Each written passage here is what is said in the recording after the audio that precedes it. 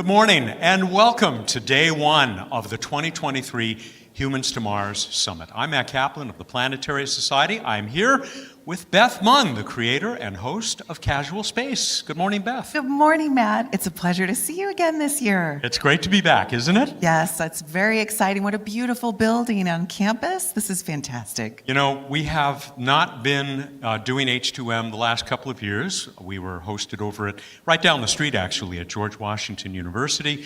It is so great to be back here. Even though we weren't here last year, I said to my wife when we were done with H2M, we've got to go to the academies and take a look around. We're going to show you some of this beautiful, beautiful building, the headquarters of the National Academies of Science, Engineering, and Mathematics later today during one of the breaks.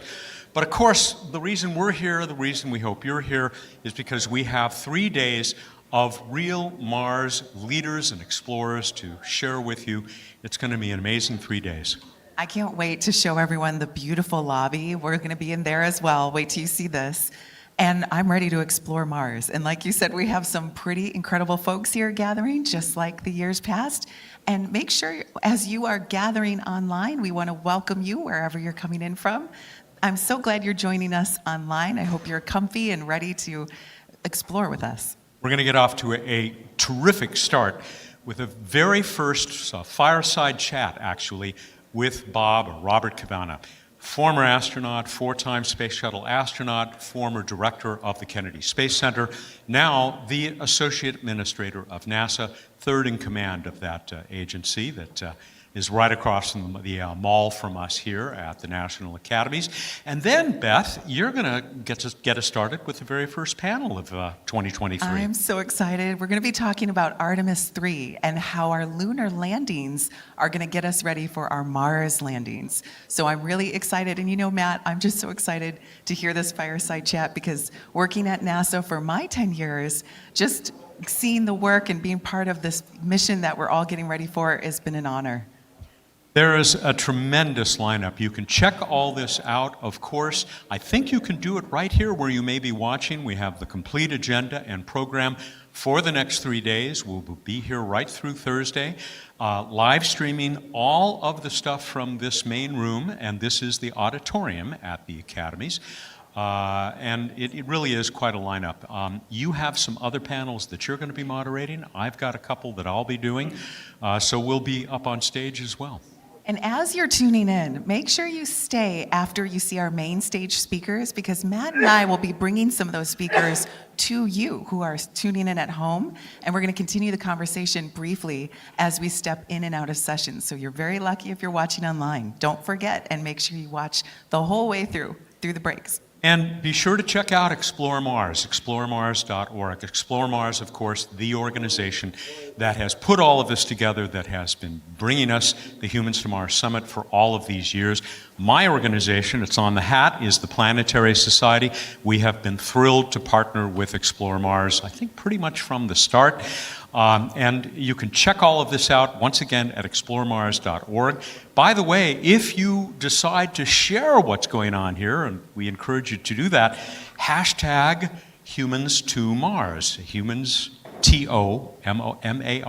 I think that's how they spell the planet. And on Instagram at Explore Mars. Thanks, Matt. Well, we've been planning this all year since we ended last year. And we do things like this all throughout the year, as you know, because you're tuning in online and you're joining us for our webinars and our educational events and chats just like this. But this is it. Are we ready to start? I think we are. It's 8:30. That's the start of today's program, the first of these 3 days. Up there at the podium here at the Academies is Chris Carberry, the creator and leader of Explore Mars. Chris, take it away. Thank you, Matt and Beth. Welcome, everybody, to the 2023 Humans to Mars Summit. We're back here at the National Academy of Sciences building. Haven't been here since 2019. He has a few things happened in between, preventing us from coming back, but we're happy to be back here. We have a great 3 days planned. I'm going to go into some of that, go over some logistics information, and then introduce Janet Ivey, the president of our organization, to kick everything off. First of all, I would like to thank our many impressive sponsors. To our platinum sponsor, ULA, thank you very much for your generous support. For our silver sponsors, Aerojet Rocketdyne and Google. Patron sponsors Lockheed Martin, Collins Aerospace, Northrop Grumman, and Draper Labs. Thank you to our reception sponsor, Ardbeg, and I'll mention this later, but hopefully most of you are registered for the reception tonight, that the Ardbeg reception tonight with a whiskey tasting and a whiskey cocktail tasting as well. Should be lots of fun. Thank you to our webcast sponsor, who are giving us probably tens of thousands of viewers in addition to what the people in this auditorium. So thank you to the National Institute of Aerospace. Thank you to our patron sponsors, Paragon and MDA. Thank you to our afternoon break sponsor, Boeing, advocate sponsor, Redwire, press sponsor, Space News, and media sponsor, Space.com. And thank you to our friend sponsors, Honeybee Robotics, Advanced Space, Stellar Access, and Science, Olson Wine, and our Alcohol and Space panel sponsor, the Space Drinks Association. You'll hear more about that later. So thank you to everybody. As I mentioned earlier, we have secondary events. I think we're pretty much sold out of our speaker lunch tomorrow. I'll give you an update on that tomorrow, later in the day. But tonight, we still have space for our Ardbeg reception, which will, as I mentioned earlier, there'll be a wonderful whiskey tasting and cocktail tasting hosted by David Blackmore of Ardbeg right here. That will be followed by a screening of a film called Alcohol in Space, based on a book that I wrote, actually, followed by a panel. So hopefully you'll enjoy that. And as I mentioned, I think we're pretty low on the speaker lunch tomorrow, but if we still have space left, Matt Schindel from the National Air and Space Museum will be giving a talk and talking about his new book, For the Love of Mars, which just is coming out this week, so perfectly timed. Other books that we have for sale, which will be going up for sale a little bit later this afternoon, include Janet Ivey's book, Higher, Faster, Longer. We have a very small number of Cyan Proctor's books here, which we'll put on sale later, and copies of my book, Alcohol in Space, as well. I should note, as you notice, there aren't as many restaurants around where we're sitting right now as there are up at GW, where we've been in the past.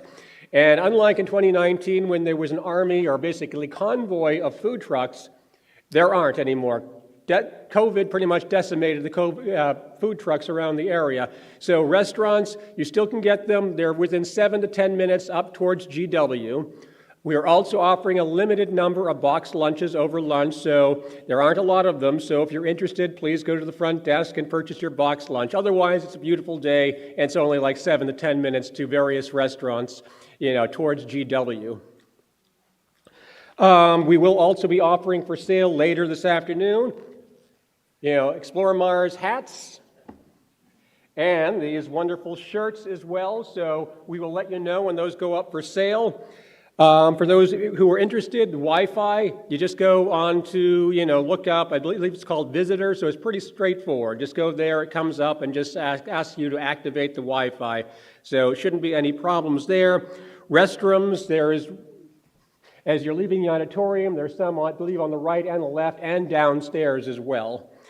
Any speakers here? We just hope that you will actually be able to, 20 minutes before your talk, find somebody to bring you backstage. We need to get you mic'd up 20 minutes beforehand, so just let us know. We will bring you backstage. I should also note to turn off your cell phones, or at least silence your cell phones, and the only liquid allowed in here, beverage, is water. So no food or beverages other than water in the auditorium. Regardless, without further ado, once again, thank you for coming, and I'd like to introduce Janet Ivey, the president of Explore Mars, and I'll try to move all this stuff out of your way.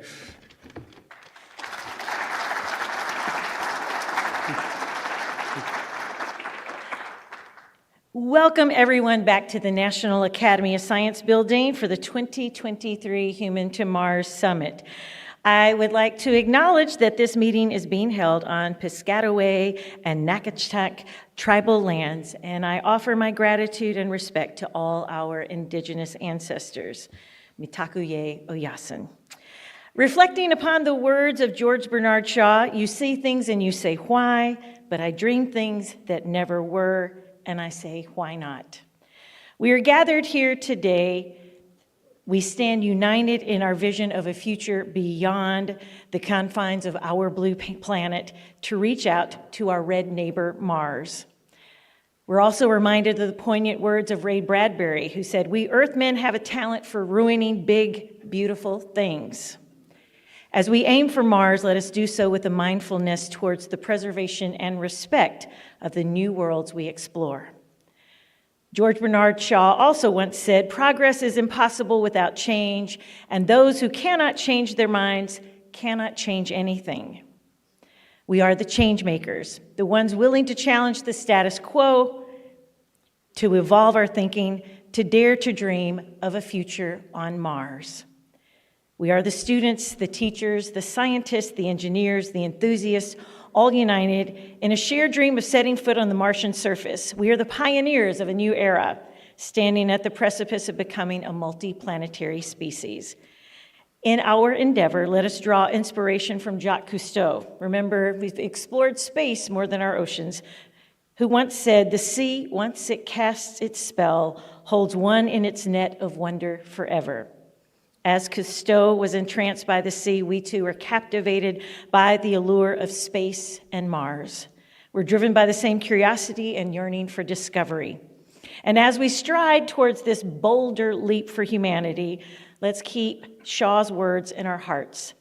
Life isn't about finding yourself. Life is about creating yourself. Our journey to Mars is not just about reaching a new physical location. It's about creating a new narrative for humanity, a new understanding of our place in the universe. So esteemed peers, luminous colleagues, incandescent students, some of these are mine, and I would really love it if you beautiful grown-ups would get to know these are your future employees over here. So let's see what we can do to get humans to Mars. I am superbly optimistic about the future, mainly because of all of you, but truly because of all of these young people. It is when I work with students that I am reminded the world's in okay shape. Outwardly, I know it may not look that way all the time, but spend a little while with some grand students and your heart will be changed. So be assured, you are all welcomed here, you belong as part of our community, and the party on Mars will not be complete without you. So welcome. We are so glad that you are here to kick off this brilliant day. We're going to bring out two amazing gentlemen. Rich Cooper is the Vice President and Strategic Communications and Outreach Officer at the Space Foundation. He's located right here in DC, and he oversees all strategic communications for the Space Foundation, leading the team that's telling the story of the next human adventure in space. And he's going to be joined this morning, this AM, by former astronaut and now NASA Associate Administrator Bob Cabana. Please make them feel welcome.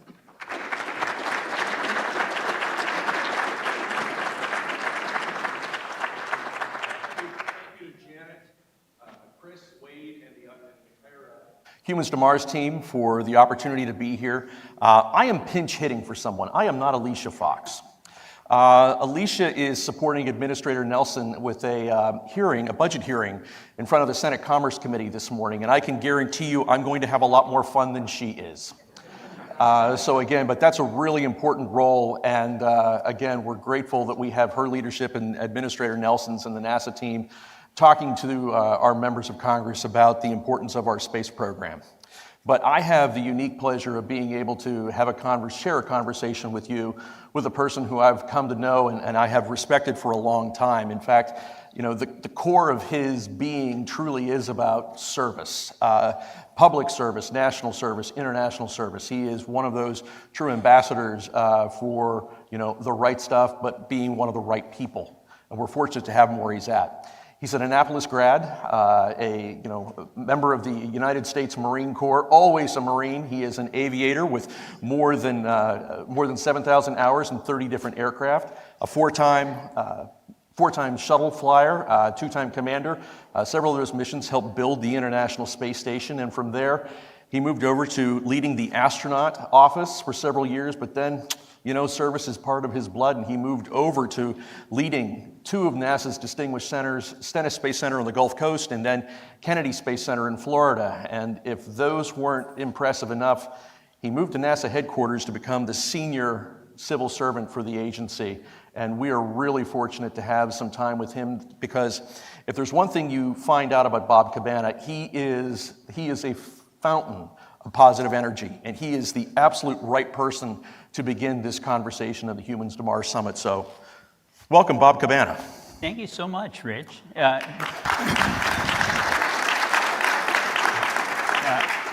It was over 50 aircraft, though, not 30. I know where there's a bio that needs to be corrected on a certain website, but I'm not going to reveal that here. I do have to echo Janet's enthusiasm and positive vibe for the future. I couldn't be more excited about where we're going and how we're going to get there. What an amazing time for our nation's space program.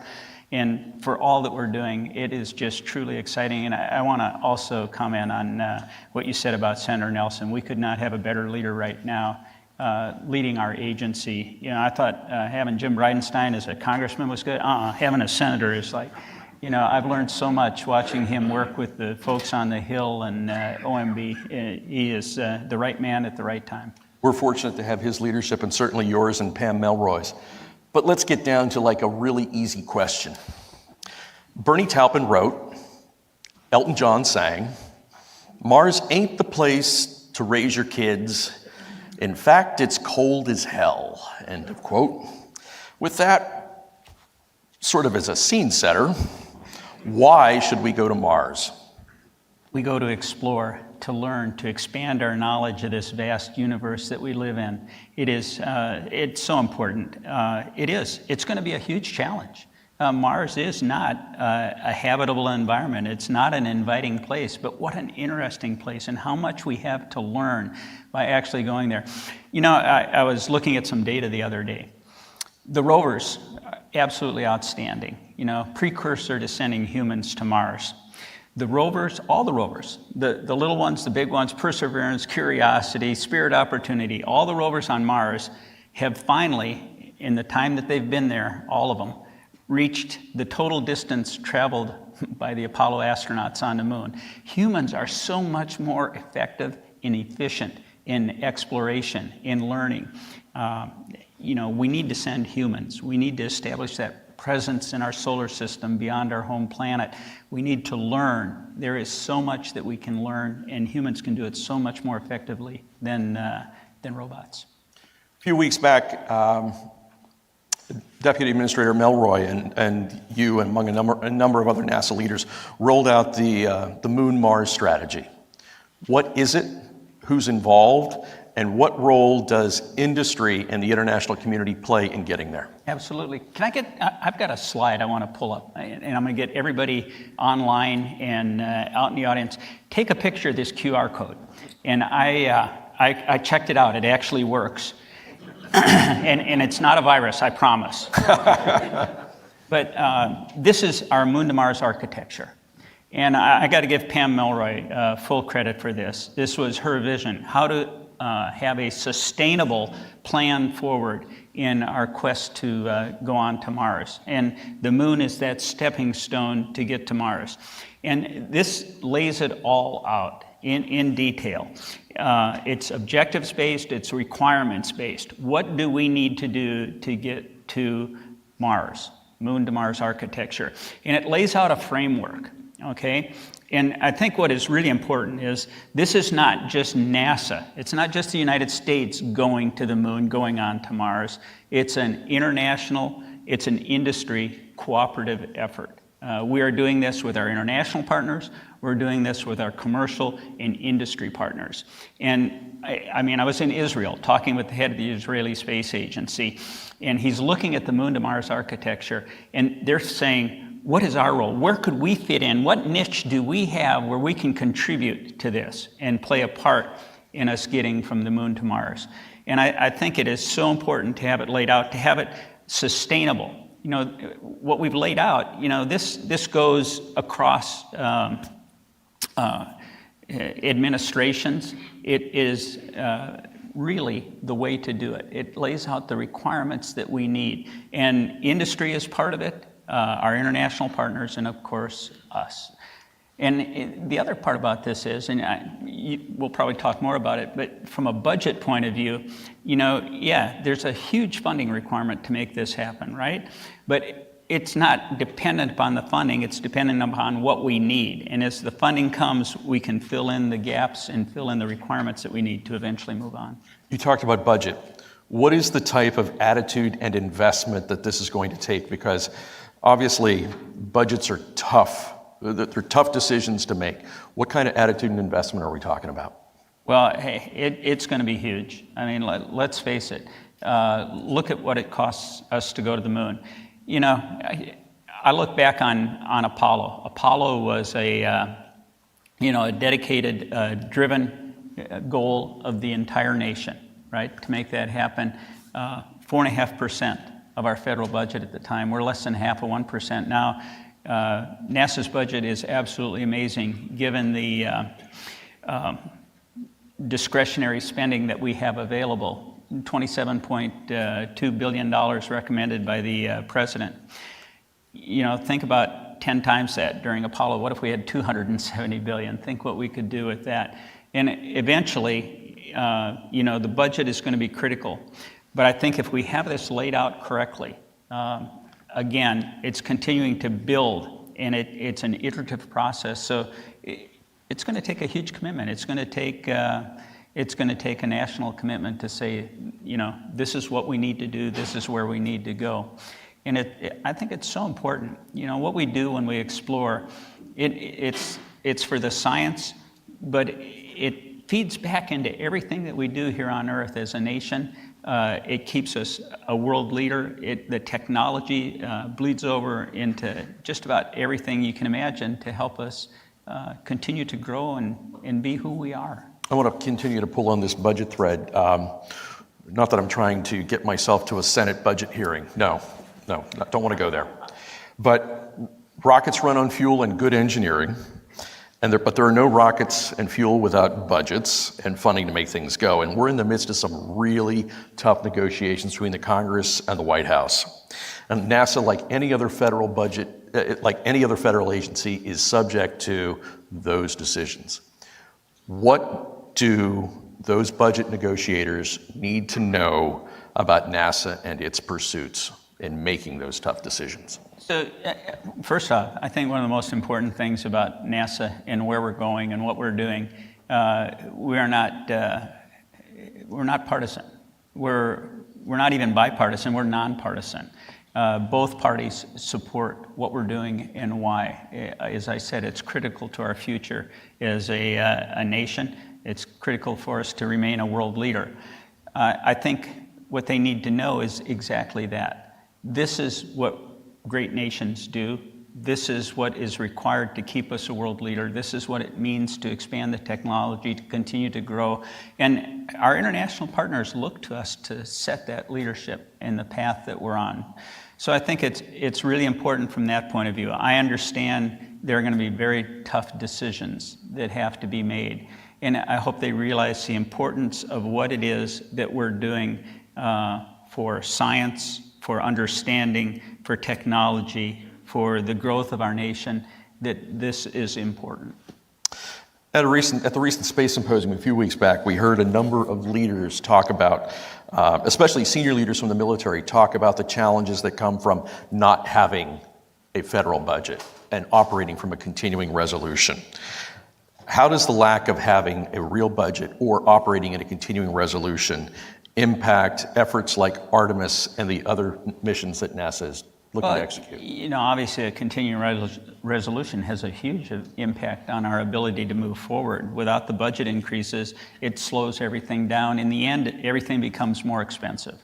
When you spread things out rather than, everybody knows that when you're developing a program, you know, there's a budget curve that you should have, and it starts out and goes very high during the development phase and then drops off during operations.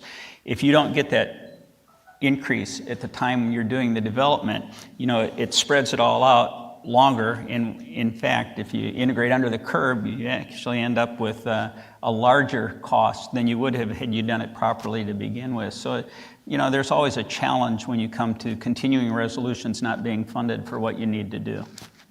We, NASA, have to do a better job also in the program management of our large programs. But a lot of what we're doing, you know, look at the James Webb Space Telescope. I mean, we are doing things that are so challenging and first-time things. The technology and what we're trying to do, you know, it's not easy all the time, all right? So there are challenges in the development of these projects and programs that are bringing us, you know, just unbelievable science. I think it's so important. You can't put a price on success like that, can you? No, it's pretty amazing. Think of what James Webb. I go back. I'm just absolutely amazed at how well it is performing, how well it worked, and what we're learning from it. It's changing our understanding of the universe. You know, it's finding Earth-like planets out. It's answering. Hopefully, it'll answer that question. You know, is there life out there besides us? I personally believe there is. I mean, mathematically, it just does not make sense that in an infinite universe that there isn't another Earth-like planet that has intelligent life on it somewhere out there. I had a conversation with a group of students a couple months back, and we were talking about James Webb. And I said to them that you cannot quantify the success of what Webb is going to be able to deliver, because I remember a little instrument called Hubble. Right. And Hubble rewrote every astronomy textbook in the world. And what Webb could do is even more. I mean, we're looking back 13.5 billion years in time, 350 million years from the Big Bang. That's absolutely phenomenal, what we're learning. You know, but let's take that going to Mars. Think about what we're going to learn when humans get there. Look at how much we have learned just from our rovers that have been there. And, you know, we want to bring samples back. We're doing the Mars Sample Return Mission. Perseverance has already deposited 10 samples on Mars to be returned. What we're hoping for is that Perseverance stays healthy and it actually delivers the samples that it has on board to the Mars Ascent Vehicle when we get down on the Martian surface. Should it not, for some reason, it's deposited a cache of 10 very critical samples. It has duplicates on board that we will recover with actually flying helicopters on Mars. 2 helicopters to go pick them up, one for redundancy, bring them back to the ascent vehicle and bring them back to Earth. We're going to learn so much from those samples when they come back. But think how much more effective it would be and how much we would learn with humans. Now, I got to back up a little bit. So let's talk about that harsh environment, your first question. You know, we still have a long ways to go before we get to Mars. And part of that is the reason for Artemis to the moon, returning to the moon. You know, we're going to learn how to operate for an extended period of time away from home with many of the systems that are going to be required once we get to Mars. Develop them now. Future use on Mars. Now, in situ resource utilization on the moon is going to be different from Mars. Mars, we can actually utilize the atmosphere as well as any water ice that is there. We don't have an atmosphere, of course, on the moon. But we need to learn how to operate on the moon. We need to develop with gateway vehicles that are habitable for extended periods of time for a human trip to Mars. Right now, studies I've seen say a human Martian mission with current propulsion technology, you're talking 18 months or more time. You know, it's a 6 to 8 month trip there, 6 to 8 months trip on Mars for the planets to align, 6 to 8 months trip home. And it depends on which architecture you use, when you go and everything, but it's a huge challenge, all right? So personally, I think we need to develop new propulsion technology. I'm a fan of nuclear propulsion, either nuclear thermal, nuclear electric. We need surface power, and on the moon, we're looking towards nuclear surface power. We need habitats, we need rovers, we need vehicles that are extremely reliable. Studies I've seen say that before we can send humans to Mars, we got to pre-stage 18 to 20 metric tons of supplies and equipment on Mars. You know, landing the Mars rover Perseverance, that was 1 ton. And now you want to put 18 to 20 tons there, pre-staged. We've got a lot of work to do to develop what we need to send humans. What can members of this audience, and again, we've got a great crowd here, we've got even more folks online, what can members of this audience and the space community do to support Artemis and its partners' pursuits towards Mars, as well as the moon? What do they need to be doing? Well, first off, they need to know what we're doing. And it amazes me. I wish I could get everybody in the United States down to the Kennedy Space Center to see a rocket launch. I don't care what payload's on it. It is an experience that just says, this is amazing. Leaving our planet to put something in space is an experience. And if they'd have seen the Space Launch System launch last November, what an amazing event that was. We'd have tons of support. But I think it's incumbent upon all of us to be able to talk to our neighbors, to make sure that folks know what it is that we're doing, where we're going, and why we're going there, so that they understand that. You always get the question, why are we spending all this money in space? And well, the truth is, we haven't spent a penny in space. It's all been spent here developing, improving our economy as we learn to explore. So I think it's important that we're all knowledgeable on what we're doing and where we're going and why, that we're able to share that so that folks understand it. And I think, it's important to share it with our stakeholders on the Hill, that they understand this is important to us as a nation. You have a very powerful X factor working with NASA today that really has been a game changer over the past decade. It's the private sector. We have commercial spaceflight, we now have commercial resupply, we have all of these other commercial ventures that are moving forward. What role does the private sector play in Mars? So, well, if you talk to Elon Musk, he's going. He's building a big rocket. I had a discussion with an engineer down at Boca Chica about the Starship, and I was standing underneath one that was being built, and the habitable volume, when I looked up, was higher than the ceiling, I think. It's amazing, the pressurized volume on that thing. And I said, had I been building a lander for the moon, I would probably have not have designed it exactly like this. And he said, well, we're going to Mars. With 100 people, we'd gladly drop off the 3 people on the moon. So they have a... It's the return trip they're a little concerned about. Well, we got to work on that. Yeah. Hey, by the way, I'm not a fan of going to Mars on a one-way trip. I want to bring everybody home that goes, or have the option to come home when we send our explorers to Mars. But the point is that SpaceX, Elon has a vision. All right, and when you talk about commercial, there's a difference between commercial space, government subsidized space, and a billionaire that's just paying his money. But I look back to history, and look at the railroads and who built the railroads. It was people with a lot of money, and also airlines. Aviation was government subsidized in its early days. And so a lot of what we're doing in commercial space right now, SpaceX will admit they would not have been as successful had it not been for NASA. So commercial plays a huge role right now, and it's a partnership. Look at the CLPS landers that we're sending to the moon. Hopefully we'll get both Intuitive Machines and, I just went, the company up in Pittsburgh. They're scheduled to fly a commercial lander to the moon this year. NASA did not pay fully for those landers, okay? It was a partnership, and they raised funding for experiments they're going to send to the lunar surface, in addition to what NASA provided in developing those landers. So in order for them to pay for it and hopefully make a profit. So there is a place for commercial working together with us as we explore together.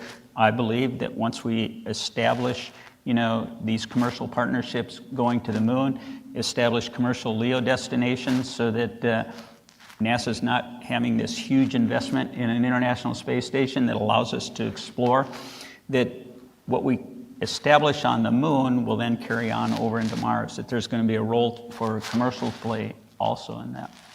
You've talked a lot about the Artemis Accords here, and I want to pull a little bit of that thread, because when it started, it was basically the core nations behind the space station, but it is now expanded to be 24 nations. And as we were talking backstage, the Czech Republic has just signed on to it. And again, it's in a fascinating group of countries that don't always get along. I mean, again, you've got the Saudis that are on there, you've got the Israelis on there, and again, these are two countries that don't really have diplomatic relationships, but they are finding the opportunity to work on a joint project like this. And so how do you see, and again, Artemis is right now focused on our lunar pursuits. How do you see Artemis evolving towards the Mars pursuits? Will it be a same construct? Yeah, absolutely. So the Artemis Accords, it's for the peaceful, cooperative exploration of space. It sets out norms on behaviors on how we should work together as we explore beyond our home planet.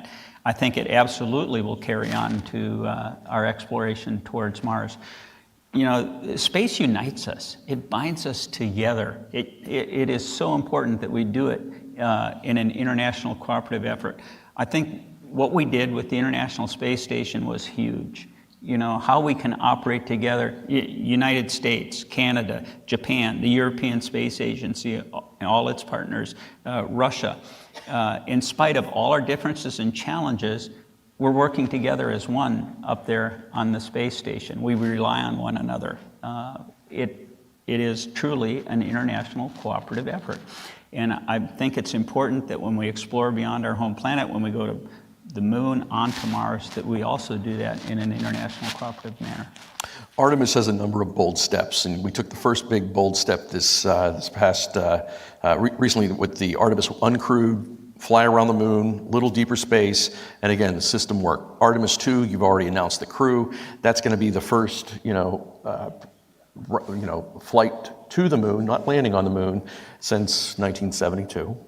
And then you've got Artemis 3, where you're going to go ahead and you're going to put the first woman and the first person of color on there. Those are 3 really big, bold steps. But you don't have Gateway. You don't have a lunar lander. You mentioned Elon and Starship. They had that challenge. Is there enough flexibility in this schedule to make those 3 steps occur, or do you see that there could be missions in between there to get us there? Because again, these are 3 big steps we're taking, and there's still a lot of pieces that have to come together. Absolutely. So I'm going to answer your question, but I got to back up. So Artemis 1. In Washington, that's called a dodge, but go ahead. No, I've got an answer for you. So I just have to share Artemis 1. So Please. Was in the Launch Control Center with the administrator and deputy, and when we came out of the 10-minute hold, we went up on the roof of the Launch Control Center to watch the launch. And I've seen a lot of launches. The shuttle was absolutely amazing, especially a night launch. It turns nighttime into daylight. But having 4 engines instead of just 3, and having 5-segment solids instead of 4-segment solids, it was just an absolutely amazing launch. And I took one picture. I always tell folks, do not take pictures, all right? Experience it. You can get much better pictures online than anything you can take with your phone, and you're going to lose out. You want to watch it and experience it, because it's sight, sound, sense, feel, it's emotional. And so we're watching it.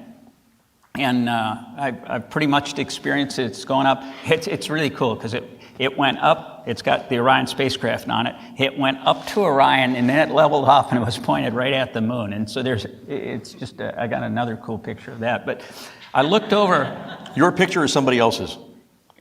That one is somebody else's. Okay, just want to make sure. All right, but I looked over, and I saw the administrator and deputy standing next to me, and I said, I got to get this, because there were no other photographers up there. And I stepped back behind them, and I've got a picture. They're lit up in front by the light of the rocket, which is really high now, and they're just looking up at it, and it's almost like a silhouette with the rocket launch in front of them, and it's one of my favorite photos. It just captured that moment so well. Announcing the crew for Artemis 2, backing up to Artemis 1, how many watched the pictures of, that were sent down live?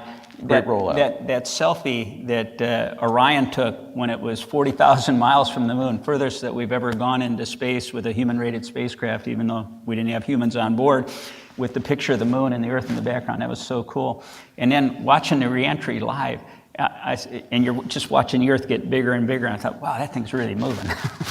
But that was cool. But naming a crew, having humans involved, it's like, it's part of us, right? This is what we do. We explore. We've been explorers our whole existence, wanting to know what's out there, going beyond, and tying humans to it. It means so much. And this is just a great crew that was announced for the Artemis 2 mission. Now, Artemis 3, landing on the moon, yeah, huge challenge. And I think we've all seen the challenge that SpaceX has with the big rocket and Starship. They've got a lot to do if they're going to do an uncrewed test flight next year. Now, they say that they're on track. I will say that we realize that this is a challenge, and hopefully in the very near future, we'll be announcing a second lander contract to have that dissimilar redundancy to help us as we move forward.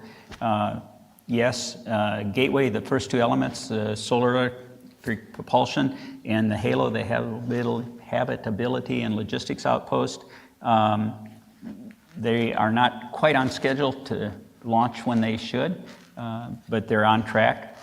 What we are doing is we want to get to a cadence where we're launching an SLS a year. And Jim Free and his team are looking at, all right, if we don't have the lander exactly when we think we will, is there another mission that we can do? So we're looking at options. Do we have to have Gateway? Can we change the way that we're going to dock with the lander to get to the lunar surface? So we're looking at all options. And what I've told all the contractors and told the team, and Jim has reinforced this, is, just because somebody else is behind schedule doesn't mean you can be behind schedule. Don't try and hide under somebody else's tent. Deliver the hardware that you have on time. And all our program manager, I couldn't stress more, deliver a quality product on time within budget. And then let us figure out what mission we will fly if we can't fly the exact one that we said we were going to at the time. So we're looking at various options. I think it's going to be critical to have a second lander, but mostly we need to deliver on what we have. We need the enhanced upper stage. That's going to help us as we send crew and large cargo to the moon, as well as going to Mars. So we're developing what we need to have a resilient architecture, and that's why the Moon to Mars architecture is so important. It's laid out such that we know what we need to develop. If we don't get it on time, we just extend things a little bit and keep filling in that requirements, objectives-based architecture.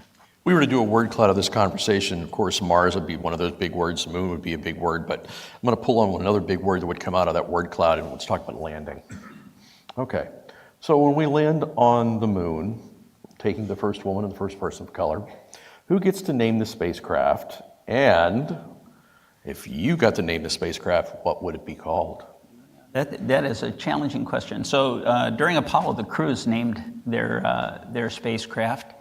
This being a commercial service, I'm sure that the commercial entity providing that lander will have a say in it. So I think that's still to be determined. But I would hope that they would do it in conjunction with the crew that's actually doing it. If I were going to name it, I actually thought about that, and I haven't come up with the right word yet. But I would hope it would be something that talked about. I go back to that first module on the International Space Station when I was up there, Unity. So many of the good names are already gone. Perseverance, Curiosity, Unity, you name it, Spirit, Opportunity. They're all great, but it needs to be something like that. It needs to show that we are united, we're doing this together, that we have hope for the future, that we're going to persevere in our goals to make this happen.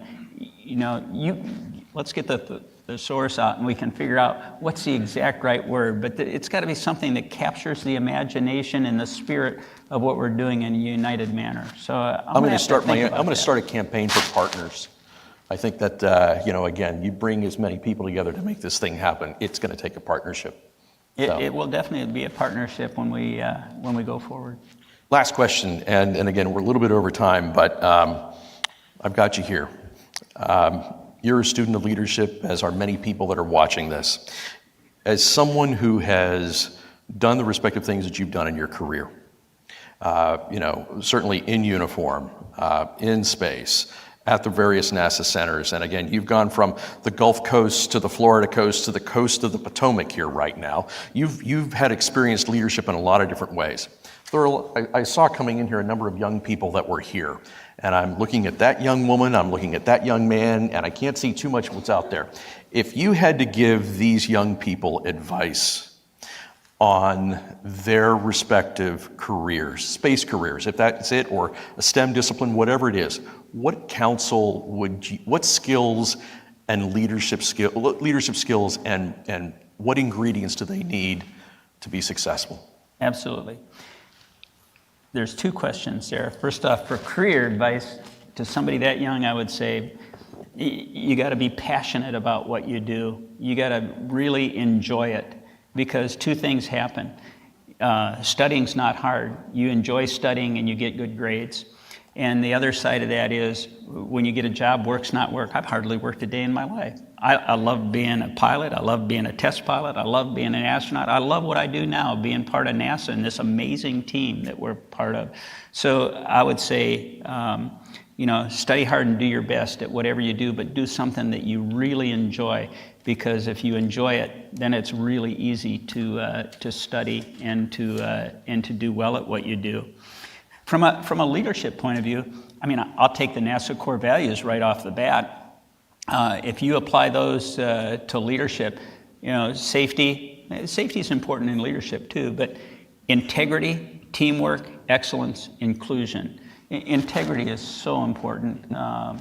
Being true to your word, developing trust with your team, excellence in what you do. If you have not been excellent at some point in your career at what you do, who's going to follow you? Right. If you don't have integrity and you can't be trusted, nobody's going to follow you. And it takes so long to build it, and it's so easily lost. Teamwork, I've never done anything by myself. Everything that I've done has been with a really amazing team. Having the ability to build that team, to get the right team in place to be successful is so important.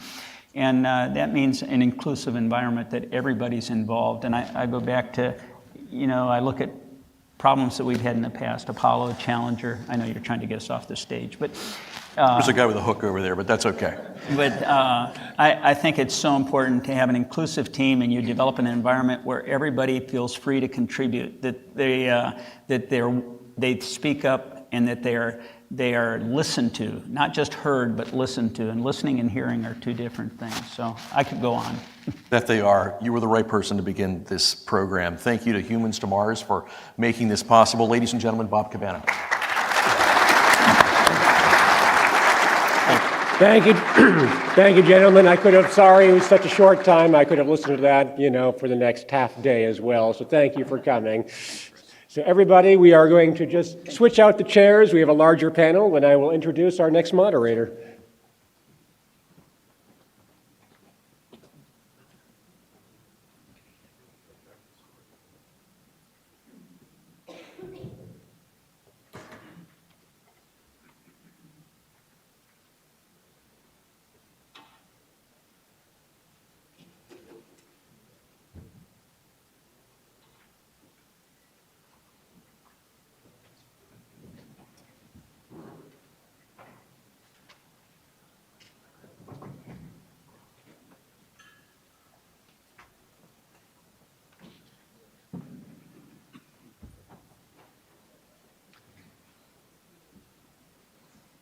Anybody got any good jokes?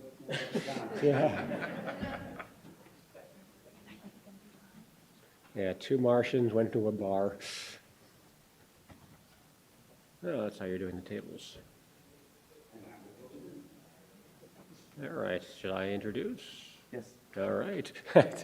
Thank you, gentlemen, and welcome back. And so our next panel one I'm really looking forward to, talking about Artemis 3.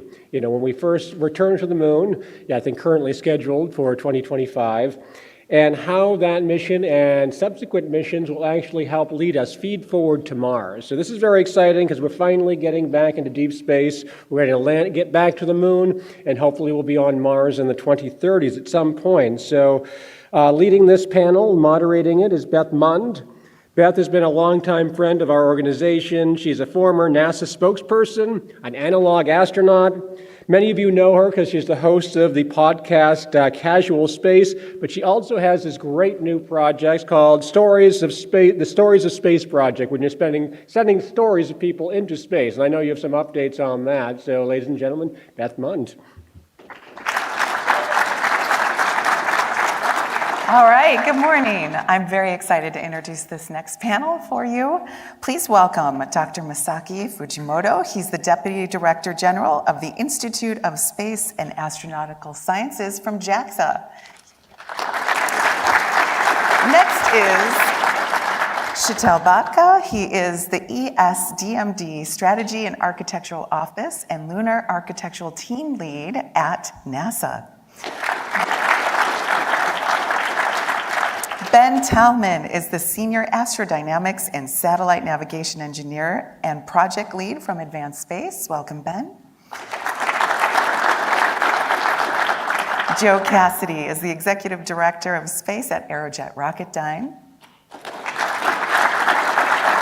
And finally, the Senior Director and Program Development of Civil and National Security Space from SpaceX, Nick Cummings. All right. So as we mentioned, this is an exciting panel because as we get Artemis ready to take us to the moon and on our lunar surface, this is going to be a fantastic opportunity for us to look at how we're going to do this as well with Mars. So Dr. Fujimoto, if you'd like to get us started, and we're ready. Right, thank you. Yes, let me try to explain what JAXA does in moon exploration and Mars exploration. If I could have the slide. Yes, so this describes lunar exploration and Mars exploration. So let me start with the manned mission, the lunar manned mission. First, we will send a rover to the southern polar region for the resource prospect purpose. And this is like a 300 kilogram-ish small rover. But then eventually, our plan is to develop and then send this relatively large rover, manned pressurized rover, to the surface of the moon. This is our direct contribution to the Artemis program. And it is the size of the weight of this rover is like 11 tons. And so it's a large rover. And the plan is to let this run in the polar region of like over 100 kilometers or something. That's the range we have, or even 1,000 kilometers. That's the range they have, the human exploration people have in their mind.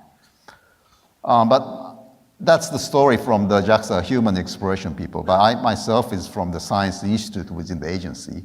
And we were when we learned about their program, I realized that most of the missions they have in their mind is relatively large, and you cannot do this so frequently.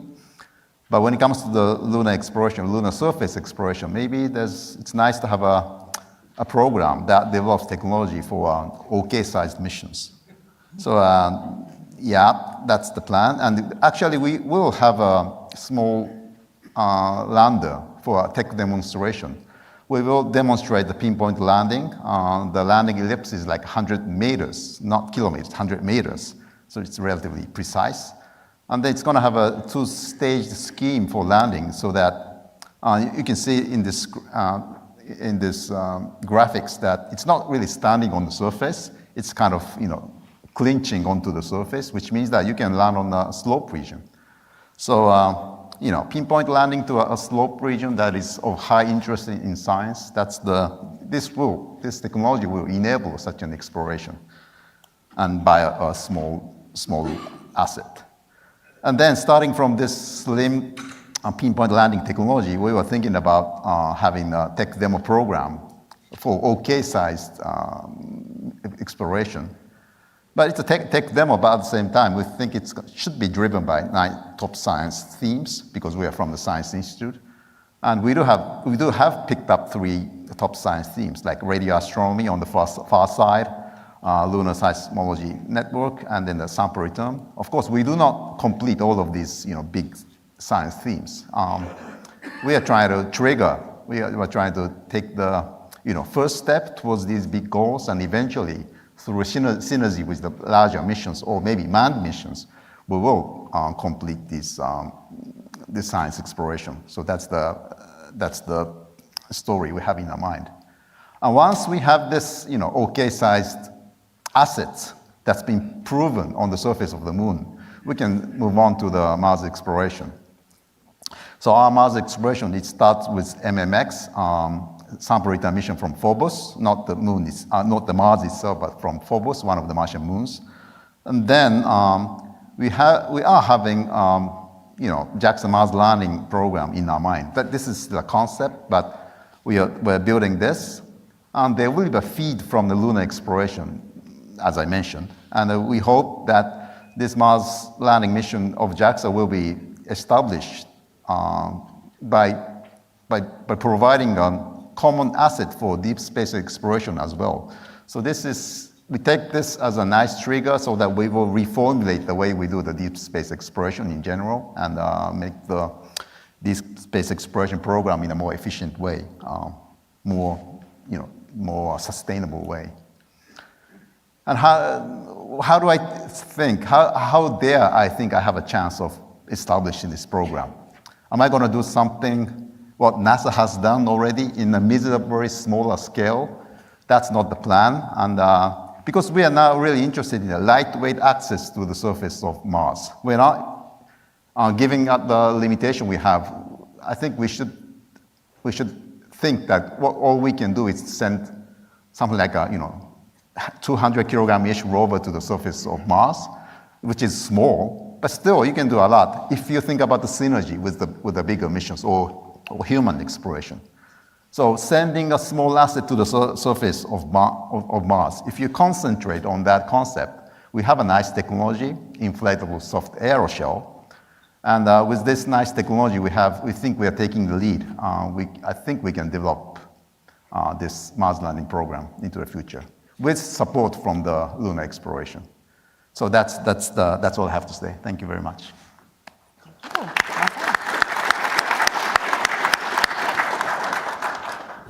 All right, thank you. If you could bring up my slides. So I'm Shatel Bhakta with ESDMD. I'm the lead lunar architect. We'll go to the next slide. So our deep space exploration priorities. You've heard Mr. Cabana talk about why we're doing this and what we hope to achieve with the lunar missions and use them as a stepping stone to get to our Mars missions. The benefits to humanity, why we're exploring, leadership, economy, human condition. These 3 pillars between science, national posture, and inspiration lead us to that. So this is the why we're going to the moon and to continue on to Mars. Our strategy and objectives, as was presented here. The objectives are on the right. The QR code was given earlier. But as you see, there's some goals and objectives. They fall under 4 main categories. Accomplishing that, we're hoping to develop the architecture with inputs from industry as well as international partners. And so the objectives here get refined. We make use cases and functions and hopefully develop a framework that allows us to achieve the objectives that have been laid out, or at least nearly achieve them. And so we've got objectives and goals that have been given to us at the agency level, and the teams are working now to develop characteristics and needs, the functions and use cases that make them accomplishable, and that way we can actually achieve looking at it from the end state. There's various end states that we're trying to achieve. There's no one given architecture or manifest that we're trying to get to. And so if you're used to seeing, objectives and then seeing actual, rockets and this specific rover, you're probably not going to see that in the near term coming out of the architecture results that we see. We're trying to keep it open, allowing for more collaboration, more integration of different assets. And so that pushes us to be more integrated, more interoperable. As you can see, even within NASA, on the graphic on the right there, along the left, you've got the different directorates within NASA that all feed into the different Moon to Mars objectives. So it's not just the human aspect, like was just mentioned earlier, right? It's a synergistic approach. Smaller precursor missions, robotic missions, human-robotic interactions all need to happen, all focused, around the different objectives, pulling in science, technology demonstrators, as well as how do we do the operations differently. So it's not as narrow-focused as we may have been in the past. We're trying to really open the net a little bit and make sure that we're doing something that engages the entire globe. In order to make sure that that continues happening, internally we do the architecture concept reviews. So this would basically be a yearly review. We held our first one just at the beginning of this year, and in the future we'll be holding them in November. The ADD will be the product of that, and those will be released publicly. The first one was dropped, and there'll be a QR code at the end, and so you can take a look at where we're at in the agency and what we're looking to head to. Right now, the why we explore, we've got the why. We've got the science, the inspiration, and the national posture. And so the rest of the questions is what we're trying to evaluate and architect systems around. And so what are the capabilities that are needed in order to be open and expandable? What should the systems be and where they should be? And then how will we get there and how will we return? And then as a means to measure, how well did we approach getting to those objectives?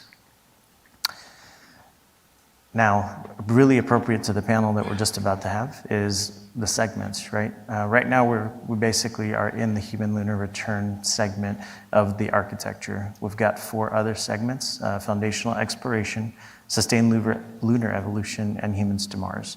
And so as we move forward, none of these are time phase explicitly. They overlap. There's interactions between them. But the intent is foundational exploration builds on what we're doing now. With returning humans to the moon on Artemis 3, and then we'll slowly build our capabilities with contributions from our international partners, industry as well, and then sustained lunar evolution gets us to a larger campaign, things that we find as we grow and explore more of the moon, what more we can utilize in a sustainable manner, and then use those both segments to kind of as stepping stones to get us to Mars. So what can we test out? What can we learn? And what differences that we can accommodate for and head out to our next destination? Some of the systems that you know of, have heard of as part of the human lunar return segment there, just to kind of give you an idea of what we talk about when we talk about this segment. And then an overview. And like I mentioned, this is an overview, even though it does show specific concepts. That's all these are. These are concepts for the different elements. We're not saying that, we want for the Mars terrain vehicle for it to have 2 specific solar arrays. It's just a concept that the teams are looking at. But as you see across the top, we've got the Earth analogs and the LEO analogs. Human lunar return that we're in currently, and as we're trying to ramp up the foundational exploration and the SLE segments, we'll be starting the human to Mars segment as well. So as you can see, they overlap. ADD, some of the products that come with it, and then some of the areas for collaboration. So as you can see, there's quite a few areas that everyone can engage in, and in order to get feedback on that, we will be hosting workshops as well as conferences like this to get feedback. So please feel free to reach out to myself and anybody else from the Strategy and Architecture Office within ESDMD that you see walking around. And then definitely we've got the website and there's emails there as well. So we're on our way, and QR code for the actual ADD and the products that came out with it. So I'll stay there for a second while I pass it on. Well done. Helpful.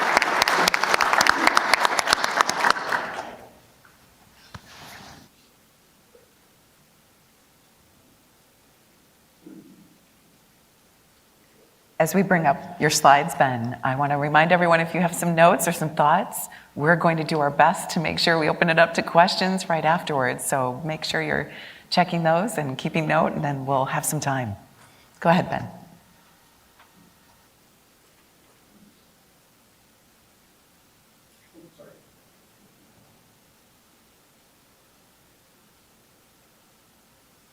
Here we go. So hi, my name's Ben Tatman. I'm with Advanced Space. I'm the navigation lead there. And Advanced Space as a company exists to enable the sustainable exploration, development, and settlement of space. Some of our core competencies at Advanced Space are flight dynamics, software technology development, and rapid turnkey missions. And so I want to get right into one of our key missions. Capstone is a pathfinder for the Artemis program, and it's specifically investigating the NRHO orbit that the Gateway will be flying and testing out some critical navigation technologies.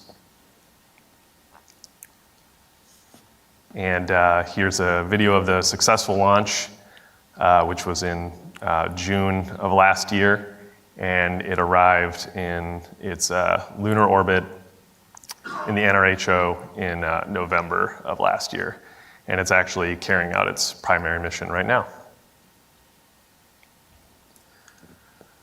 So getting to the moon, Capstone's transfer orbit is called a ballistic lunar transfer, and this is a low-cost, low delta V transfer.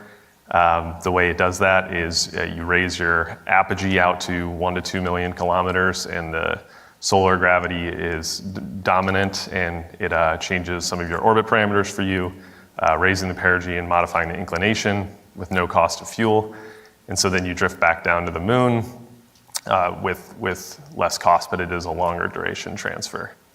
And Advanced Space has ton of expertise in this area. We've done a ton of analysis, including designing the Capstone orbit, as well as work for the Artemis program. And it's being considered as a transfer for the Gateway and for other Artemis missions.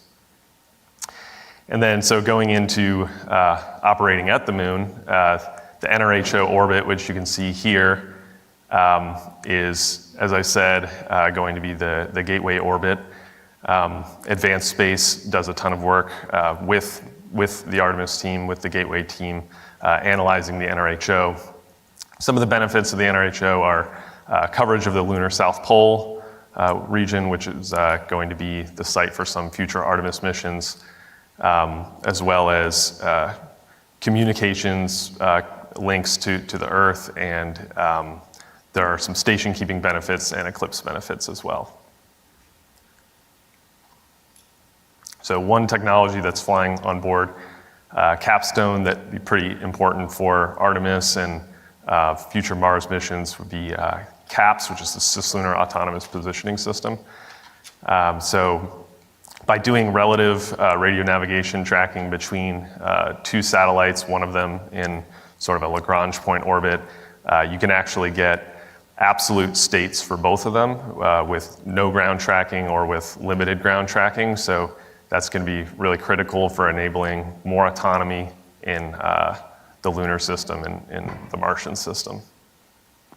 And so we're actually carrying out CAPS tests right now. That's part of Capstone's mission. And so I just wanted to highlight, thinking about going from the moon to Mars, we're looking at technology development, but we're also thinking about operations planning and long-term living in space environments and more. And that's all critical lessons learned that we can take from the moon to Mars.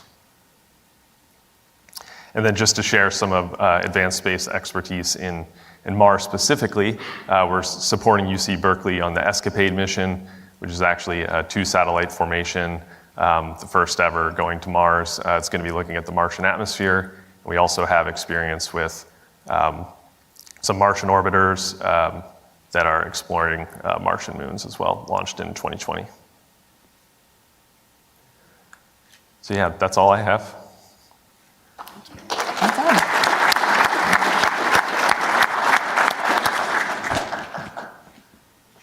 All right. so to start off my talk, if I could bring up mine and just go ahead and play the video. I'm going to take you back to a night last November, or an early morning, really.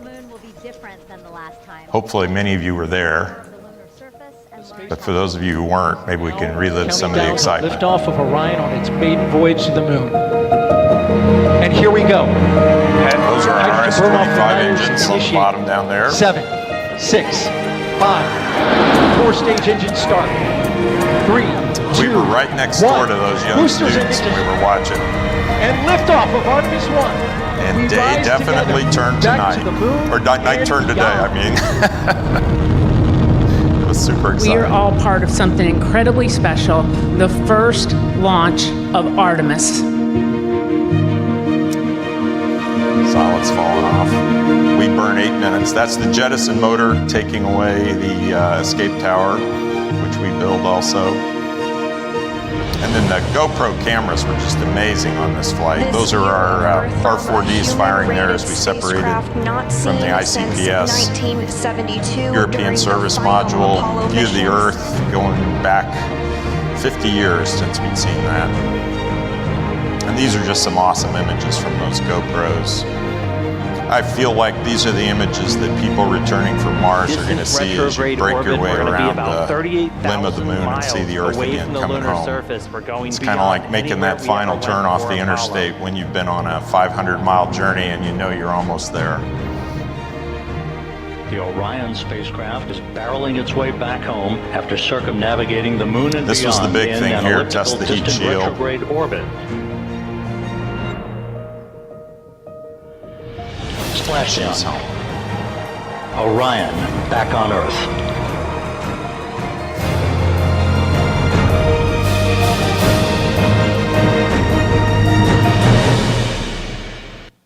So that was very exciting to see that all go off so smoothly and so well. And of course, since that, lots of data has been poured over and analyzed, and so far so good. Things are looking really well in terms of being ready for the crew now on the Artemis 2 mission.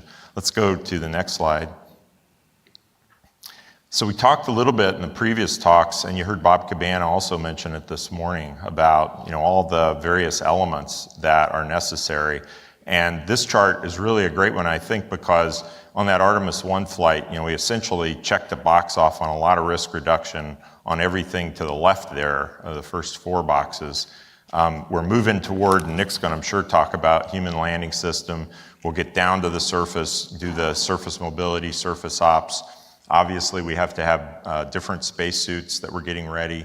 A really key part is going to be gateway. And at about Artemis 4, we're going to start putting people into orbit around the moon in the NRHO orbit that Ben just referred to.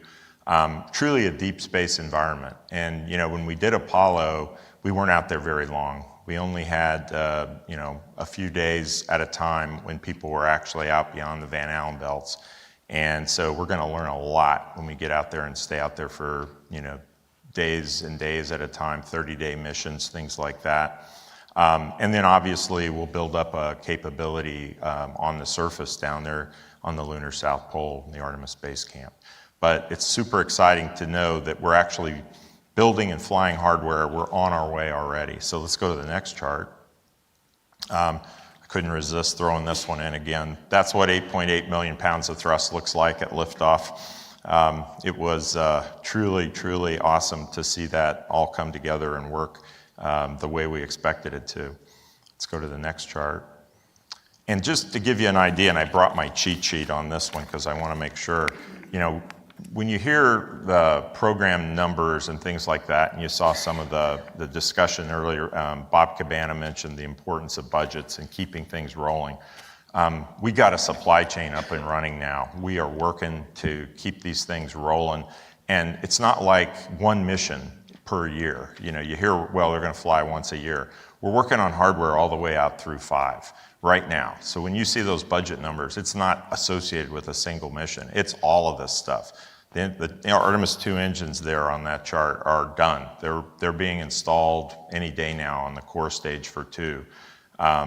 Artemis 3, those engines are all complete and in the barn. The Artemis 4 engines are nearly complete. Now, obviously, all of those were veteran engines from the Space Shuttle program that we repurposed for this, did some redesign. The really cool thing about them is we're now running at 111% versus 104% on the shuttle. And some of you, my favorite quote is taken from Spinal Tap, ours go to 111. So that's obviously new for our Artemis 5 and beyond engines. We're certifying those engines right now. We've brought in a lot of modern technology like additive manufacturing that's going to make those more affordable and easier to produce. And some of that Artemis 5 hardware is actually being built right now. So some of the combustion chamber and manifolding you can see there on the chart is in work right now. So it's just part of the idea that, you know, we are taking these steps and we're making progress toward that goal of getting to Mars. And just to show you one more quick video here, this is one of our engine cert tests that we just did down at Stennis Space Center in Mississippi. You can go ahead and roll the video. And maybe I can do it. Oop, nope, that's okay. It just showed the engine gimbling if you actually played the video. But that's what an RS-25 on the test stand looks like. And you can see the extremely clean exhaust coming out of there. Just burning hydrogen and oxygen and making nothing but beautiful steam. All right, let's go to the last chart and just leave you with the thought that we are on our way, we're just getting started, but a lot of the hardware that we need to take people out beyond low Earth orbit and explore deep space is coming together right now. Thank you.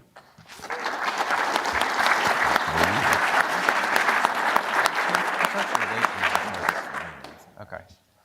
All right. Hi, everybody.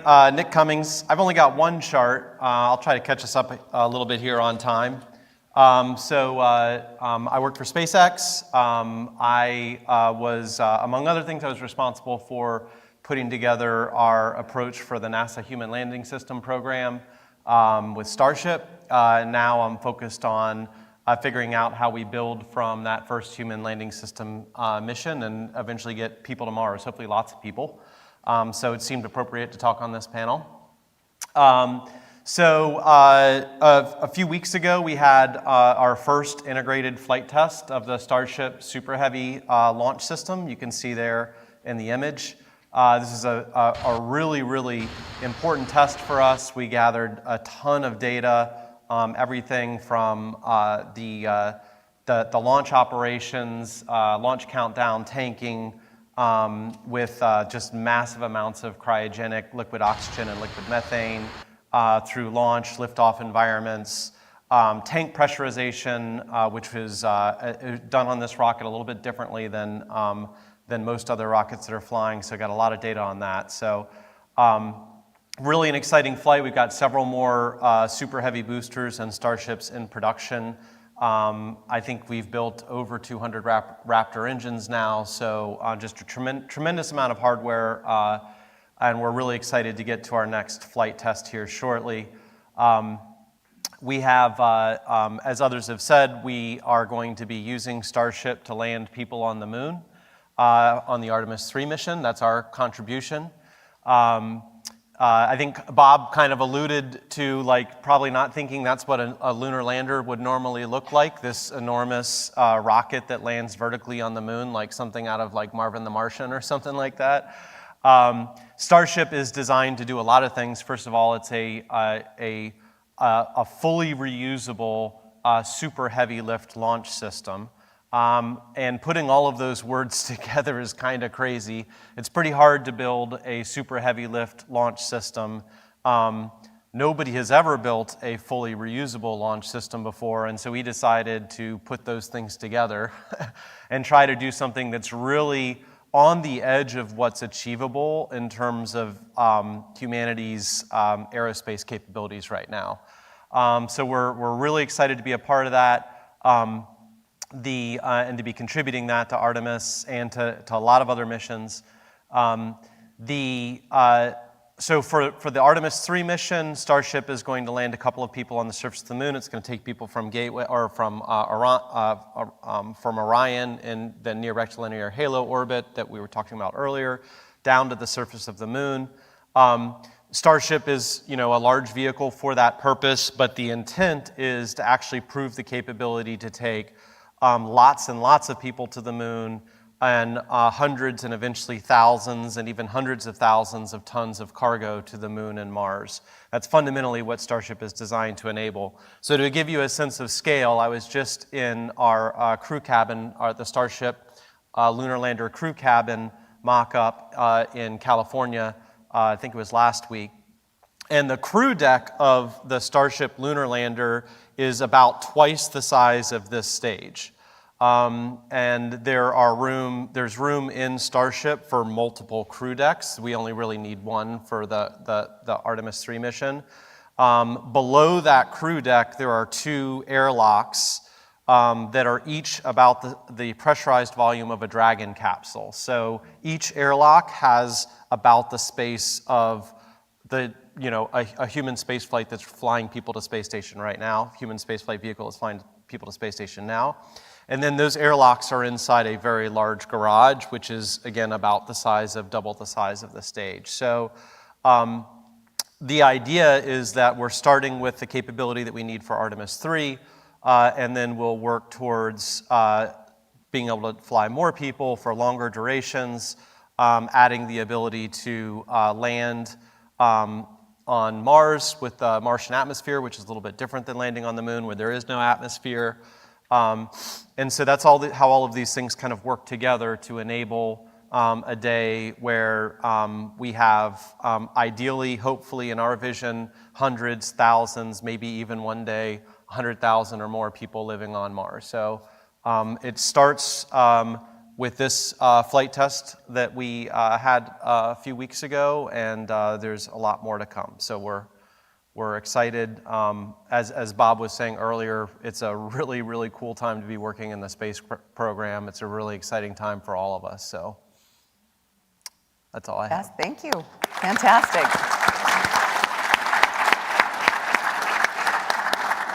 That's really wonderful. All this information and the details, it's just so fantastic. It gets so exciting.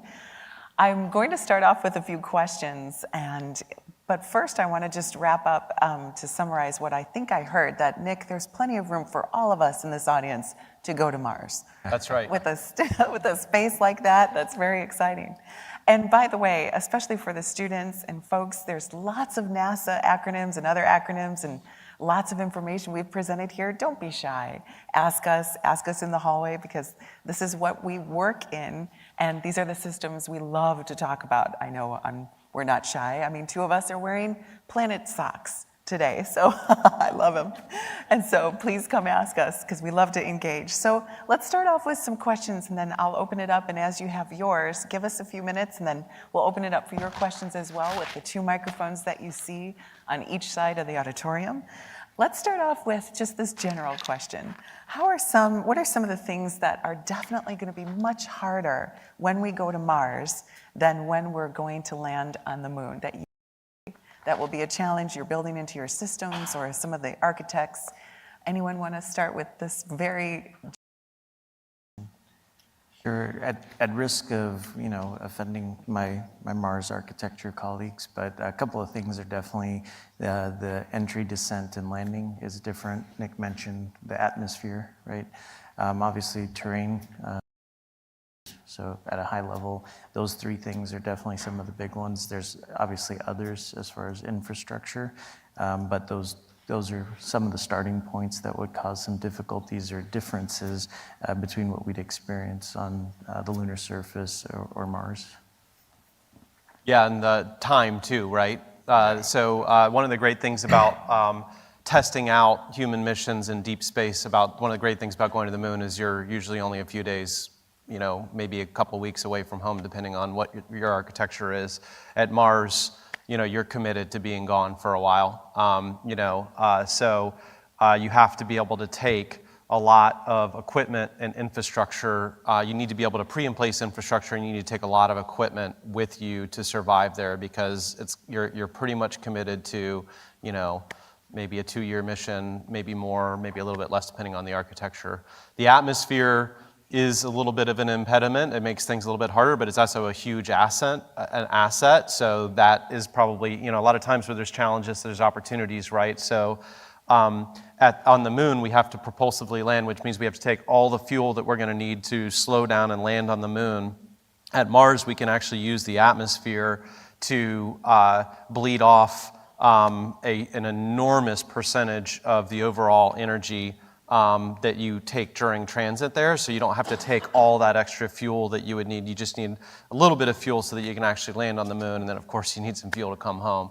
But there's ways to actually make that there at Mars. So, it's interesting to think about when there's challenges, there's also opportunities, right?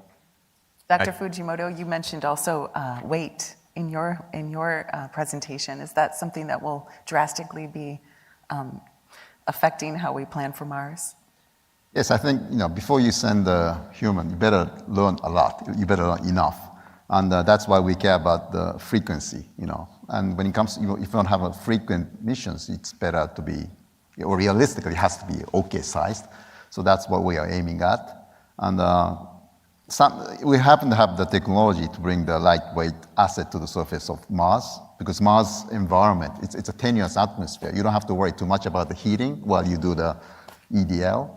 But you have to slow down in the tenuous atmosphere. Then you need a big shell to slow it down, but don't have to worry too much about the heating. So we haven't have that technology.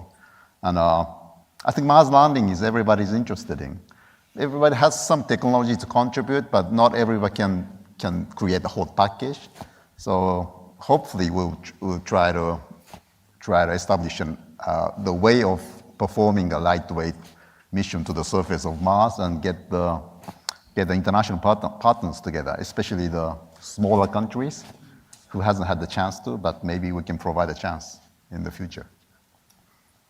Yeah, the other one I think that you have to mention with Mars relative to the moon, and hopefully we'll learn a little bit about the better comms, because one of the things we're going to deal with is the latency problem. And you won't have the real-time communications like we have today with space station. So if you do have a problem on the vehicle or something like that, you can't call down to mission control and get the team in the back room working on it real time. You can let them know, and maybe 15 minutes later, they'll get the message, and 15 minutes later, they'll tell you they're working on it. So you're dealing with that kind of a lag in your communications. You've got to think about how you put a lot more autonomy in the vehicle, and then built in to crew training and things like that to be able to deal with problems on board the vehicle. Let's talk a little bit about some of the communication challenges, specifically when it comes to the architectural way that we're going to be able to communicate.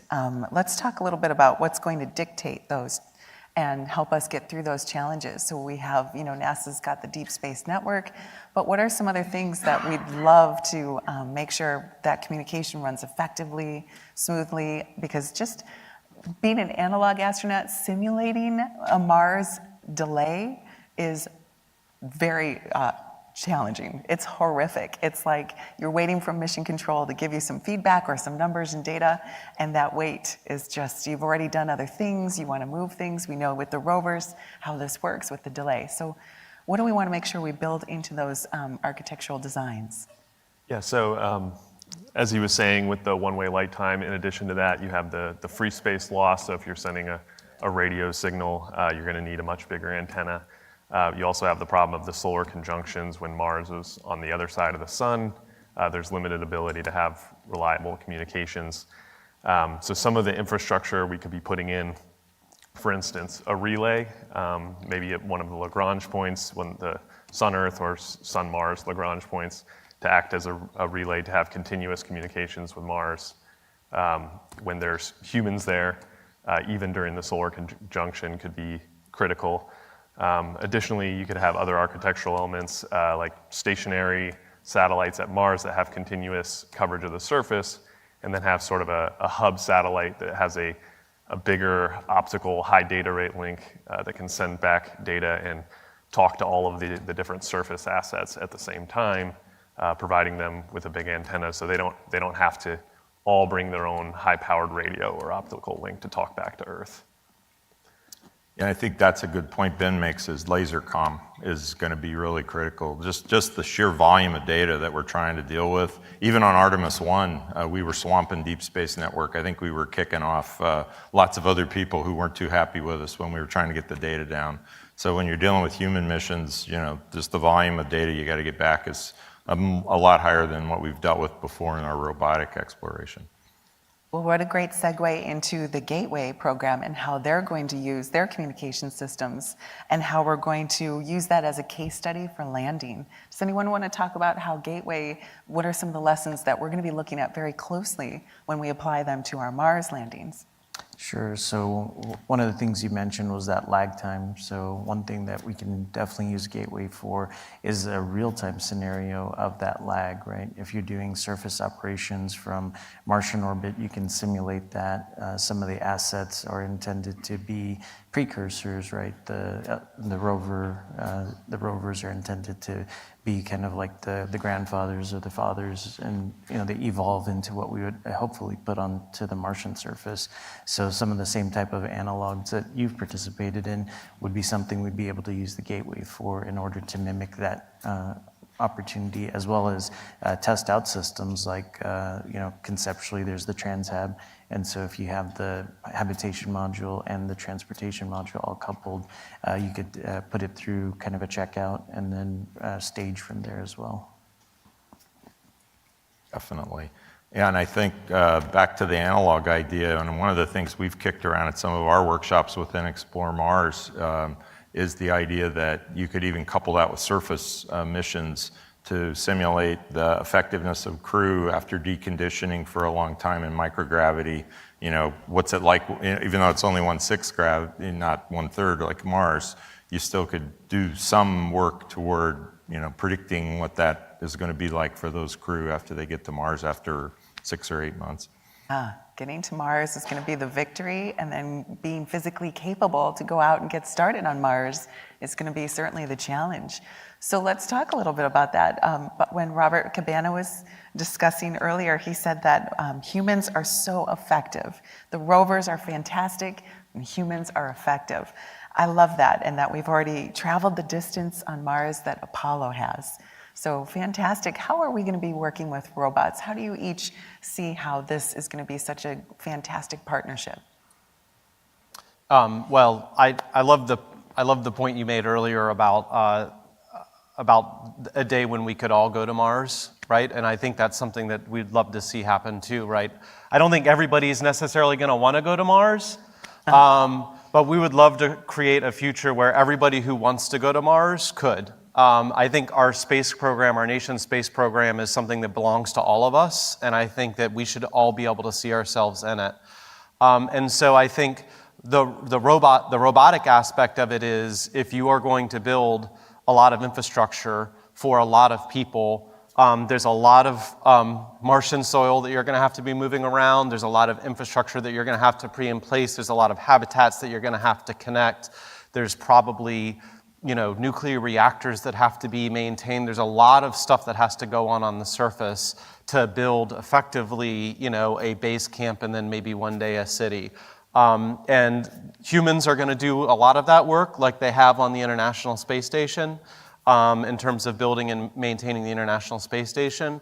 But I think we need to take another step function forward in terms of how much of that work can be done by robotic assets, either while humans are there, being teleoperated by humans that are there on the surface, or maybe even, it's not an or, and also having a lot of that work done ahead of time so that things are prepared when the people get there. Perfect. Anyone else? Let's open it up to some questions as we continue to comment. If you'd like to ask a question, go ahead and stand near the microphone, and then when you're right there and we can hear you, we'd love to hear your questions. So please proceed if you'd like. Otherwise, getting back, I'd love to ask each of you too, the Legolith on the moon versus the Mars surface. do we think, I'm so excited for the sample return and when we're going to finally have that to really examine and look at, what do you expect to see and what do you expect to think that we might have to adapt to once we get that sample? Well, it's exciting. I'll throw something out. We're probably not the best panel for that question, but just looking at rovers and the experience we've had, and then of course knowing what we know about the lunar dust, dust is always a problem. It's going to get into gears. It's going to get into things that you don't want it to get into and cause problems. The lunar regolith seems to have that jagged characteristic to it, so it's especially problematic in that respect. Maybe especially for humans if you were to inhale it and things like that. But I would say with Mars that you have the additional complication of dust in the atmosphere, the dust mobility, and what we've seen on rovers, the ability of that then to cover surfaces like solar arrays, which leads us to Nick's comment about needing nuclear power. So, I'll amplify the comment that Bob Cabana made earlier too about we need nuclear power. We definitely need nuclear power to go explore these places. And my example I always love to give is, we lost InSight, we lost Spirit and Opportunity essentially to dusty solar arrays. Mars, Curiosity and Perseverance have our RTGs on them, and we just power right through dust storms. So, atmospheric opacity is another thing. When the dust is in the atmosphere, the sun dims, just like the wildfires cause it to be, less bright here. The dust on Mars can cause that to be a problem for solar arrays. So, I think that's some of the characteristics of the, difference between the moon and Mars that we'll have to deal with. Oh, great. We have a question from Eric. I recognize you. Hi, Eric. Hi. Thanks for this. This has been a fascinating panel. You mentioned several of the challenges of being so far from Earth, the distance that's involved, including the inability to evacuate and the communications lag. Another one is consumables and resupply, the logistics train that goes into it.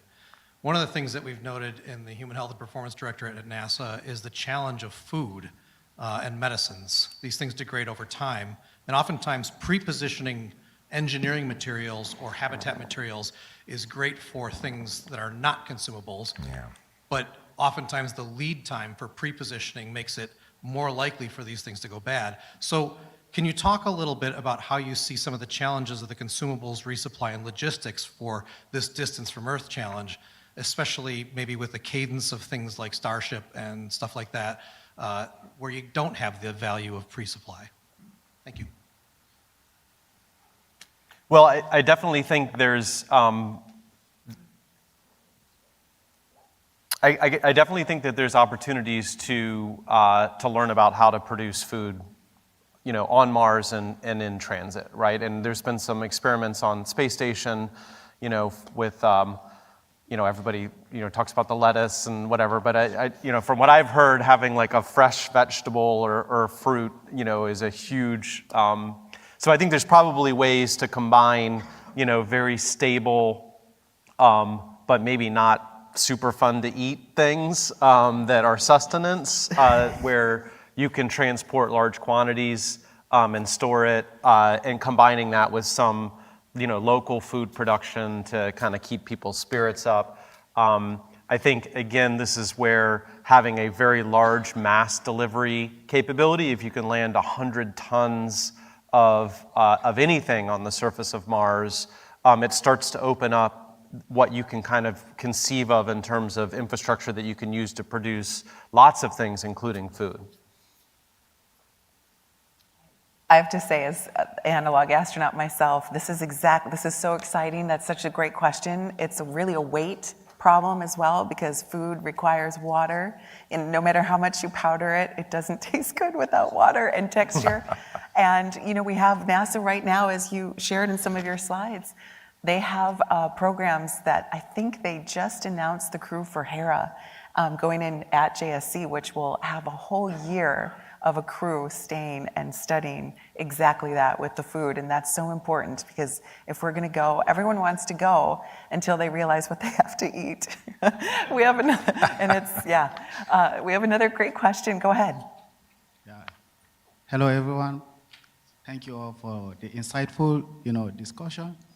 My name is Timothy T.J. Fidelis. I'm a graduate student at Howard. I have two questions.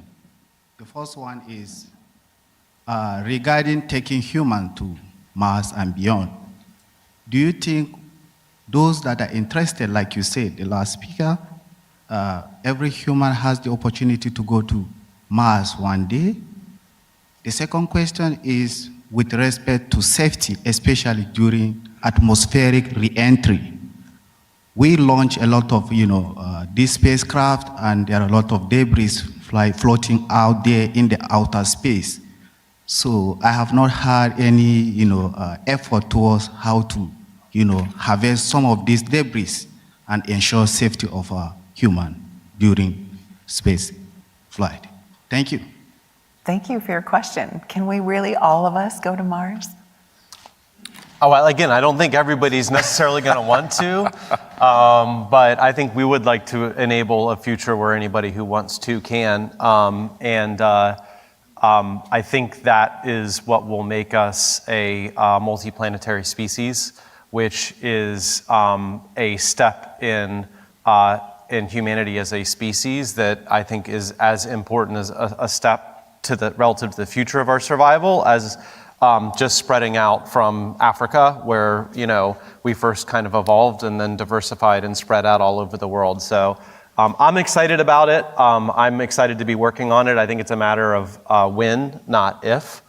I think your point on debris is a very good one. Space safety is very important. It's very important that we all are good stewards of the Earth orbit environment. Because there is no place in the solar system we can go without passing through Earth orbit first if we're leaving from Earth. And so taking care of that environment and making sure that we're responsible and aren't creating new debris and are responsible in the way we operate spacecraft and rockets is very, very important for that. You're, of course, always going to need some sort of shielding when you're flying through that environment because there's both natural debris and man-made debris that is too small to detect on any sort of, with any sort of, sensors. So you do have to shield against some of that, but we have the technology to do that. Comments? I think the shielding, or agree on the first point, it's not a matter of if, it'll just be when, if you want to go to Mars and can we all go to Mars, right? It's probably not something that happens, tomorrow.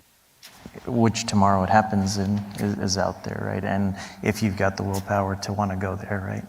So it's not the easiest journey. And for the debris and the debris that's out there, like you said, the tracking is there, right? For the larger objects, but for the smaller things, it's more a risk posture as well as the design of the systems. So.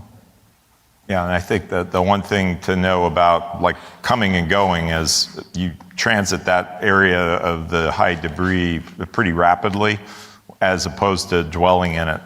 We're seeing more evidence on station that, there are some more things happening that we do need to pay attention to. But if you're spending a lot of time in that area of low Earth orbit, that's a bigger problem for you than if you're just transiting it rapidly. Another question? Go ahead. Yeah. Thank you. I feel very privileged and happy to be here. I'm sure we all are. Thank you for that conversation. One subject I think wasn't talked about was artificial gravity. I wanted to know if there is any programs at NASA or SpaceX or the other agencies or companies that were mentioned that had any real program to study artificial gravity. Thank you. There's obviously numerous studies on it, but right now it's not in the near term, at least the lunar architecture. I can't speak for Mars completely, but there's studies out there on what it takes to do that, but no real large efforts to actually implement anything in the foreseeable future. I had a friend of mine who's an astronaut. I was asking him about artificial gravity and how important it is for going to Mars, and he said, "You're going to make me spend 6 months in space, and then you're going to take away the coolest part, which is getting to float around in zero G." So it's probably mixed opinions on. We have another question here on the left. Yes, hi. I'm Danette Allen. I'm the Senior Leader for Autonomous Systems at NASA. And I've heard the words autonomy and robotics, so you're singing my song. And I was just hoping to get your thoughts on, well, I take it as a given. We're going to need these things, right? For me, this is not a question. But what are your thoughts on test and evaluation of these systems, right? That must perform reliably, where we can't count on the humans to come in and creatively solve problems that we weren't expecting, right? The corner cases. Specifically, testing infrastructure. We don't have infrastructure right now to do this kind of testing. Standards, interoperability between NASA, the community, any aspect of the autonomy, the persistent autonomy and robotics challenge. So, yeah, well, Danette, I think you and I need to talk more offline after this. So I agree. I think the autonomous systems have to be a big part of this. One of the things in the architecture and one of the tenets and the objectives is this interaction between humans and automated systems and robotics in general. Some of the things that we've come across in architecture is really what's the definition of all of these, right? We've got autonomy, teleoperations, telerobotics, remote operations, so there's a lot of different aspects of it. And I think one is understanding what are we really trying to do with each of those systems. And then if we really want to open this space, both the lunar and the Mars architecture is up to everyone. We all have to kind of come to agreement that we're going to work together to achieve this, because as Bob mentioned, the budgets to achieve these lofty goals are going to be pretty astounding, right? And if we're all working in our little pockets, we're not going to get there in a comfortable manner. It's still going to be tough, but if we're more working together, it's going to be easier to achieve that than if we're all trying to work against each other and try to get to, this market share, this niche market. If we're working together, there's plenty of space out there and plenty of opportunities, as Nick mentioned. Each challenge comes with opportunities, maybe more than one. So I think for that aspect, if we are creative about it, we've done V&V on different systems, new systems, and obviously we're all hearing about artificial intelligence and all the advancements that are being made. And I think for us, we have to really look forward and embrace that and start thinking about how we do that ethically as well, and making sure that it not only allows safety, but sometimes, it may just be us, it may be the human that has to intervene. We may not be 100% reliable, as we see in certain autonomous systems nowadays that we use here on Earth. So. I was just going to say, I think you've identified a great topic for a future Achieving Mars workshop. Yes, thank you. Okay. So thank you very much to our Segue panel, to Dr. Chris. Fujimoto, Shatel. Thank you, Ben, Joe, and Nick. Let's give them a hand. Fantastic. Thank you, Beth, and everybody. Fabulous panel. So we're going to go into a break right now. We should come back here at 10:40. But before you do, we noticed we had a little glitch with our box lunches online, that they had expired, so we're now fixing that. And so we do have a small, limited number of box lunches that should be up and available for purchase sometime soon. We're just making sure they're up. So I think there are only like 40 available for today. But as I mentioned before, when you go off to lunch, there are a number of places within 10 minutes away. But also, if you're a speaker, please come backstage 20 minutes before your presentation to make sure you get microphoned up. Enjoy your break.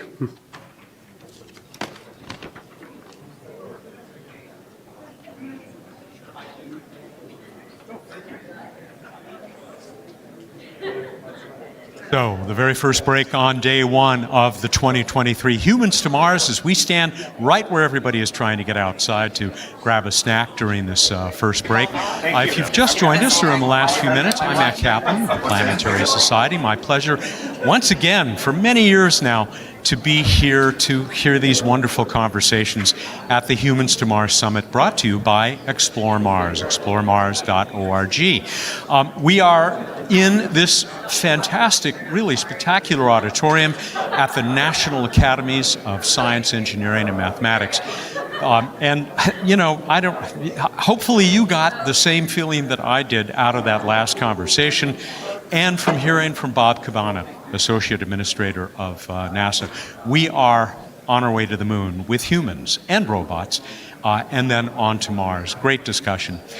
We wanted to give you a feeling for just how spectacular this facility is. So we're going to walk out into sort of the rotunda, the Great Hall here, and follow along with this crowd, and join a very special guest in just a moment. And it really is quite a temple of science and knowledge here, the National Academies. I strongly recommend that you visit sometime. We have some B-roll that we can show you of this facility, just to give you an idea of how magnificent it is. I can't see it, but I bet that's rolling right now. It is open to the public.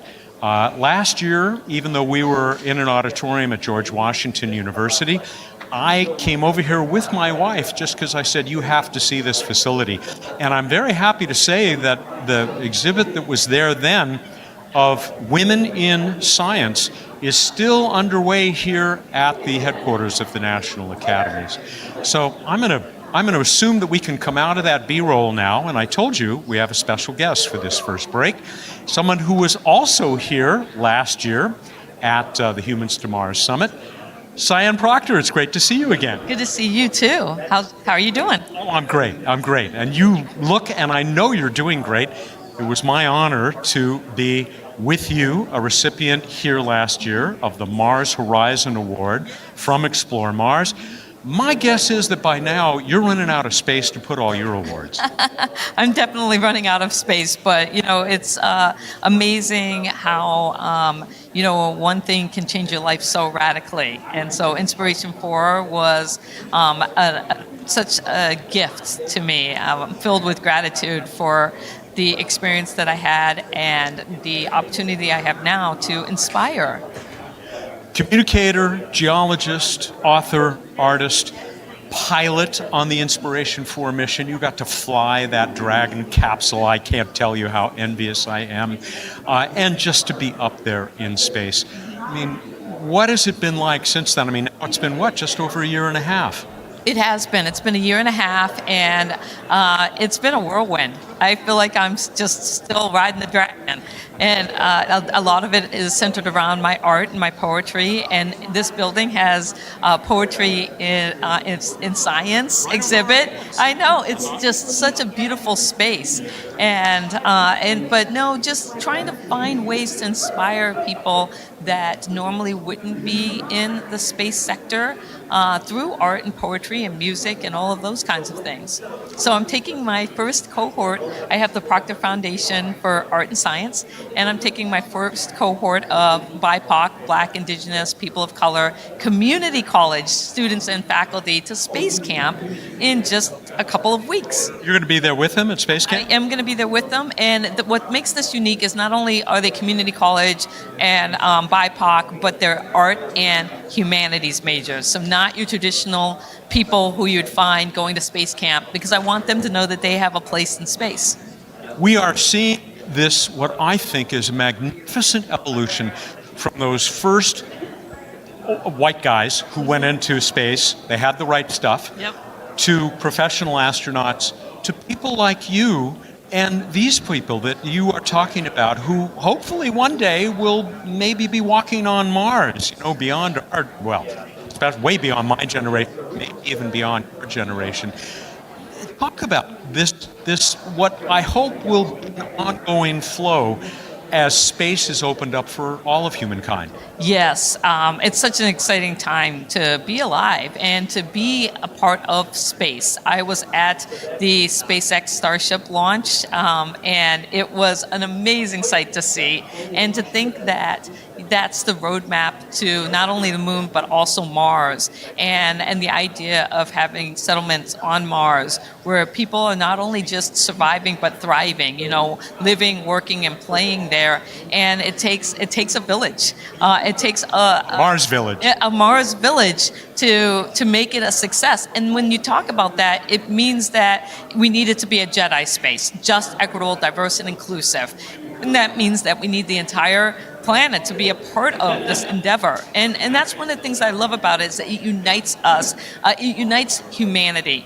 This idea of us becoming multiplanetary And that's a way in which solving for space solves for Earth. So if we can make this happen and be successful and show the blueprint through Mars, we can bring that back and have it as a blueprint for Starship Earth.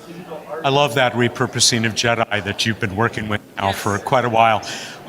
Talk about, you're certainly a leader in this area, but there are now a lot of people who are really beginning to realize the potential of space and space exploration and space travel for a lot more people. I mean, more than the couple of hundred that you're lucky enough to be part of who've actually been up there.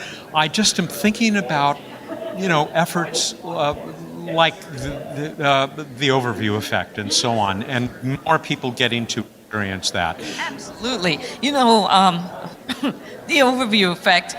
The overview effect was one of the most transformative things that I experienced while I was on my mission. Going up into the cupola and being bathed in Earthlight and seeing our beautiful planet from that perspective really does change you. And, William Shatner is another example of that, flying on Blue Origin. And what we want is that transformation. We want people to feel connected to our planet in a way that they never thought possible. And so when I talk about Earthlight, it's like moonlight, but only more spectacular. And so you can imagine a large number of people just going up into low Earth orbit, being bathed in Earthlight, and coming back and just wanting to create Jedi spaces here on Earth. And I also think about the day when, humans will be close enough to Mars and they'll look out the window and they will get to experience Mars light. And will that have an impact on them as they're, being bathed in that reddish glow and as they make that their new home? And that's exciting. And so I think that for wherever we are, whether we're on Earth, Moon, Mars, wherever humanity goes, it's about creating Jedi space. I want to stick with the overview effect for a bit. You were there, you were in that absolutely gorgeous dome. We've seen pictures of you putting your head up through there and gawking down at our home planet. What would because I guess there's a little bit of a personal spin on that. William Shatner had his own spin on the overview effect. How did it really affect you or touch you? Well, I think that's one of the things that, you didn't hear people mention Earthlight before. And when being a geologist, I know that the Earth has a high reflectivity, but it didn't hit me until that time when we opened up the cupola and I saw all of this beautiful light flooding in. I was taking video of my crew members because of this historic moment. And then to slide up into the cupola and to see the Earth, and it literally is this beautiful glowing beacon just cast among this dark blackness of space. And so I can just imagine, if I was an alien visitor and I was coming in and saw this beautiful glowing blue ball, I'd be like, I want to go there. But that Earthlight is, to me, a key component of the overview effect, because you think about how moonlight plays on your psychology when a full moon is rising and you step outside into the moonlight and you think about the history that humanity has had with moonlight. Think about how does it make you feel when you are walking in moonlight? There's nothing like it. I mean, when you're under a full moon, especially out in nature, some beautiful place, and yes, it started from the sun, bounced off of our little satellite, the moon, it's almost like the feeling of, everybody has when they look through that telescope for a first time. Often it's Saturn. And again, it's reflected sunlight, but that light that has traveled out a billion miles and come back just as far and hit your eye, it's magical. Exactly. Now imagine that you're in low Earth orbit and you're just being beamed with, Earthlight, and it's just like 1,000 times more spectacular and beautiful than moonlight. And I think about it a lot. I long for Earthlight. And so I want more people to experience that. And, this is what this is all about, is getting humanity up among the stars so that they can experience, to me, Earthlight, because there's no better planet than planet Earth, and will be more environmentally aware and better stewards of this beautiful place. Yeah, and that's apparently, that's part of the experience that Lunar had as well. the feeling that how important this planet, the only one we've got at the moment, is to all of us. I'm keeping an eye out for my colleague, your friend and mine, Beth Mund, who just finished moderating that terrific panel, because she's going to come in and have a guest and join us in just a couple of minutes here, I think. But if you're willing to stick around for a couple more until we see her walk up, that'd be great. I don't know how much of that previous panel you got to hear. It's all people who are involved with the very practical effort to put humans back on the moon as a preparation for getting us to Mars. And so this is, I mean, maybe it's not quite as, well, to me it's very inspiring. I think it probably is to you too. But this is the nitty-gritty. This is the work that has to be done by the engineers who are going to make all of this possible. People who built your Dragon capsule. Absolutely. I think, don't they? Yeah, absolutely. You know, and again, it's that whole idea of it takes a village, right? To do these big endeavors. And so when we talk about design, I went to space as an artist and poet, but everything that is STEM is art and poetry. Everything that is, and that's one of the things is that there's art and science and there's science and art. And so being able to see the art in the architect and the design and the engineering. I look at the Dragon capsule and the Falcon 9 rocket, and it's inspiring. And then I see Starship and SLS, and it's inspiring. And the reason why is this is human ingenuity and capability coming together. We are able to imagine and then design and execute on our future. And now we're in a renaissance. It's an exciting time to be a part of it, whether you're an engineer or you're an artist and a poet capturing the moment. It's all part of the experience. Beautifully said. I mean, can I just say once again, proof that they picked the right person to go along on that Inspiration 4 mission.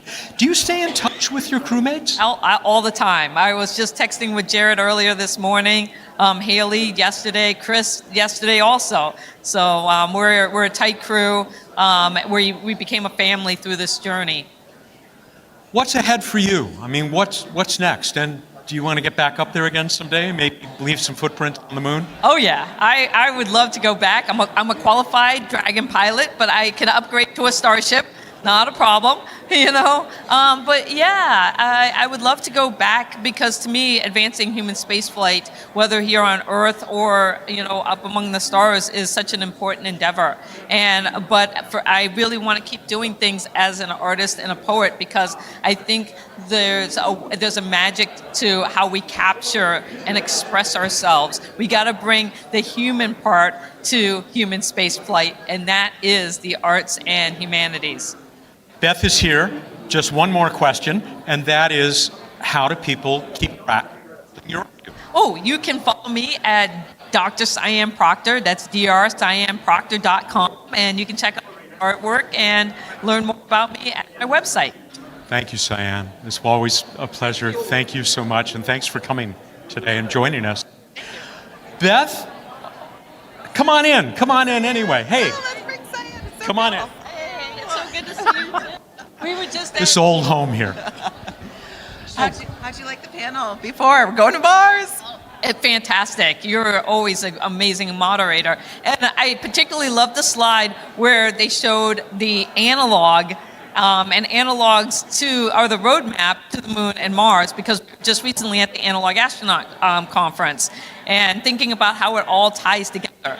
Because I don't know if you know this, I was an analog astronaut first. Yes, like Beth? Yes. And that's one of the things that people, if you want to get involved, but you may not want to go to space, but you still want to help advance human spaceflight, you can do that here on Earth. There's lots of research, there's lots of ways to get involved, and you're thinking, wow, do I really want to live on Mars? No, but I want to help humanity get to Mars. Through Moon and Mars simulations, these analog sites, that's an excellent way to get there, or to help us. I know a couple of people who've served that purpose, just lying flat on their backs in studies, seeing what happens to the human body when you stay inactive, the closest thing we can come to weightless here on Earth. Lots and lots of ways to get involved. I just want to tell you that panel was terrific. I said, as I was beginning to talk with Cyan, it really, I gave me anyway, the feeling, this is really happening. We are going back to the moon and to Mars. Yes, and Cyan's so humble. You know what? She knows, if anyone knows, about what we have to eat to sustain ourselves to get there. She's made a whole cookbook for us so that we can follow along and make meals, and we can do that at home as well. Because I know in the analog it saved me. We went into her cookbook and we opened it up and we were like, well, Cyan put this together. We have these ingredients, so let's give it a try. And you know, that's what this conference is all about too. It's about, we're going to learn from Artemis. We're going to learn from the people who go before us. We're going to learn from the explorers and the folks who set the stage and blaze the trail. And then we're going to share it and apply it to Mars. It's not going to be easy. It's not going to taste great right off the bat, but we'll get there. Yeah. So I have to add chef to all those other titles? Yes, that's I did a whole cooking show called Meals for Mars because I lived in the Mars simulation for 4 months investigating food strategies for long duration spaceflight for NASA. And so I love cooking, I love food, and you know, food and mood is such an important part of the human experience, and particularly when we go to the moon and Mars. You don't want hangry astronauts, and so you've got to be able to feed them comfort food, but how do you do that when you don't, you've got weight restrictions, you've got to be able to have it be shelf stable for a long time, and so there's a lot of restrictions around what you can ship to the Mars. Think we're going to be dropping shipping containers of food on Mars until we can get our food system set up there. And so how do you do it? How do you create nutritious and yet healthy and interesting and taste-wise meals so that people can thrive? And to their credit, Explore Mars has always made food for space travelers a big thread within the Humans to Mars conference. And so, yeah, they recognize that here. I'm a big fan of food. I wouldn't want to do without it. Nope. And last year, we had some folks bring us samples that we got to try of sustainable food, and they were delicious with a tiny little surprise inside. I brought those home and gave it to the kids. Do you know there was Pop Rocks inside of those? It was phenomenal. I don't know how much time we have left in this break. We're probably nearing the end as we get ready to pick up once again here with the second group of presentations on the first day of the Humans to Mars Summit, coming to you from the National Academies in Washington, D.C. I have a question. Sure. What would you want to eat on the moon or Mars? Oh, gosh. I've been trying to stay off red meat. Bacon comes to mind, though. It's just we had bacon in space. I had one of the best BLTs ever. SpaceX hooked me up in space with a beautiful BLT, and I'm gluten-free, so they even had gluten-free bread for me, and they fed me pizza, gluten-free. So, gotta say, I'm even more ready to go now. The future looks delicious. From my standpoint, it absolutely was delicious. So, yeah. So good victuals ahead for those of us in space. We're getting the wrap here. I think we must be near the end of the break. Stay with us. There is much more to come on this day one. We got 2 more after this for the Humans to Mars Summit. Beth, Cyan, thank you so much. And keep the great work, Cyan. Thank you.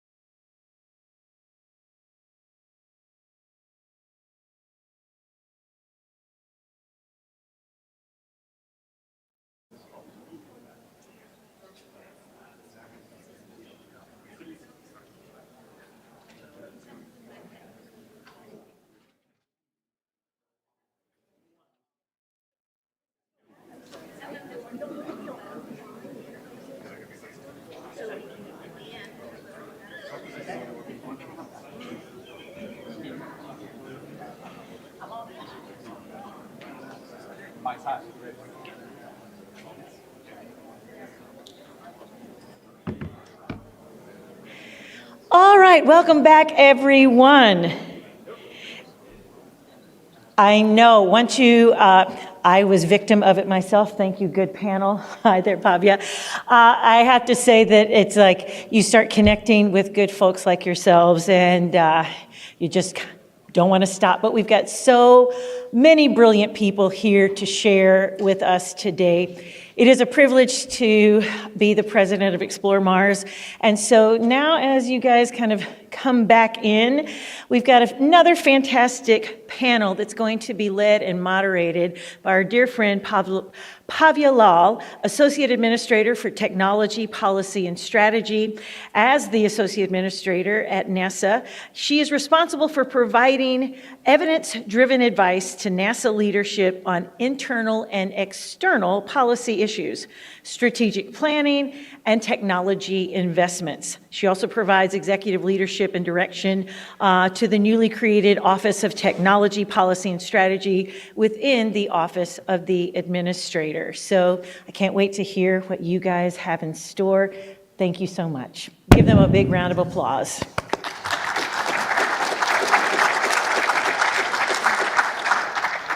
Thank you, everyone. I am so excited to be here with Anthony Calomino and Tabitha Dotson. These are two of the giants in the field of space, nuclear power, and propulsion. And I have a really good list of questions, but I want you all to ask questions as well. I want to start with a little quick anecdote. So in 1933, Ernest Rutherford, who is widely considered the father of nuclear physics, said, and I'm going to read here, "The bombardment of the atom is a very poor and inefficient way of producing energy, and anyone who is looking for a source of cheap power in the transformation of the atom is talking pure moonshine." We are not expecting anything of the kind. Someday the knowledge we may gain may be of practical value, but there is no indication of yet. So luckily, there is indication of it yet. For the last 70 years, we've had nuclear power terrestrially, and of course, it is so exciting now to see the same, us taking nuclear power into space. So we are doing a lot in the government, and we have the two top people to tell us about all of that. Dr. Anthony Calomino is the Space Nuclear Propulsion Technologies lead at NASA, and Dr. Tabitha Dotson is the program manager for the Draco program at DARPA, and she will tell us all about it. So let's get right to it. I'm going to start with Anthony. So Anthony, tell us, what is NASA currently doing in the field of space, nuclear power, and propulsion? What are you excited about? What are you nervous about? So I think I had a slide. Did you want to pull the slide up? Yes, the slide is up there. Okay, great. So I put together the slide to just kind of like have something to go along with visually as I talk about what NASA's looking at and what we're working on. First, NASA has been investing in nuclear technology, both power and propulsion, for quite a few years. It's if you even wanted to go back further than that, you could go back a few decades to even the 60s and 70s. But we've had sort of intermittent stop-start investment cycles on nuclear power and propulsion over those decades. More recently, over the last 7 years or so, we've begun to invest in this technology again. And we're really looking at it in terms of what it means when we look at a lunar economy and the growth of a lunar economy. And we're also looking at it in anticipation of what is it going to take to actually have a human exploration mission to Mars. We've had significant investment so far in what we call nuclear thermal propulsion. Nuclear thermal propulsion is a relatively simple concept from an engineering perspective. It is one where we actually have a reactor, which I would offer to visualize as a heat exchanger. It is an extremely high temperature heat exchanger operating at about 3,000 degrees Kelvin. And that heat exchanger is used to add thermal energy to a propellant mass flow through it, which is typically hydrogen, and then that is exhausted out the back to produce thrust. So it's really a very simple system. The big challenge with nuclear thermal is the fact that we've got to have a reactor that can operate at those temperatures. NASA has been making investments in that technology, and over the last 2 or 3 years, I think, well, I know that we have made some advances in that technology to the point where we have systems, fuels, reactor materials, reactor designs that are actually quite feasible. And so in the last year, my colleague Tabitha Dotson, NASA and DARPA joined forces on a Draco flight demonstrator program. And on that partnership, NASA would take management and funding responsibility for what we're calling a nuclear thermal rocket engine. And DARPA's would take responsibility or management and funding responsibility for the overall mission itself for the integrated vehicle that would be demonstrated. We still need CFM, other aspects of that vehicle in there. And they would take responsibility for the CONOPS and a lot of the nuclear regulatory requirements as well. NASA's interest in this is, Mars is a long distance out. It's not just a long distance away, but in terms of time. Looking at mission scenarios, looking at mission opportunities, it's a little further out than what we're looking at as a time horizon on the cislunar activity. Cislunar actually offers us an opportunity to develop a capability, an operational capability, where you could actually have a transportation system from Earth to the moon, as well as an ascent and descent capability from the surface. So in that sense, we could look to develop an operational capability that's a cislunar operational capability and then expand that into a Mars transportation capability over time, gaining experience, knowledge, engineering design, getting a better feel for the reliability of that system before we would deploy it. One of the other activities that we're investing in that is nuclear, that also directly relates to the Artemis activity as well as the lunar Earth kind of an economy, is fission surface power. So, when you're looking at what does it take for humans to explore or look at opportunities outside of a capability where they have a lot of the infrastructure that they already need. Well, and I've said this before, well, you need a communications infrastructure. You need the ability to communicate. One of the other things you need is a transportation capability. Well, we're looking at the transportation capability on that right now, looking at nuclear propulsion. And then you need a power infrastructure. You need to be able to supply power. We're looking at lunar operations that will be in situ resource utilization, producing fuel, producing other chemicals and compounds that would be needed to sustain life on the lunar surface. And in that case, we're looking at tens of kilowatts up to eventually maybe, depending on how things expand, megawatts worth of power. That's going to be a capability that needs to be driven by fission. One of our first forays into that is to actually develop a capability in the 40 kilowatt range. And there are some of the requirements that we have on that, and we've engaged industry in this to actually help us with looking at the development of this capability. It's also in a power range that we think we can scale up or down depending on whether or not the target is Mars, and looking at what we would need for power on Mars or on the lunar surface. And then finally, we've had some acute interest in nuclear electric propulsion for many years. Budgets have been tight. Often these resources get spread out a little on some of the other higher priority activities that my mission directorate, Space Technology, has, and we haven't really had the opportunity to invest in nuclear electric propulsion. And this year, actually, we had a modest amount to get started on that technology. We're also looking there to develop it at a subscale, not necessarily human scale for Mars, but actually developing it for a subscale capability, something that actually is meaningful for a cislunar operation, some science, lunar orbiting capabilities, and then maybe even a deep space science exploration mission, and then gain that experience, get that knowledge on that integrated system, and evolve that into an informed sort of design and an informed investment strategy for a larger scale human transportation system for Mars. So that's really where our investment strategies are right now. We have made some changes over the last few years from NASA's perspective that have, I think, energized this. They certainly have expanded our opportunity to work with universities and work with industry. We did that by focusing in on low-enriched uranium fuels. These are fuels that are used in terrestrial systems, and so we opened up that market to the terrestrial power industry to participate with us. That has proven to be very productive for us, and this new pivot to looking at what can we do in a cislunar space that can offer us that evolvable technology platform to get to a capability that can then be used to get to Mars is also offering a lot of opportunities to us right now. So I have some follow-ups on that, but let me first go to Tab and ask her to tell us about what DARPA is doing. Tell us about the Draco program. What are you excited about? What are you nervous about? Sure, and I don't have any slides, but you can sort of see tiny Draco on Anthony's slide there. With the logos are there too. Yes, and also the logos. So Draco is an acronym. It stands for Demonstration Rocket for Agile Cislunar Operations.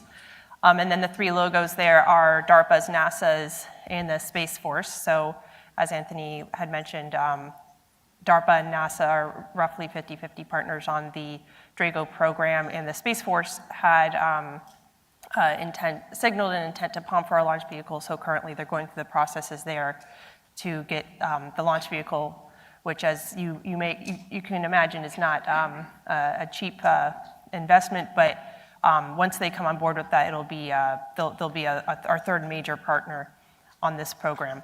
So the Draco program is meant to build a nuclear thermal rocket and get it into space for an in-space flight demonstration in the roughly fiscal year 2027 timeframe.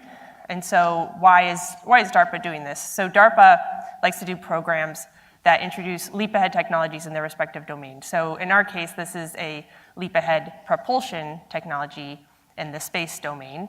And I would argue that all nuclear reactors in space are leap-ahead technologies in their respective domains. So for power, as you can see here, what NASA is doing, nuclear reactors afford you a leap-ahead power capability in the space domain as well. So my hope is that for the Draco program, it will set a good example, or at least bring a lot of visibility to the benefits that nuclear reactors can provide to the space domain.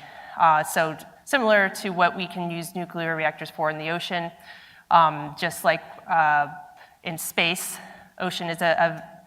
the ocean is a vast and primarily inhospitable place for humans to live. I mean, there's lots of things you can do if you're sort of abandoned out in the ocean to survive.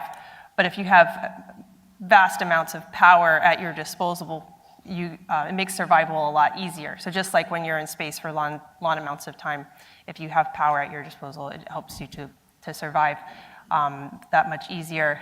And also, you want to get across the void quickly. You don't want to loiter in the middle of the ocean. You want to go from one continent to the other as quickly as possible, just like you'd want to go from the Earth to Mars as quickly as possible. So you want to have the best engine that you can. And in our case, just like again in the sea, nuclear propulsion is looking like the best option for that. So again, going back to what DARPA's doing, so we're just focusing on nuclear thermal rockets.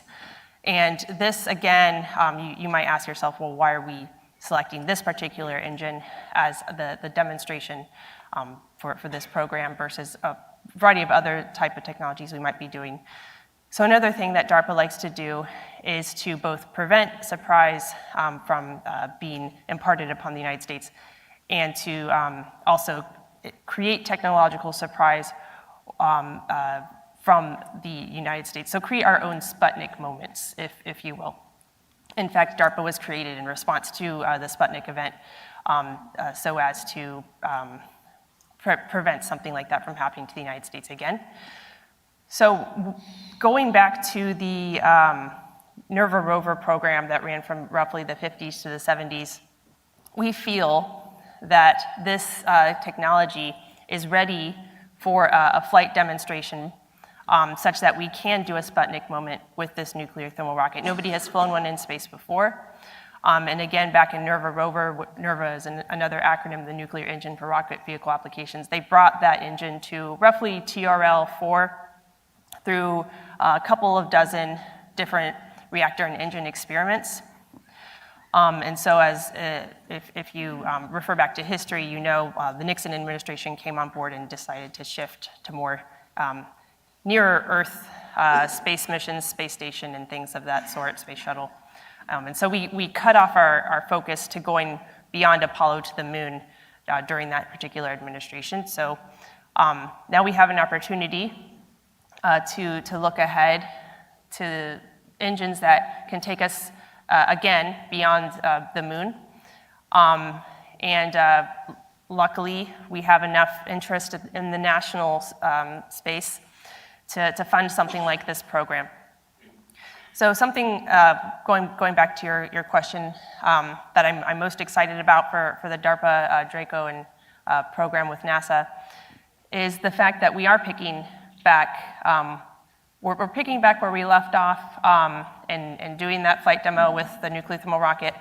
But just like with NERVA rover, which was a series of engine tests, so in every engine test they changed something, they did something new.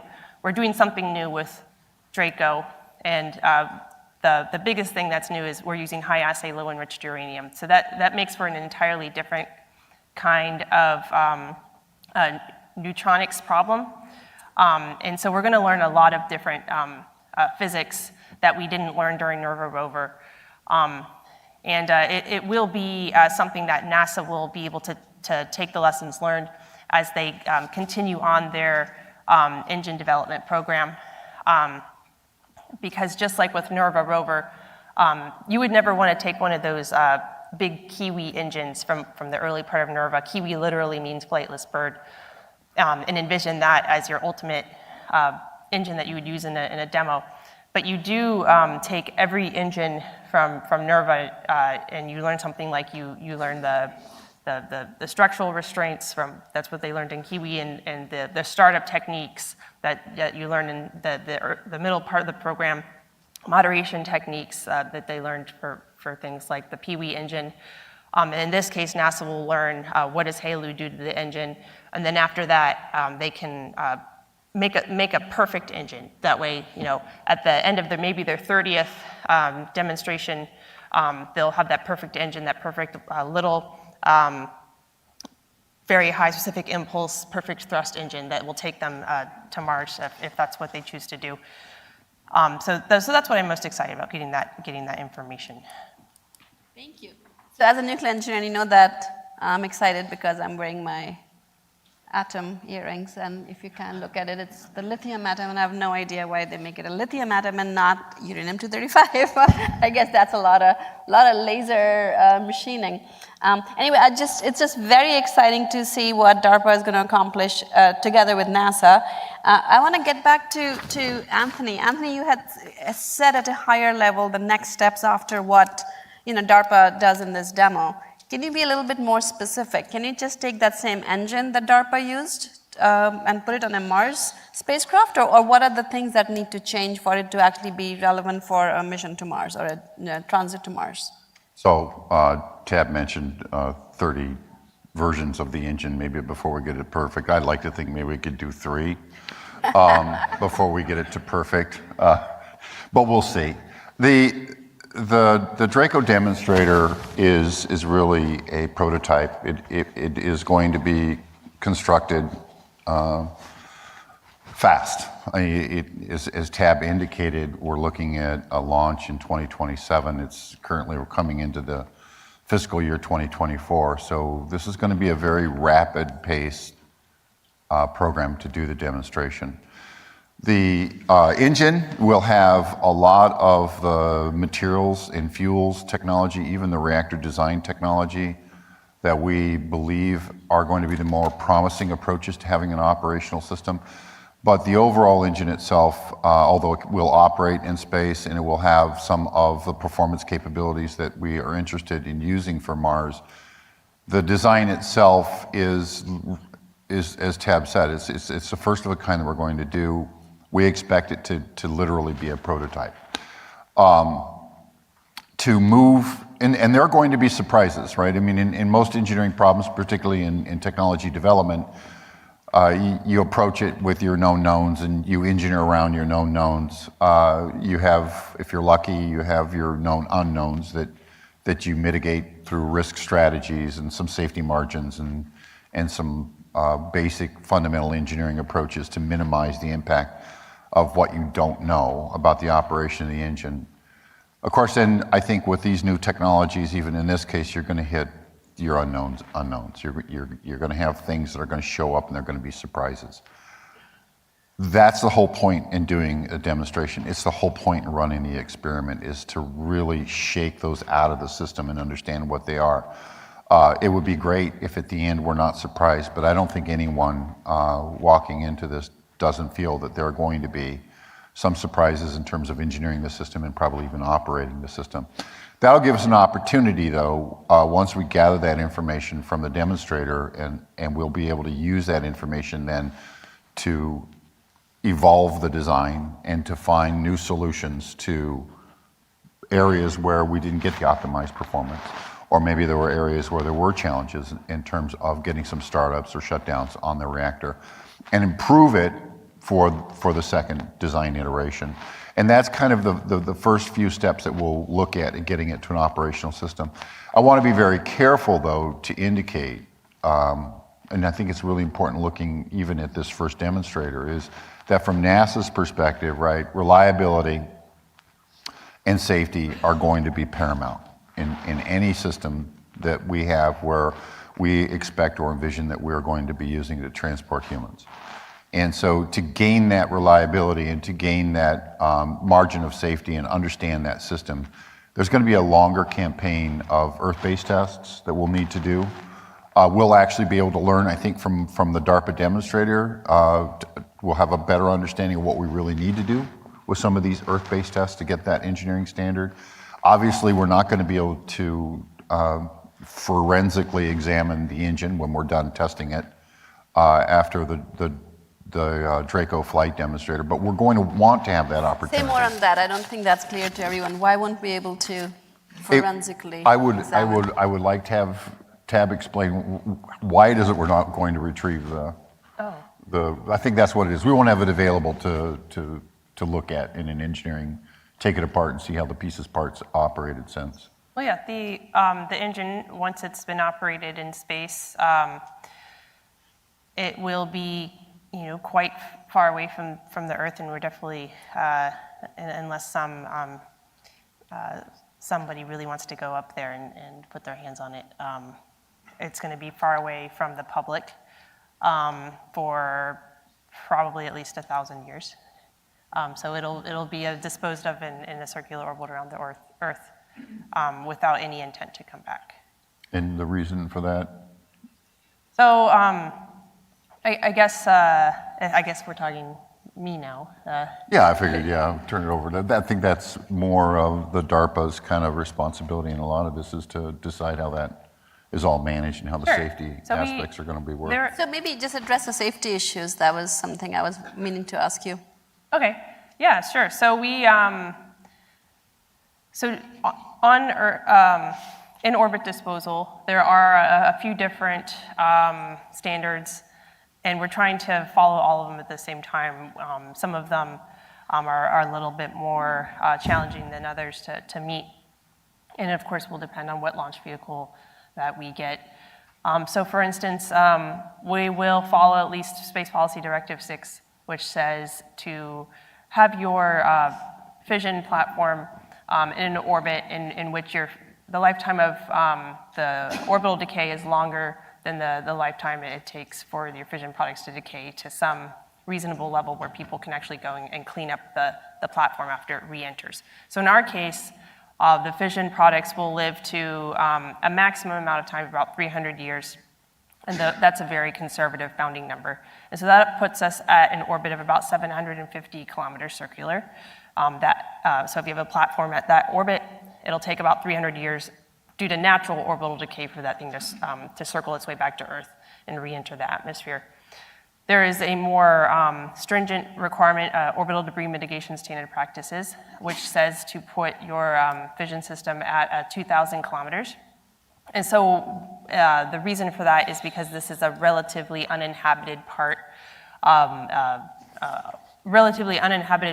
orbit around the Earth, such that if you had some part of the spacecraft fail, then you wouldn't have to worry about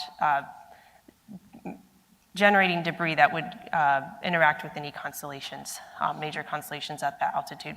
So we'll be somewhere between 750 to 2,000 kilometers altitude, depending on how it works out. It's primarily going to be something that the Space Force weighs in on as well.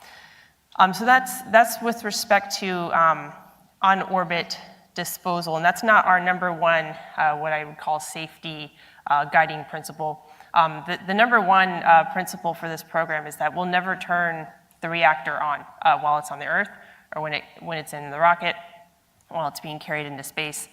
So a nuclear reactor that's never been turned on is like it's like a solid block of any other heavy metal. It's something you can walk right up to. You can put your hands on it. You could probably walk by a block of uranium, or at least a block of our core, and you wouldn't even notice.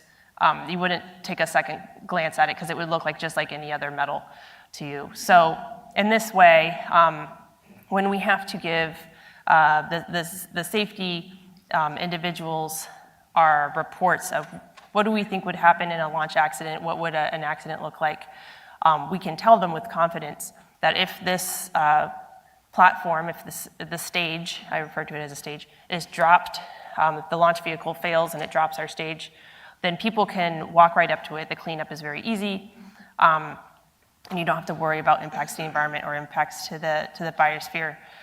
So with the reactor completely off at all stages, not only leading up to launch or in the event of a launch accident, we make this reactor very safe to the public. So we go the extra step on top of making sure the reactor is off the entire time leading up to the demo. We prevent the reactor from turning itself on, and that might seem kind of crazy. And the probabilities of the reactor turning itself on are actually next to impossible. It would have to, some sort of disaster would have to reconfigure the reactor and turn all the drums exactly at the same time to make a perfectly symmetrical reaction to bring this into criticality, and it would have to flush out all the materials we have in the core to prevent a fission reaction from occurring. So what we're doing is putting all kinds of inhibitors on this core. So for instance, one way is to break the geometry of the system. You can put something on the side of the core that shoots into the core, and if you disrupt the symmetrical geometry of a fission reactor, then you prevent the fission from occurring that you'd be worried about causing harm to the biosphere. And as I mentioned before, there are materials that you can fill the core with. In the nuclear world, we call them neutron poisons. What that is, it's just an inhibitor that prevents... That sounds like a good heavy metal band, neutron. Yeah, yeah, that too. They absorb the neutrons and prevent them from reaching the uranium. So we're doing lots of things that we can to prevent this reactor from turning itself on. And we're making it super safe. And then one of our first objectives once we get it into space is obviously we want to turn it on. So we're going to spend a lot of time taking all of the seat belts off of this thing and trying to turn it on. But yes, it's going to be super safe to the point of being, I'm not going to say too safe, but just so safe. Yeah, I'm glad that you're learning lessons from the past. When I was an undergraduate studying nuclear engineering, we used to use the phrase, electricity is going to be too cheap to meter. Turns out that didn't happen for a variety of reasons, so I'm glad that you're not making overly optimistic predictions. So I want to take a quick break and see if there's any questions from the audience. And while you're thinking about it, well, actually, we have a question, or maybe Jim is leaving.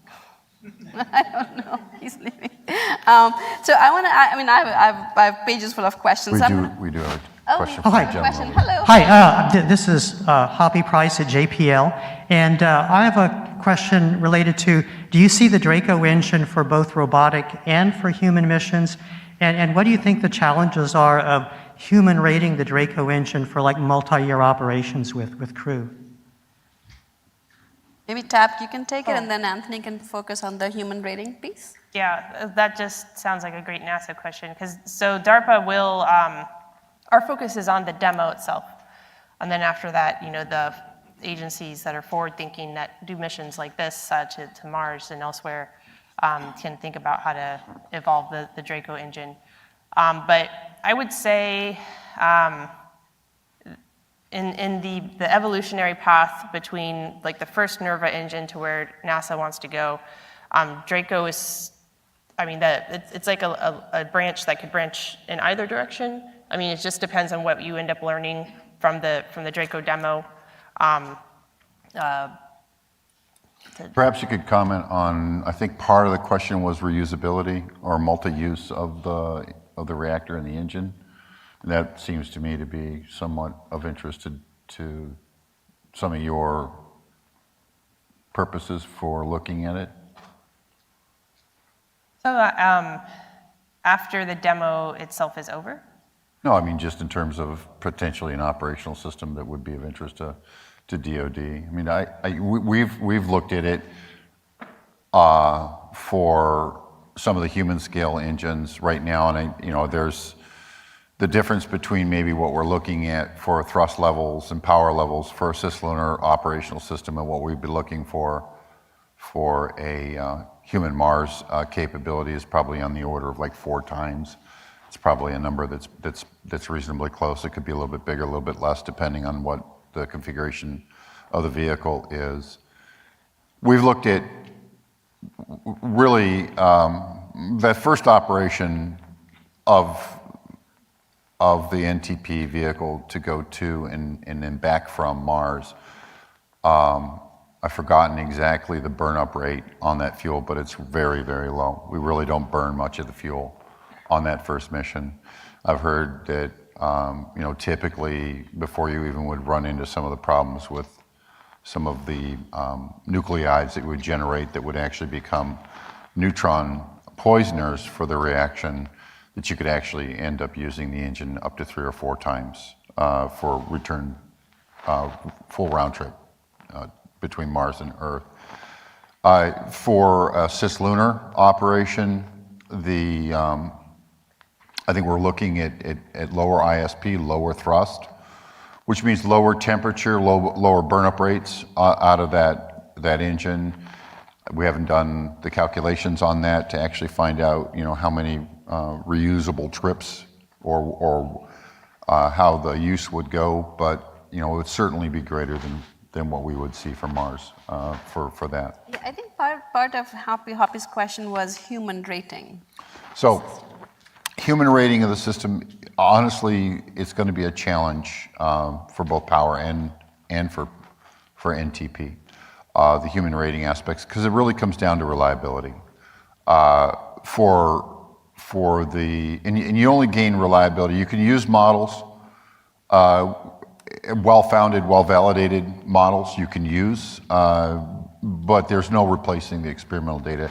And I was talking previously about the fact that the Draco mission in and of itself is not sufficient, right? So we really are going to have a ground campaign of testing to gain that level of confidence and reliability. The nice thing about the cislunar activity is that it gives us a near-Earth ability to use that vehicle, even for payloads or other non-human missions, and gain that experience and gain that understanding of what that system is before we go to Mars or before we would use it for any other capability. The other thing is like, one of the things that NASA does on most of its systems to gain reliability is multiple systems, right? So that if you have one system fail, you have a critical number that can still complete the mission. And in this case, we would look at, most of them that I've seen are 3 engines. You can still complete the mission on 2. You could go to lower thrust and more engines, and then you increase your reliability. So all of that will be worked inside that trade space. Another question? Hi, thank you. You've touched on it a couple different times, but I was wondering if you could expand on the regulatory, legislative, and public relations challenges that you're currently facing in regards to nuclear propulsion, as well as kind of the paths forward for both DARPA and NASA. So I don't think we have any what you would call challenges from a regulatory or legal perspective. So in the Department of Defense, I like to joke that we eat uranium like cereal or like Cheerios, because when it comes to who gets to use the uranium in this country, it's Department of Energy, Department of Defense. We use them for, the Navy uses them in naval reactors, and obviously we have weapons that we put uranium and other things. So it's pretty straightforward when it comes to getting the permission, I guess you'd call it, to do the program or to justify having the reactor. We are still working with the Department of Energy for the uranium, given that they have a supply of high-assay, low-enriched uranium, that we have another agreement with them in order to use it for the Draco program. And then we also have an authorization from the Department of Energy. And again, this is very similar to what Naval Reactors has for the Department of Defense to have for the reactor in Draco. And so as an agency, being a Department of Defense entity, when we go to Cape Canaveral, which is also a DoD sort of territory, we can leverage those pre-existing Air Force regulations that are there at the Cape. And they have written into their regs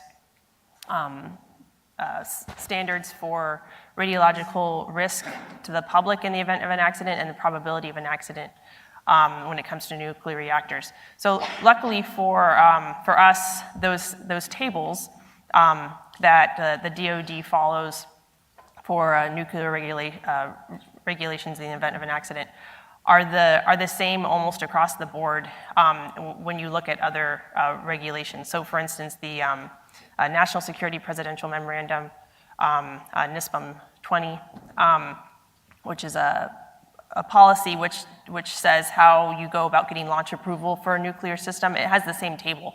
So the same table for, make sure your probability of an accident is this tiny and your radiological release to the public is also this tiny. So we've done a lot of preliminary calculations to show, in the event of an accident, how well do we meet these regulatory standards, and we pass all the standards with flying colors. And it goes back to the fact that we're never turning the reactor on while we're on the Earth. And if we do that, then we can very quickly just sort of point to the regs and say, we meet these standards. So that's, I think, the high-level answer. Yeah, I think the core issue which you pointed to is the public relations challenge. And again, as a nuclear engineer, I can say that it doesn't matter if we are following all the rules and the regulations and staying on the thresholds. The PR challenge, that's a narrative that we need to fight with a counter narrative. And I think we haven't paid as much attention to it as a community as we need to.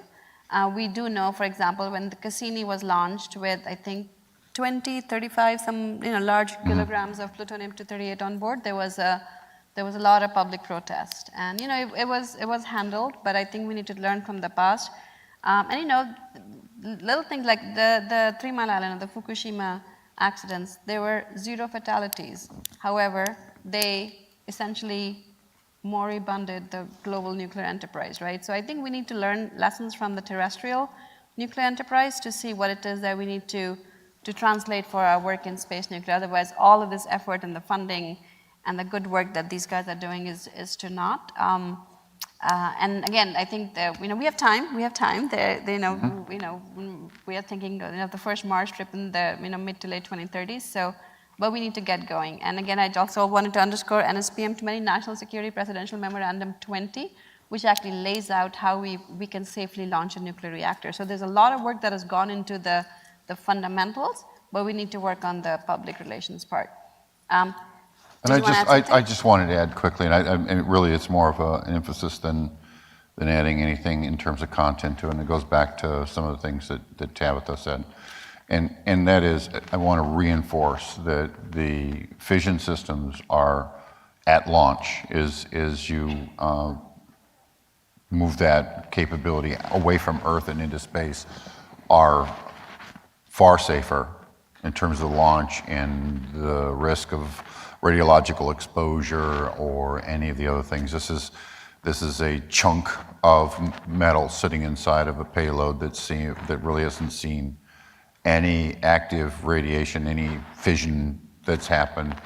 And so it's a very, very safe thing. And the one thing that Tab did point to, and I agree with, is like we've taken a very belt and suspenders approach to make certain that we don't even have an inadvertent criticality of that reactor until we place it into its serviceable location, whether it's on the moon, on the surface of Mars, or 1,000 kilometers away from Earth. I think maybe one more thing to point out is, as far as I know, the most recent, like Mars 2020, or other rovers that used RTGs didn't have the same level of protest, or I don't think they had any protest. So maybe that, I think that for us at least drives some optimism that the public is a lot more accepting of these sorts of technologies. And going back to the at launch, it wasn't called out explicitly, but we're near the background when it comes to radiation levels, background radiation. But when we launch RTGs, there's something like 60,000 curies of radioactivity. And so that kind of provides you with some level of comparison. So we launch, or NASA launches RTGs for many missions, for, Mars missions, like, such as what I just mentioned, without any issue, and they do so very, very safely.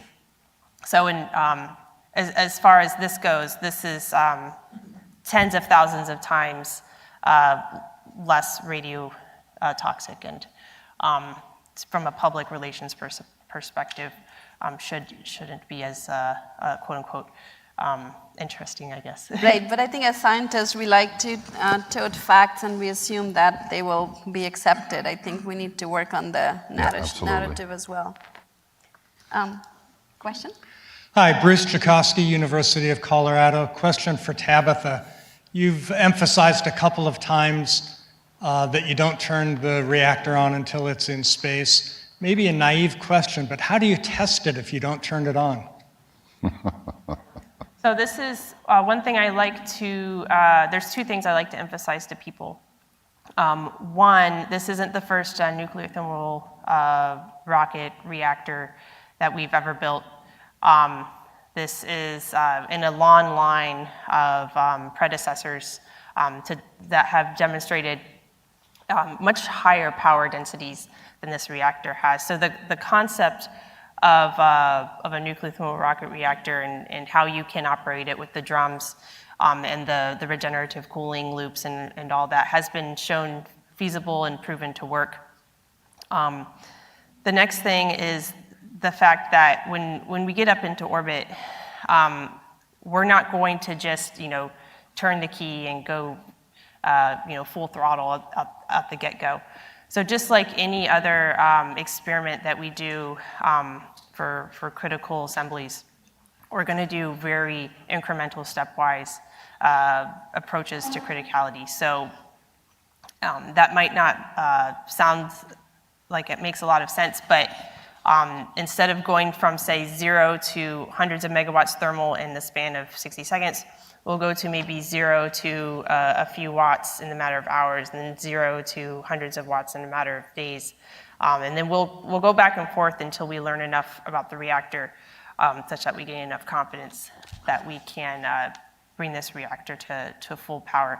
And again, taking all those lessons learned that we have from the past on what it means to do a true rocket engine startup, because that's the thing that you're asking about, like how do we have confidence that we can use this thing like a rocket engine? And again, that's something that we've seen in the past, like indeed a reactor of this size, of this packing of uranium, and with this amount of reactivity can be used in a rocket engine. That's something that we've seen already happen before. Now we need to use our knowledge when it comes to nuclear engineering. We know how much uranium it takes to make a critical mass and how much uranium it takes to make fission happen. That's pretty well known. We don't need to rewrite a nuclear physics textbook to reconfirm those equations. So we'll verify that for our configuration of materials that all the coefficients that we predicted prior to the experiment are within some percentage of accuracy. And then we'll step back up to using this reactor as a rocket engine after we validated those basic predictions. So it sounds like you're going to rely on heritage and prior experience and not test for any workmanship issues before you launch? No, there's a lot of tests we're going to do on the ground, engine-related testing. I wanted to say, the Department of Energy has been extremely active in developing high-fidelity models for nuclear reactions. That's been a heavy investment by them since the above-ground testing, actually any testing of nuclear reactions, on Earth was stopped. And so, but that didn't stop them from taking everything they knew and develop these extremely robust models that they use now. And actually, they have uncertainty quantifications with them. They have other modeling capabilities that NASA's reached out to try and pull into some of our models. Those models are being used to look at the design of the reactor. Those models are being used to apply to what does it take? Do we have reasonable confidence that we're going to achieve criticality on that reactor? It does give us a lot of confidence, but there's some other tests, not necessarily, and we have them maybe as a part of what Draco can be, and that is something we call a zero power critical test, which we could run. A zero power critical test actually doesn't allow the reactor to produce any power or radionuclides, but what it would do is it would give us an opportunity to understand the neutron fluence and how that neutron fluence looks like inside the reactor. And that's really a big critical part of whether or not that reactor is going to perform. So I'm not going, and I don't mean to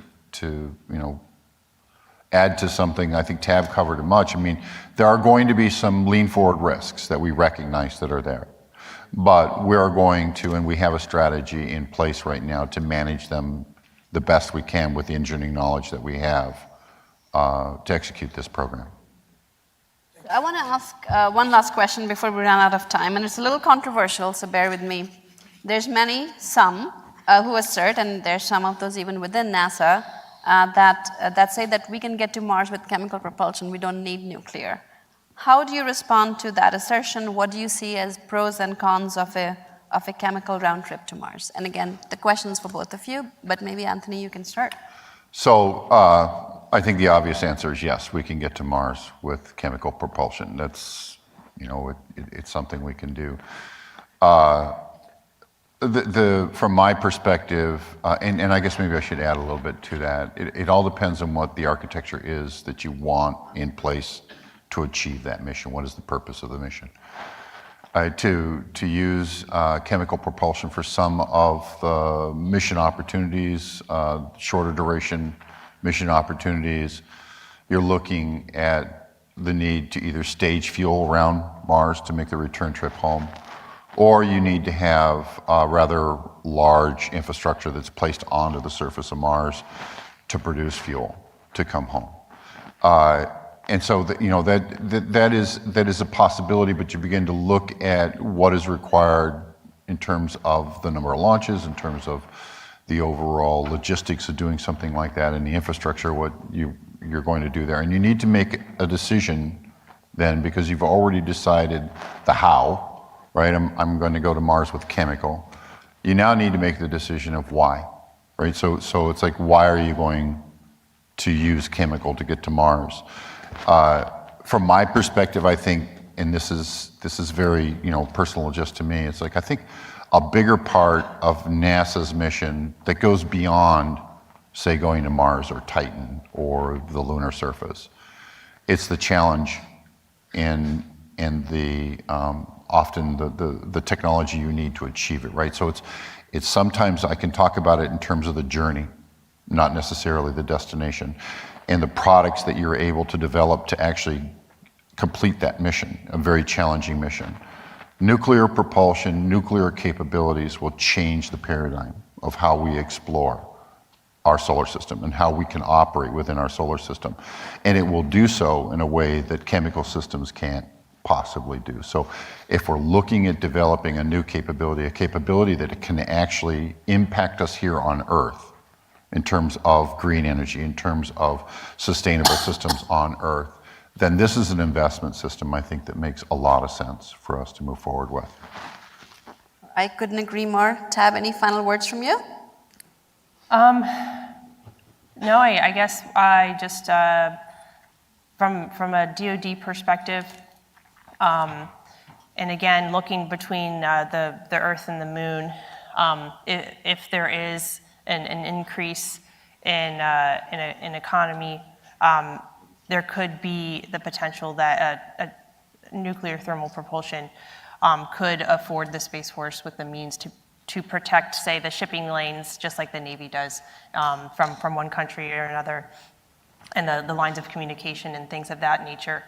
And so I'm actually, rooting for NASA to build up the infrastructure on the Moon, such that it kind of gives the Space Force an excuse to expand as well, and be part of that whole outward exploring community. And I believe that nuclear, again, is the answer, not only for propulsion, but also power.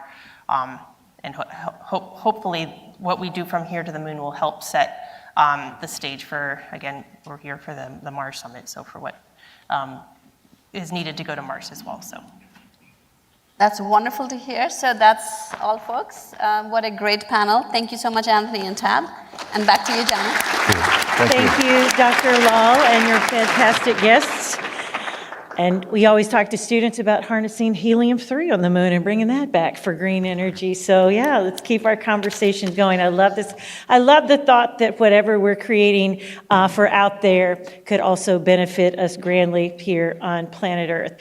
So I want to introduce you now to a 13-year-old. I was privileged to have him join my online classes during the pandemic. But Brian Bartello is a 13-year-old homeschooled student who takes classes through Astronova School and Genesee Community College. Yes, you heard that right, community college. Even when I met him back in 2020, he was already taking calculus at the college level. His area of study is astrophysics and business law. He's a member of AIAA, AIA, and Phi Theta Kappa. He's very interested in mitigating the space debris issue in low Earth orbit, but he also last year was very esteemed to win the Space Kids Global Essay Contest in 2022 and got to fly aboard 0G. And then this summer will be an intern at University of Buffalo, invited by Dr. John Chrysides, working on satellites for Homeland Security. So this bears me to ask you, what were you guys doing at age 13? Please make welcome future space technologist and engineer Brian Bartello.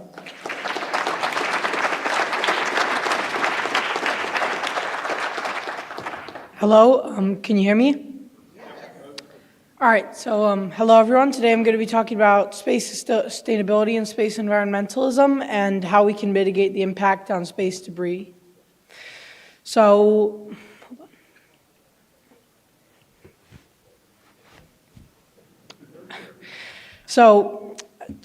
space debris is a problem to our path to Mars, which is why we're all here. So I want you to think about just how our lives are impacted by data from satellites and other space assets, such as the ISS.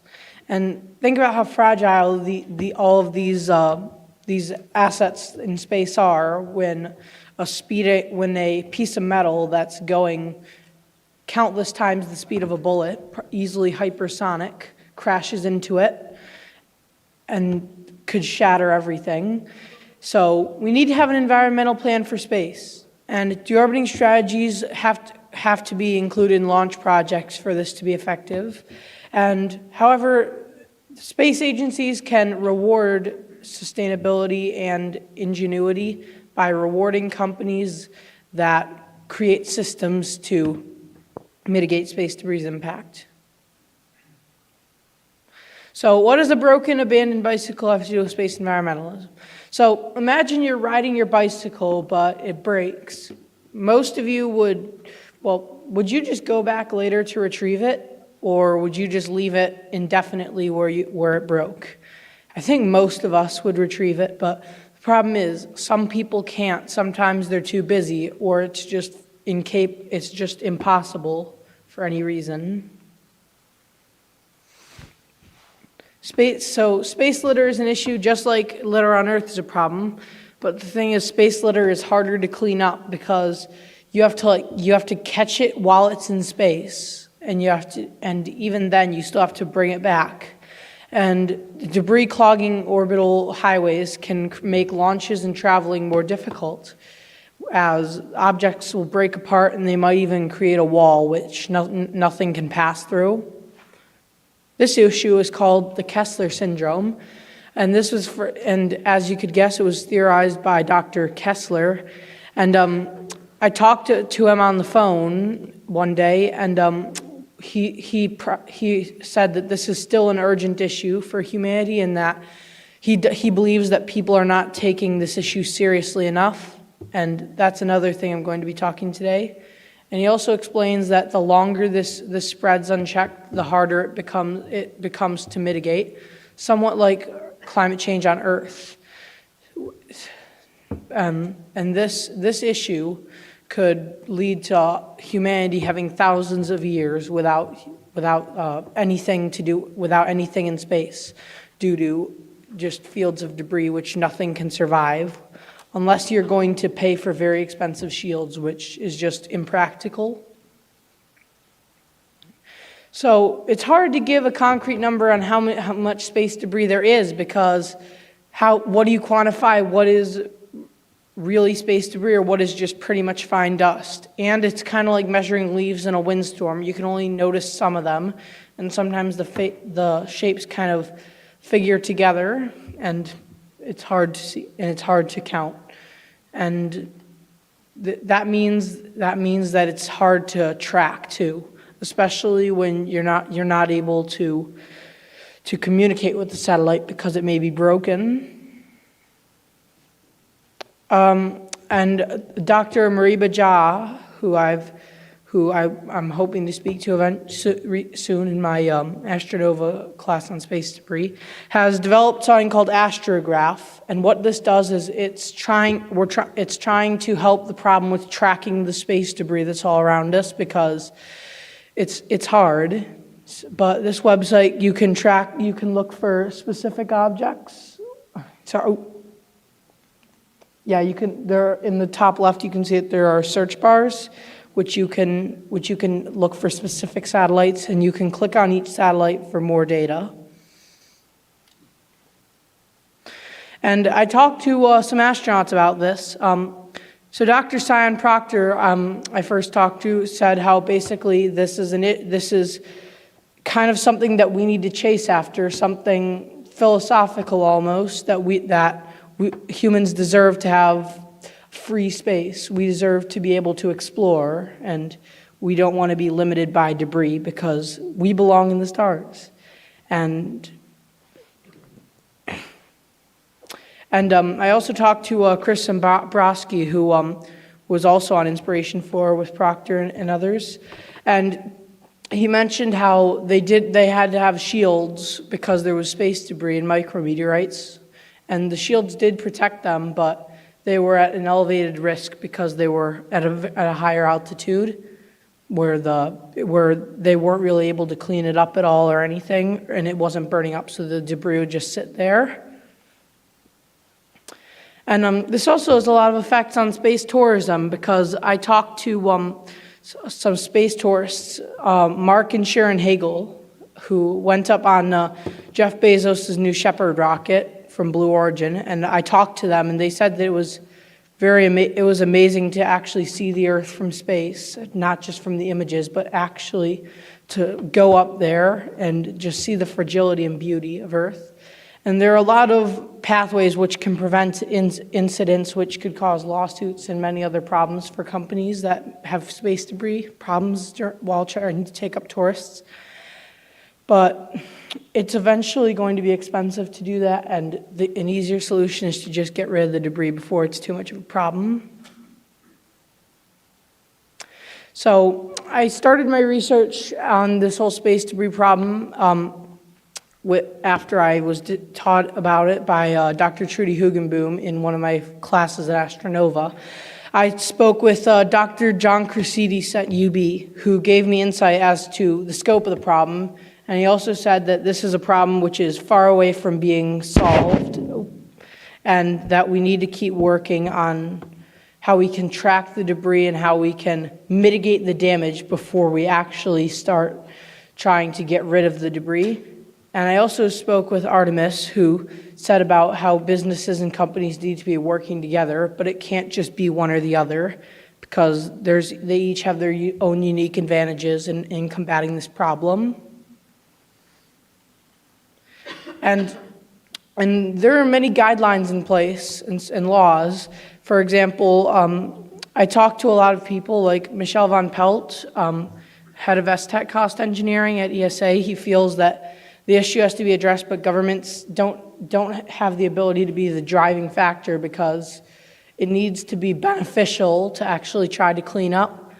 There has to be reward, otherwise why bother? And corporate buy-in is one of the best ways to solve this. And there are already a lot of ways that this is happening, such as contracts being awarded by major space agencies. But chiefly, nobody wants any space debris hitting their house. We need to protect humans on the ground as well from space debris, because some materials don't burn up. And there are a lot of ways that this debris can be cleaned up.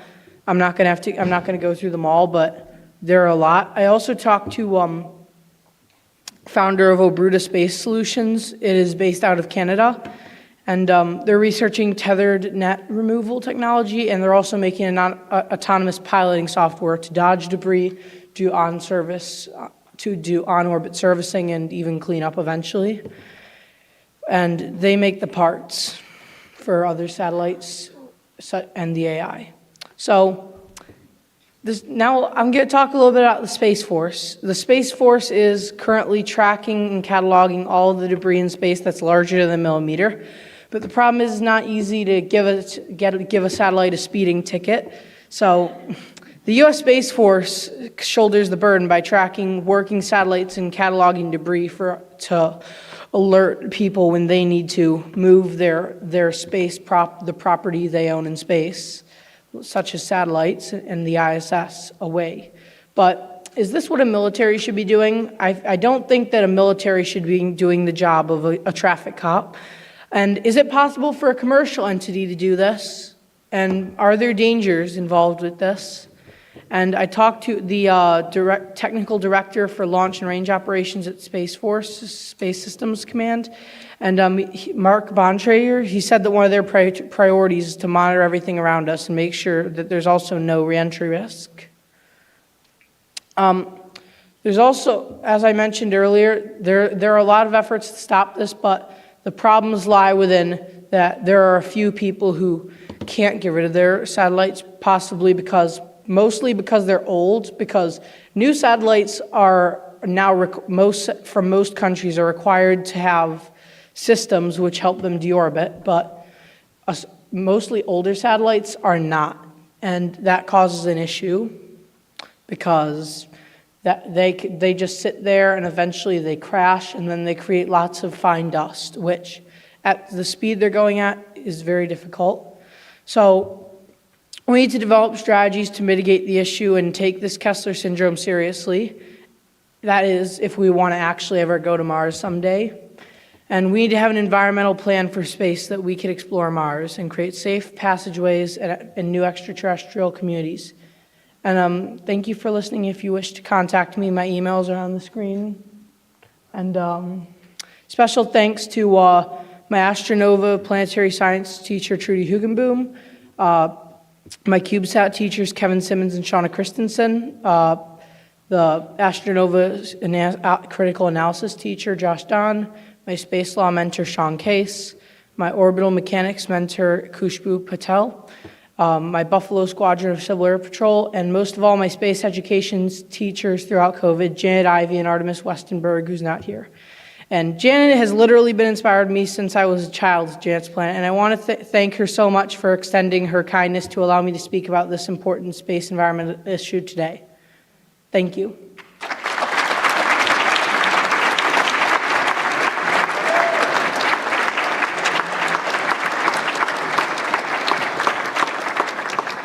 Questions?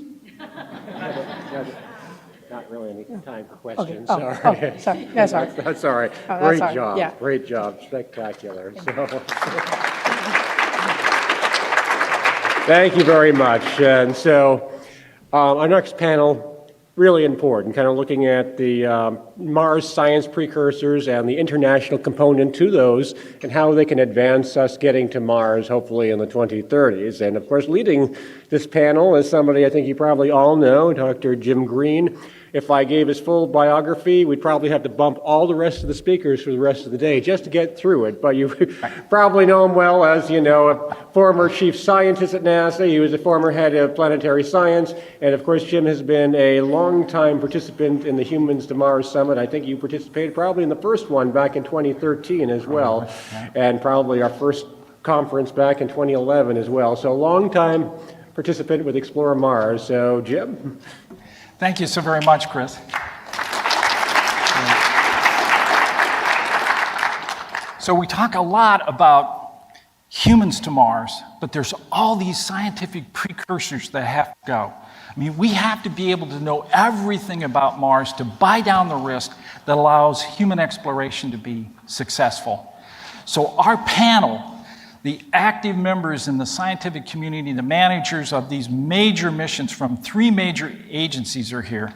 And we're going to go through what's happening and what their next steps are. So let me introduce Dr. Lori Glaze. Lori, come on out.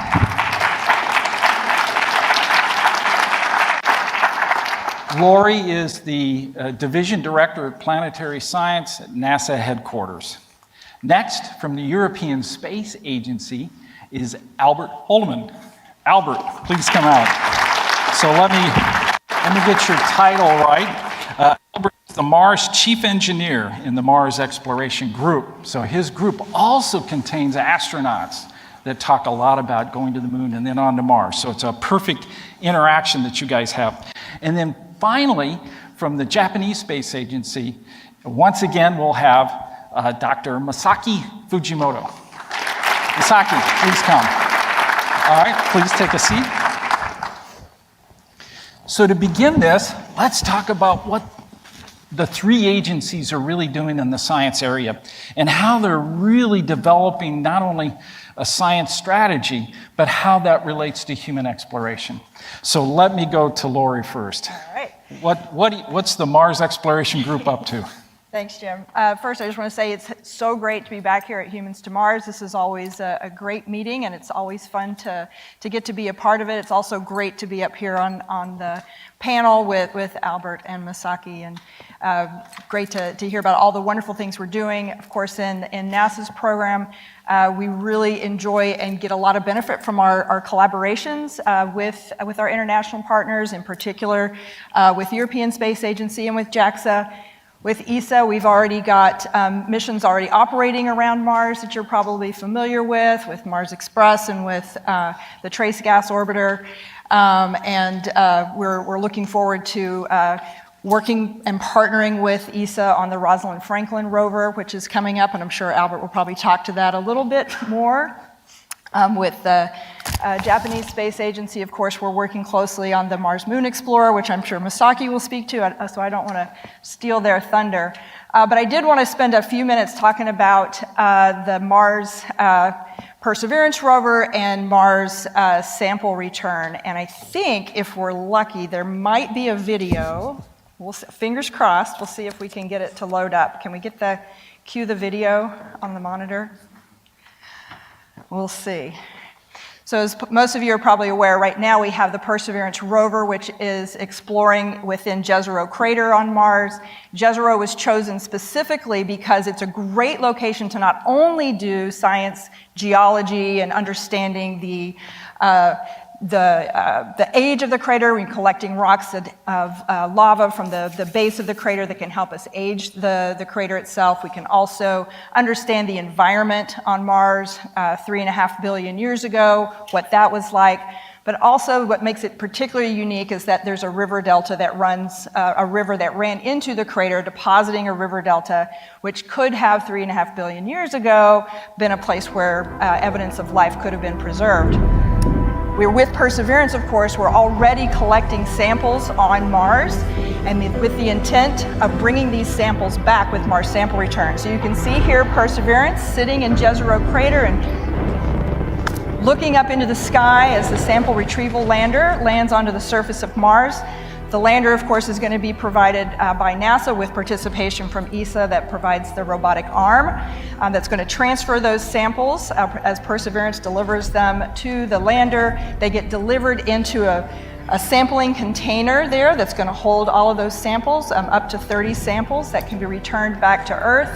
And then we are going to do something amazing here. We are going to load those into the Mars Ascent vehicle, and this part always makes me nervous. But that's what we're going to do. We're going to launch that rocket from the surface of Mars, the first time ever launching a rocket from another planet.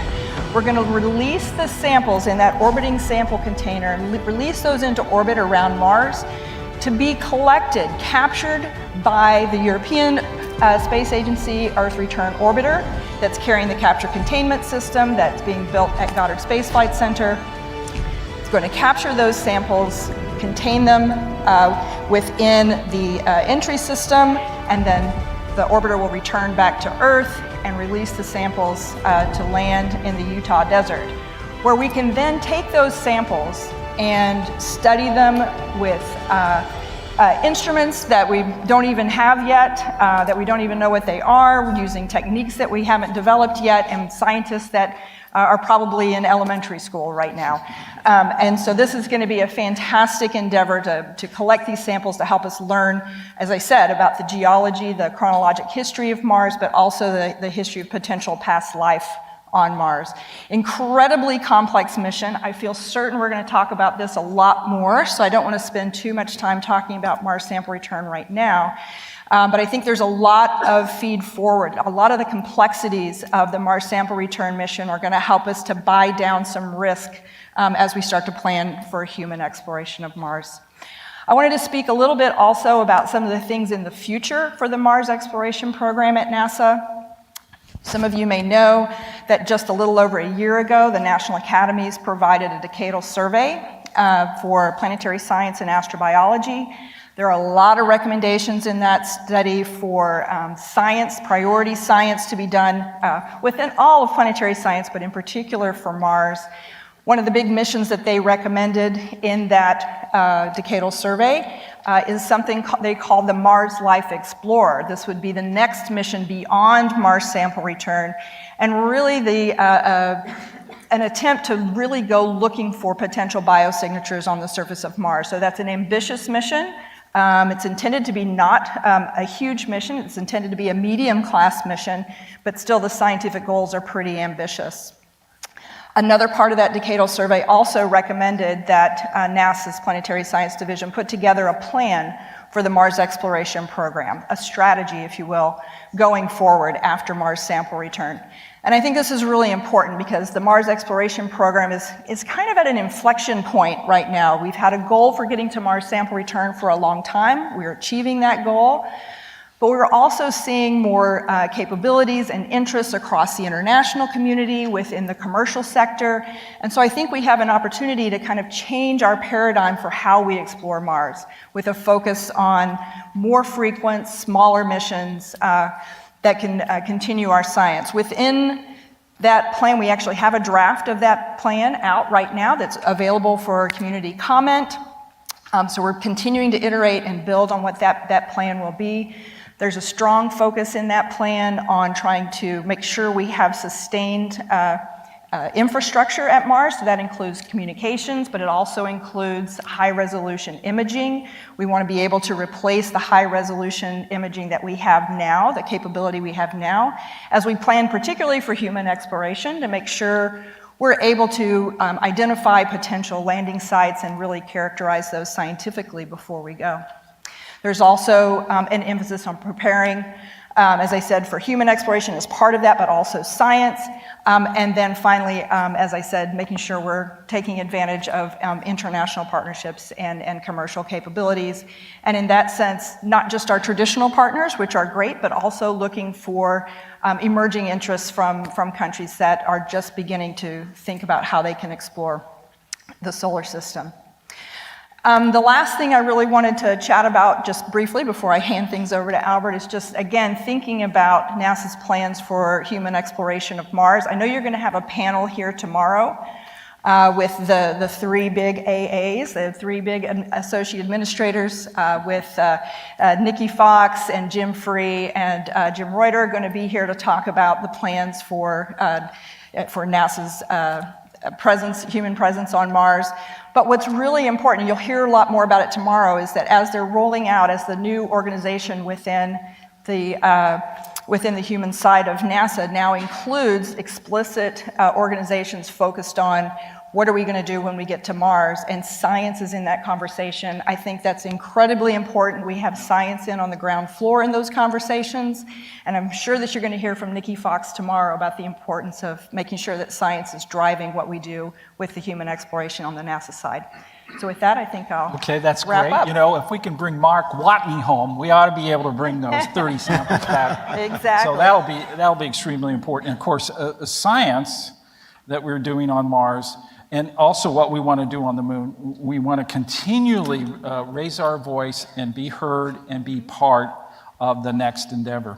All right, Albert, what's happening? Thank you, Laurie. What's happening at ESA? And I'll say at the outset, I'm Swiss, but I sound like I do because my mom's from Wyoming.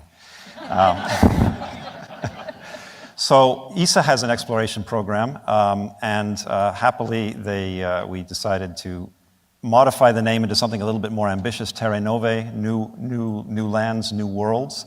It was called the European Exploration Envelope Program, E3P, very engineering oriented, not very motivational, but that's an important part of what we want to do with exploration.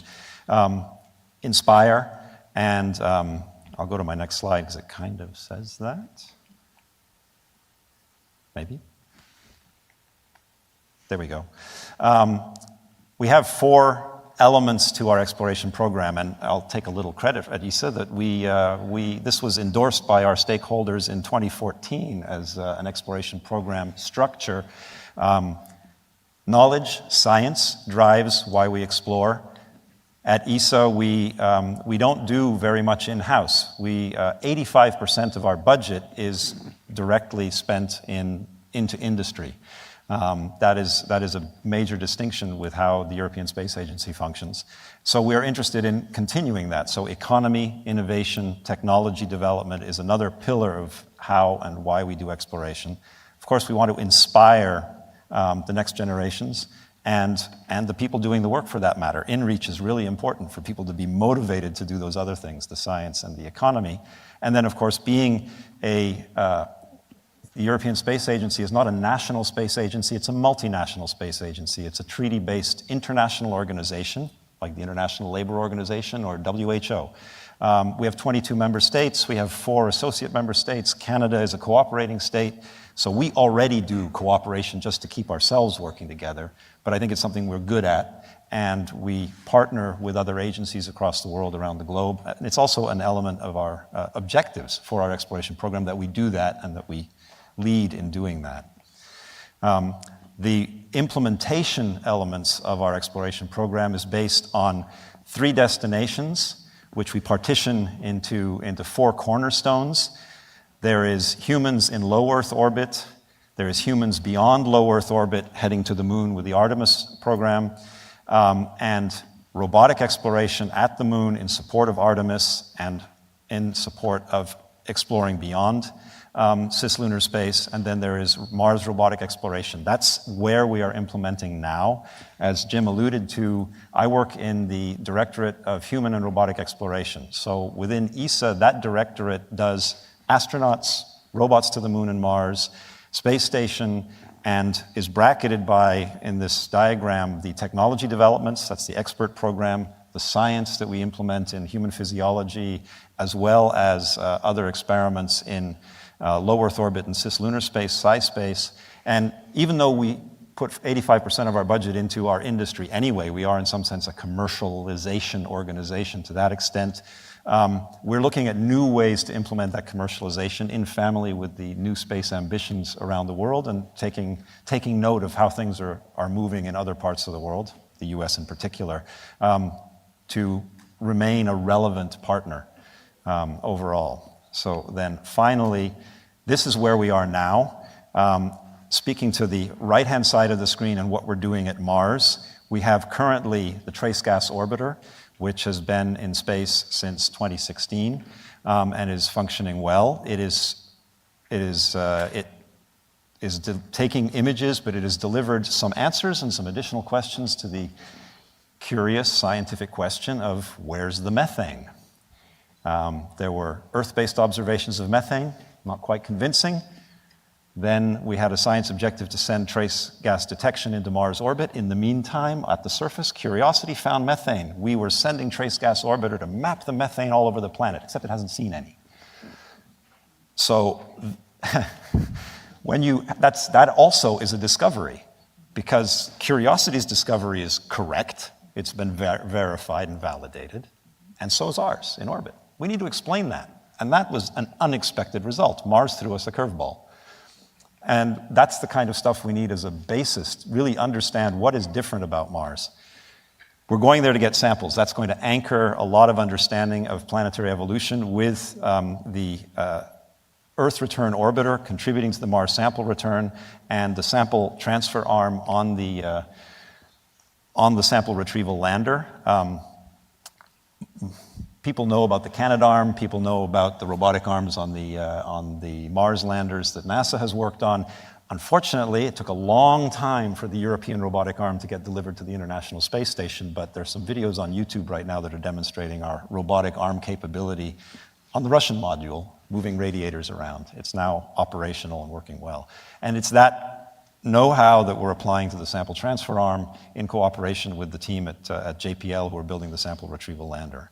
So that's investing in the Mars sample return and the long storied, difficult history of the Rosalind Franklin rover is a critical element in building towards our understanding of science on Mars.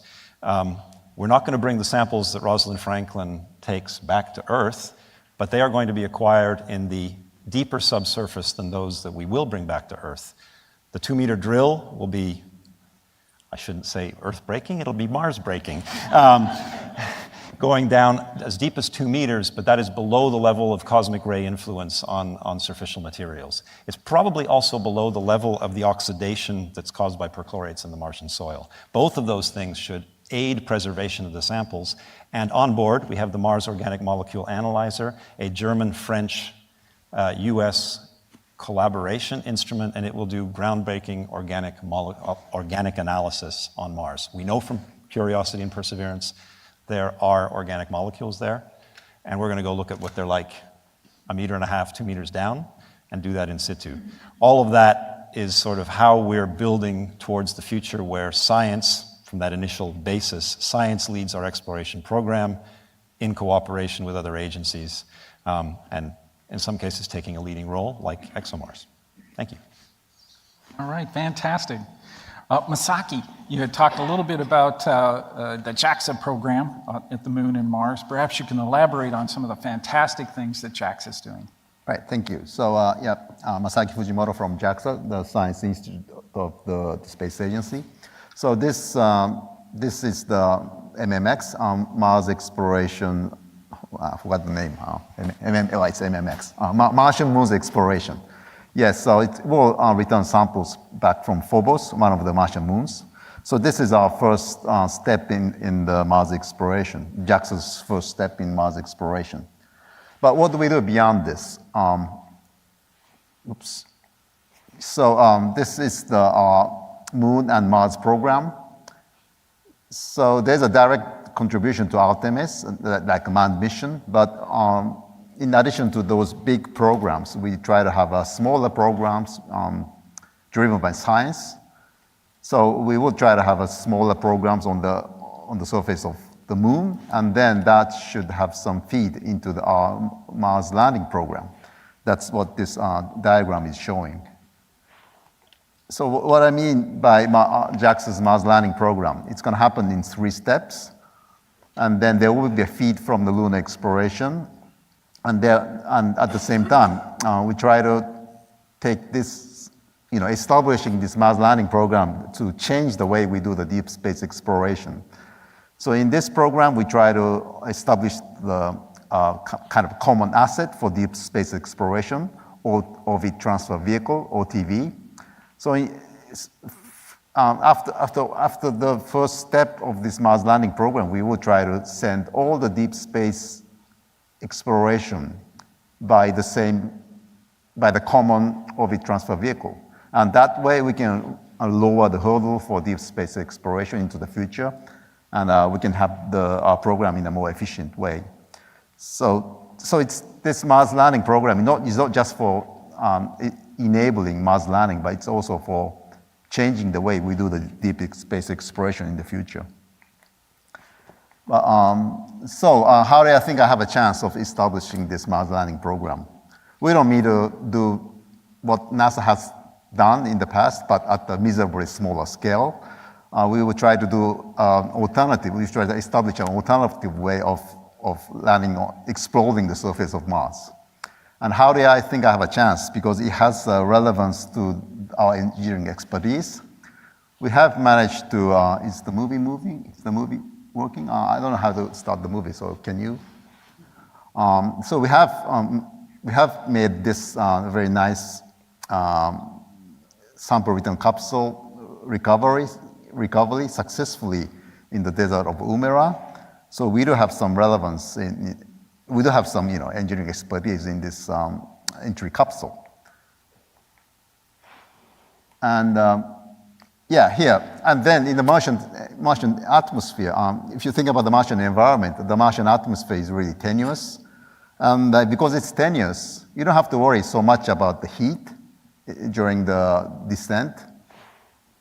But and if you're interested only in bringing smaller mass, if you're interested in lightweight access to the surface of Mars, you can have an alternative technology for EDL, for the entry, descent, and landing. And actually, that's the inflatable soft aeroshell. In a tenuous Martian atmosphere, you don't have to worry too much about the heat, but you better worry about decelerating your asset to the ground. So you better have a bigger area exposed to the atmosphere. And that's what you can do with an inflatable soft aeroshell. And we have been developing this technology, so we have some expertise. And with this, we think we can bring something like 200 kilogram-ish rover to the surface of Mars. And our scientists say that we can do a great deal of science with that kind of rover. And that's what I mean by OK-sized asset on the surface of Mars. And maybe we can have this mission more frequently if we team up with our international partners. So that's the concept we have. And we are kind of developing the plan so that we might be able to fly the first tech demonstration within the next several years or something like this. So take-home message is that scientists and engineering teaming up under the limited resources. That's our way, JAXA IDA's way. And we are interested in lightweight access to the surface of Mars because even if it's lightweight, we can do a lot, especially if we do this frequently. And we have an idea to do it in a shareable form. So we'll be happy to establish a new way of exploring the surface of Mars in partnership with smaller country. Small country means that who has interest in Mars exploration but doesn't have the capability to package the whole program. And I would be happy to partner with those newcomers in a sense. So yeah, we're really interested in frequent OK-sized mission to the surface of Mars. That's all I have to say. Thank you. Okay, wonderful. Well, as you can see, each of the agencies have enormous efforts going on in major scientific achievements that are being planned. But many of those achievements are actually going to, what we call, feed forward into the human exploration activities that are going to follow on. So as a general question to each, Lori, what do you think some of the major things that will be discovered through the sample return, ice mapper, et cetera, that are all precursors that will be important for human exploration? Yeah, so I think let's talk science first, right? So you mentioned Mars Ice Mapper, which we haven't really discussed here yet today, but the Ice Mapper is a really, I think, interesting multinational collaboration, primarily between Canada and JAXA and Italian Space Agency, and with NASA also hoping to participate as well. We've been engaged in conversations on that, but this is a really important mission, I think, to map out the distribution of subsurface ice on the surface of Mars, which is clearly going to be something that's not just scientifically interesting to understanding the climate history of Mars and just the physical structure of that regolith on the surface, but helping us to prepare for human exploration, understanding where the resources might be if we want to take advantage of the resources that are present in situ on the surface of Mars. So I think that'll be big science there. I did want to speak just from a technology perspective and thinking about Mars sample return and the feed forward there as well. In the sense that, not just the obvious things like being able to launch from another planet, like I said earlier, the first time ever to launch from the surface of another planet. So being able to think through how we're going to actually do that.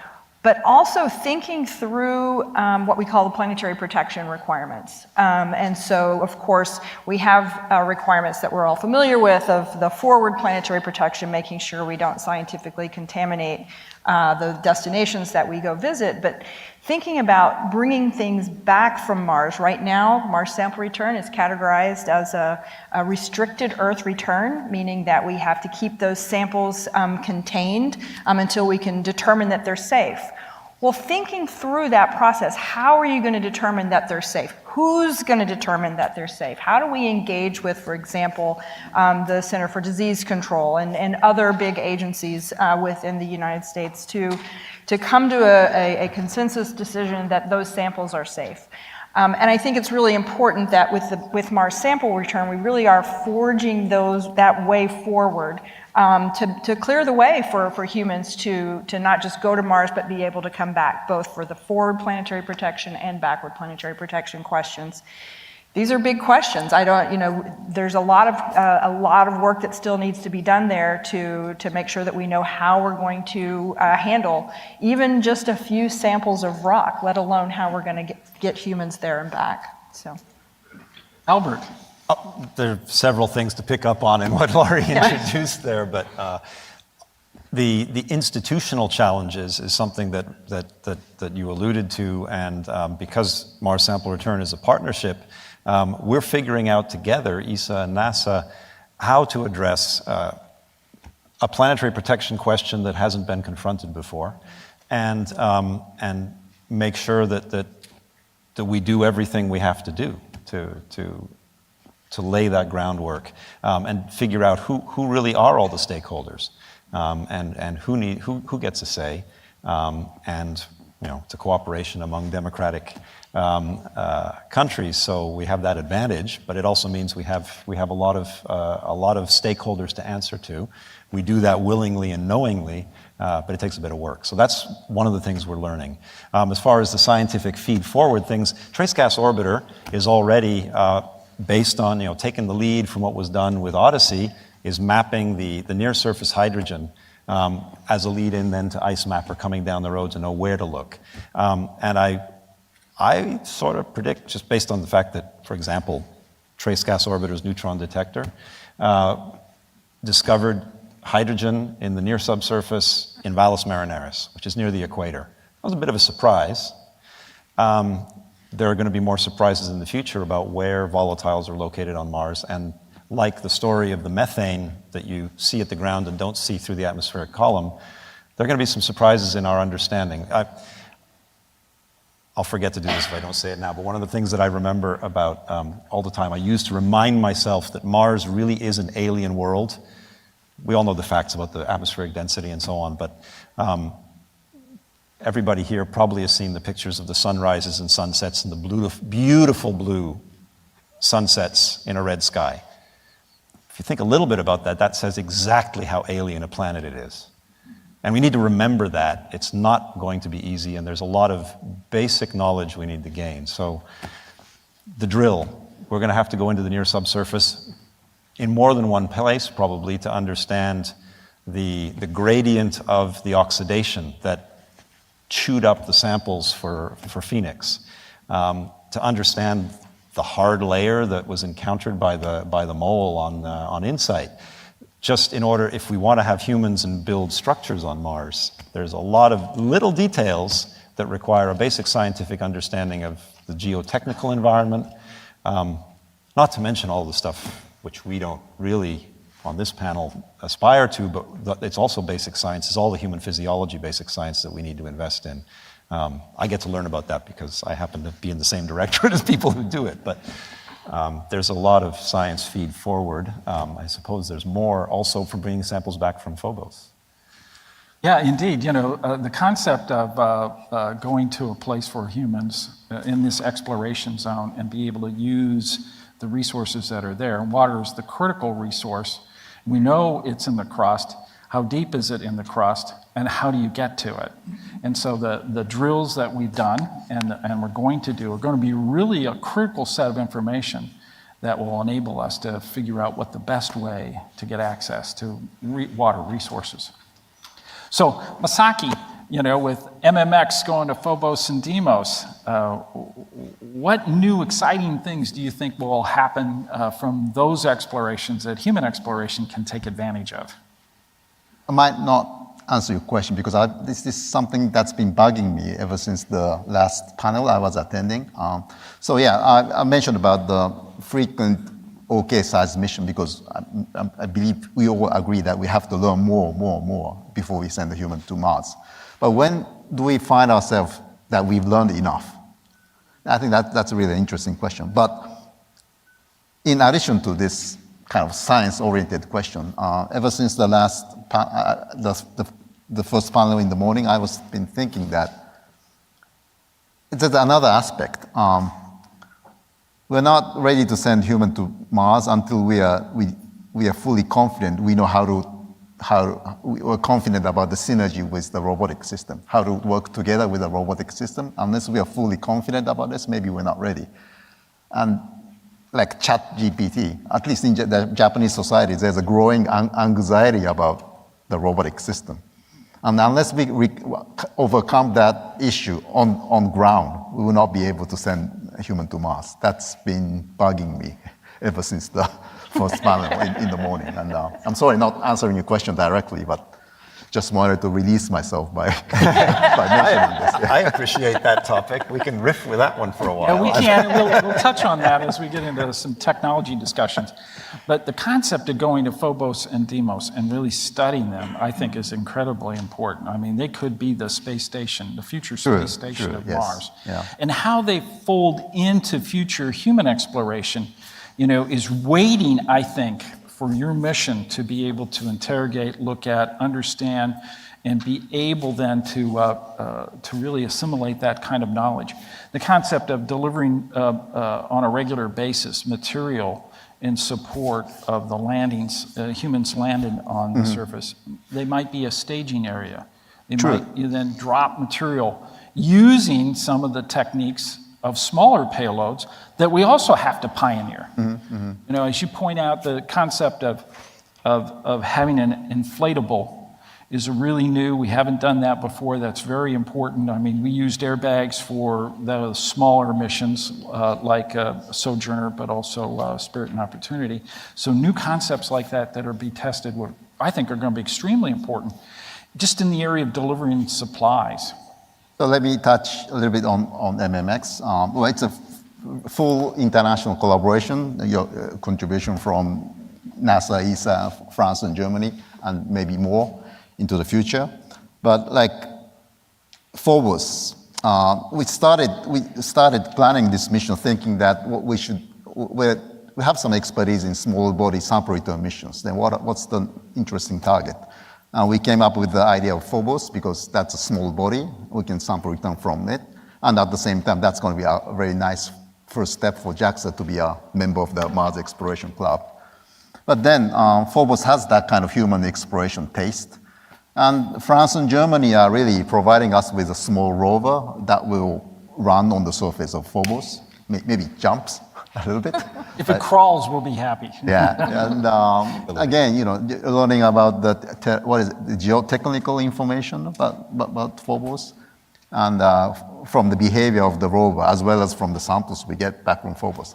I think, so something we didn't intend at the beginning, but giving the position of Phobos in this human exploration perspective, I think that samples we're getting back from Phobos doesn't only have a planetary science value, but it also has those, human exploration driving force as well.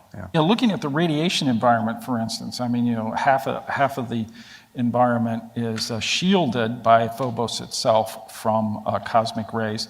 These moons are tidally locked, and so you have a surface of Phobos that's pointing constantly at Mars. And so another huge area of the sky is taken up by Mars itself for cosmic rays. So I would estimate the cosmic ray flux in that area would just drop significantly. But how much?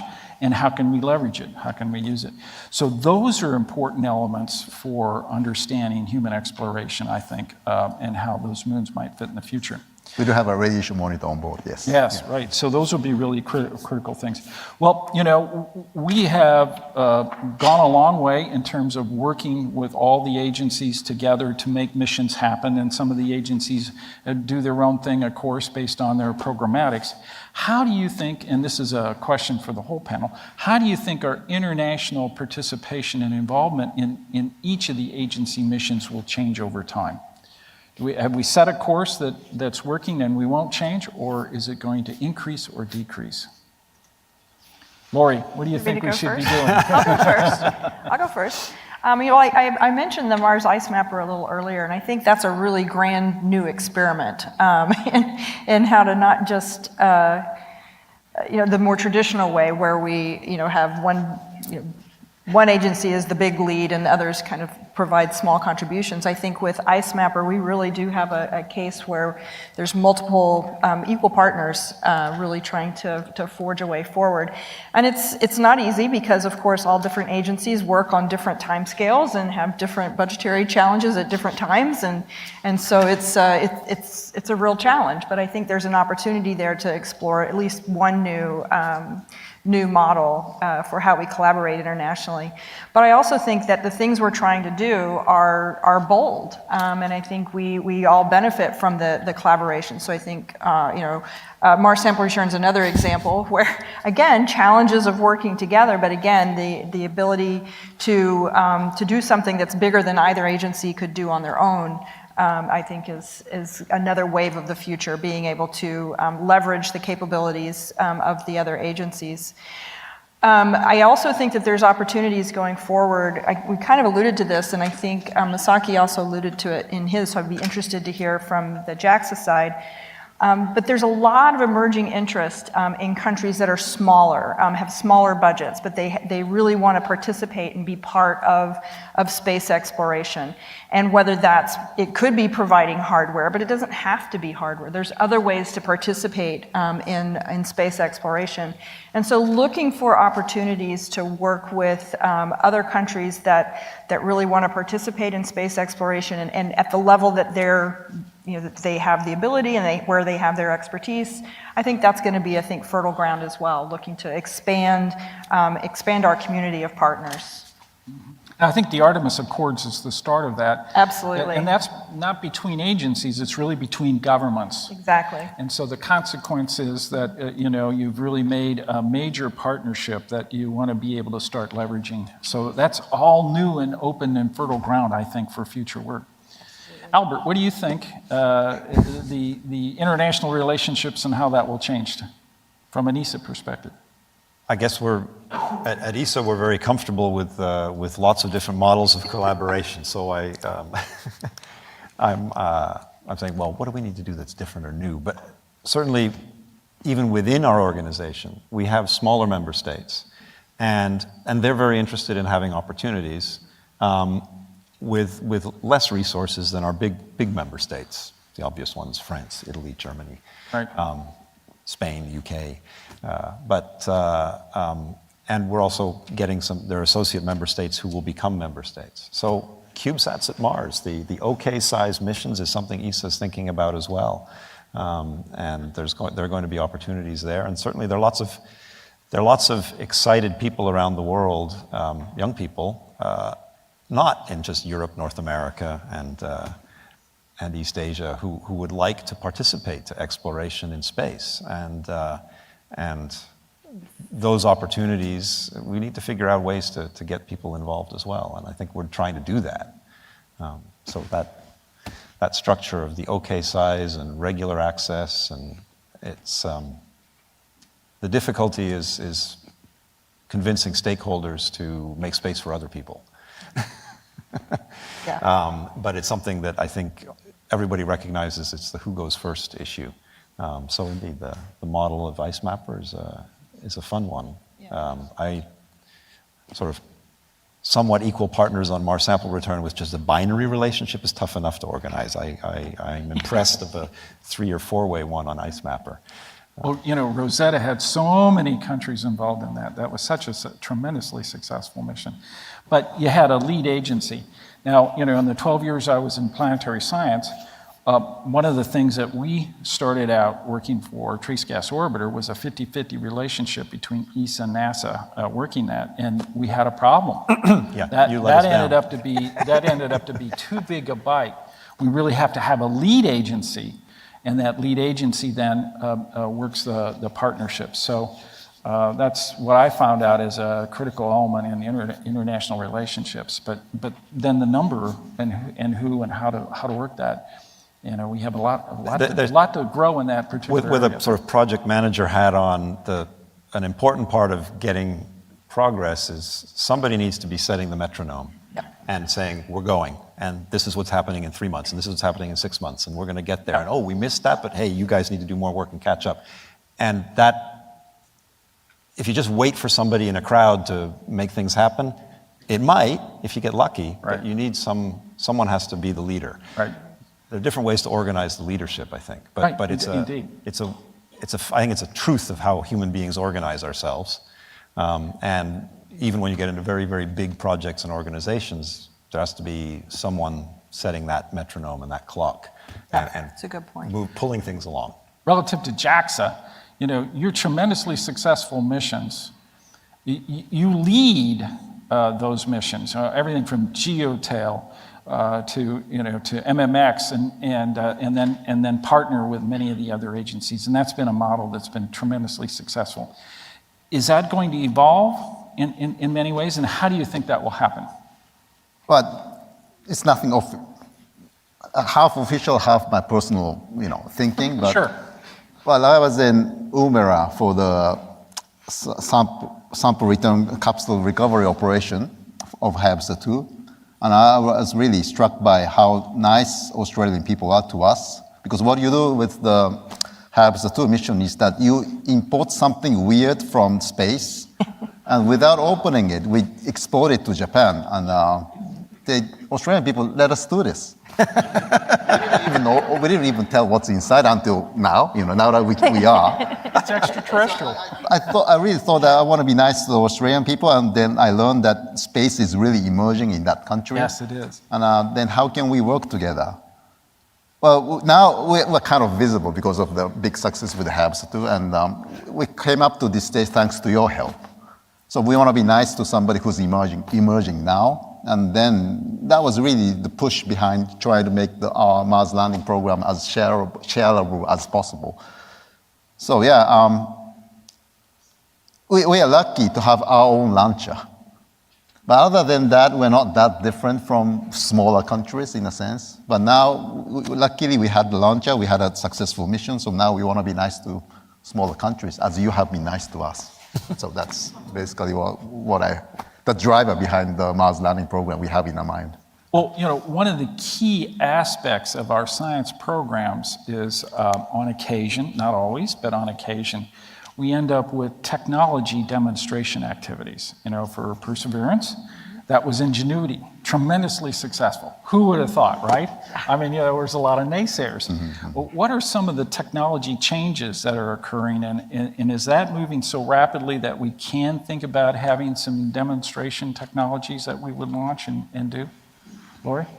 Yeah, so I wanted to go back a little bit. I'm going to incorporate the technology part of this, but I wanted to go back to, I had mentioned at the beginning that we're in the process of kind of vetting this plan for the Mars exploration program going forward. And one of the key components of that plan is that after Mars sample return, we want to try and establish a sustained budget level, and then at something that we think doesn't have big peaks and valleys in it, but more at a sustained level. And then within that program, have flexibility to have more frequent access to Mars with smaller missions, with more international and commercial partnerships and things. And a key part of that is the technology demonstration and the technology development, because I think with that kind of longer term plan where you can have smaller piece parts that can move around and provide more flexibility, it gives us more of those opportunities to try out new technologies, to look at, for example, swarms of CubeSats, for example, either providing key infrastructure, whether it be communications or imaging, or also doing science in swarm configuration. So I think there's opportunities there. There's opportunities on the surface. There's all kinds of places where we can push technology, and in a program that has more flexibility in it, I think that should give us more opportunities. That's the hope anyway. Right. So relative to Percy, the concept of MOXIE and the arrangements that were made with Human Exploration and STMD, our technology directorate, those were all really tough to do, but everyone came together and made things happen, and that was so important steps. Yeah, well, you mentioned that. I mean, with Perseverance, of course, with Mars 2020, there were so many great opportunities to leverage that amazing mission, but to do all these other things as well. So you already mentioned Ingenuity helicopter, which now has 51 flights under its belt. It was only supposed to have 5. It has 51, and still going strong, with no signs of wearing out, which is amazing. You mentioned MOXIE, which was from the human exploration and the technology side of the house, looking to demonstrate the ability to convert the available atmosphere on Mars and turn it into breathable oxygen, or at least that purity of oxygen that would be breathable. We also did things like instrument the entry shield so that we could learn from that and not have to over-design entry systems in the future, to better design, be more efficient in our entry system designs.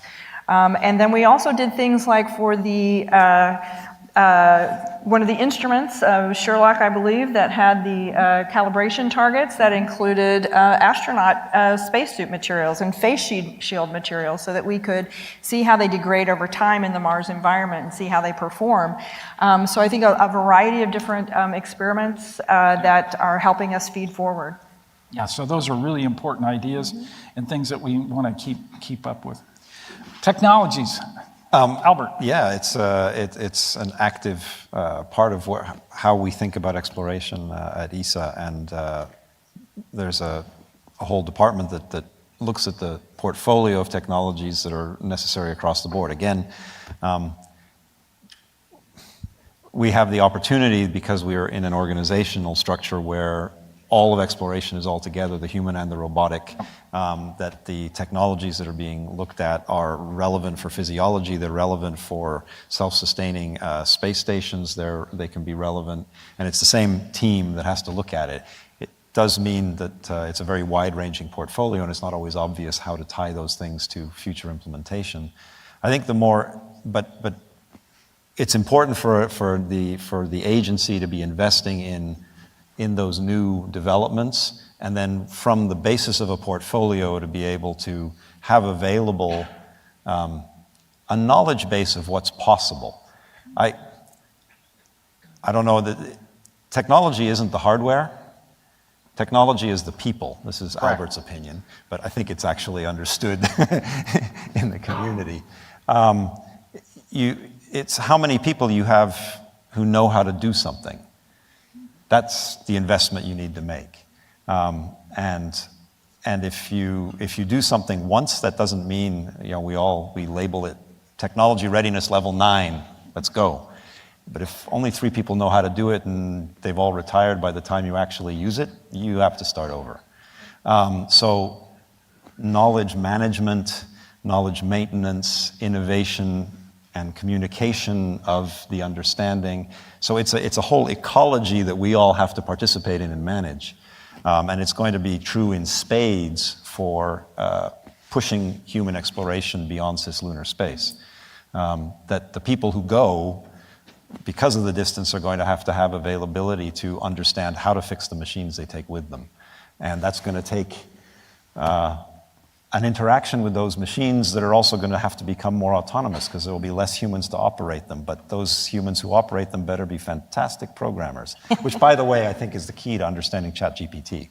My colleagues who have the most fun with it are the people who just innately know how to program code because they know how to talk to an AI. And so that's, again, human-machine interface is going to be a big undercurrent of the whole story, I think, of the next few days here in this summit. So Masaki, there's a number of technologies you guys have pioneered. The small missions, the sample return activities. Are there plans to invest in certain technologies that would feed forward to human exploration? Yeah, I'm deflecting your question. I'm sorry, I'm not really answering your question directly, but something I'm thinking nowadays is that, like, for example, a CubeSat. When you say CubeSat in old school, people used to think that it's a CubeSat, it's my spacecraft, I can do everything all by myself. But I think that's an old way of thinking. CubeSat is, when you say CubeSat, there are 2 issues. You have reliability issue and the capability issue. Reliability, you have to improve it. You have to let it work. And you should put all the effort into, elevating reliability. But when it comes to capability, you cannot do anything. It's limited. But then what do you do? Well, each CubeSat has a limited capability. But then how do you leverage its capability? Maybe a swarm of CubeSat. Or get assisted by other components, assisted by other systems. So it doesn't have to be a standalone CubeSat. It can function nicely if it's embedded in a larger system or if it's embedded in the swarm. So I think this kind of way of thinking, when you say CubeSat, people try to think that you have to do everything by yourself, but the capability is limited. Then you end up with, your goal is, what you get is limited, but if you think it in a different way. Right. Yeah, maybe. That actually is really important, Yeah, the concept of things that are working and how you can approach challenges and problems by thinking in different ways and implementations. So we have a few minutes left. If we have some questions in the audience, now is a great time to come up.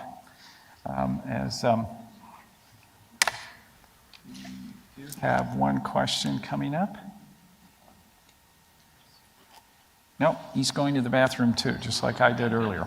All right, so, here we are. Yes, ma'am, go ahead.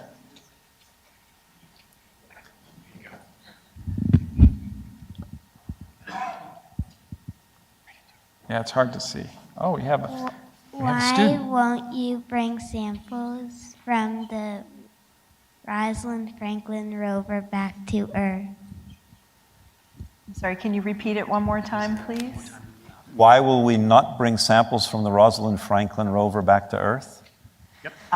Good job. Here one. It's taken us a long time to get the Rosalind Franklin rover ready to go to Mars, and bringing the samples back was not part of the planning when it was originally designed. So the rover is built, it's ready to go. Unfortunately, it didn't get launched last year because we were going to launch it on a Russian rocket, and Russia invaded Ukraine, and Europe put in sanctions in place, and we broke our partnership with Russia. So we're now building our own lander to get the rover to the surface. We're not changing the rover to put a whole sample collection system to put the samples into sample tubes the way Perseverance did. It would actually take a bigger rover. It would take a rover about the size of Perseverance, which is about a ton. Rosalind Franklin is 300 kilos, so a bit smaller, size of a golf cart compared to the size of a pickup truck. Nevertheless, we'll bring the data from those samples back. And we have on board a really amazing analytical laboratory for crushing the rocks and studying the rocks. And I'll crow a little bit, since I was the payload manager. But the cooperation between the Germans, the French, and the American contributors to the Mars Organic Molecule Analyzer, plus the other two instruments, the Spanish Raman spectrometer in that analytical lab, and the French hyperspectral infrared and visible imager. We've managed in the system and the setup, and we've tested this. It will work. We crush a sample, and we'll co-align the instruments on the same sample. Curiosity takes a sample and gives a little bit of it to one instrument and another bit of it to another instrument. We're going to actually have the data all at the same place. So that's something new, and we'll be able to combine that information so we'll know which mineral had the organic molecules on it, not just the average.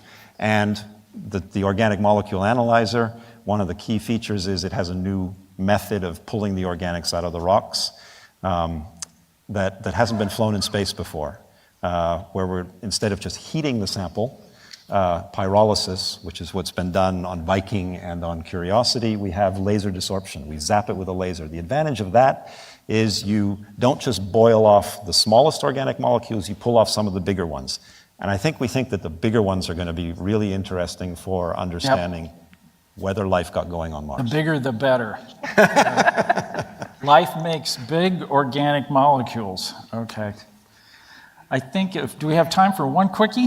One quick question. All right. Yes, sir. Yeah, the question is really, in one word, China, or in other words, 5 years from now, we have the same panel and there's another chair there. What do you think will be different at that point? What do you think? 5 years. Okay, I can take a shot at it. We'll be talking science, like we always do. Science has been the undercurrent of everything that these agencies have been doing since the beginning. Even during the Cold War, our interaction with Russia was fantastic. There's wonderful scientists all over the globe. We need that interaction to really make major steps forward, and that's got to happen that way. Okay, Chris, back to you. Thank you. Wonderful. And great final statement as well.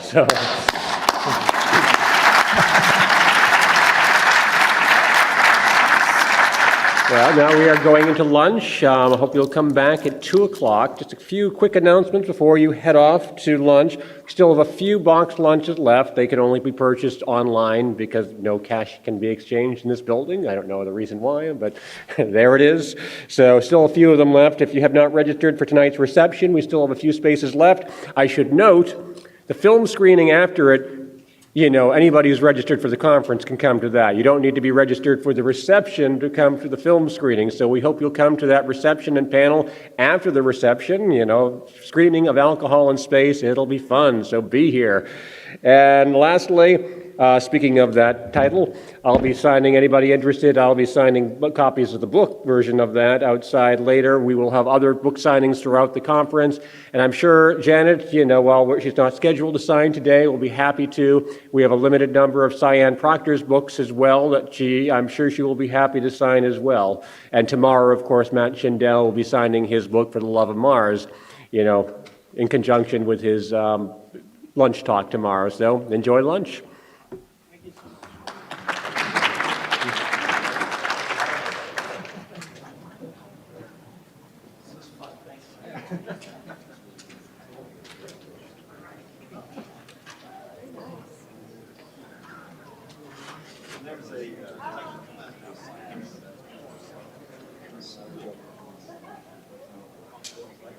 Hello, everyone. We are live on day one at the break today at the Explore Mars Humans to Mars Summit.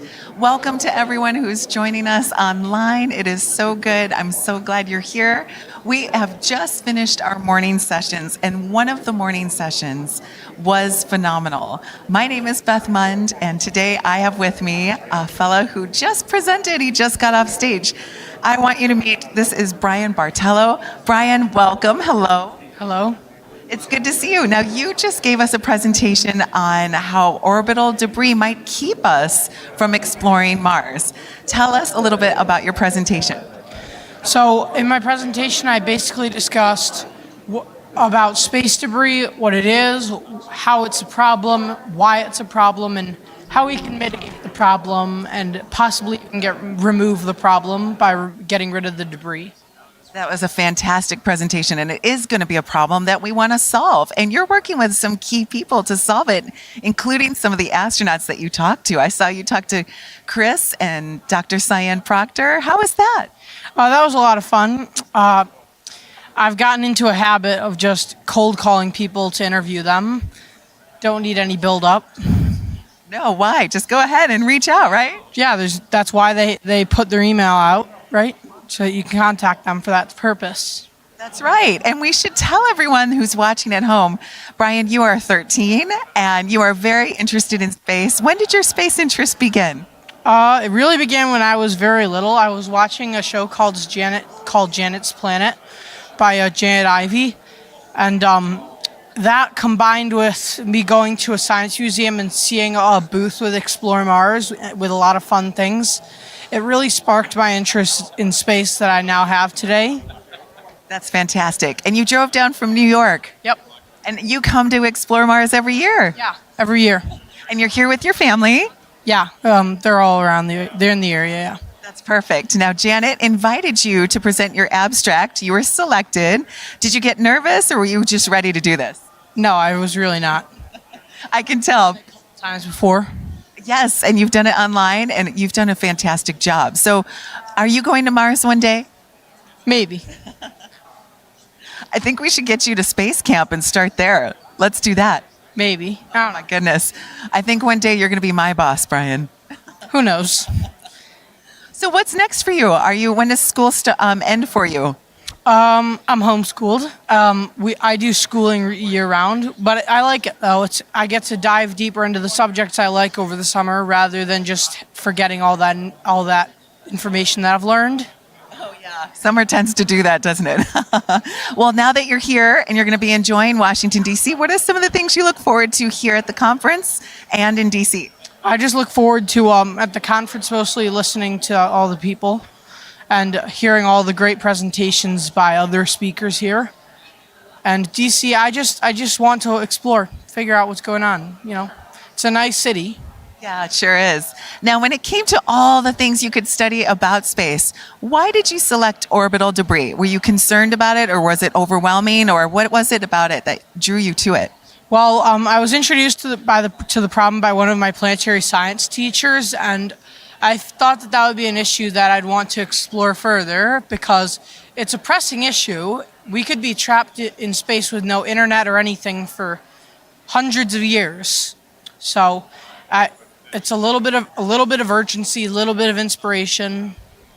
Yes, and you know that there's so much debris, and you talked a little bit about how it's going to go up and how it's going to come down. Is there anything about that that makes you worried or excited? The problem is it's not easy to bring back down because it's floating at easily hypersonic speeds.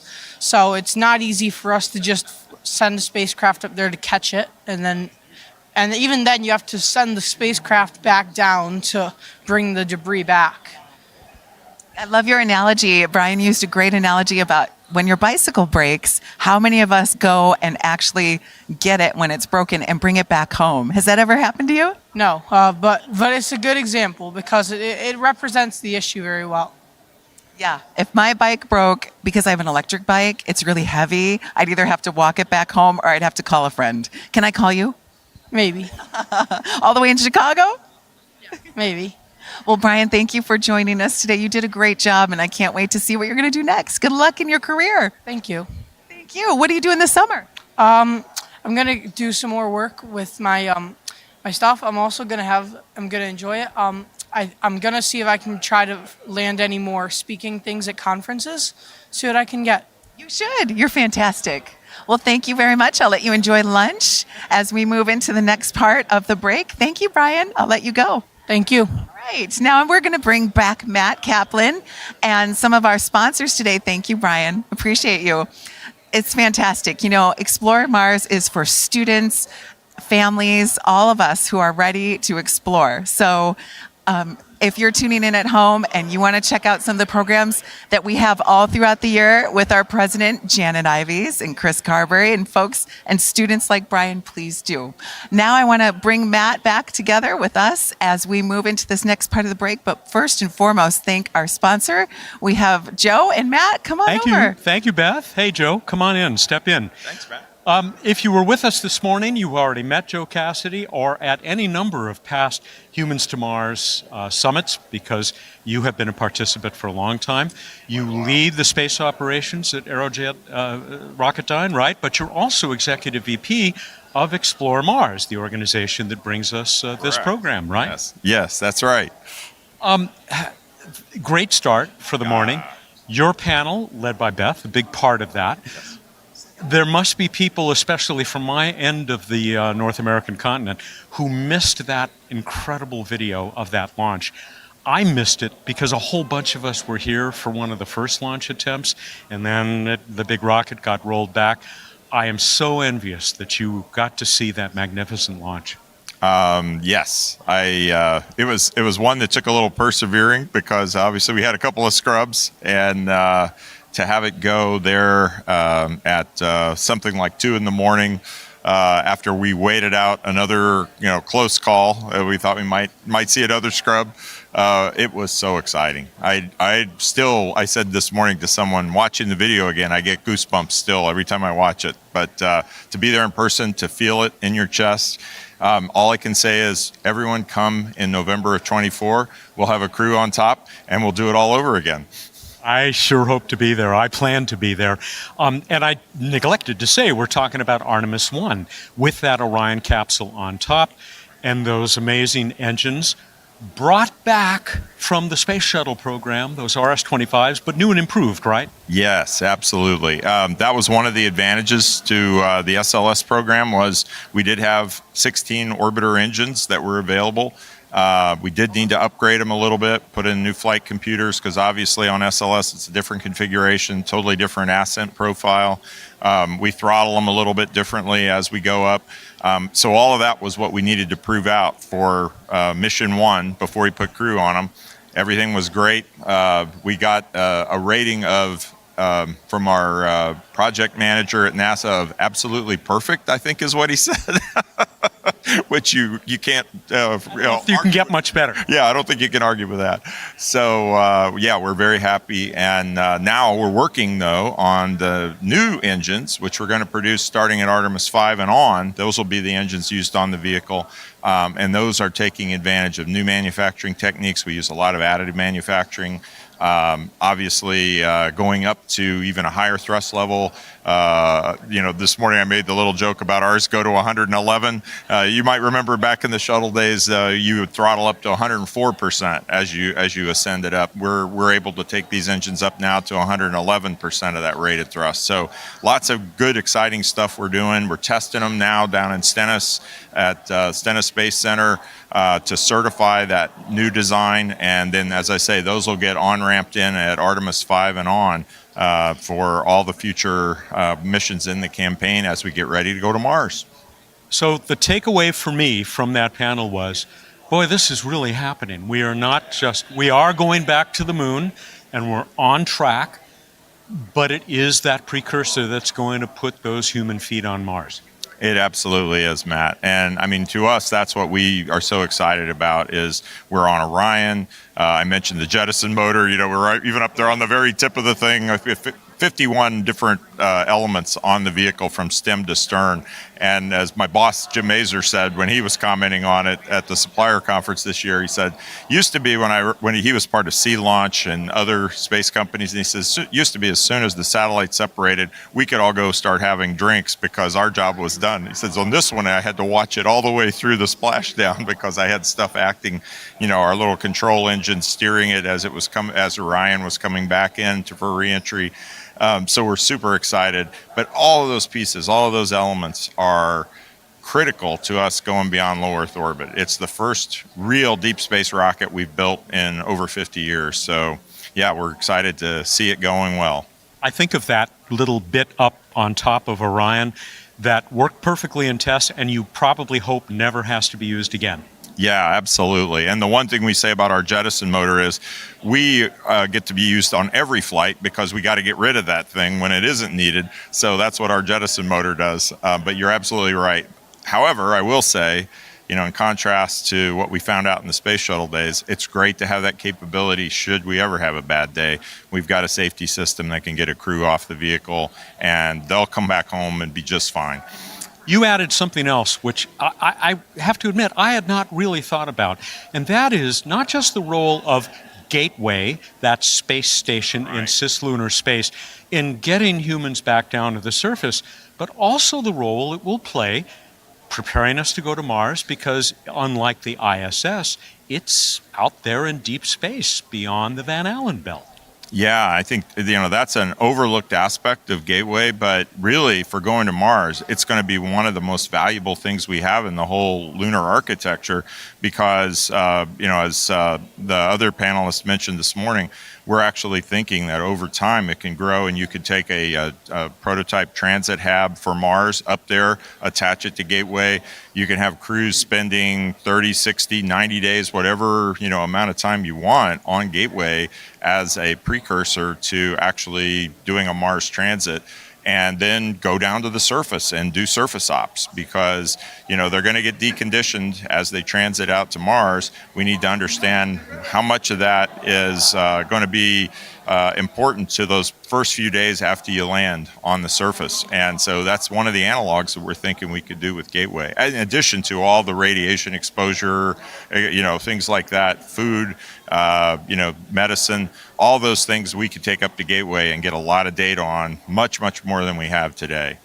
Forgive me for a shot in the dark because I should know the answer to this. I don't. Is Aerojet Rocketdyne involved in the efforts to take us much deeper into space across the solar system? Nuclear propulsion, nuclear electric propulsion? Wow, great question. Thank you.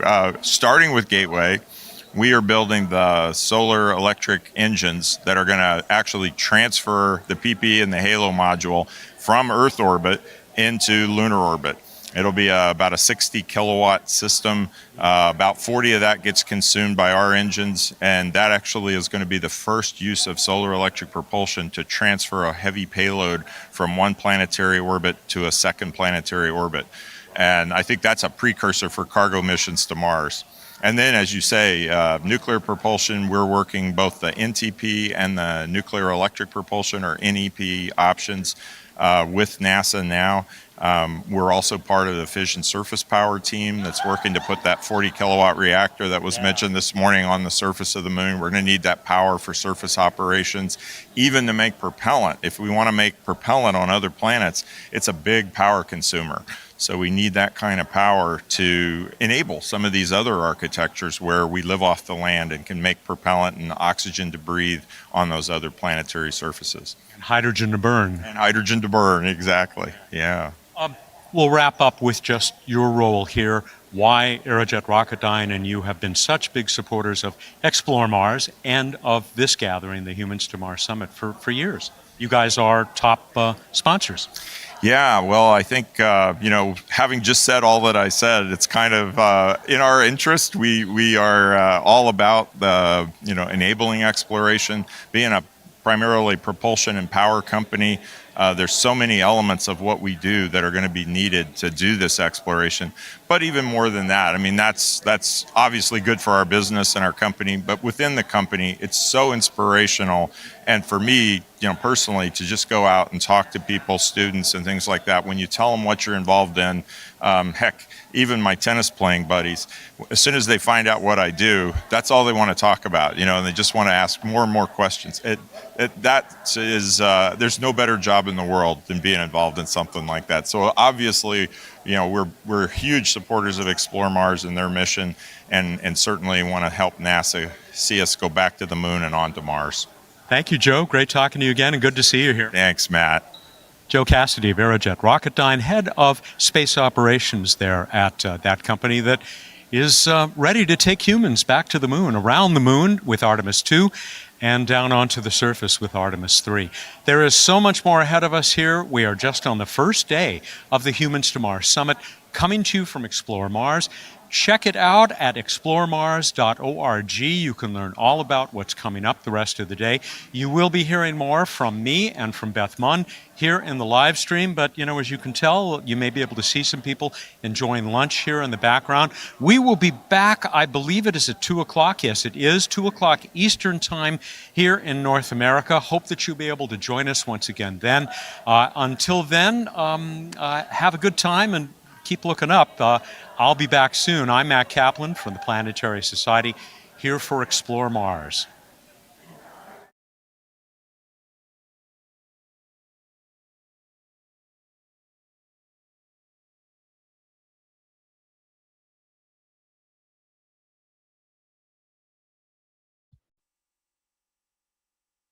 Okay, so we have our Zoom recorded, and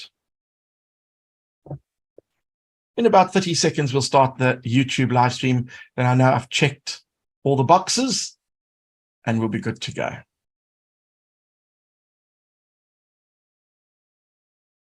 There we go.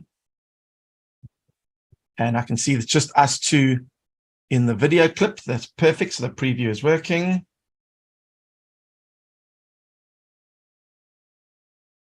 And I think we're just going to click on go live and let's see what happens.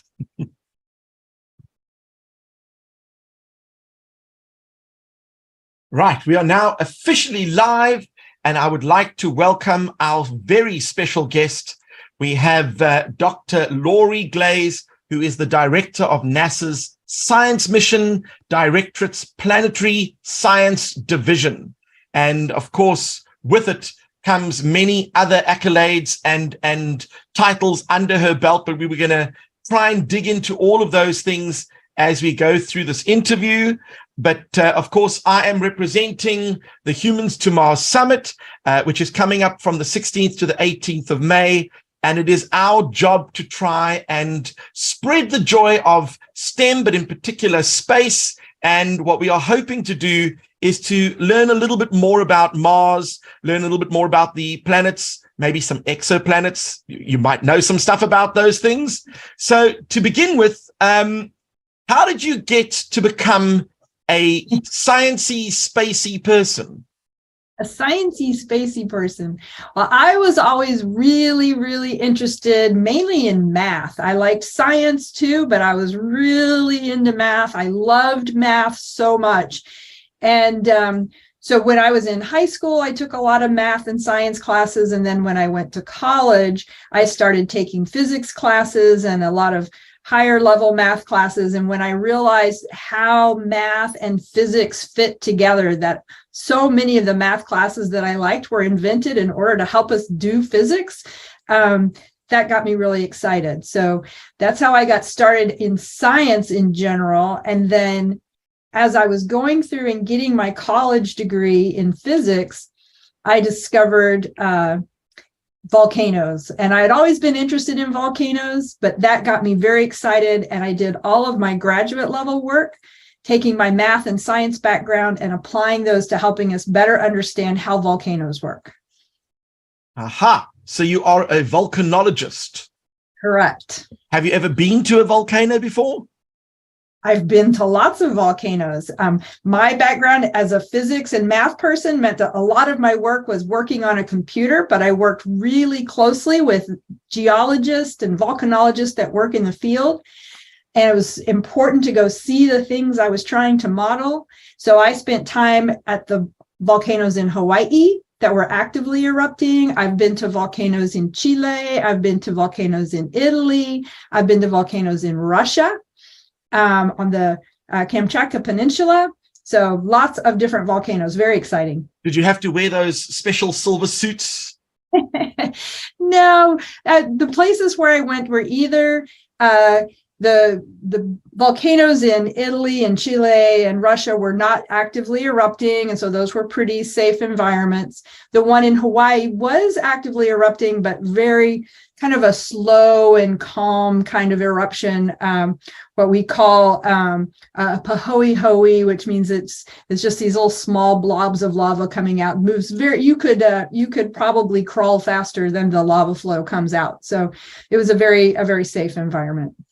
Sure. Well, I think that in itself is a whole interview I could chat about. But then, of course, you moved on from volcanoes. How did you get into the space world? That's a great question, because I started out, I was interested in volcanoes on Earth. I actually, one of the reasons I got interested was I lived in Washington State when Mount St. Helens erupted.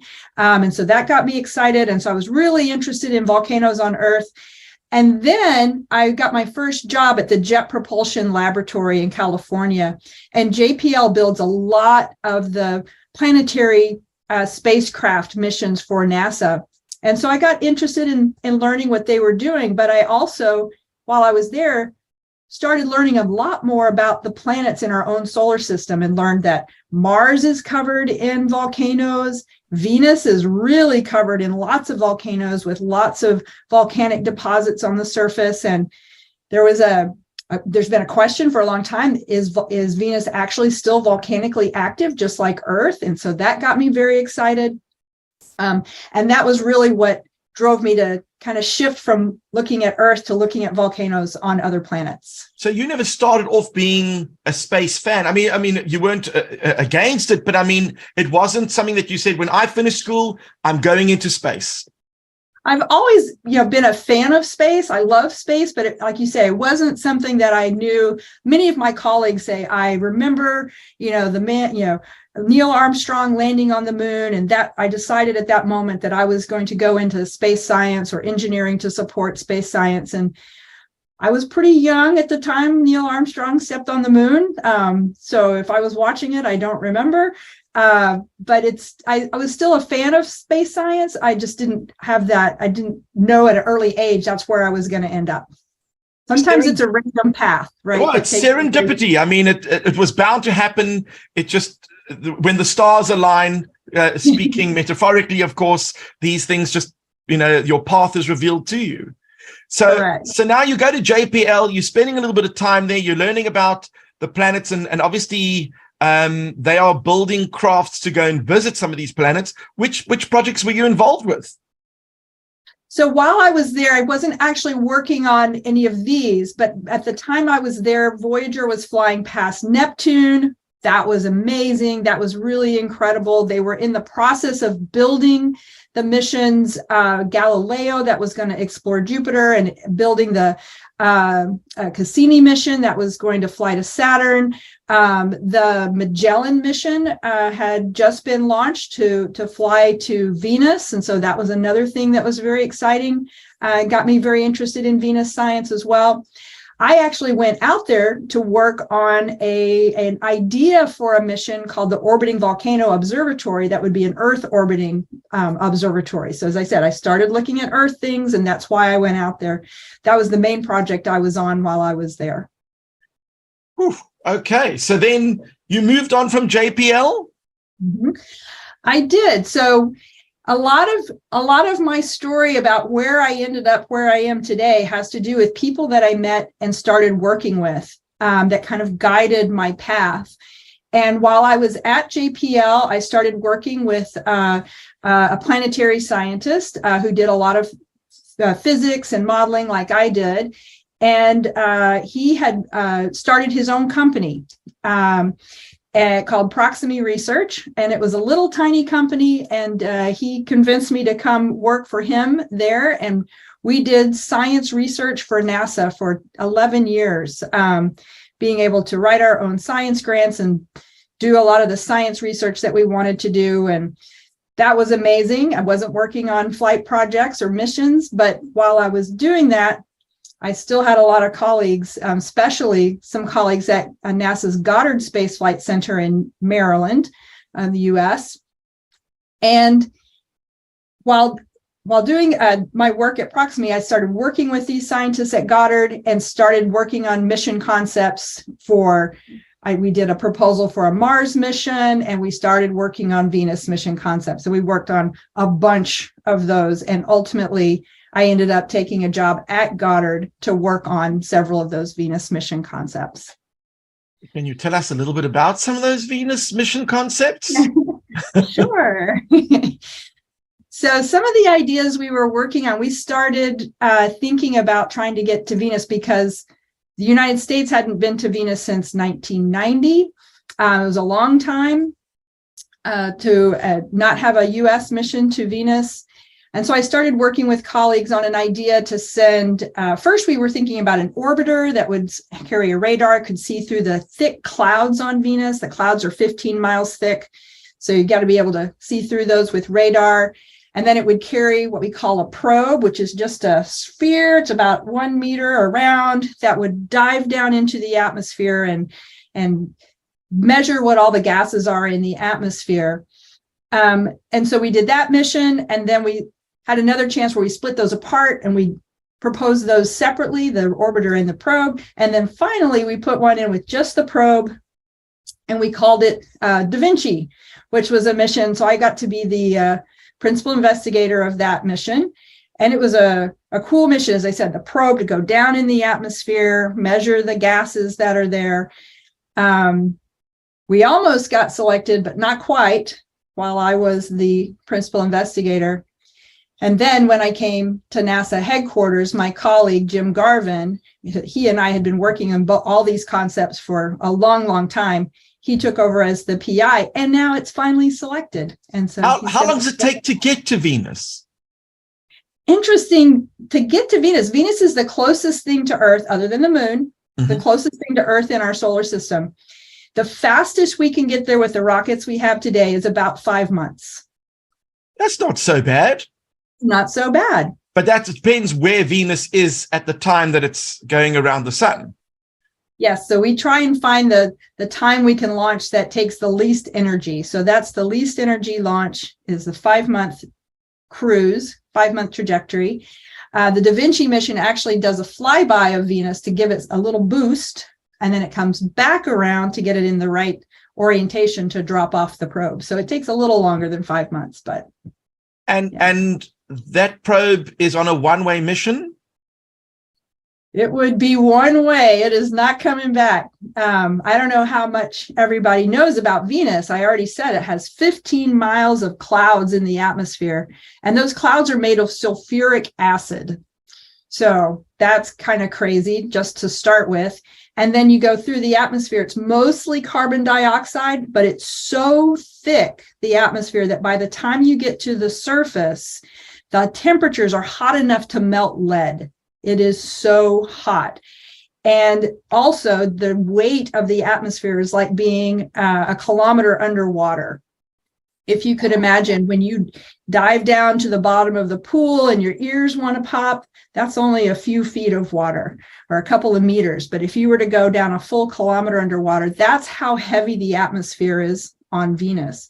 So once you send a probe down into that hot, high pressure environment, it's not coming back. So how much information can you glean from a probe like that, and what is the lifespan of the probe once it's been launched? So once it leaves the spacecraft and comes into the top of the atmosphere, it takes about 1 hour for it to fall through the atmosphere. It kind of falls like, if you can think about a rock settling on the bottom of the ocean, it's kind of like that. So it takes about an hour for it to fall all the way through the atmosphere. So it has to be thinking fast and collecting the data and sending it back up as fast as it can, because once it touches the ground, it may last only another 15 minutes or so before it gets too hot. Wow. So a lot of it is all theoretical because you don't know how long it's going to last. And where do you even do testing for a device like that? I mean, it's not like you've got buckets of, well, I suppose you could pour buckets of sulfuric acid all over it just to see what it would do. But in terms of the materials that you're going to use to preserve it, how does one test that? That is a fantastic question and one of the biggest challenges. So we actually have built, or will be building, at Goddard Space Flight Center, a special facility just for testing that probe, that sphere, so they can test it and make sure all the seals are going to hold. They'll test the system inside that will help keep the temperature a nice temperature for all the instruments inside for that time, that 1 hour. But it's a very special facility that can allow not just the temperature and the pressure, but also the carbon dioxide, which can be corrosive on the material. So they expect to build it out of titanium, which is pretty durable and lightweight. So that's the plan. Sure. I mean, and when are they expecting to launch? Right now, Da Vinci is working on a schedule to launch in 2029. That's not so far away. It's not that far away. So do you kind of still have a pinky involved in it? Does Jim kind of call you up and say, listen, we are having a bit of a launch party. You kind of were involved. They keep me pretty well informed, but it's their mission. My job is to oversee all of the missions in our division on planetary science at NASA. And so I look after Da Vinci, I look after our other Venus missions, Veritas. We have a mission we're doing with ESA, with our European Space Agency, called Envision. So I get to oversee all of those Venus missions and all of the other missions in our portfolio. But of course, Venus is not the only planet in our solar system. And since we're chatting with regards to the Humans to Mars Summit, Mars is certainly on our radar. It is something that we definitely want to reach, but we're going to the moon first. What are your thoughts on that? I'm so excited about getting back to the moon. Just this week, the first 4 astronauts that are going to launch on Artemis 2 were announced. That's very exciting.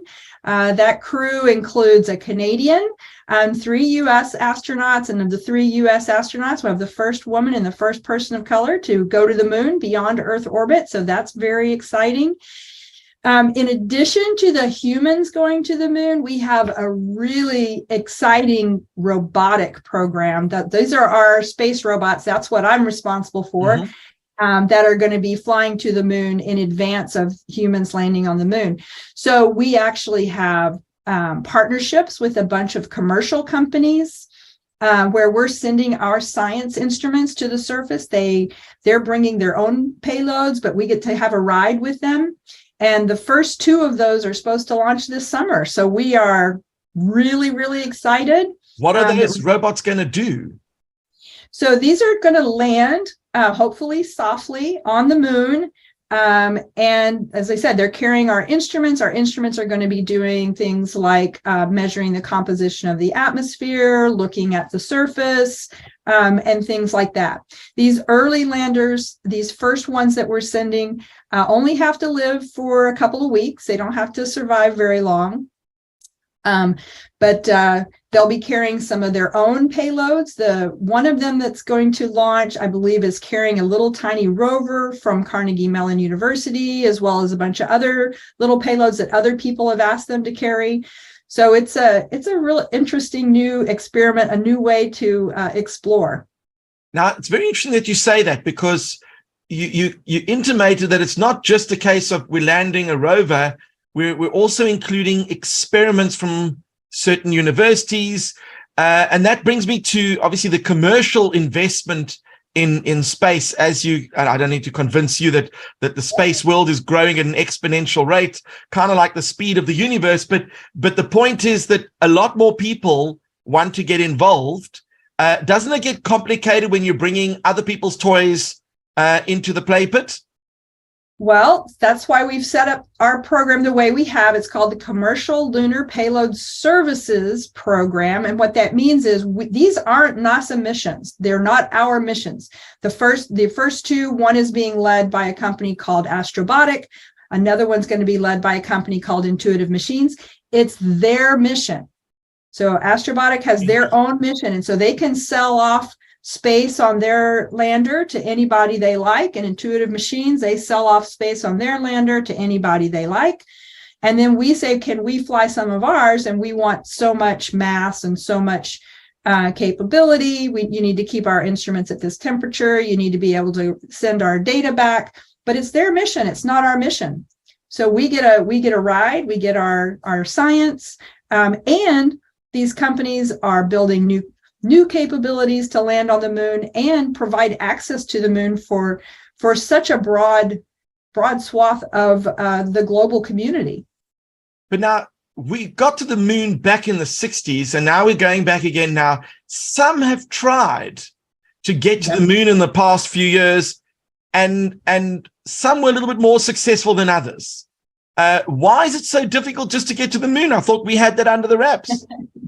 Well, I will say nothing in space exploration is easy. Everything is challenging, and being able to make sure that you've got all of your hardware systems, your instruments, and your software that controls the landing, making sure all of that is working perfectly is really, really challenging. And I think the last few years have really demonstrated just how challenging it is. As you say, there have been a couple attempts that were not successful in the last couple of years. But I know they're all trying again. I know many of those countries or organizations that tried to land previously are working on new landers. And all of these new commercial companies are thinking about landing. Now, again, this is kind of an experiment. They've never done it before. We don't expect every one of them to land softly, is what I say. I don't say failure, because I think we're going to learn something and be successful no matter what happens, but they may not all land softly. But the point is, we now have, I think, 9 of these missions already planned. We've got our instruments that are going to fly. We're helping make sure that these companies have a steady stream of opportunities to fly to the moon. And I think on the whole, they're going to get more practice and get better at this. And we're going to have so much more opportunities to get to the moon with all these commercial companies. Is there a body that determines who's coming, who's going? Because, I mean, I could decide tomorrow I'm launching to the moon. Who do I need to consult? I mean, NASA's not the only person or the only organization that's running things. I mean, it's not like you have a boss. So do you have like an agreement that is, I don't know, I haven't heard of an agreement yet. Is there one? Well, we do have general international agreements under the United Nations on the peaceful use of outer space, which kind of governs overall how we all try to play nice with each other as we explore beyond Earth. But other than that, like you say, if a company wants to fly to the moon from the United States, they have to get approval from the Federal Aviation, Aeronautics and Aviation, FAA. What's FAA? From the FAA here in the US, they have to get that permission in order to launch. They are expected to abide by some of the guidelines that we have from another a group that's under the auspices of the United Nations called COSPAR, that provides guidelines for saying, if you're going to fly to the moon, please tell us what you brought. Please tell us what chemicals you're bringing so that if we ever measure something there, we know what was brought by humans and what may have been delivered from some other way. So we want to know what the fuel is made of and things like that. We want to know what's on board, but people don't necessarily have to report. It's the best practices and the guidelines to let the rest of the world know what was brought. But like you say, there's no governing body there. Ooh, space law is going to be a very exciting career, Brian. I know Brian's definitely into space law, so that's something he'll be pursuing. And your gut feel, do you think we will have hotels on the moon and we'll be able to go and visit the moon? Oh, I hope we'll be able to go visit the moon. I'm not so sure about hotels yet, but who knows? I think, 50 years ago, when the astronauts were first taking their steps on the moon, I don't think we even could envision the types of missions we have now, such as Perseverance, that's called, exploring Mars, and we're going to bring samples back from Mars. It was hard to even imagine we could do that. So who knows where we'll be in 50 years? I think all of your young people here on this, listening to us today, they're the ones that are going to be building those hotels. So that's exciting stuff. I hope you're going to save a room for us. But now you mentioned sample returns. I mean, we've been to Mars a few times. It's not our first rodeo. Some of the rovers are still doing their thing. They've been there for a couple of years.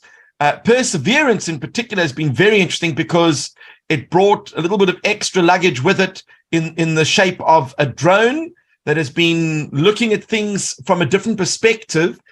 When I tell people that we've got a rover on Mars, it's only looking at a tiny section of Mars. So we don't really know what is all over Mars, but just the section that it's observing. The drone can maybe see a little bit further, but what sort of size land would you say that this drone has actually managed to explore? Maybe a few hundred hectares, if that? Gosh, if that. I know, let's see, the helicopter the helicopter is named Ingenuity and the rover's called Perseverance. We call them Percy and Jenny. And Percy and Jenny have traveled now a little over 17 kilometers linear distance. And so the helicopter's done a little bit more than that, of course, flying around and exploring other areas near to the rover. But yes, not a large area, but keep in mind, we have a whole fleet of orbiting satellites at Mars that have done global imaging and high resolution images. And so the best thing about having these rovers and the helicopter on the surface of Mars is they can go and look at a place that we saw from space and say, well, we think this is what's there. They can go down there and actually look at it up close and measure and take samples.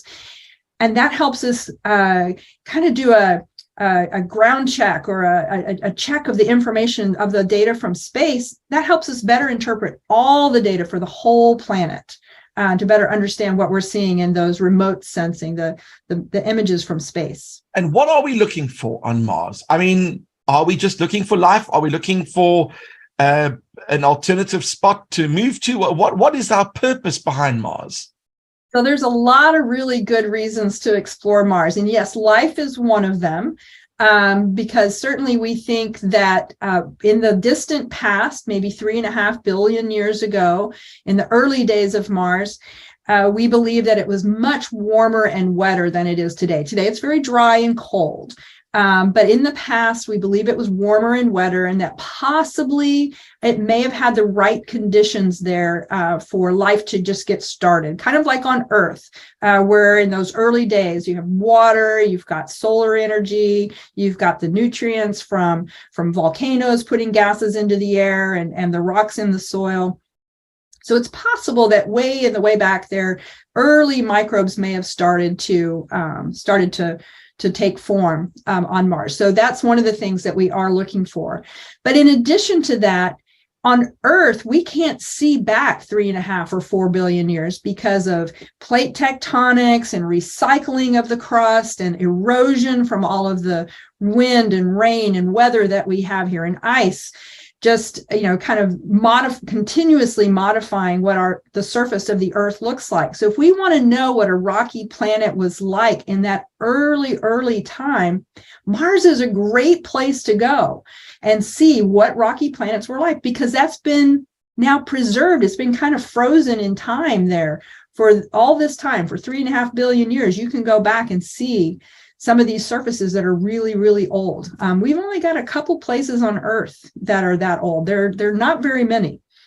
So that's another great reason to study Mars. And then just understanding various planetary climates. You talked at the beginning about understanding exoplanets.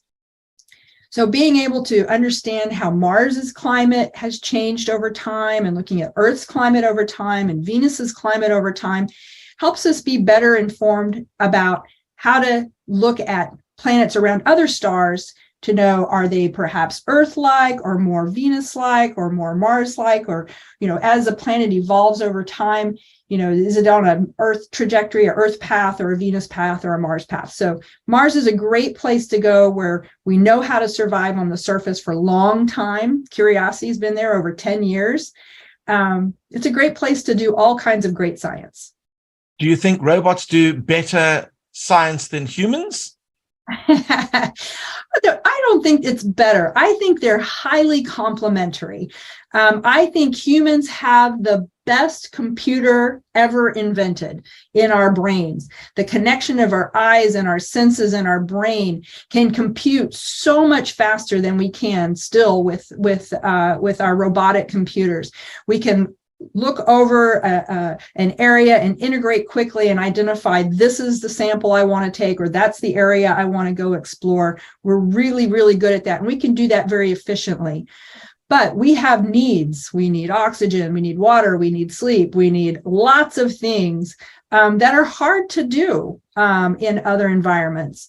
Whereas a robotic explorer, it needs a little sleep, it needs a little sunshine for power, or sometimes it's got a nuclear battery, so it doesn't need sunshine. But they can operate for long periods of time where humans perhaps can't. And so that's why I think bringing them together, we work together, use the robots for what they're good at. They can go off and traverse long distances and come back, and we can work together. I think we're going to work together really well with human exploration.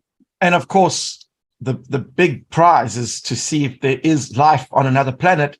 So we're digging in the soil, we're bringing back samples. I don't know when those samples are expected to return, but when I spoke to the representative from ESA, still a few more years to go. Yes. But at the end of the day, are we looking in the right place for samples of life, or are we just looking at general samples? So that is a great question, because where we sent Perseverance is a really special place, and we picked it specifically because we think if we had those right conditions for life 3.5 billion years ago, this is where it would be. And if it's not there, that's going to tell us something too. Where we went is a place called Jezero Crater. It's a big, giant impact crater where a meteor hit Mars and left this big hole in the ground. But then after that big hole in the ground, there was clearly a lot of water on Mars. You can see the evidence for a river flowing into that crater, and it must have flowed into a big lake, a big standing body of water, because you can see as the river came in, it dropped the sediment, the mud and the sand and the dirt and the rocks. It dropped it and formed this big giant, what we call an alluvial fan, a big fan. It looks a lot like the Mississippi River Delta, if you ever see what that looks like in the Gulf of Mexico or other places around the world. And so we know that if that water was there and we had the ingredients for life, that river would have been bringing material from a huge area outside of the crater and dropping it all right there, right and in that lake bed. So if there were these early microbes on Mars, that's where they'd be, in this river delta on this lake bed. And so those are the samples that we're collecting. We're collecting geologic samples to help us better understand the climate at the time, to better understand the age of the crater more precisely, and then specifically going after these mudstones and sandstones from the river delta.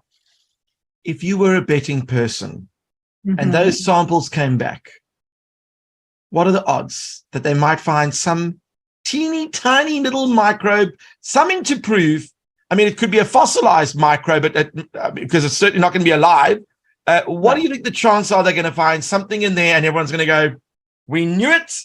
There we go. We are not alone. Well, so that's a two-part question. So I think there's a fairly reasonable probability that there's something in there that could indicate life was present in the past. These early microbes from ancient times, fossilized microbes. We don't really think there's a chance there'll be something actually alive there today. The conditions are not very good for that. But being able to instantly recognize it and go, haha, we told you it was so, is probably pretty small. These types of measurements and ability to identify something that is alive or was alive is really hard. And so I expect it's going to take a lot of scientists and a lot of debate and discussion about, is this or isn't this actually evidence of something that was alive in the past, which is kind of how our science process works.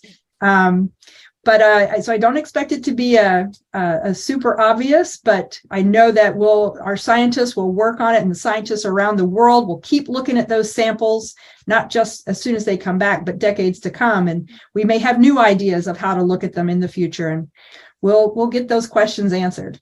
Who gets those samples first?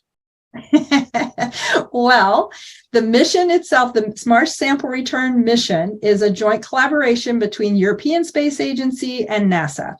And so when those samples are first returned, there will be a team of scientists, primarily European Space Agency and US scientists, but it will be an international team. So there may be a few others part of that initial team that get to what we call preliminary examination, look at the samples, characterize them, make sure we have them cataloged, and then they'll be available as soon as possible for the entire world to request samples and to look at in their own individual laboratories. I mean, how would they keep quiet if they found a six-legged creature in the soil sample? They pour it out on the table and like, you're not allowed to tell anyone because this has to be documented and researched. I mean, how could you keep that a secret?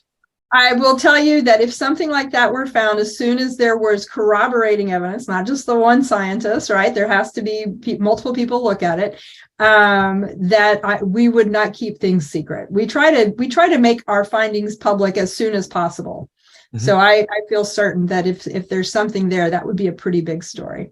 100%. Now, Brian, you wanted to ask a question, so you can unmute and ask your question. Sure, go ahead. So I wanted to ask if you thought that that space debris mitigation would be a necessary step to actually really integrating and inhabiting Mars and the Moon to humans. And I asked because, is it important to have, a clear path without having to dodge debris, satellites, and asteroids? And I'm also presenting about that at the Humans to Mars conference, which you also talked about slightly. And I'm excited to see you there in about a month. Yeah, I hope to see you there too, Brian. I will be there at least one day. I don't think I can be there the whole time, but hopefully I will see you there. So space debris is a really important question, Brian, and certainly something that we're now realizing around Earth can be a real challenge. There's a lot of old spacecraft and sometimes pieces of old spacecraft that are orbiting the Earth, and we try and keep track and track every single piece of debris that we know of that's big enough that we can track. We follow those so that we know where they are, so that we can adjust our spacecraft that are orbiting Earth to avoid hitting those things. Because sometimes, even though they might be small, if you hit them going really, really fast, it's very dangerous for the spacecraft. So right now, at the Moon and Mars. There's not a whole lot of activity there yet, but we definitely need to be thinking ahead and being responsible in how we, where the spacecraft are and how we track where they are and how we, what we call dispose of the spacecraft, right? At their end of life, making sure that there's a controlled disposal, or that we know when and where and how that's going to happen so that we can protect other spacecraft in the future. So I think if that's, an area that you're interested in the future, that is going to be a very, very important topic at the Moon, and then hopefully at Mars too. Right now, like I said, there's already a pretty good sized fleet at Mars, and with many more countries and private companies wanting to go to Mars, it's going to get busy there too. So it's a never-ending story. In fact, it's only in its infancy because, the more probes you put around a planet, the more satellites you put around it. I mean, it's just going to grow more space debris all over the place. Yeah. Sure. Well, now the big question is, we've got Jenny and Percy. Is that correct?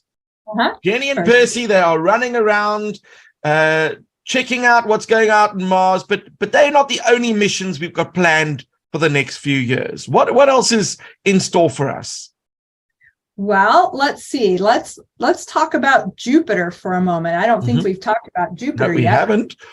So right now, in fact, everybody can mark their calendars and keep your eyes out, because this coming week, next Thursday, the European Space Agency is going to launch a mission that's going to Jupiter. It's going to Jupiter and its icy moons. It's going to explore the 3 icy moons, Callisto, Ganymede, and Europa.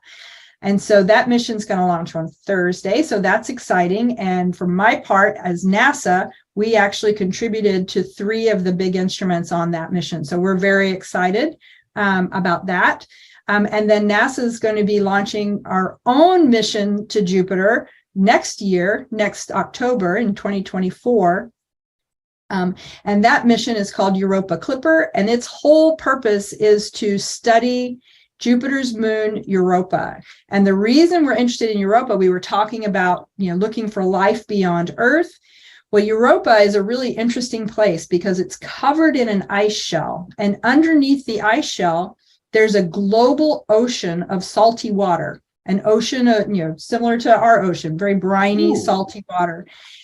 And so we originally were thinking about life could only exist, on an Earth-like planet that's just the right distance away from the sun, where water can be stable on the surface. It's not too hot, not too cold, kind of a Goldilocks story. And then we realized that beneath that icy core of Europa was this thick ocean that probably has hydrothermal vents and volcanoes underneath the base of the ocean. You can imagine as Europa goes around Jupiter, it gets stretched and pulled, and like tidal stresses that might drive thermal things like these hydrothermal vents. So you could have thermal energy, nutrient recycling, water, everything you need for life in that ocean. So wouldn't that be cool if there was actually some type of life existing in that ocean on Europa? So part of the goal of the Europa Clipper mission is to map out that ice shell, understand how thick it is, understand what it's made of, look at the dark spots on the surface and understand, what makes up those dark spots. Are they organic materials? Did they come from the interior? Where did it come from? Look for possible geysers where material might be spewing out from that ocean out onto the surface.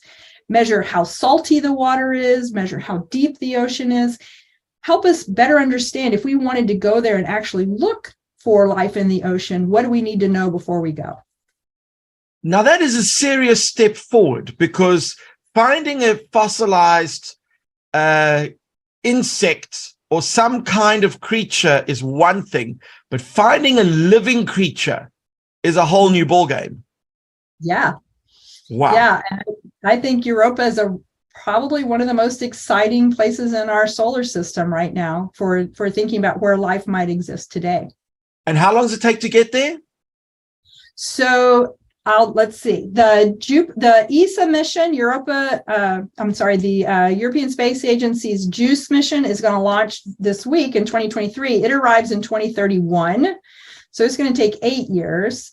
The NASA mission Europa Clipper launches next year in 2024 and arrives in 2030. So it actually gets there a little faster.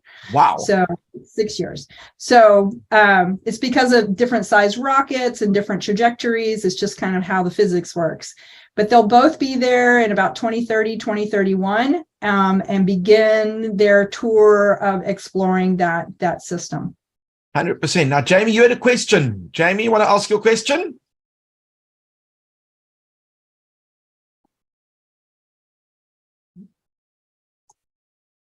Can you tell me the names of the 3 moons on Jupiter?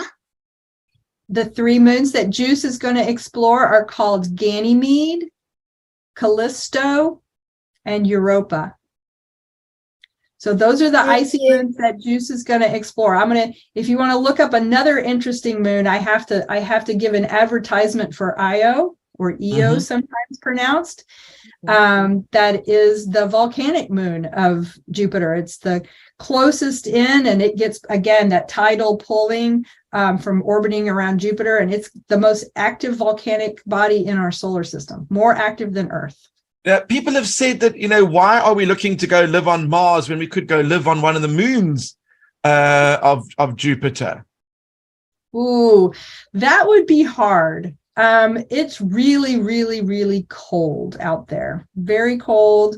Yeah, I think that would be a challenge. More challenging than Mars. More challenging than Mars. Mars is Wow. closer.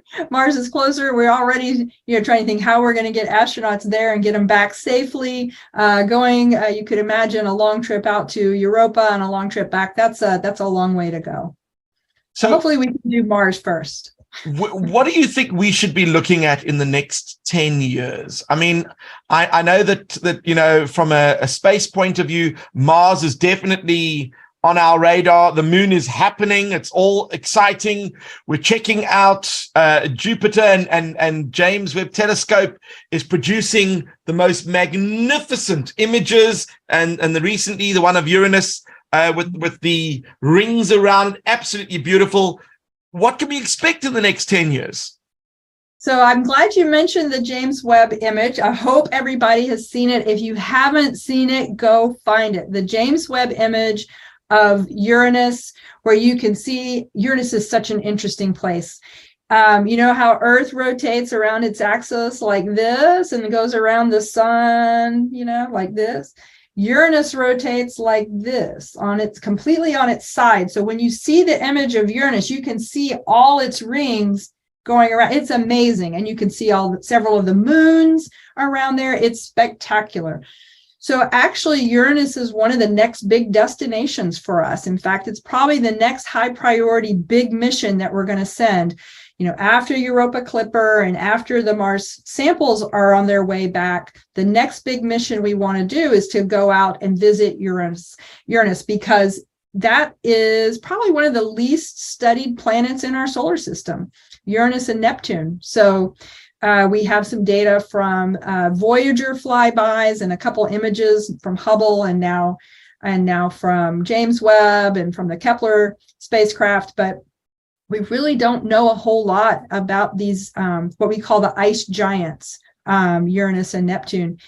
And we actually, when we look at exoplanets around other star systems, a lot of those planets appear to be similar to Uranus and Neptune. And so we really need to understand them better if we want to understand exoplanetary systems. Okay. Sean, you had a question. Yes. So do you use websites like JMars and Astrometrica to find places to land on the moon and Mars? That's a really good question. I will tell you that as a scientist myself, when I was still able to do science research, I use JMars all the time. It's a fantastic tool, and there's lots of tools like JMars out there that the scientists use in addition to JMars. To do exactly what you're saying, to do their science research and then to say, oh, this would be a great place to land. When we were picking the landing sites for Perseverance, we use those kind of tools to look at all of the data and understand all the reasons why you would want to go to this site versus that site. So yeah, those are great tools. And one more thing I'd like to mention is with I was using Astrometrica in Astronova school, and I found 15 asteroids so far. Oh, fantastic. Oh, that's something we haven't talked about is asteroids. Yeah, asteroids. Yeah. So I might bring it up. Yeah, that's great. Did anybody see the DART impact last fall when we, for the first time, moved an asteroid? That was cool. But now the implications of doing that was quite important, because that was about averting future crisis when an asteroid is heading towards Earth. We now know we've measured the impact of the crater of the asteroid, but do we know how much off the path it went? We do. In fact, we found out much faster than we expected. We thought it was going to take a long time. We thought it would take months. It actually only took a few weeks. But yes, we want to be, what we were doing with this mission was testing whether or not we could change the orbital path, the orbital period of an asteroid, so that if there was a dangerous asteroid headed towards Earth, and if we had enough time, we could do that, impact it and slow it down or speed it up so that when it crossed over Earth's path, we're out of the way. With this particular, with the DART mission, we were taking a small moon about the size of a high school football stadium that was rotating around a bigger asteroid, and its orbital period was 11 hours and 55 minutes before we hit it with the DART spacecraft. Afterward, we changed the period, shortened it by 33 minutes, which was pretty impressive for a small spacecraft hitting that. If you could imagine a vending machine, a Coke machine, Pepsi machine running into a football stadium full of rocks, and it changed its movement by 33 minutes. We had anticipated that we would be able to change that period by a few minutes up to a couple of tens of minutes. And so it wasn't totally outside the realm of what we expected, but it was at the very kind of far end of what we thought we could possibly achieve there, which I think is pretty spectacular. I mean, what magnitude of impact would you need to really knock it off its path so that it does bypass Earth? So here's the thing. The most important tool we have, more so than the size or mass of the spacecraft, is time. So what we really need to know is long enough in advance that something is coming, in which case it only takes a teeny tiny change that over time adds up, right?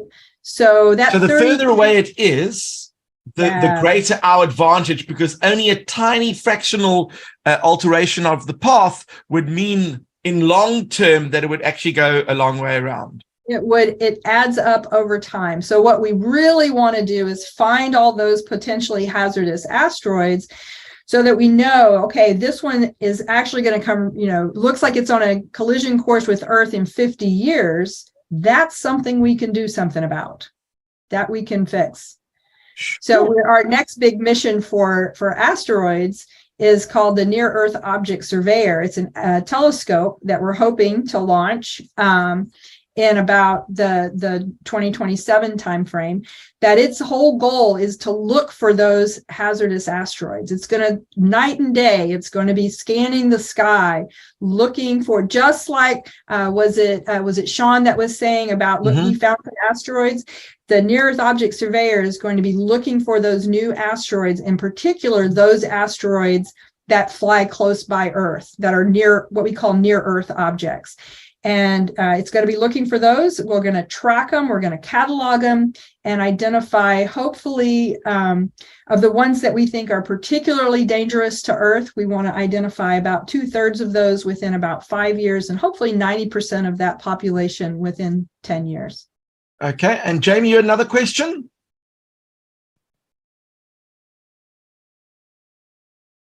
Yeah. I'm entering the competition to plant something on Mars, and I'm wondering if you have any ideas for something. Oh, planting something on Mars. Yeah, it's a challenge, right? To get something to grow in what we think the Mars rocks are made of. We have a few we have a few meteorites on Earth that came from Mars. We have an idea of what some of the rocks are made of on Mars. But it's hard because one of the things we need to grow plants on Earth is what, the organic matter, that has turned into soil on Earth. So I think you're probably going to need some water. You're probably going to need some kind of organic matter in order to get things to grow. That's my guess. I don't know. You do get sun on Mars? You do get sun, so that's going to be important too. But not much in the air department. Not much no. It does have carbon dioxide, right, which is what the plants need, but not a lot of it. It's a very, very thin atmosphere. So it's quite hostile, but I've seen people grow potatoes on Mars. It's old news already, if that's even true. How often do you watch movies and think to yourself, what were they thinking? How did they think they were going to get by with that? There's no ways that a rational scientific mind would even think that is possible. There are movies that I do that, yes, that I think are just a little bit beyond my realm of credibility. But there's a bunch out there that I think are entertaining and very fun to watch, and that have done a really conscientious job of trying to represent the science. They may have a couple places where they take liberties and go a little bit beyond, but I like to overlook that if on the book they're well done. And there's a handful of those that I really like. Do they ever consult you? I've not personally, but they definitely consult NASA.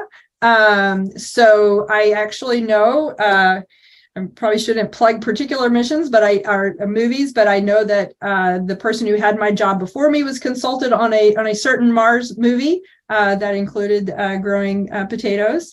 And then we also had people from that are part of our NASA community and NASA scientists that were consulted for, the recent asteroid, or I guess it was a comet impact movie, the more recent movie. So yeah, we do get asked occasionally to help provide scientific input.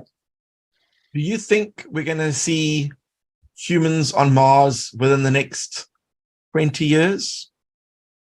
I sure hope so. I think we're getting there.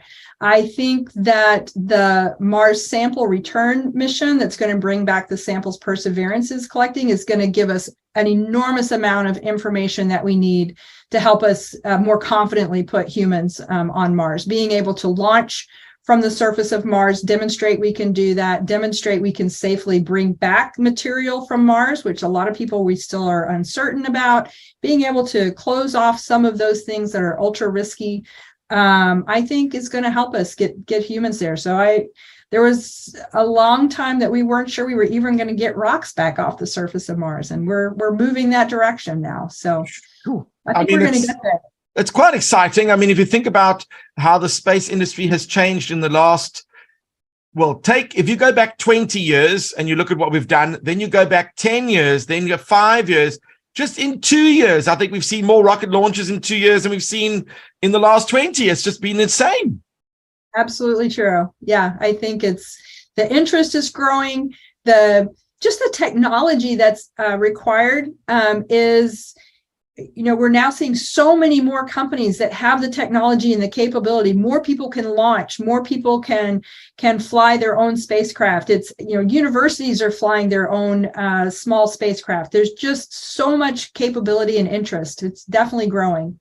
I mean, CubeSats is very big with a lot of the universities because they're able to obviously create all these wonderful things, and then they get to send their experiments up into space, and it's a wonderful learning tool, and obviously motivates them, and they want to get more involved in the space industry. And I can't remember the figures, but the financial value of the space industry has gone up in numbers that I would feel uncomfortable to even say, and that is testament to the fact that there's so much going on in the space world, and you never know where it's going to lead. Absolutely. So if you had to give any advice to young people in terms of getting into the STEM world, because I know that you didn't start off wanting to go into space, but serendipity led you there. What sort of advice would you give people to pursue a career like yours or to get into space? The thing I always tell folks is to just follow your passion. Find the things that get you excited about working on them, or that really give you joy, and continue to follow that path. And just to keep in mind that, even being part of the world of space exploration, there's a lot of scientists and a lot of engineers, but there's a lot of other important jobs that help the whole endeavor happen. So it's not just the scientists and engineers that make it happen. STEM is important. I love science. I love math. Definitely encourage people, but follow what you're interested in. We have communication specialists, we have artists, we have animators, we have budget people, we have lawyers, we have everybody supports NASA and what we do. And so I definitely encourage STEM education, but I also encourage folks, if they're listening and you say, well, maybe STEM is not for me, there's still a way to be a part of the amazing things that we do. Cool. Is there a bet on who the next person will be to step on the moon? Do you have like some sort of office pool there that everyone's putting money down on? I'm not going to go there. I know we have a fabulous astronaut corps. They're all wonderful. We're very interested in seeing geology on the surface of the moon, and we're training the astronauts in order to be able to actually be astronaut geologists on the moon. So I just hope that whoever goes has a passion for helping us understand all the geology on the moon when we get there. Absolutely. One final thing about Mars. We're obviously there. We've had a presence there for quite a few years, but sadly we've had to bid farewell to certain rovers that are sending these terrible messages to say, signing out. And I mean, it's very emotional. You've been involved in some of the missions. How does it feel when you know that the project has finally reached its end point, and this poor device is now, I mean, you've almost given it a what do they call it when you personify, when you, what is it? Anthropomorphize. Anthropomorphize, whatever. We do one of those things, and we give it a life and a presence, and then all of a sudden it's departing that planet, certainly not our planet. And I mean, how does that make you feel when you know that the mission is coming to a close on that particular thing?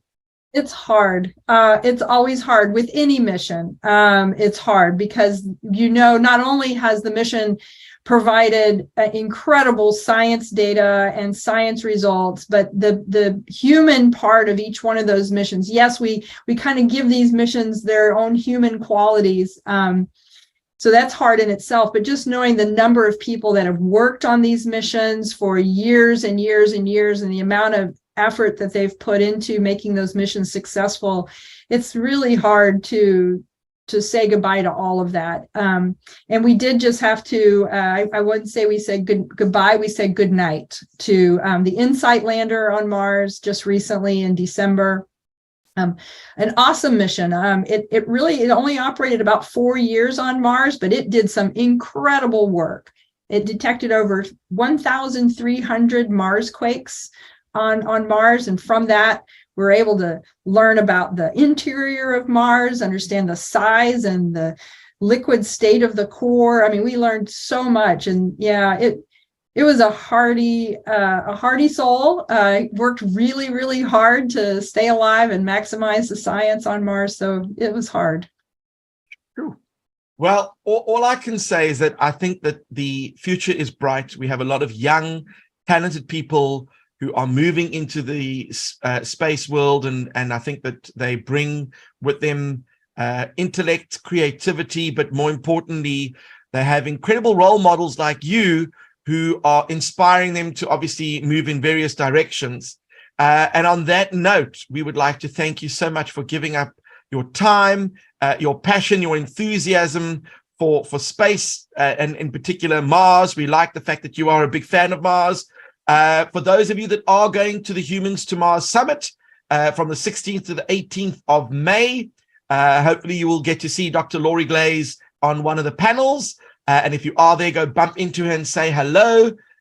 She is a very friendly person. And for those of you that are not going to be there in person, I believe much of it will be streamed live. So if you go to exploremars.org, you should be able to find all the information on their website. And on that note, we'd like to bid you all farewell. And thank you so much, Laurie, for joining us. And for those of you that joined us live on the live stream, and for those of you that joined us on social media, and of course, for those of you that are going to be watching this during the Humans to Mars Summit, because this will be played in the interlude, we hope that you enjoy this and that you are going to learn as much as we have today. And on that note, I'm going to end the live stream on YouTube. If I can find it, here we go.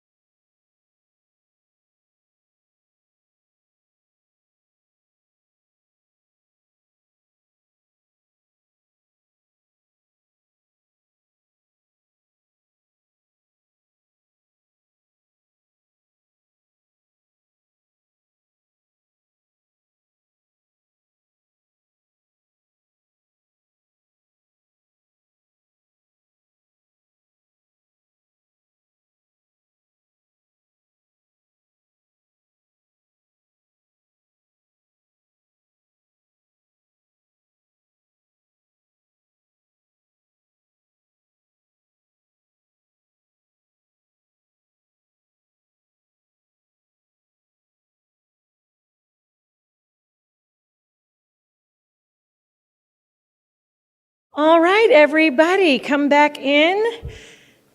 We're getting ready to start the afternoon. I'm always amazed behind the scenes stuff that goes on for months in the planning and preparation for the Human to Mars Summit.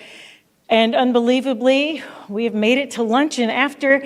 So again, thank you all for being here. Next up, I want to introduce a young man. I met Lucas when he was 6 years old, 2019, in Toms River, New Jersey, doing my Janet's Planet Astronaut Academy. He was 6 at the time and has grown into such an aerospace-loving gentleman. He is here to help me introduce the next several people on the panel. So step up and let's tell them about who we're going to hear from. Okay, Matt McCalley. Yeah, Mac McCalley, who is doing some great work in the Middle East. Great educational work in the Middle East. And so Mac and Salim, I believe they're about to take the stage, and you'll hear about all the things that are happening and how Mac's work has really expanded. He's also an analog astronaut, so they're going to be talking a lot. Beth Mund informed me that there are about 20 analog astronauts here at the conference, so I think we've got to make maybe take a big picture of all of that. So Mac and Salim, let me see if they are on deck. Here they come. So one more time, say Matt McCalley. Matt McCalley. Oh, come on down. Brilliant. Thank you. And Mac and I have a special connection. Back in 2016, I gave a speech here at the Human to Mars Summit and basically said, hey, if you want to the leaders of the future, what I really need is you guys to do the work. I can't possibly reach them all.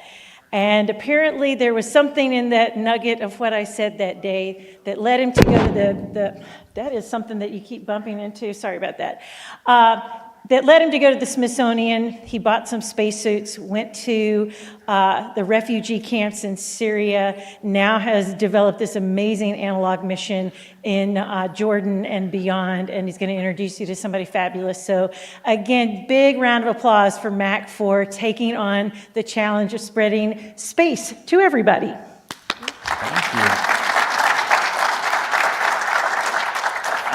Thank you. Thank you, Janet.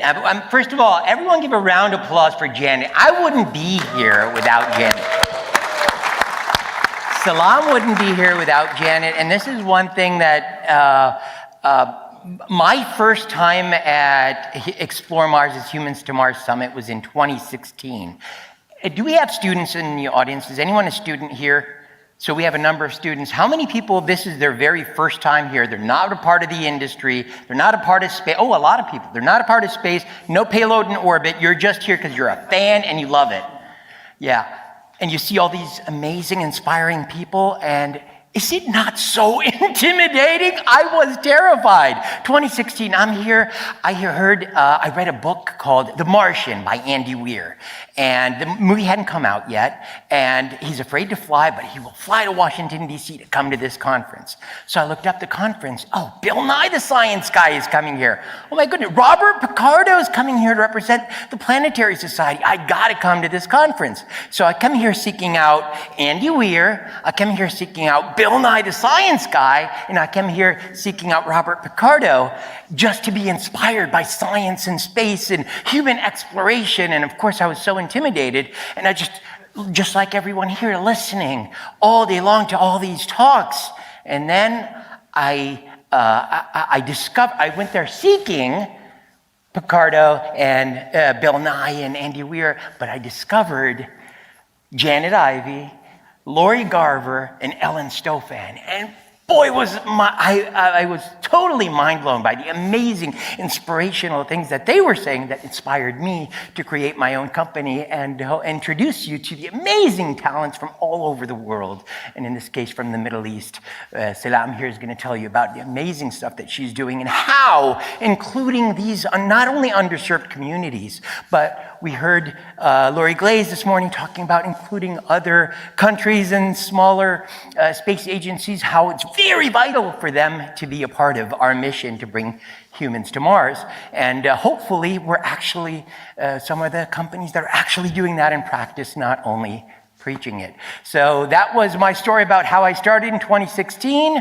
And Janet said, if you have an idea, don't just romanticize over it. Don't just think about it. Go out there and do it. Get off your butt and just go do it. And I was like, okay. I incorporated my company. I went to Jordan, went to the refugee camps, and we built rocket models, and we took pictures with little Halloween costumes at the time, and that evolved into life support systems that and actual engineers are building now.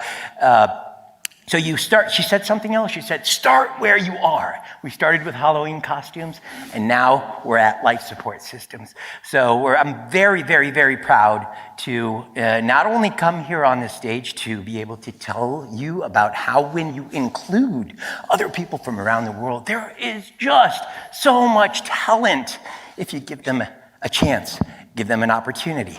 Lori Garver on that same stage said, they don't lack ability, they just lack access. And all you gotta do is give them access. So one of our scholarships, I gave him no money whatsoever. I gave him a Rolodex, gave him phone numbers, and he just wanted to build Jordan's first satellite. One little cube, 10 centimeter by 10 centimeter, 10 centimeter. How many satellites does he have in orbit now? 52. 51, Yeah. because one of them is at the L2 Lagrange point behind the moon.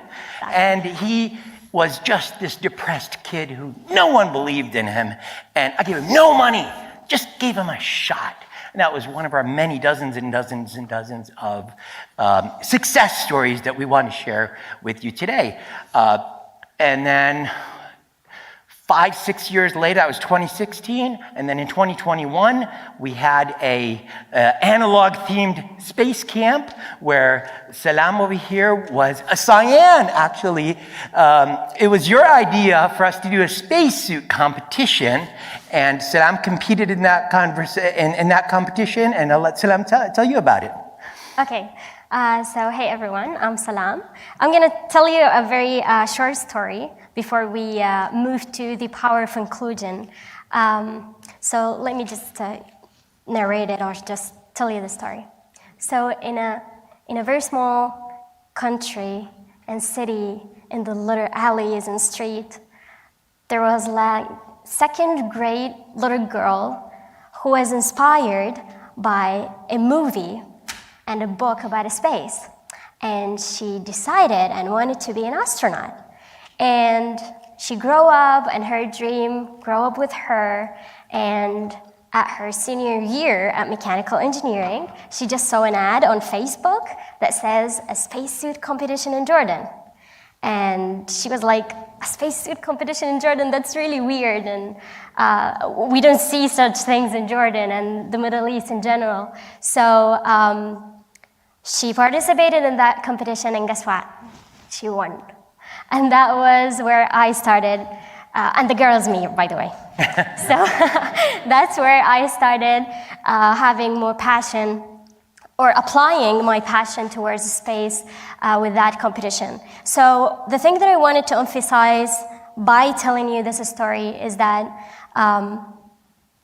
collaborating both Humans to Mars conference and the power of inclusion started there when the spacesuit design had to solve 3 challenges, and you have to choose what planet or you want to go to Lunar or Mars. So we decided to go to Mars, and I started learning and educating myself, me and my team, and making a lot of research to learn about Mars. And we solved the problems or the challenges, and I ended up designing my cooling system, active cooling system, for my graduation project. And then after that, I designed another 2 spacesuits and another suit, Stella spacesuit, which is the suit inspired or sponsored by Bling.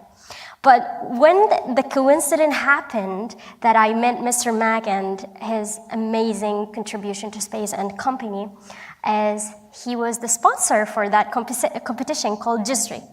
And when I was in Wadi Rum, you know Wadi Rum is the closest terrain to Mars, which is actually the Martian and Dune were filmed there, and it looks like Mars.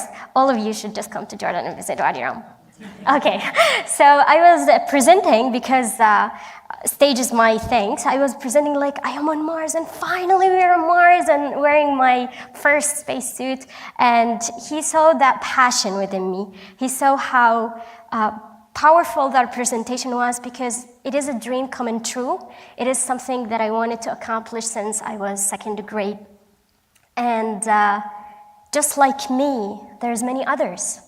Just like me, there's a lot of people over there, speaks the same language, looks like me, live in the same region, under the same environment, but they are excluded from space, let's say.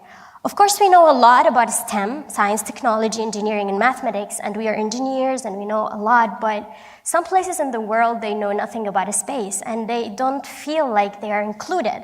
But what Blink did at that time, and during the last 5 years, they were trying to bring space to Jordan and other places, and started off with the documentaries that you want to make, with me being the science communicator in Arabic. And that's actually what I think it is.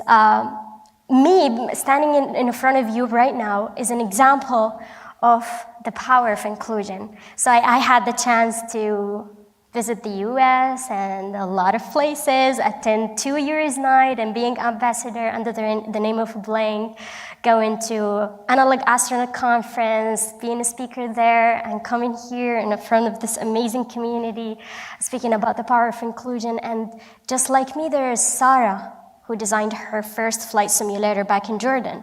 And there is a Stella team, Salam, Tasbih, Lana, Arwa, Iman, everyone, and Hani, who designed life support spacesuit together in our last camp, space camp.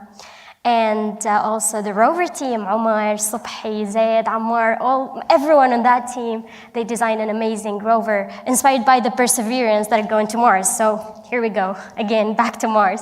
So the power that we got from Blink, the education, the inspiration, we had to go and research and learn about Mars and doing a lot of things.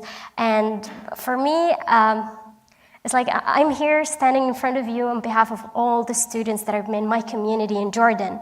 We are so proud that there is one company called Blink is bringing space to Jordan and giving us the opportunity to be in SpaceKind, to get 2 scholarships for IIAS, International Institute for Astronautical Sciences, whereas the only maybe that gives this opportunity or experience to public or everyone can attend, even if you don't have any degree in science, which is quite amazing. We had the chance to try the acrobatic plane and having, being under hypoxia, as well as being in pressurized spacesuit on pause. That was my favorite part. Well, being in the spacesuit while you are passionate about a spacesuit is something that I will never forget. And it taught me as someone who wants to be a designer how really feels like to be in a spacesuit, and a lot of amazing courses that they've been taking during IIAS. So none of this, trust me, none of this would happen, for me and for the people that Blink is given opportunities, if Blink wasn't there, if they don't have this vision towards, or their goal within their objectives of the company. So I'm gonna pause here for a minute and I'll let you enjoy our last space camp. So this it's not the first, actually it was the first time for me attending that camp, but Mr. Mack was doing his space camp since 2016. And I'll let you talk a little bit about the camp and the video. Well, I've always been a fan of documentaries. I've been a consumer of STEM outreach from Carl Sagan in the 70s and 80s to Neil deGrasse Tyson and Emily Cannon-Torelli today. And it just breaks my heart that other languages don't have that same outreach, they don't have those same documentaries. And I can hold camp after camp after camp and change 20 lives at a time. But if you make a well-made documentary like I never met Carl Sagan, but I was inspired by watching Cosmos. So I figured we can do that in all these other languages, then we can inspire hundreds of thousands of young engineers to enter STEM fields. And that's what's going to get us to Mars, not just hand-holding every single one. Thanks. So we can actually play, this is the trailer, this is a world premiere for our trailer that we did the English version of the trailer. We filmed it in English, Arabic, Hindi, Urdu, Bengali, and Spanish. So that's over 2 billion people. Most of them don't even have access to anything that's inspirational like this. So you can play the video. This is Wadi Rum that looks like Mars. I've been coming up hot for a minute. And that's the space.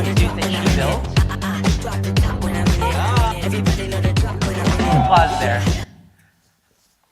This is not inclusion, but I'm 48 years old, 240 pounds, and I just pulled that off. I just wanted to say. So it's never too late. So inclusion for the dad bod there. This is Salam here scuba diving in the Red Sea next to a wreck. Salam, can you tell them what you were doing exactly at this time last year? Learning how to swim.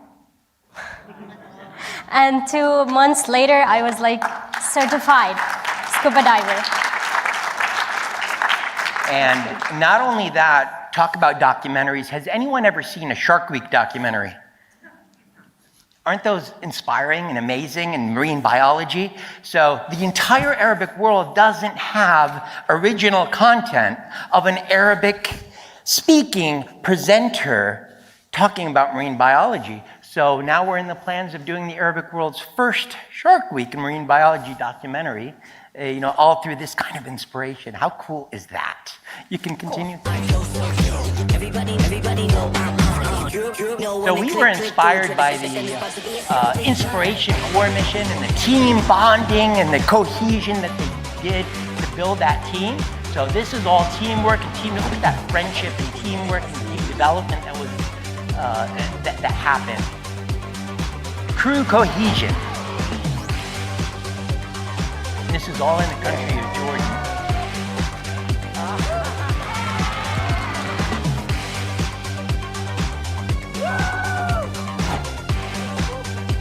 Look at those facilities, zip lining.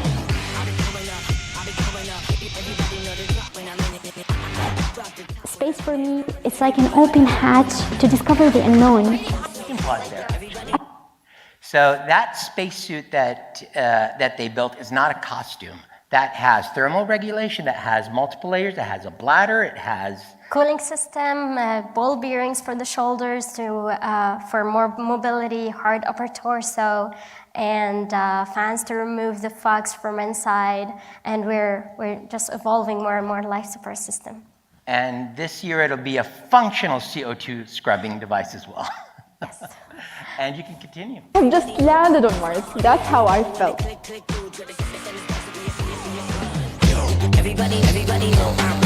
Pause there for a second. I have never seen a woman in that part of the world welding. And when we did that, just to see a woman welding, I had no idea that any young girl can say, oh my God, I've always wanted to do that. I never knew that I was allowed to do that. And when they see a young woman like this who's an engineer, graduated engineer, who's just welding, like there's nothing to it, I had no idea that that's the power of inclusion that we're talking about, that if you don't see it, you can't be it. Power of inclusion of women as well, because in mechanical engineering, they consider women cannot weld sometimes. Continue. I want everyone watching this show to get fired up and feel inspired and say, hey, that can be me one day.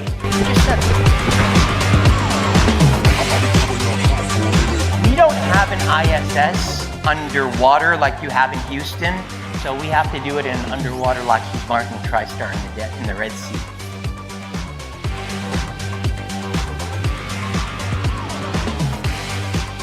Nothing says EVA training like underwater scuba diving training. It's not about the opportunity, it's about you.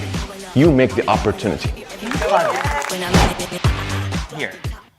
This rover one-to-one scale of Curiosity, or the Opportunity rover, the Perseverance rover, is not only a one-to-one scale. This is not an RC car. This is a fully autonomous vehicle that was built by young engineers, Abdullah and Omar and Subhi and all these, Muhammad, Rafai, put their heart and soul. Look at that LiDAR system that's up there. And you also have depth cameras and 3D modeling, fully autonomous, and they wanted to make sure it was 3D because of the speed of light between here and Mars. If you don't give it, if you don't give it autonomous control and AI, then it can't actually navigate by itself. And they wanted to prove that they can do it if they were given the means. And all I did is write a check, and look what they built, fully autonomous. You can play the video, and they can see. And we are taking this rover to Saudi Arabia in a few weeks to display it over there. Nutrition in space, biometrics, flight simulators. This is Sarah who built the flight simulator. Look at that camp. Those are airlocks, actual airlocks. Humanity's curiosity and constant need to learn and explore more is really inspiring. Anyone do Venus analogs? We want to give them that overview perspective. That's our culture.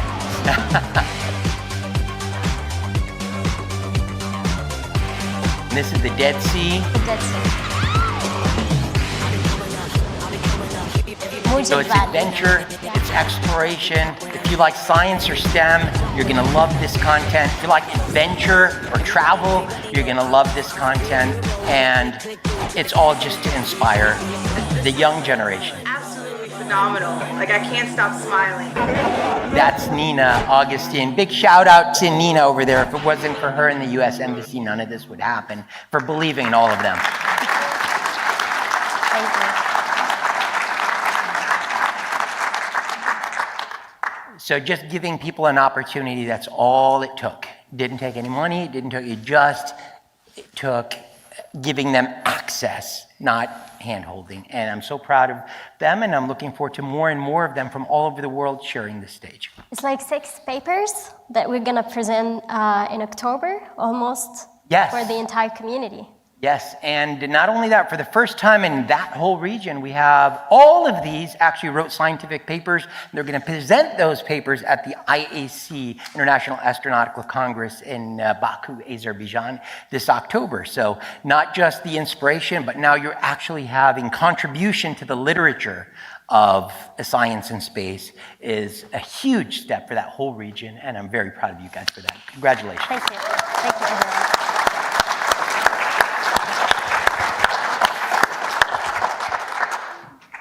Well, thank you. Thank you. Yeah, very energetic, very inspiring, so thank you very much. Please.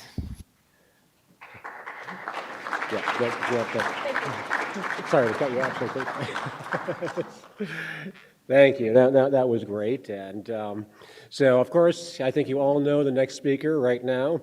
Coming on, Tori Bruno, who, as you know, is President and CEO of ULA. And, of course, ULA is our top platinum sponsor, so thank you very much to ULA. I think most of you know, but if you don't, ULA is also the company who's launched every American-led robotic mission to Mars. Yeah, so that's quite an accomplishment. Obviously, have done a tremendous job kind of helping to expand our knowledge of the red planet. Prior to going to ULA, he was VP and General Manager at Lockheed Martin for Strategic and Missile Defense Systems. He sits on the National Space Council User Advisory Group. And one thing some people may not know, he has 2 books investigating the Knights Templar from a business management perspective. So, ladies and gentlemen, after a brief video, Tori Bruno. Thank you. Oh, I thought you were coming out after the video. I'm right here. Okay. Good afternoon.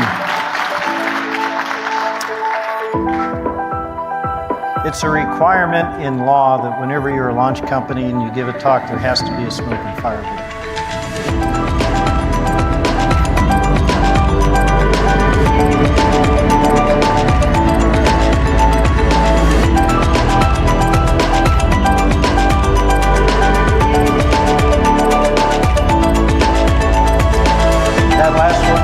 Perseverance launch on the Mars.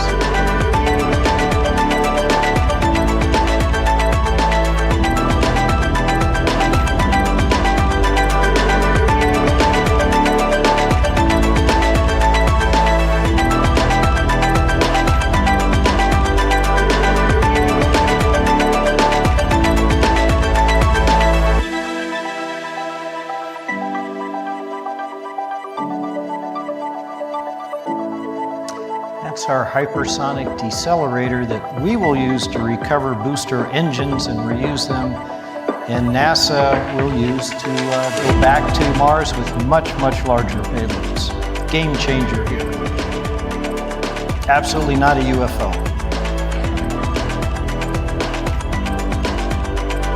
And the new rocket that will fly this year, Vulcan.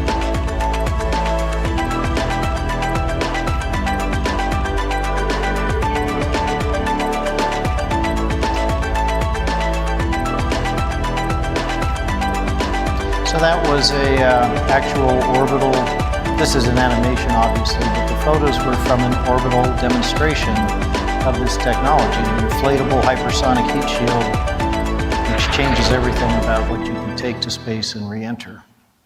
All right, everybody hear me okay? All right, thank you. Okay, well, thank you for being here with me. You know, I'm here to tell you that we are, in fact, going to Mars. We are sending people there. And we're doing it for a few very specific reasons. You know, we're going to go there to learn about this planet, this precious planet that we live on here, because I think, as many of you know, all indications are that Mars was once a lush, perhaps Earth-like environment, and it has taken, hopefully, a different evolutionary path, and we need to learn about that. We're also going there because there's a fair chance that we're going to be able to discover evidence of ancient life, if not current life, on Mars. That will be one of the most important moments in human history. It will completely change how we think of our place in the universe. We cannot really overstate the importance of an event like that, and so we must do that. And then finally, we're going to go there because it is our human destiny to extend our presence beyond this planet, beyond our front porch in Leo, and into deep space and beyond that. Now, there's a right way and there's a wrong way to do that. You know, the wrong way is to have very narrow goals, geopolitical goals perhaps here on Earth, or fanciful goals that are impractical. That would be the wrong way, because sooner or later, we're going to run short on money, or we're going to run long on crises here on Earth, and this will be an expensive and a dangerous endeavor, and we will lose our stamina, much like we did when we went to the moon the first time, something that cost us the better part of $500 billion in today's money. Mars will not be that expensive, but it will not be inexpensive either. And so the right way to do it is as a natural extension of a permanent human presence in outer space that is sustainable. And that's what we're going to talk a little bit about today. All right, go to the next. Oh, I have the clicker, I think. I was about to yell, go to the next slide. I don't have a clicker. Go to the next slide. Let's see what happens. Nothing is happening. We don't have any other slides. Hey, you guys, I need a clicker or I need a next slide.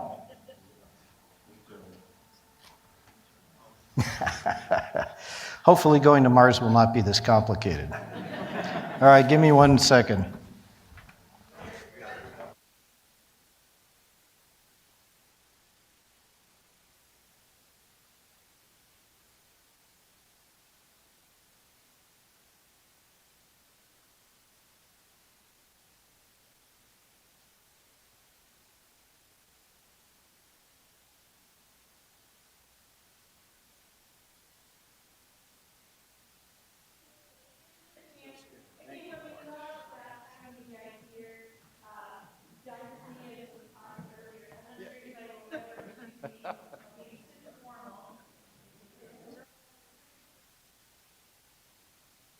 Get to know one another, and especially these fine young people coming down here, make sure you get a chance to do that. Thank you. Thank you for covering for us. I now have a clicker. They said, why didn't you ask for a next slide? You guys will testify for me. You heard me say it. All right, so we're going to start here. We're going to take a look at the wrong way to do this. So here is our history of lunar exploration. And if you look at that area over there, it's super crowded. Gemini, Apollo, Mercury. The moon was the place to go. Like I said, today's bucks, $500 billion. And then we stopped going. We didn't go at all for over a decade.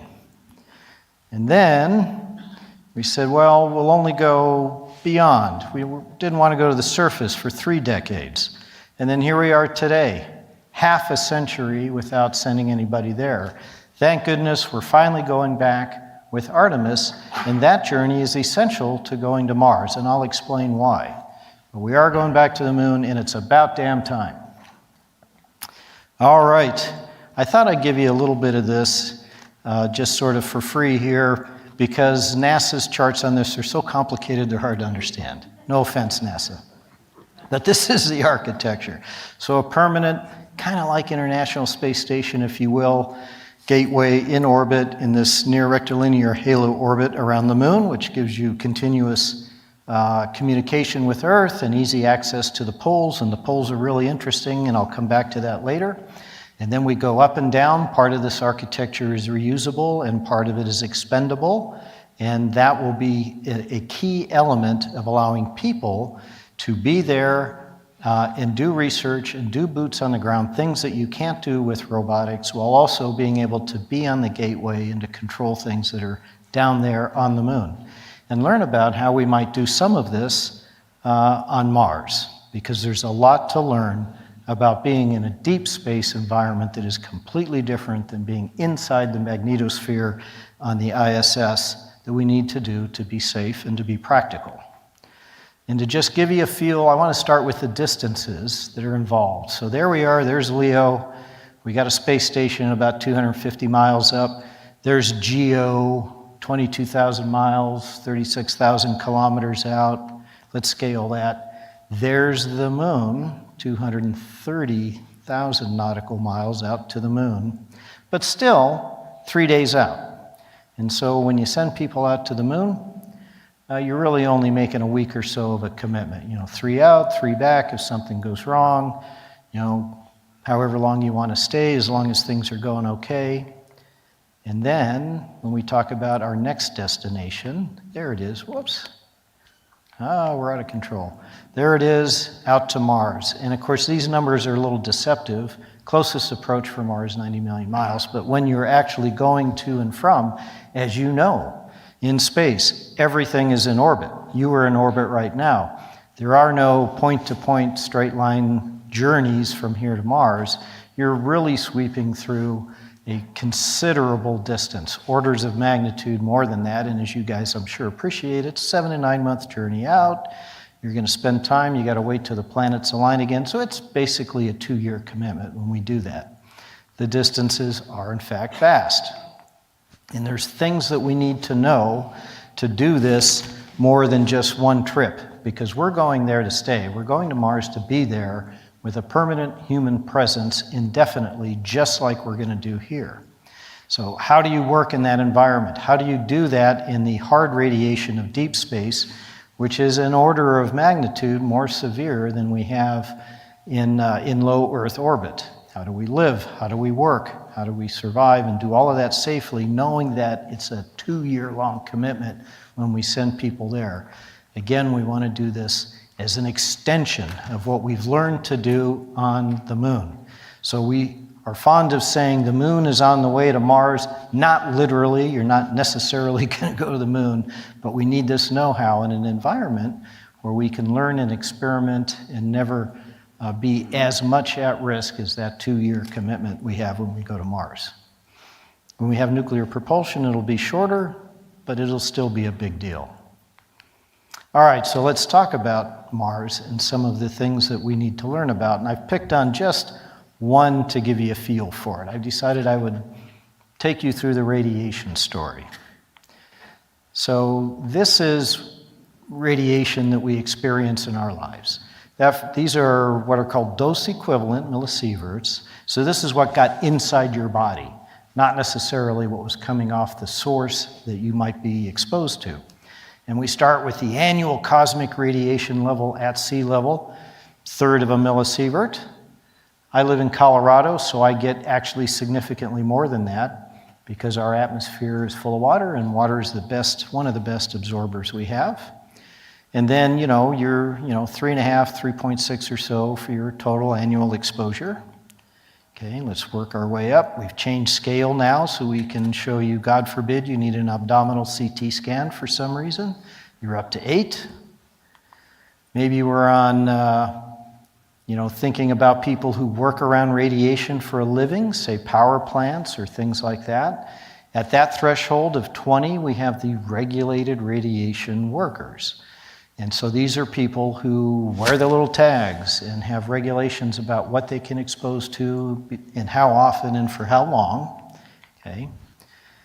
And then there is 6 months on the space station. So you're above that.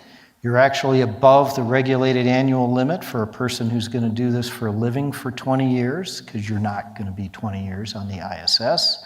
And you're well below sort of the generally accepted threshold for cancer of 100 millisieverts, where your statistical odds are measurably higher. Okay. As we keep going with this, we've got our transit out to Mars. Now you can see where that 100 is on that scale. So if you're not protected, and we're going to protect people, but if you are not protected or you make a mistake in how you do it, you don't do it correctly, you're going to get cancer. And then we've got another year on Mars, and then we go ahead and change the scale again and do the whole trip. This is that commitment we set out to make.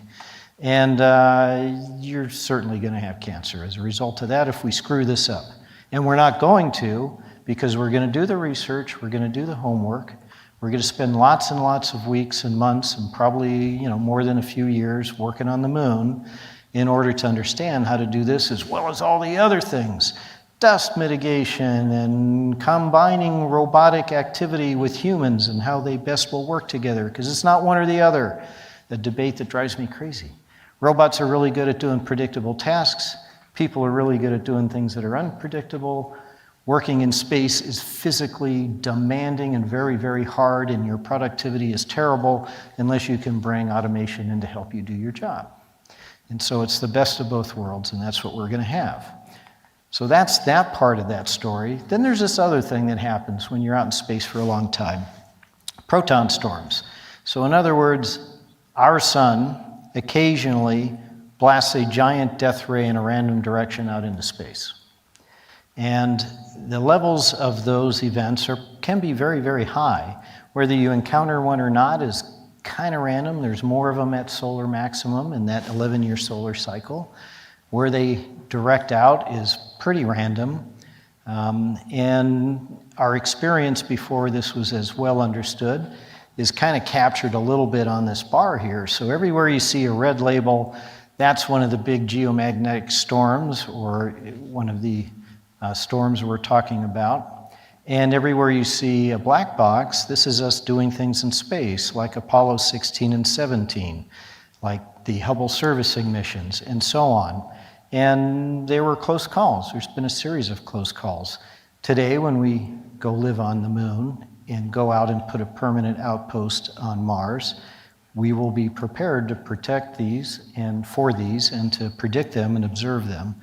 But in these days, we didn't. And so, Apollo 16 and 17 straddled one that could very well have been lethal had we had a bad luck day. And the graph down here on the bottom kind of gives you a feel for that. It's different than the scale I showed you before because your body is very good at repairing itself over time for those slow exposures. This is prompt exposure. So think Chernobyl. So you get up to a couple of sieverts, that's going to harm you. 4, you better get to a hospital pretty quick. 8, there's nothing anybody can do for you. And it would not be unreasonable if you were in the path of one of these to have anything along that spectrum, if you were not properly protected, which we are going to do. And in fact, NASA has been studying the sun in some depth quite a bit. We got to launch those first 2 missions, which are super cool. People often ask me, Tori, what's your favorite launch? ULA's done 155 launches. You've done like 400 in your career. And I always say, I love all my children. I have no favorites.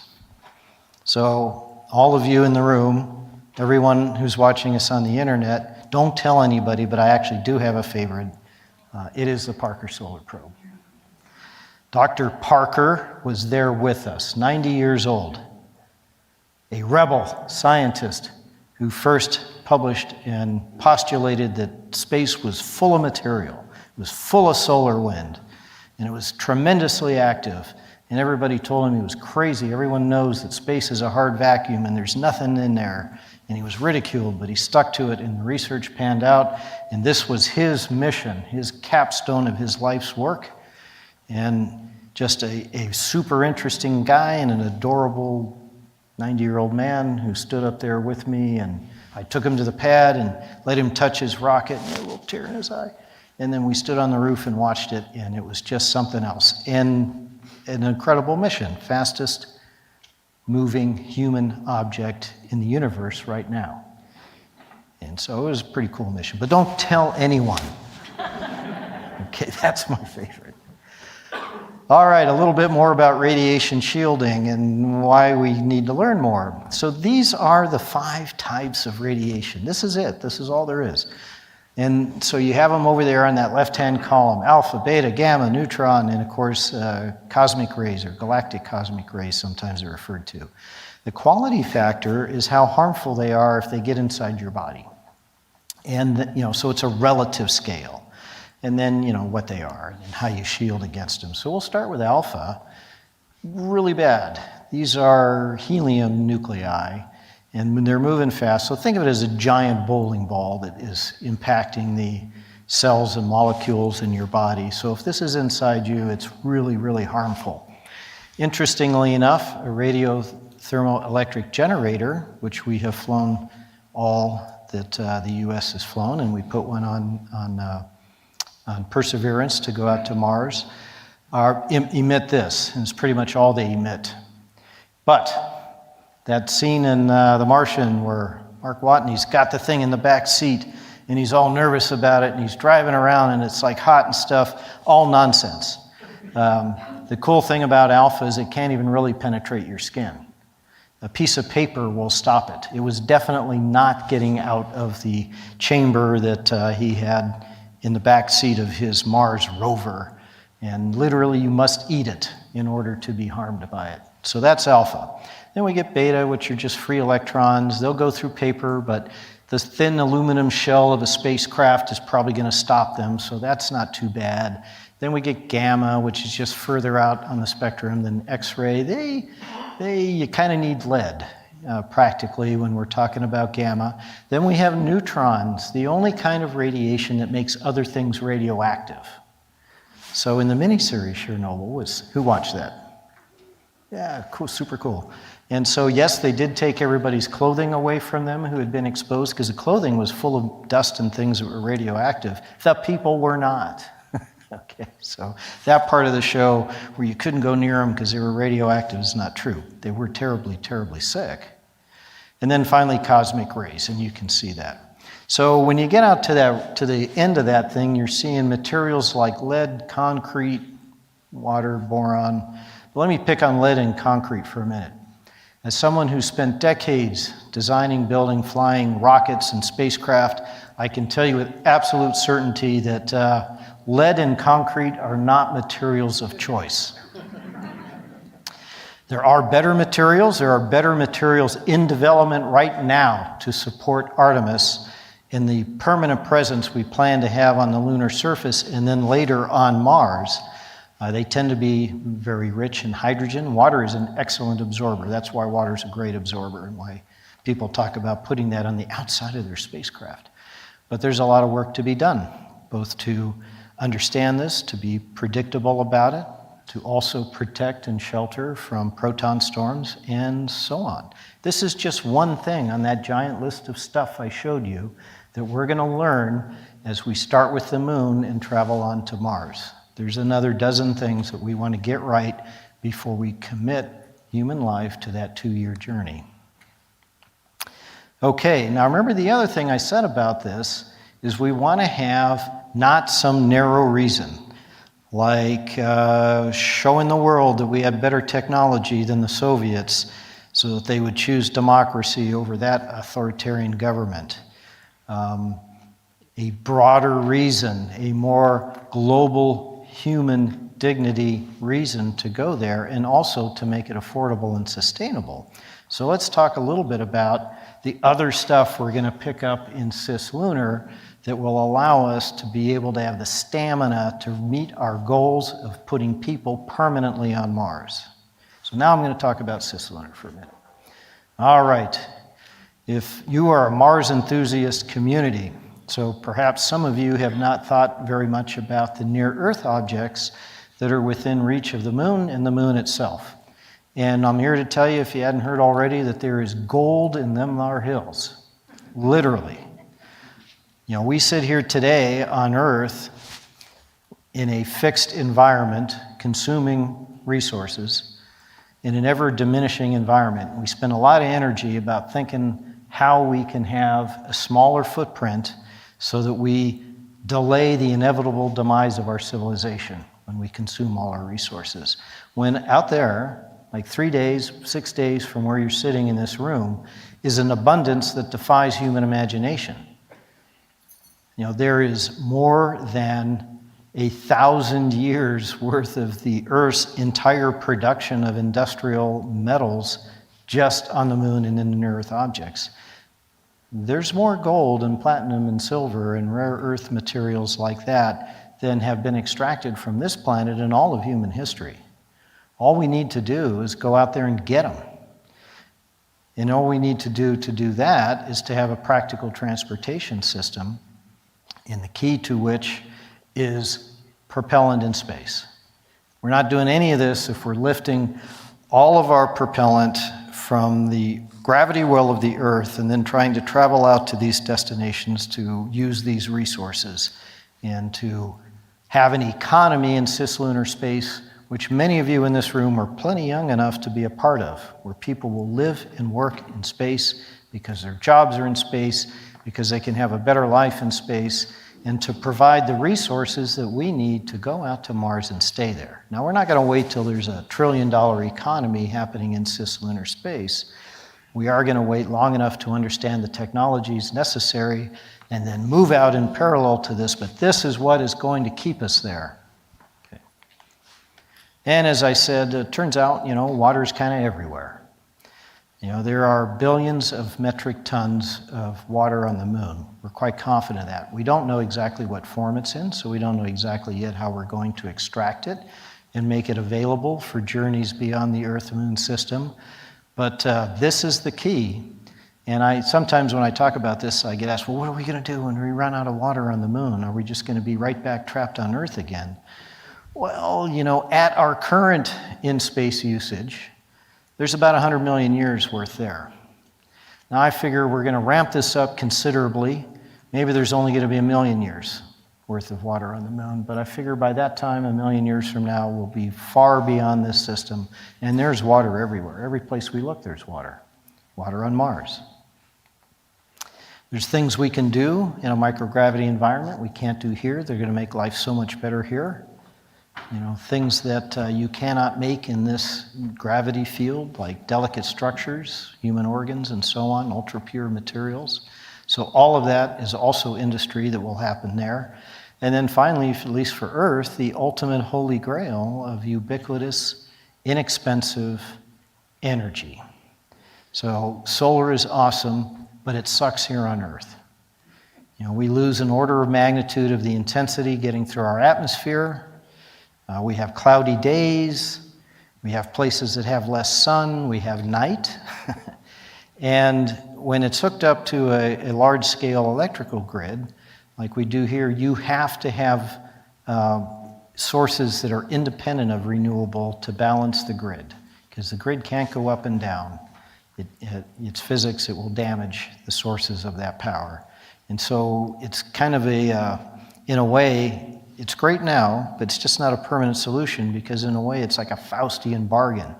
The more solar you have, the more wind power you have, the more absolutely tied you are to things that you can turn on and off, like coal and natural gas, but also nuclear, which is at least doesn't produce the pollutants that we get from the others.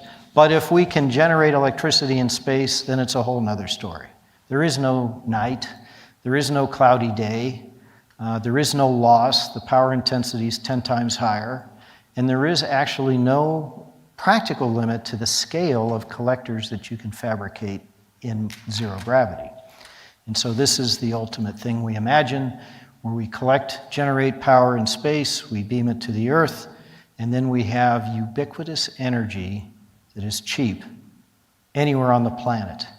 Imagine what that will do for the general state of human dignity. Arid areas that can afford desalination, remote areas that have power. Energy would no longer be the great throttle and choke on economic prosperity that it is today. So that's another thing that we will do. This is the propellant economy. So it might sound a little bit weird, but at a launch company, I also have a handful of professional economists, and we build models macroeconomic models on the economy that will occur in that regime, that area. And we start with that black wedge on there, which is the first business in space that will be the first one that supports our journey to Mars, which is in-space propellant generation.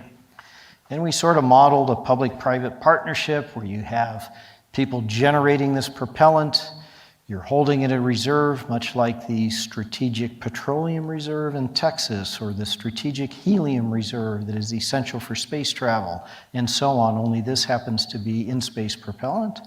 And you have an excess that you then create this economy with, and you can see that whole new economy that doesn't exist today in that black wedge, $600-700 billion a year, enabling development of all of those resource development activities I talked about, and providing the wealth necessary for us to go out and start getting Mars established, a $3 trillion a year economy within the next 30 years.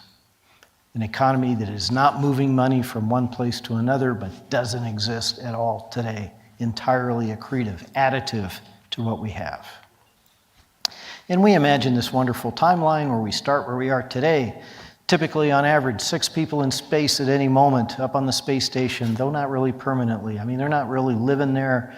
They're working there, they're visiting there, but, not really staying out there more than 6 months or so, preferably, because it's bad for your health, tremendously bad for your health to live in microgravity. And then we start doing this activity, and we have a little bit of tourism, and we begin exploring and developing these in-space resources, and the next thing you know, there's 1,100, 1,500 people living and working in space. Someone will be you. And there's a $3 trillion economy. And continuing our exploration and our footprint and our development of resources on Mars will be just nothing to it. It'll be inevitable. That's the vision we have for Moon to Mars, if that makes sense to you. I think I'm out of charts. And I think I have, they took my watch so it wouldn't beep on the microphone, but I think I have a few minutes, or is it 35 seconds I have? I have time for one question. Who's got one? Yes, sir. Or ma'am. Is Lucas wanting to ask a question? Lucas can ask a question. All right. Well, I'm watching. I have a countdown clock here. You now have 12 seconds, so I guess I'm going to call it a day. Thank you, everyone. If you want, you can take the one question here if he has a question. Sure, go ahead. So besides resources, what are other benefits of colonizing Mars, and what can be done to minimize the psychological effects of isolation on astronauts? Yeah, so the other benefits besides resource, it's that thing we talked about at the beginning. Mars, we think, was just like this planet, just a little bit smaller. You don't want to live on Mars today the way it is without all of this infrastructure and support, because it's a planet without an atmosphere. It's a planet without a magnetosphere. It's exposed to radiation. There isn't any air. And our planet was once just like that planet, probably, and they went down this evolutionary path. We don't want to do that here. Whether we move out into the solar system or not, this is so far the best planet in the entire solar system, and we want to preserve it. This is an opportunity for us to learn about the geology of Mars and the unique things that happen there that can enlighten us here. We talked about the search for life. That's a pretty big deal. And I believe it is, our destiny to keep moving out and exploring deeper and deeper into the solar system and beyond. Mars is the next step. We've been to the moon and explored it. Now we're going to go back there and develop it. Mars is the very closest next body that is practical and interesting for us to go to. The other part of the question, I think, was how do we deal with the psychological effects of isolation? Well, a couple of ways. You can't send people there by themselves. It's too dangerous and it's too harmful to mental health. And we need to have ways also of tying those people, because the first few intrepid explorers that go to Mars to work there and to learn about it, they're not going to be part of a community of 1,000 people. Okay, it's going to be a handful of folks. We got to tie them back into here so that they have an opportunity to stay connected to their friends and loved ones here on Earth while they're doing this very difficult job. And it will be a hard job. We talked about how hard it is to work in space. You know, if you have an opportunity to talk to anyone who has been on the ISS or had to do an EVA especially, it's brutal. You know, as much effort as can be done in a, you know, say a day's work, which is really, really stressing, is probably got about an hour and a half's worth of productivity in it. And so that has to be made easier. It will be made easier with automation and robotic assistance, again, so the humans can do the things they are very good at, and machines can do the other things that they're good at. Does that make sense? All right, thank you all.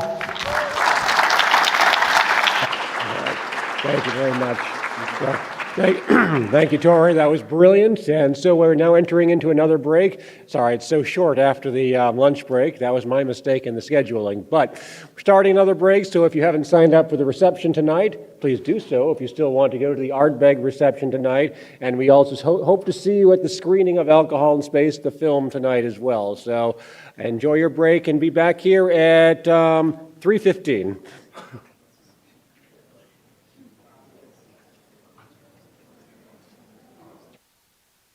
Great talk. The latest of several that I've heard from Tori Bruno, the Chief Executive Officer, leader of the United Launch Alliance, known to most of us as ULA. And I'm very happy to say that Tori is going to be joining us here in hopefully within a couple of minutes as he comes off the stage. He's bound to be much in demand, so we may have to vamp, as we say, for a little bit here as he makes his way over to us. I'm Matt Kaplan. If you have just joined us this afternoon, welcome. This is still the first day of the 3-day 2023 Humans to Mars Summit, coming to you this time from the headquarters of the National Academies here in Washington, D.C. We are right off of the mall. If you ever are in D.C. and are thinking of someplace else that you would like to visit and be wowed, if you're any kind of a science geek, as I am, drop by the National Academies. You can visit here. It is absolutely spectacular. We had a little bit of a video tour when we got the day started this morning, but it is well worth the trip. And if you have kids, they're going to want to climb on the more than life-size statue of Albert Einstein, that Einstein that is right outside this facility. It's one of the most wonderful things in the world to watch classes that have been brought to this portion of DC, visit the academies, and then climb all over Albert, which I like to think Albert would have enjoyed knowing that takes place. And so we're into a break now, and here is Tori Bruno. Welcome, Tori. Hello. Great to see you. Great to have heard you once again. Thank you for joining us. Happy to be here. Thank you. So I already gave you a little bit of an introduction. I want to say it's maybe the third or fourth time that I've heard you speak. I don't know of anyone else who gives a more comprehensive, confident, and motivating presentation about the importance of space development, which obviously serves ULA, but you also make it clear how it serves humanity and this nation where we're speaking. Absolutely, and very kind of you to say that. Space has become completely integral to our daily lives.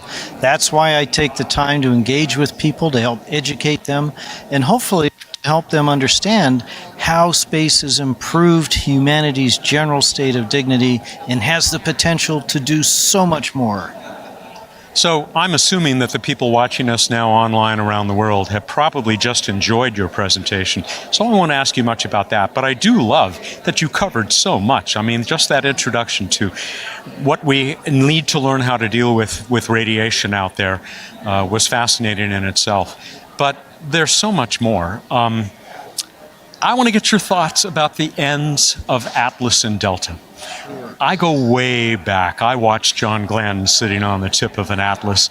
I even built a model of that launch facility when I was a little kid.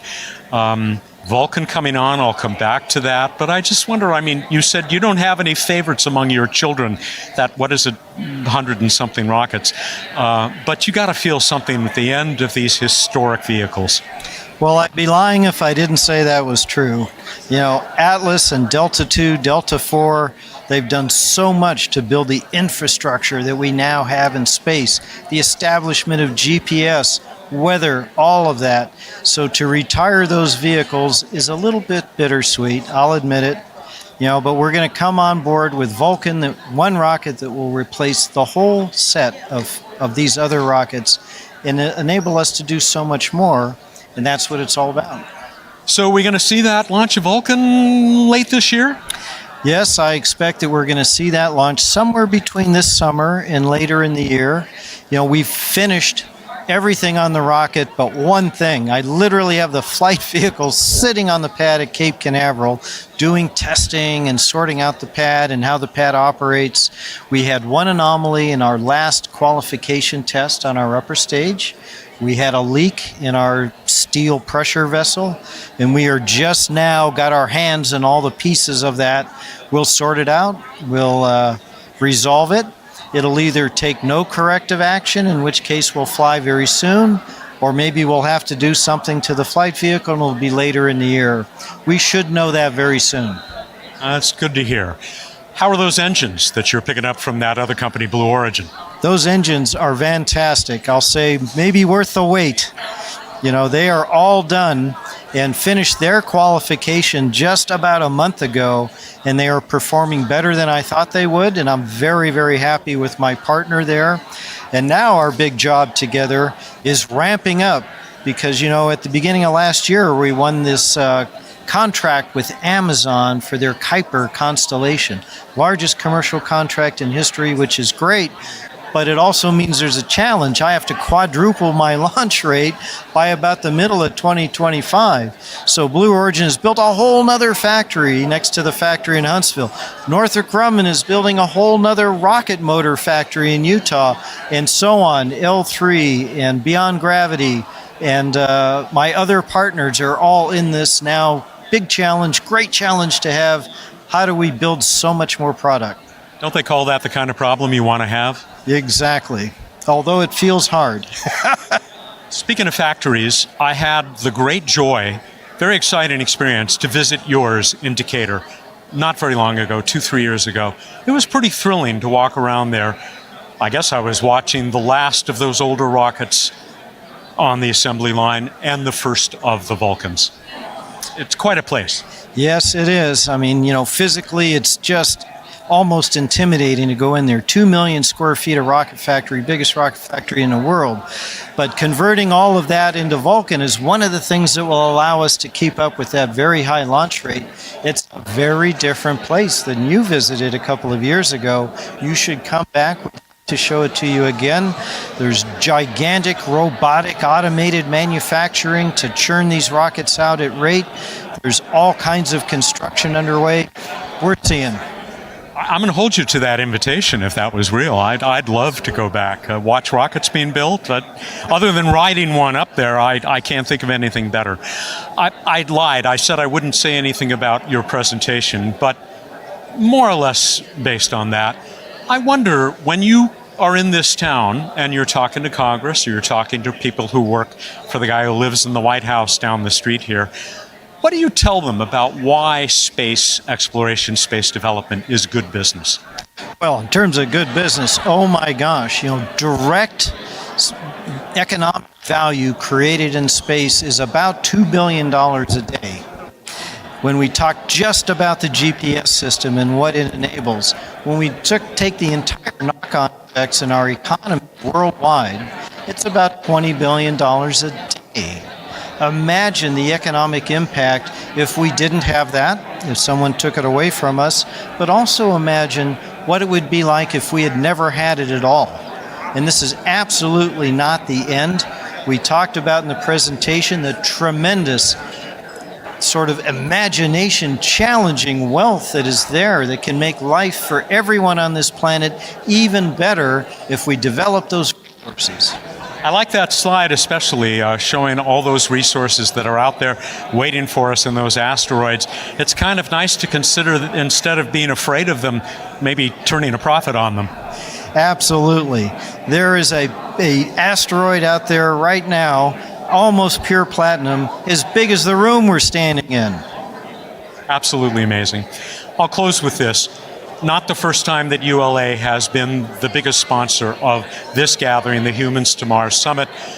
Why is this participation with Explore Mars important to you and to ULA?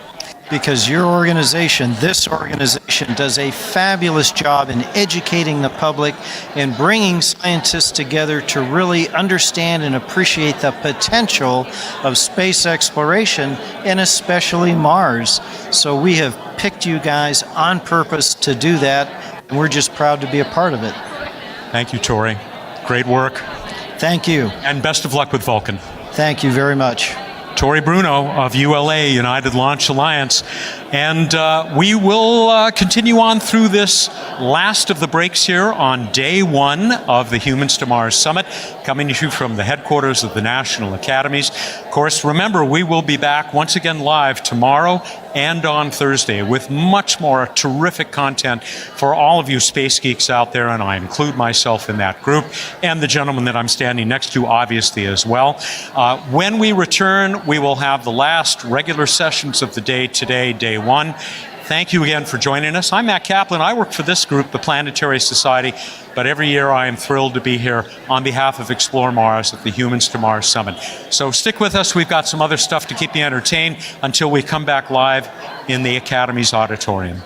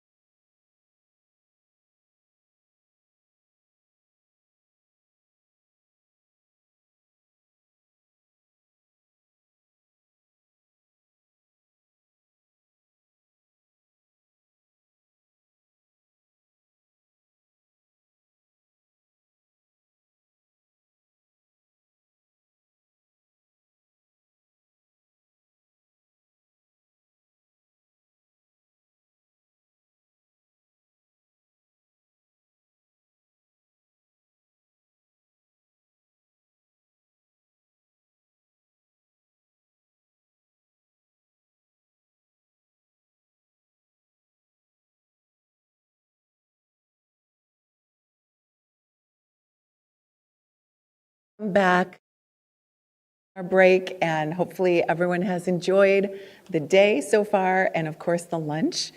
So as you're returning and getting into your seats, this is going to be another fantastic panel, and I'm honored to introduce it.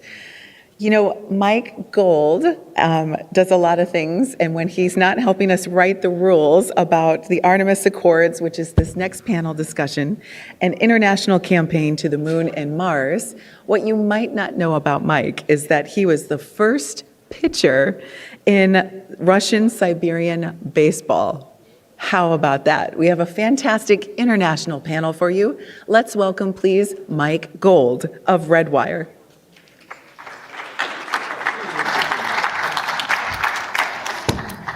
All right, who's ready to talk some space policy, huh? Space policy, here we go. All right, we've got a blockbuster panel for you here today.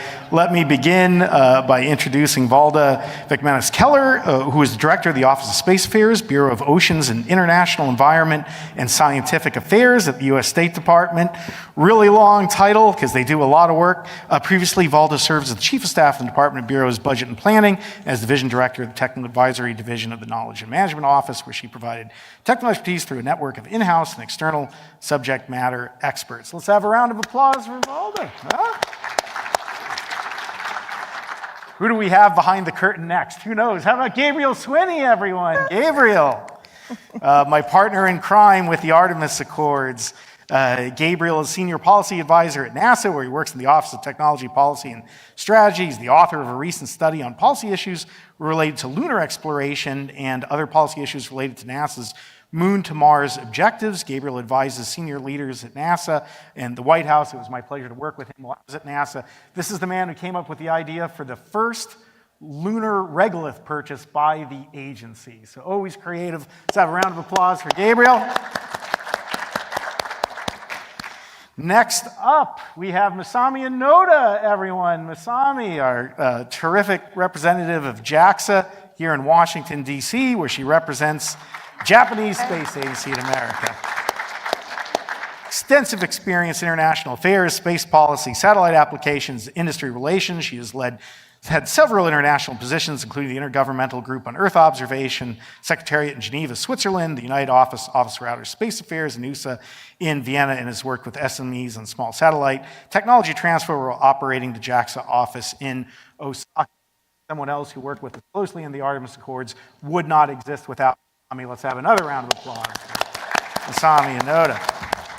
And last, but certainly not least, let's bring him on out, our actual test pilot, our top gun of this panel, Colonel Ennio Violetti Nello, who's the space attaché at the Embassy of Italy in Washington, D.C., where he previously served as former Director of Support Unit for Space and Aerospace Policies of the Office of Military Advisor to the Presidency of the Council of Ministers and Deputy Head of General Office for Space. He commanded the 311th Flight Group of the Experimental Flight Department, was a test pilot and fighter pilot for the Tornado ECR aircraft, and has accumulated more than 3,500 hours of military flight and about 900 hours of civilian flight. Let's have a round of applause for him and his service and for joining us today. Thank you. Just realizing I may have to stand this entire time. They're getting their money's worth out of me. So, look, we are here to talk about the Artemis Accords, and we were going to begin with a quick description of what the Accords are. And I've got 8 minutes, so everyone strap in for the fastest description of the Artemis Accords you've probably ever received. You can't talk about the Artemis Accords, though, without starting with the Artemis program. Who's aware of the Artemis program? International effort? That is a good audience for that. And look, even our panelists. Let's go back to the moon and, importantly, on to Mars. That it's very important that no one forget that the purpose of the Artemis Accords is not just lunar. Lunar is the first step to ultimately get to Mars. And if I could... Thank you, Mars partisans. It's all of both. We're a uniter. And if I could say just one word about summarizing the Accords, it's diversity. Artemis was named after... Who is Artemis? Anyone? Sister of Apollo. Thank you. So to make the point of the first woman, the first person of color on the moon, but also diversity of organizations, that the private sector is playing a much larger role certainly than ever before, certainly much more than the Apollo program. And then diversity of nations. That here on this panel you see representatives, and the Artemis program is designed to be the broadest, most diverse human spaceflight program in history. And that's what the Accords are. One, for countries to explicitly join this program, largest, most diverse ever. And second, to commit to norms of behavior to create a peaceful and prosperous future for all of us in space. And now I will very quickly take you through those norms. The first, peaceful purposes. That as we go to space, we want to build a better future for humanity, and it begins with a commitment to peace. So any nation that signs the Accords commits to only conducting peaceful activities as part of the Artemis program. Transparency. So much conflict caused by miscommunication, misperceptions.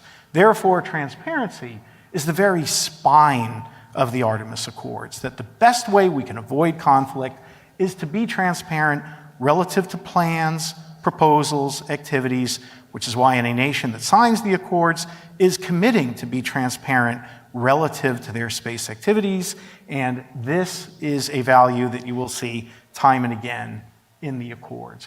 Interoperability.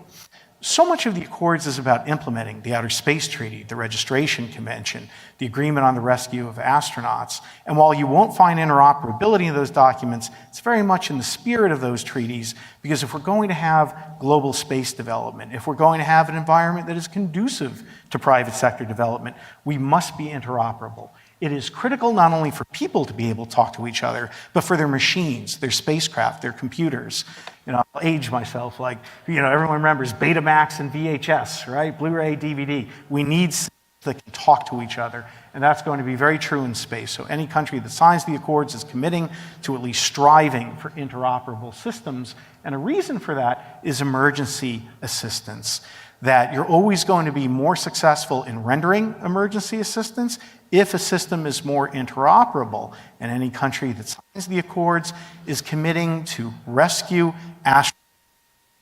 We think this is foundational for any civil space program. By the way, this includes astronauts who may not be signatories to the Artemis Accords, but if there's an astronaut in need, if you're part of the Artemis program, rescue options will be conducted per the Agreement on the Rescue of Astronauts. Registration of space objects, absolutely fundamental to everything that we want to accomplish to create a peaceful and prosperous future. If you don't register, then we can't avoid conflict. We can't tackle issues like liability. Everything is built on proper registration, which is why countries that sign the Accords are committing to supporting registration per the requirements of the Registration Convention, and if they aren't a signatory to the Registration Convention, they will commit to becoming one. Release of scientific data. While we'd like to take everyone to the moon and to Mars, unfortunately not everyone will be able to go, but we virtually bring the world on this amazing journey of discovery through the full, open, free, and timely release of scientific data. So fundamental to this journey of exploration and creating benefits around the world, that if you have an internet connection, you can join the Artemis mission because all of this information will be released publicly. Protecting heritage, very simple, just like we do here on Earth, that we honor our history in museums and artifacts. We commit to doing the same when we go to the moon and go to Mars, that we will respect our heritage, preserve it, whether that's human spaceflight, such as this picture, or systems that have value and need to be memorialized as part of history. Space resources. It's extraordinarily important, and particularly for Martian exploration, that we learn to live off the land. If we can't leverage in situ resources, we will fail as a society, as a species, to be able to explore and eventually colonize and stay on Mars and the moon as well, which is why it's so important part of the Accords where countries commit to safely and respectfully utilizing resources. You can extract, you can utilize, but doing so in full compliance with the Outer Space Treaty. To be clear, what the Accords don't do is create any stay-out zones or exclusionary zones. We will talk about that in a moment relative to deconfliction of activities. So much of the Artemis Accords is about implementing the Outer Space Treaty, the Registration Convention, and other international obligations. And in the Outer Space Treaty, one of the most important aspects is preventing harmful interference. And the way the Accords do that is creating safety zones, which are exactly what the name indicates. It's the area with which a country may cause harmful interference.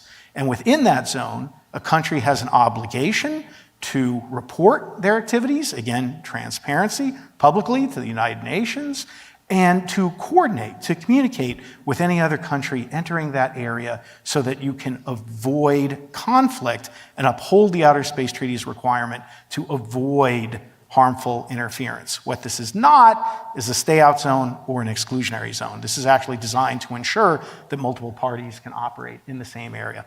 And finally, again, we want to do better in the future than we have in the past, and we certainly have not handled debris particularly well here on Earth. Let's do better in space. So for any country that signs the Artemis Accords, they're committing to at least have a plan for the efficient passivation and disposal of debris so that we can prevent the same debris issues from occurring on the Moon, Mars, and beyond than what is occurring here on Earth today.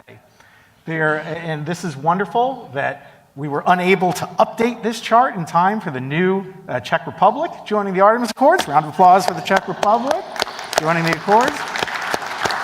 I like when things move so quickly, we can't even have the updated chart. So the Czech Republic, oh, is it up there? Jeez. You know what? I apologize to my comms team. They are on the ball adding that when I didn't even ask. So it's great to have number 24, and we'll talk more about additional entrants soon.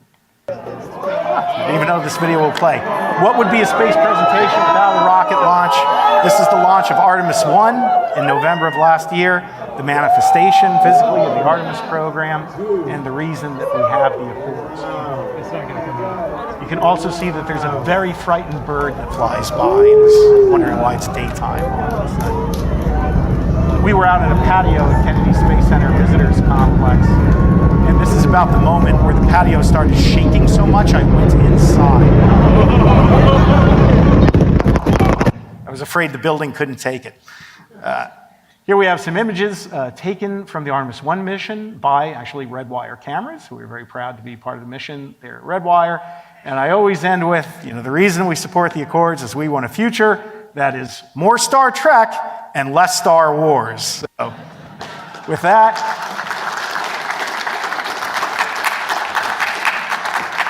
now that we've gone through a little bit what the principles of the Accords are, I'd like to open and discuss a little bit what the future of the Accords may be. So, Valda, if you don't mind, if we could turn to you. And as we mentioned, the Czech Republic recently signed the Accords, and just wondering what you see the future expansion of the Accords looking like relative to the countries that can sign and the substance in terms of policy dialogue that this will help us move forward on. Thanks very much, Mike. Thank you as well to the H2M organizers, and I'm happy to be here with Nello Masami and Gabriel, all excellent colleagues. As Mike said, Czech Republic just signed, I think about 2 weeks ago, making them the 24th signatory. The Artemis Accords were established in October 2020, so in a relatively short period of time, we've managed to bring 24 nations on board. I think it's important to note that most recently, on the margins of the Africa Leaders Summit in December, we signed on our first 2 African nations, Rwanda and Nigeria. And in terms of what the Accords hold in store, I think we have been very cognizant of the fact that, we have been increasing the number of signatories moving forward, which is terrific and important, and we need to diversify those signatories geographically, according to space capabilities.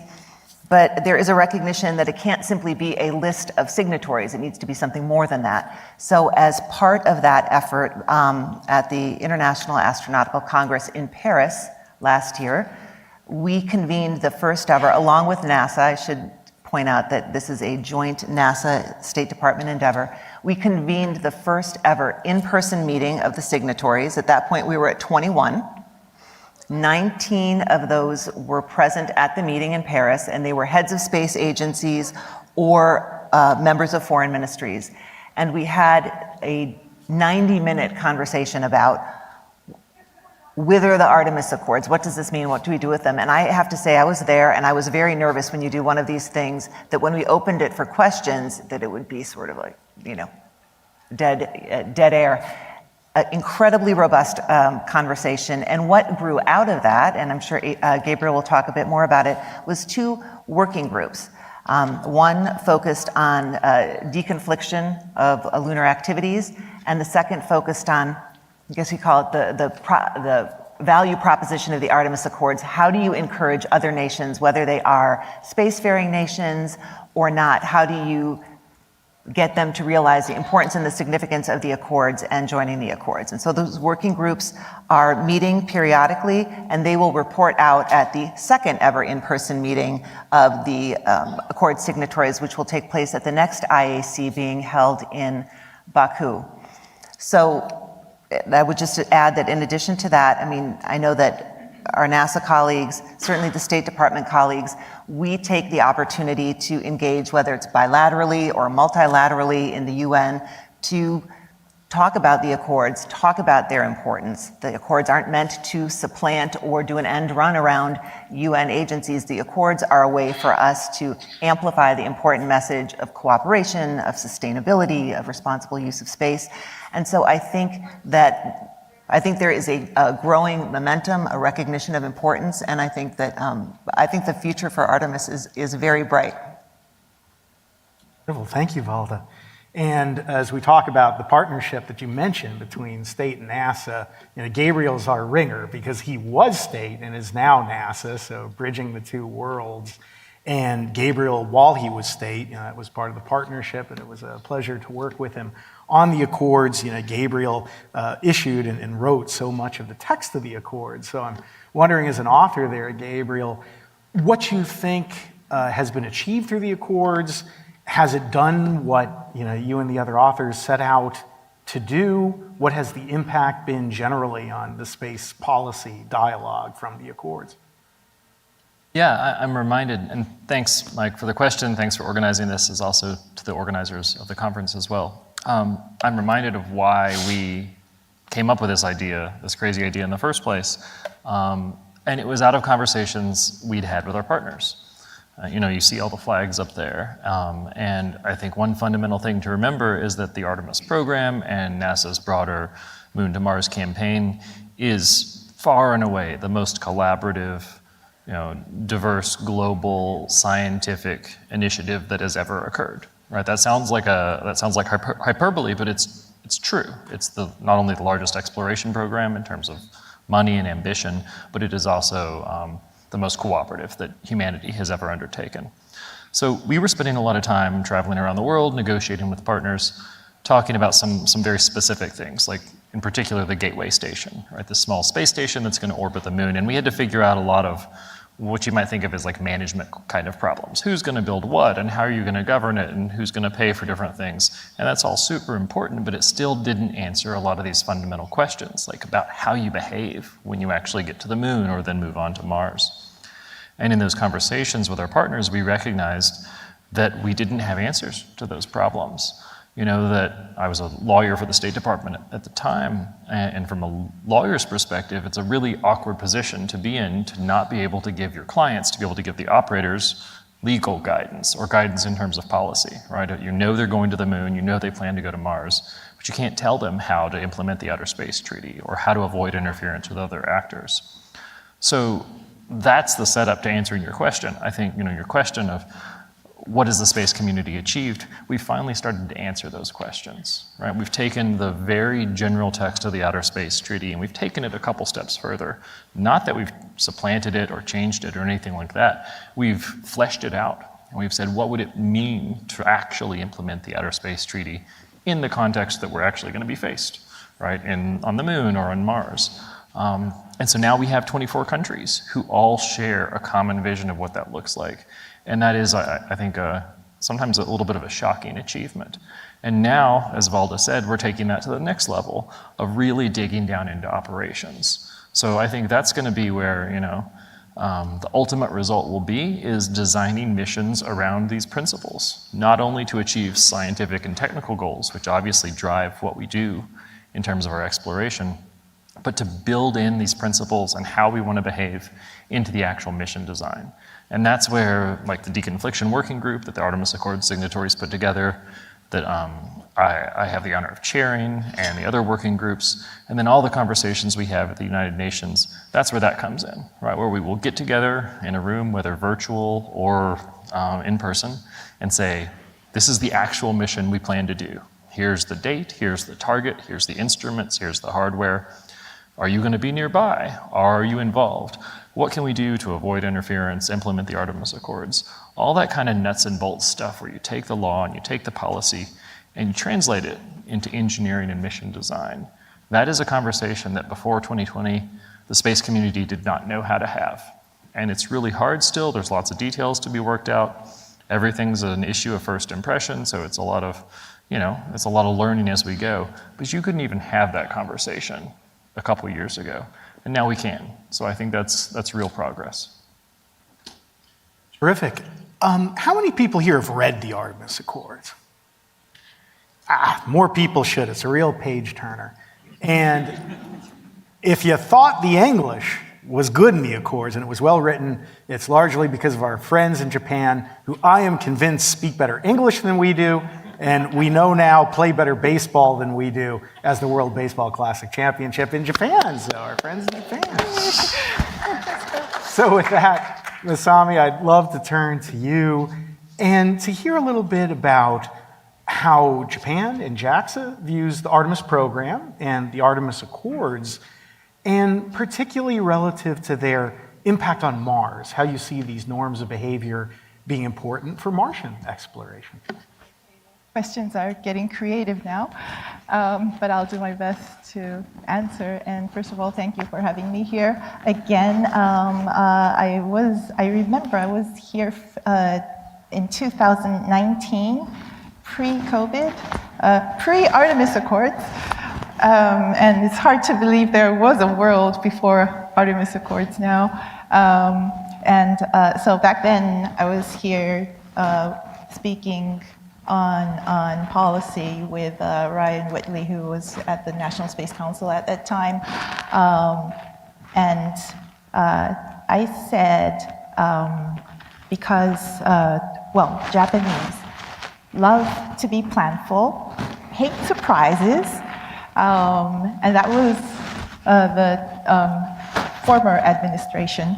And somebody afterwards came to me and said, what an elegant way to say can you not decide even whether to go to Mars or to the moon, whether to use Gateway, not use Gateway, and all of those were in mid-air and affected by tweets even.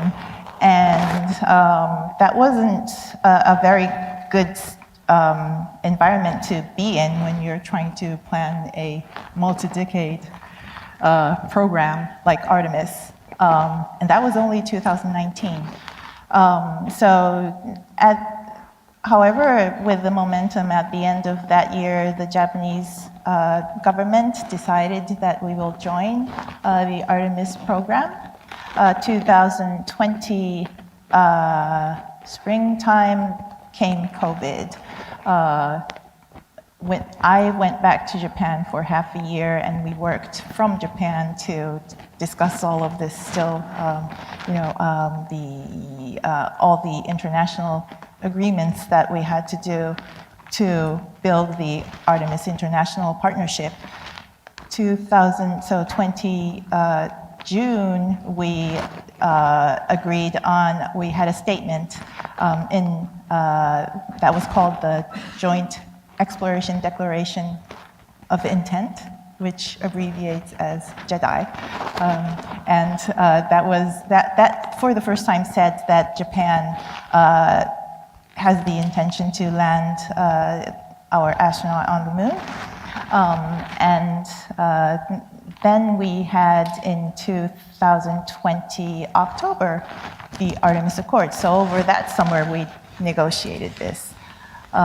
First time it came, it was a bit of a surprise, but there was a huge momentum And immediately after seeing the text, we understood what it meant, and also the importance for partnership and alliance, and also inclusion, transparency, all of that. So I think all along the Japanese government was very, very supportive in negotiating this. End of 2020, we also signed the Gateway MOU, and then the next year, 2021, at the end, the Prime Minister also announced that Japan would like to land an Japanese astronaut on the moon by late 2020s. So being announced at the highest level was a huge, also very proactive, which is unlike un-Japanese in my view. And I think it's great that we're doing this. 2022, last year, at the end, we also signed the implementing arrangement that promised for a astronaut flight on the Gateway, and also with the extension of the ISS. And so we're steadily moving forward on this. This year, at the beginning, January, at NASA headquarters, the Prime Minister came to witness the signing of the framework agreement on US-Japan space cooperation. And this will greatly facilitate the US-Japanese space programs, because we can now sign in a much more facilitated process under this framework agreement arrangements for individual programs. The first one of which, who knows, might be for the Artemis program. So we're now working on that as well. So this whole, evolution is amazing in my view, just considering that the last time we were here, 2019, how different things are today. So I think it's a great accomplishment. My hair was a lot less gray in 2019. I think I lost a little bit of just thinking about the tweets and the Gateway using or not. And again, as Masami says, we view so much of this as inevitable, yet it was Herculean efforts by some people on this stage, by a lot of people throughout the world to pull this together. I didn't get to the Mars part, so I guess we can still talk about this in subsequent questions. Tell us about Mars. So the Mars is very different environment from Lunar, and we're just trying to figure out what to do on Lunar. However, with Mars, I think there will be a same need for governance, where we can probably build on what we're doing right now for the moon and adapt to that to Mars in maybe 10 years or so. So I hope I'll still be in ACT then and to work on that too. Thank you, Masami. Nello, if we could turn to you. And Gabriel, correct me if I'm wrong, but I do want to comment that Italy was one of, if not the first, to actually commit to moving forward with the Accords. So we greatly appreciate the leaning forward that Italy did for the Artemis Accords and norms of behavior in general.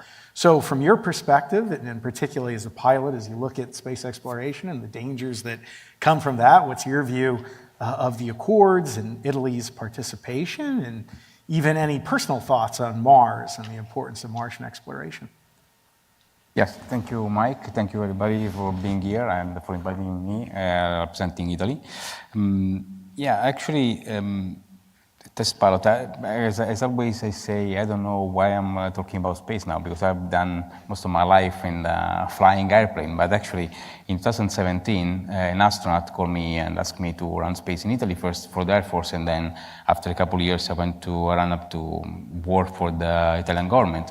And was that time when we started to really push for Artemis. I was like working with the Prime Minister's office, and we decided to sign and to push in this direction, in the Artemis direction, because we really believed in Artemis program. First of all, we have, like as Italy, US, a long-lasting collaboration in the space. but we really believe the principles of the Artemis programs. Why is that? We think that the Artemis could lead like sustainable space operation for sure, but we really think that we can create a new business model, a new private partner collaboration, the new opportunity for the whole industrial system that will be supporting all the space sector in the future. Why is that? I mean, Italy is like, you know that we have built more than 60% of space station. We have this huge capability of manufacturing capabilities to build like this pressurized module. So at that time, we thought, why don't we jump on board this program to start to really contribute to the first lunar village, for its infrastructure, directly to working with the US as our first partner in space. We started to do that, and so we, soon after Japan, in September 2020, we signed a joint statement with the US, a bilateral joint statement, and soon after October, we were the first nation in Europe to sign the Artemis Accords. After that, we started to really work on the with NASA, especially, try to find a way to start to build our first module for the lunar habitation. So the first lunar module, habitable module on the moon. And what should I say about my experience as test pilot and Mars? Well, I think that I come from a world where everything is we test before. We do things. So we test for other people. We test planes for, like all other pilots. So I think that the moon system, what we are doing on the moon could really be a test bed to do wherever we are going to do on Mars. Yes, the condition, maybe the physical condition, they are a little bit different, but the basic principles will be the same. So for sure, through the Artemis program and to the lunar activities, we are going to know much more how to live on Mars, what we can do on Mars. So that's pretty much my thought as test pilot. And the last thing I want to say that it's not only about technical things, like technical approach that we should test, but we can start to test also. You and everybody here talking about a little bit of laws.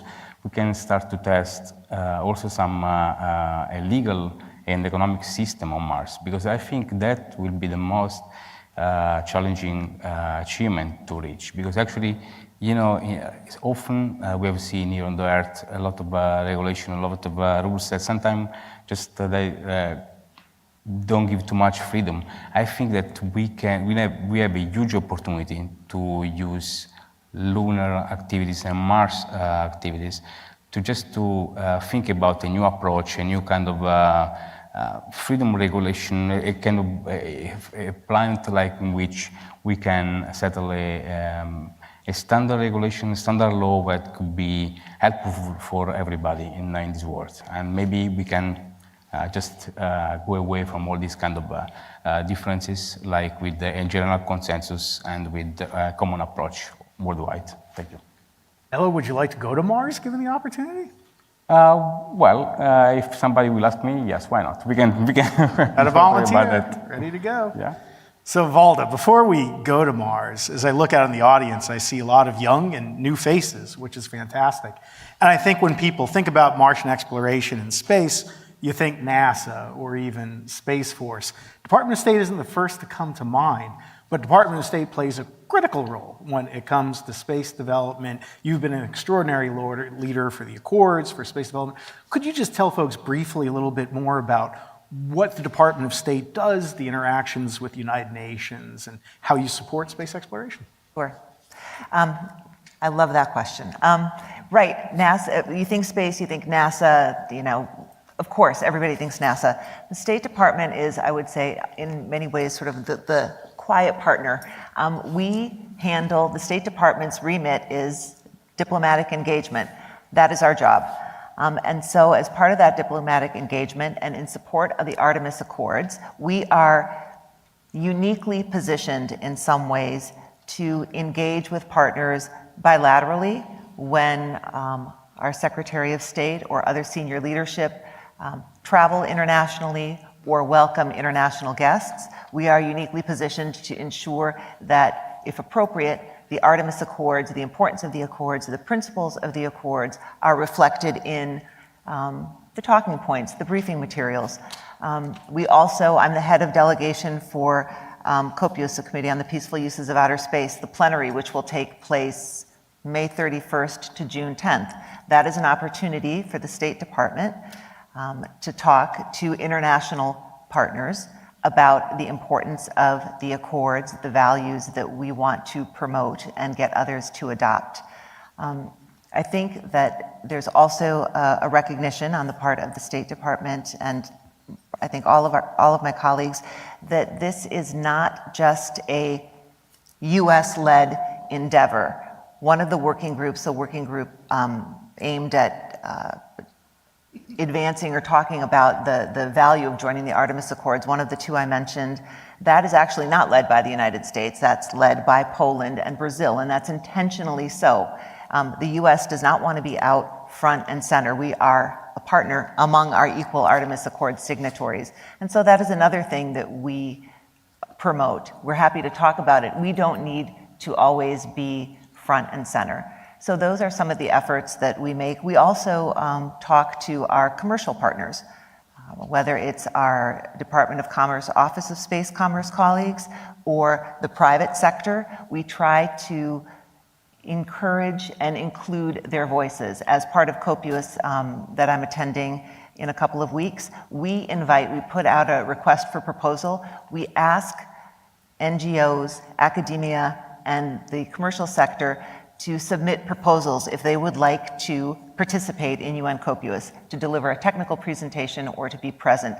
That is a way that we bring in the important voices that are outside of just the government, whether it's NASA or Commerce or the State Department. We bring in a more fulsome representation of the views, the concerns that are out there, and we ensure that they are reflected in the broader discussions that we have in international fora. So those are some of the things that we as a Department of State do.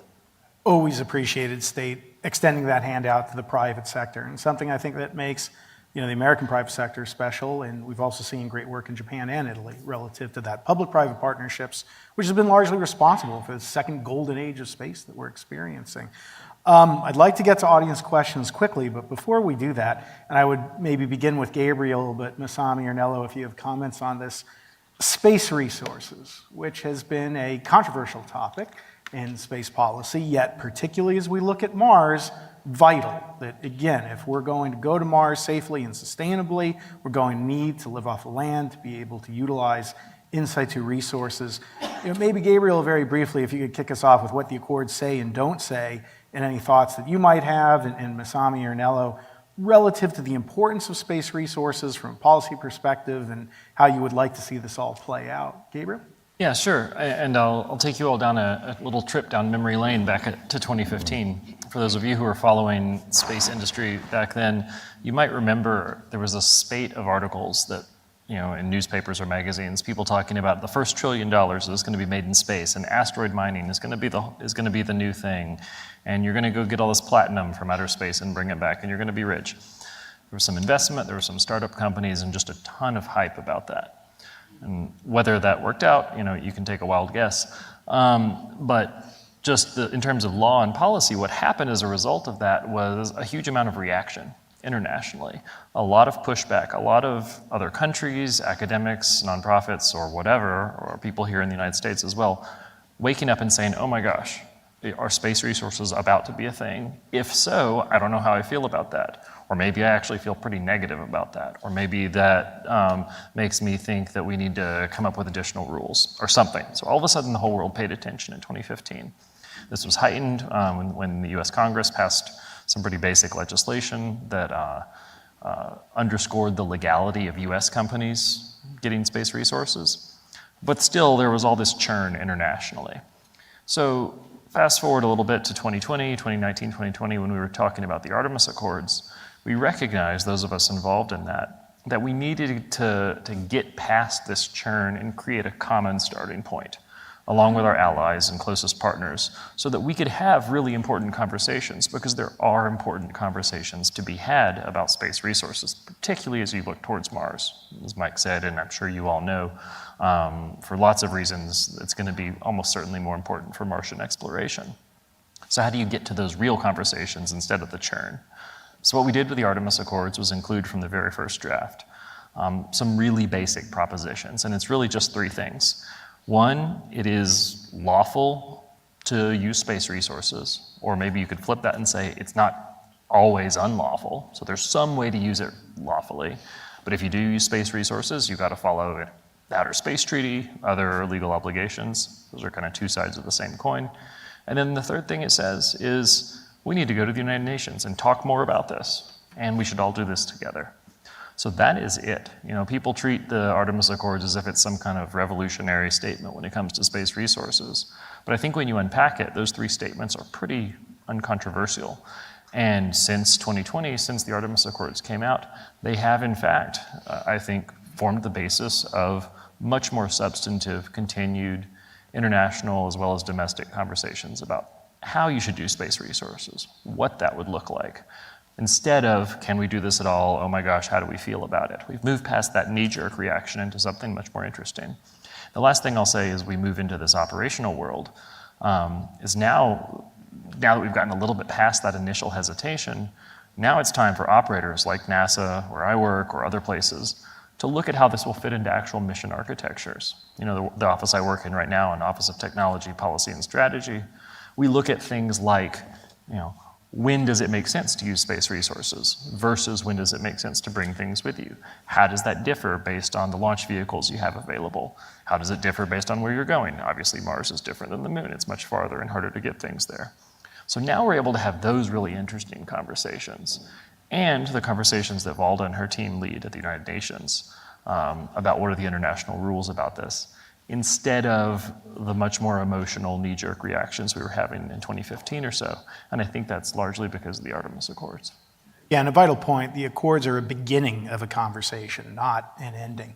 Masami, thoughts on space resources? Yeah, I wanted to congratulate the challenge done by iSpace, that they tried to go to the moon surface, to be the first commercial company to do that, and I hope they will keep trying.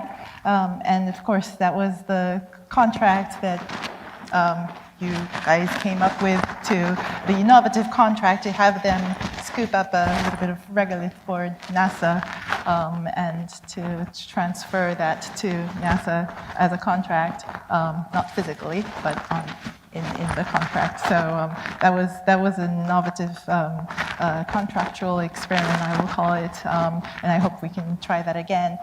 So as we go on to Mars, it will have atmosphere, wind, more gravity will make it even more challenging to land and do things. And so for discussions like safety zones and all of that will be more different. But yeah, that will also be a challenge to tackle. I think we were so proud at NASA that of those contracts for regolith, 2 of them were international, that we were able to go global with those, including iSpace, which was a terrific effort, and I certainly hope that no one's enthusiasm was dimmed by that. Space is hard, and we look forward to the next attempt. Nello, thoughts on space resources, being able to mine Mars or utilize resources for exploration? Yes, first of all, I completely agree with Gabriel. Actually, we started, as I said before, all the process because we had the same vision as Italy. But I would like to add something like from a personal point of view, like this pilot, I will say, as before I said, you know, we need to, that's really important to start to work on now on space resources and how to, you know, to try to manage all the difficulties at the international level, but we need to go there first. I mean, my idea is like, let's it's important to talk now, but just push to start to go first on the morning, start to act, to do things. Because from my experience, I've seen that when you start really to manage with the problems in real life, real day, real time, then you start really to think about it. Because everything we can see now, maybe you can talk about, that's very important, the general consensus right now, to start to go there, but I'm waiting the day we start to really to be on the moon first, then on Mars, and to start to use these resources. And from that day, will be the day when we'll have the possibility to really to understand how we can manage at international level, international policy with a common idea on how to get the resources. But just in conclusion, I would say that it's really, there are a lot of talking about the resources, but sorry to be so direct, but let's say the truth. I mean, that's the main reason we are going there sometimes. I mean, a lot of people, why all the companies, all the private companies are pushing there because that's the main reason we are going there. I mean, that's reality. So, and it's good that as a government we start to put some rules, but I'm waiting for the day we go there, we start to use the resources. Such a vital point that if we're not first, we run the risk of this entire dialogue being moot because China could end up pushing the rules. And I think it's so important that we not only take astronauts, our technology, but our values in the free world to the moon and to Mars. So that's a great point. And we have a stark contrast now. And I hope that our various governments all continue to support in a robust fashion the Artemis program so that we can make sure that norms of behavior are adopted that lead to a peaceful and prosperous future. So in the time we have left, let's turn to our audience. I see we already have someone about to ask a question. If you could tell us your name and then your question. Sure, Doug White from Stellar Solutions, contracted engineer for NASA. I think this is probably directed at Gabriel. You touched on it earlier about the Outer Space Treaty, and the Artemis Accords is really a fleshing out of the Artemis Treaty, or the Outer Space Treaty. Could you go into a little bit more detail as one of the non-readers of the Artemis Accords? I promise I'll do it later. Could you kind of highlight the differences between the two? And then for the international partners, what was your country's motivation to sign on to the Artemis Accords? Sure, I can give sort of a real quick primer in terms of how the way we think about it. There's sort of, you could think about the Artemis Accords as to fitting into maybe two different types of provisions. And you definitely should read it. It's only like 8 pages long, so it's quite a quick read. A number of the provisions are very clearly derived from the Outer Space Treaty. And the examples I'll give there are like the deconfliction provision that talks about the creation of safety zones. Now, safety zones themselves aren't in the Outer Space Treaty, but what's in the Outer Space Treaty is this obligation called due regard. And it's in Article 9 of the Outer Space Treaty. It says you have to give due regard to the corresponding interest of other countries in outer space. It also says you should coordinate before you interfere with their operations. So we took those two ideas and said, okay, well, how would we actually do that in the real world? And we came up with this idea of safety zones, which is maybe not the best term because what it actually means, as Mike said, is notice and deconfliction, right? And you talk and you coordinate and then you deconflict each other's activities. So you avoid interference, that's how you give due regard. So that's a great example of taking the Outer Space Treaty and then figuring out how you would do the thing. The same with rescue and return. The rescue provisions or emergency assistance provisions, the Artemis Accords, go a tiny bit step further in terms of how much you're committing to provide emergency assistance. The same with registration. That's another example of where the Artemis Accord signatories are committing a little bit more beyond what the Outer Space Treaty or the Registration Convention provide. Then there's a couple provisions that really don't reference something directly from the Outer Space Treaty. Examples there would be the protection of human heritage. The Outer Space Treaty just doesn't talk about it. But we think it's important. The United States Congress thinks it's important. So we NASA have certain obligations to protect human heritage. And all the partners seem to think it's important. So it's not As a quick follow-on Yeah. to that, is it envisioned then to replace the Outer Space Treaty, or is it just in addition to? Because you alluded to before that rule number 2 was follow the Outer Space Treaty. So Sure. before the international So partners. you got to think, step back and think about what the Artemis Accords are. They're us promising to restrain ourselves, right? We're not going out there in the world and telling everyone how they have to behave. We're telling the world how we will behave. So when you think about it that way, I think this idea of replacing the Outer Space Treaty, that kind of falls away, right? The Outer Space Treaty sets some baseline rules, but you absolutely can say, and also I will refrain from additional things. That's what we would consider like good behavior, right? That's being a responsible space citizen, or however you want to think about it. So that's how you should think about provisions like heritage. It's not in the Outer Space Treaty to protect human heritage, but we, Artemis Accord signatories, are saying, and also we will protect human heritage in space. We hope that catches on, but for now it's us promising to refrain ourselves from doing anything. I know we're about out of time, so I'll stop there. But that's the way I think about it. There's the implementing the Outer Space Treaty, and then there's the additional obligations we've imposed on ourselves because we think that's what responsible behavior looks like. Just note the full, free, and open release of scientific data is another addition. There's another It isn't one. necessarily required, but it's thus being what good looks like. Comments, Masami, now?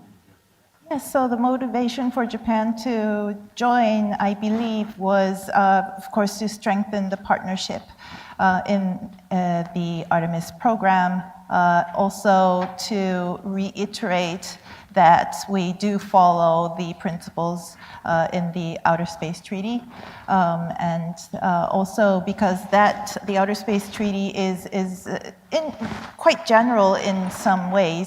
The Artemis Accords gives more specificity while still being a political declaration at this moment. So in the future, we can take in those elements from these political statements that we have made, and one day when we are all very sure, we can go into codifying it. Ellen?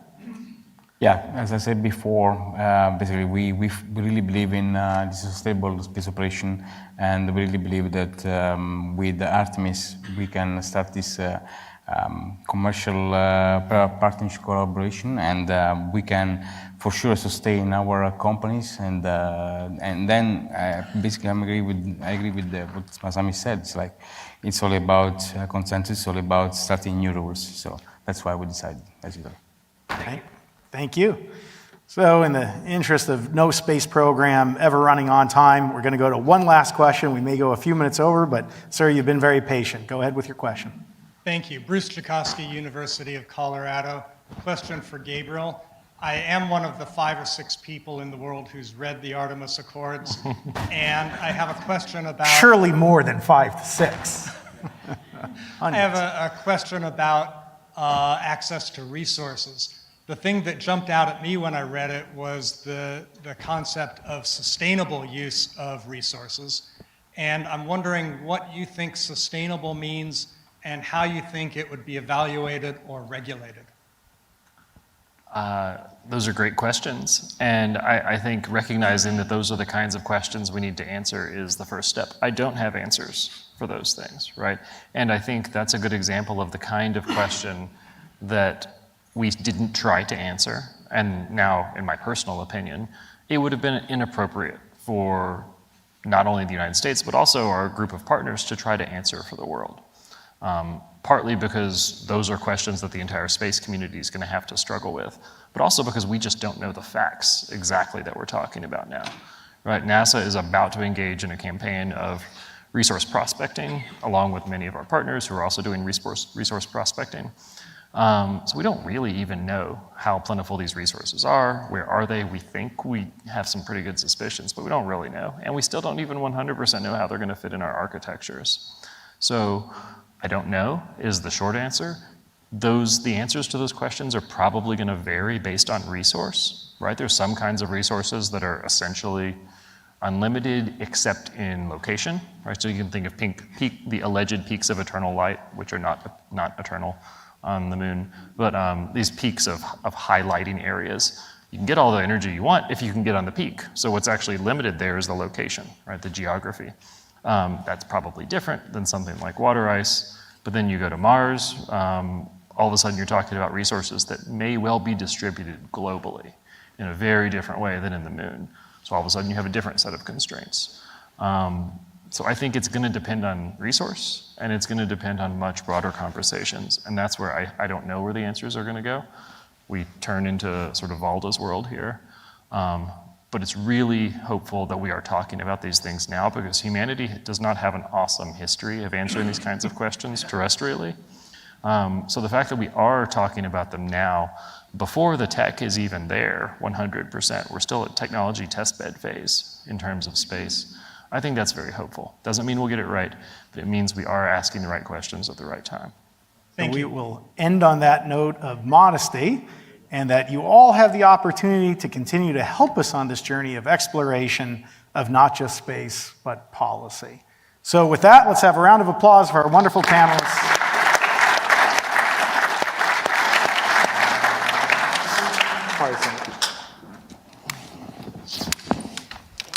Thank you very much. Thank you all.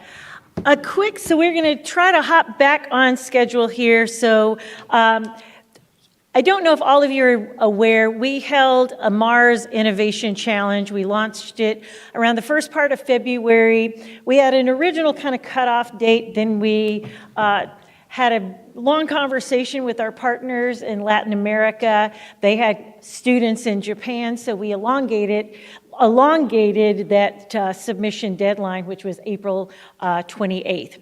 I will tell you that it's like my original thought was I'm just going to take this to my fellow educator friends. It will be easy. Boy, was I wrong.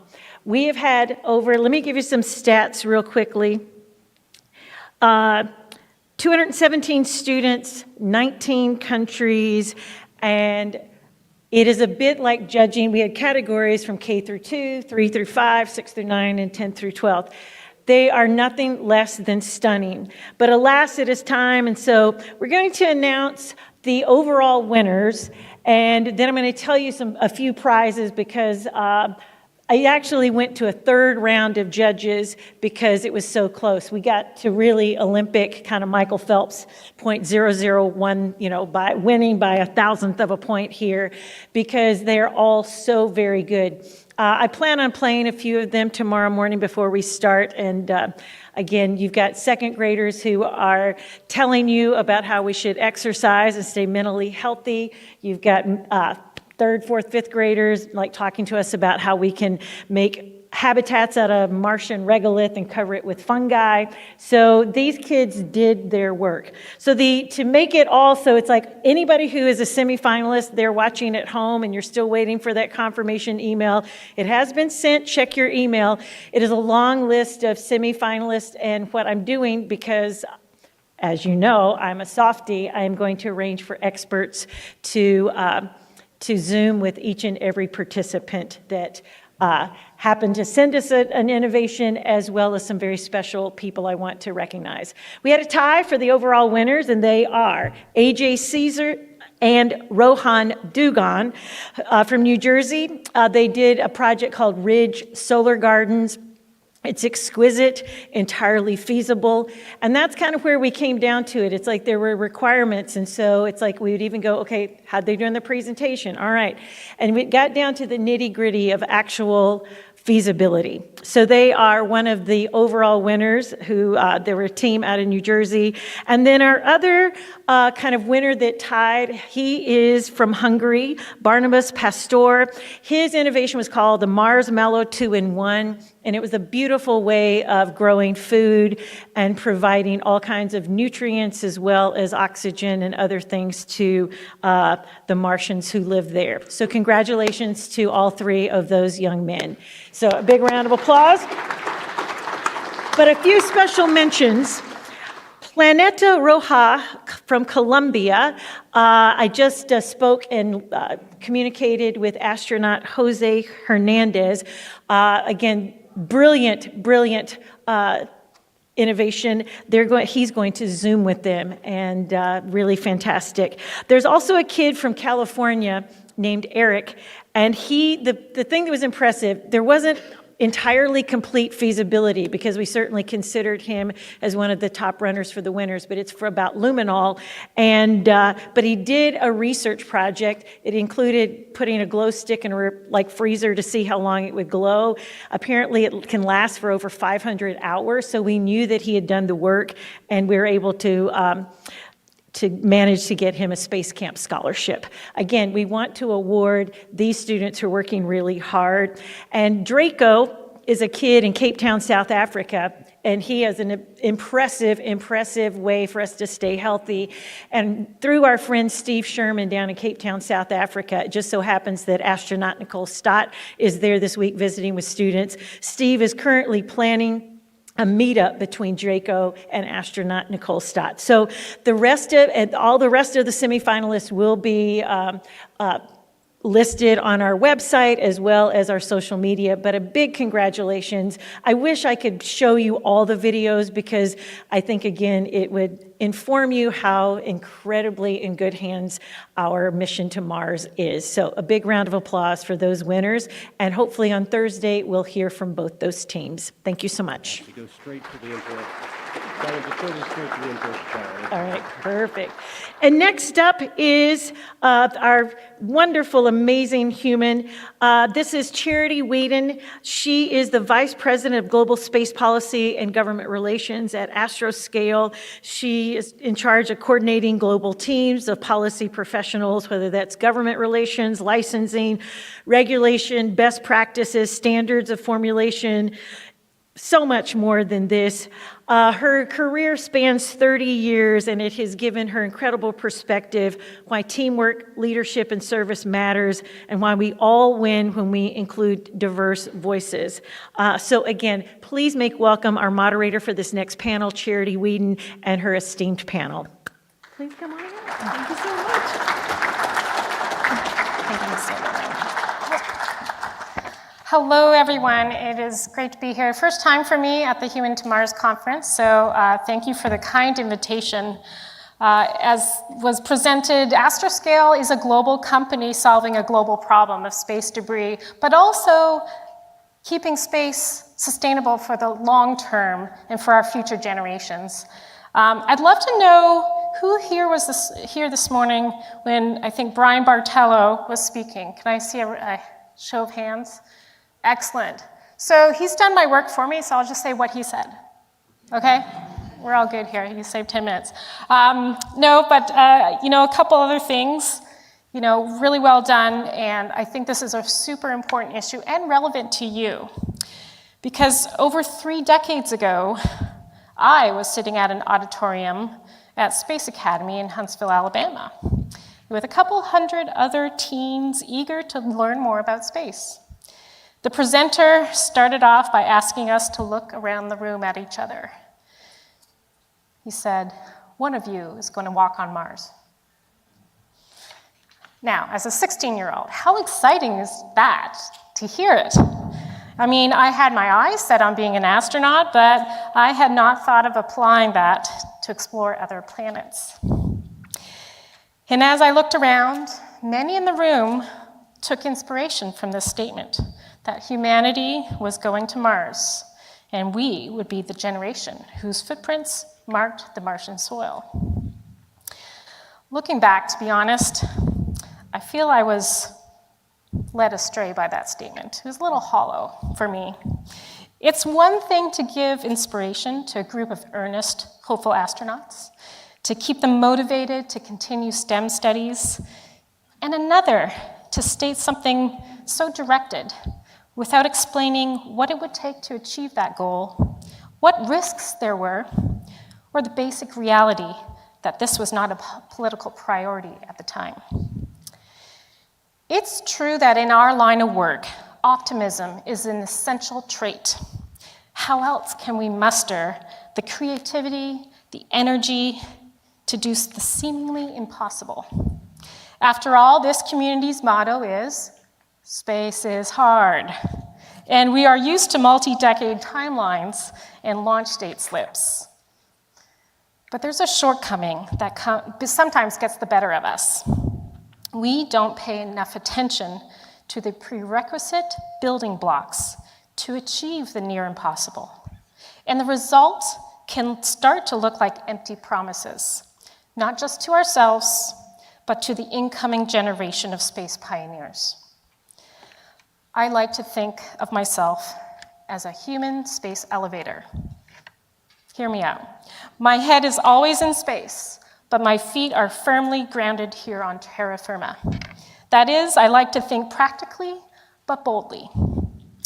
And so I want to talk to you today about a key but practical building block, the foundational necessity to achieve our loftiest of goals of a multi-trillion-dollar space economy, a working cislunar environment, and yes, footprints on Mars.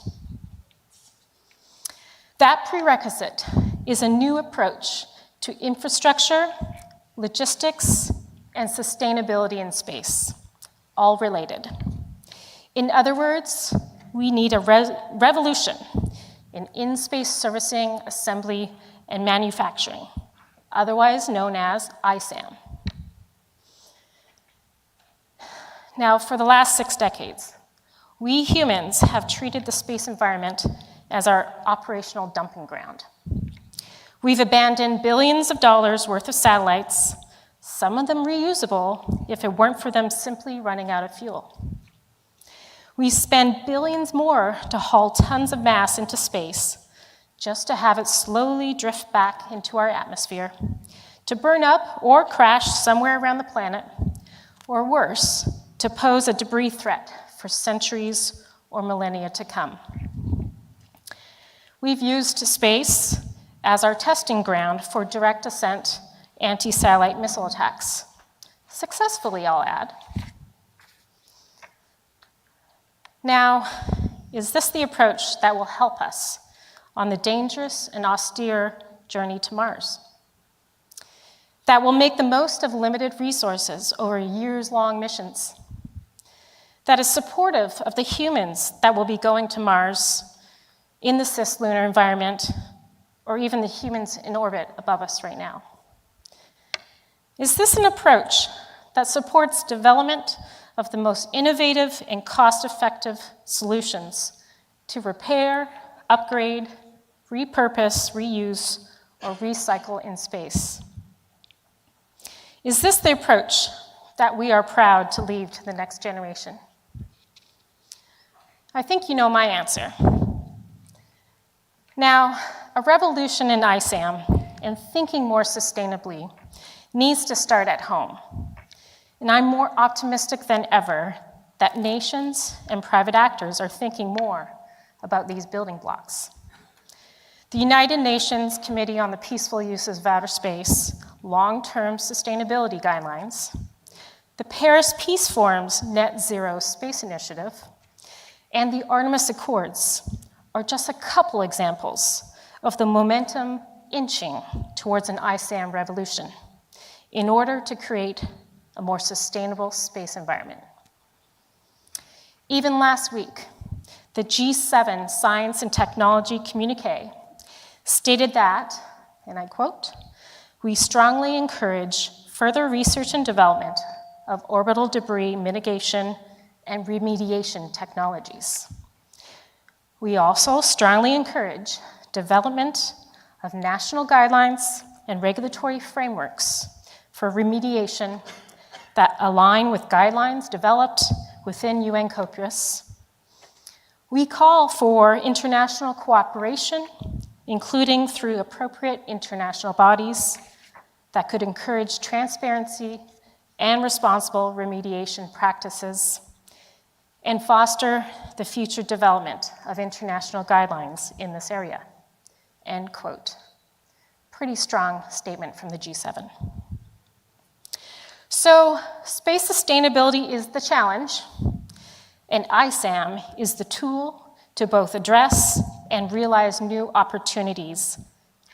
It is an emerging set of capabilities that has the potential to redefine space operations safety, maximize the longevity of space systems, to upgrade systems and sensors in situ, and remediate dangerous, debris-threatening space structure. And that, my friends, is a game changer for our future in space. Protecting that infrastructure, being stewards of the space environment, and ensuring a long-term vision of operations in space, independent of our location in the solar system, well, that's what gets us out of bed in the morning at Astroscale. We want in-space servicing to become routine by 2030. And you would be smart to ask, is that overly optimistic? This goal, however, is built upon creating a foundation for success, things that you're seeing us do here today. Astroscale is a central figure in new practices and norms in space. We are contributing information and ideas into regulation and policy. We are advancing in-space servicing standards, technologies, interfaces, and mission concepts. We are seeking to create financial incentives to change the economics of space. And we want you all to join in on the effort as well, to build out an ISAM ecosystem fit for purpose, one that will accelerate our presence in the solar system, but do so in a way that does not put future generations at a disadvantage. Now, over 2 decades ago, I myself uttered something overly optimistic. My team and I were presenting our final project for our undergraduate degree in mechanical engineering to a space company. I shall not name names. It was a systems design of a small orbiting service vehicle, SOSV for short. It had 2 robotic arms. Each of them had a 60-degree freedom arm with an end effector. And we used virtual reality for command and control. Yes, there was a bit of naivety in its design. I'm pretty sure we forgot about the comms package. But the only thing the reviewers, who were experienced spacecraft system engineers, the only thing they giggled about was the satellite's mass of 100 kilograms. So now let's just rewind 1 decade instead of 2. And that's when Astroscale's CEO and founder, Nobu Okada, attended a space debris conference and came out of it resolute in creating a business out of developing a long-term sustainable space environment for future generations. The company went on to launch and operate a debris removal demonstration named End of Life Services by Astroscale Demonstration, ELSA-D for short. Its wet mass was 180 kilograms. So, is having a cost-effective, routine, and safe in-space servicing and having many of these options available by 2030 overly optimistic? I say no. We're well on our way. Not with the momentum I'm now seeing in policy, best practice, standards development, enabling regulation, especially technology development and acceleration, and critically, investment. What we need now is adoption. Every space object should be designed for servicing, whether that be simple removal or complex box switching and upgrading.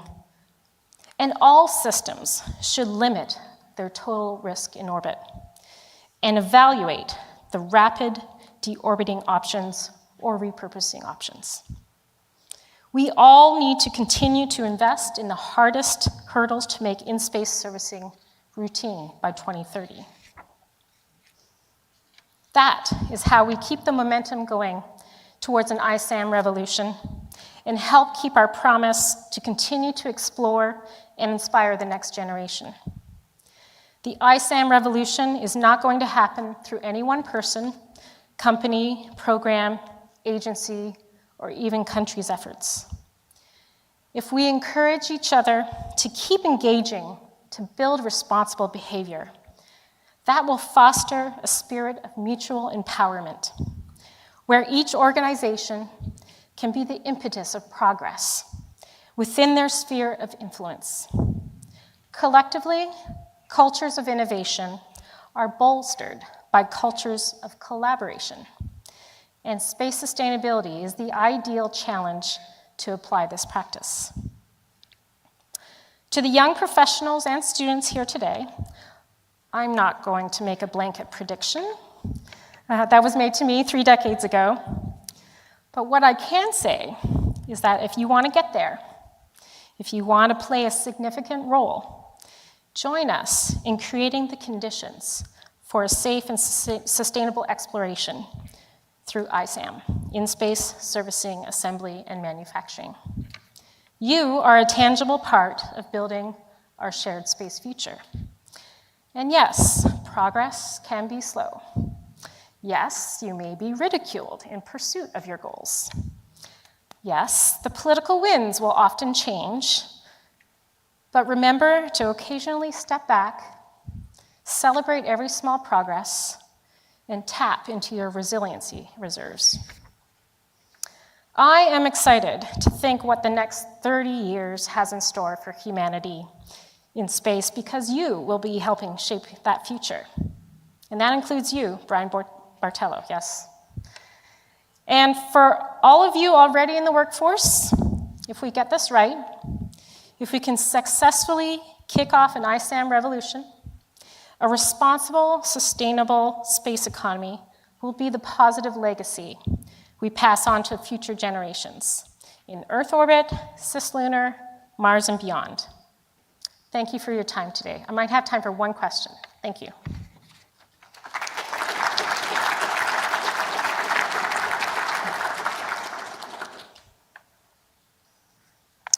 Thank you. Have a great day.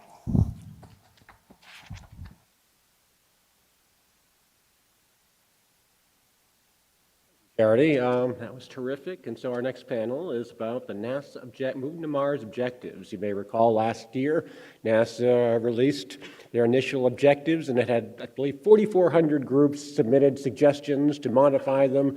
They listened to all the suggestions and re-released them again. So today we have a great panel to talk about what they are and where we're going from here with these objectives and how they will help us get back to the moon and on to Mars. Moderating this panel, somebody most of you know from Space News, Jeff Faust. Jeff is literally the person, well, from a certain perspective, the guy who opened the door to the space community to me. You know, back at the latter part of the last century, when I was just entering the space community, I went to this, my first chapter meeting of the Boston chapter of the National Space Society, which was in the old MIT Media building. And I kept knocking on the door. The door was always locked, so somebody had to let you in. I was probably there 5 minutes knocking on the door. And finally, Jeff Faust came and literally opened the door. And he was actually the first person I met within the space community more years ago than I wanted to admit. So, Jeff? Thanks, Chris.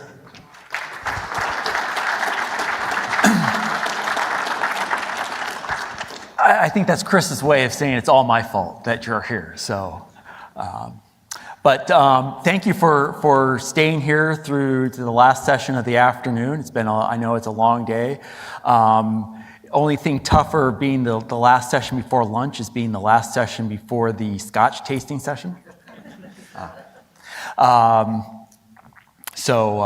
promise they're not going to be serving anything until after we're done. So no need to rush out. If you were here at last year's Humans to Mars conference, you might remember that NASA Deputy Administrator Pam Melroy spoke.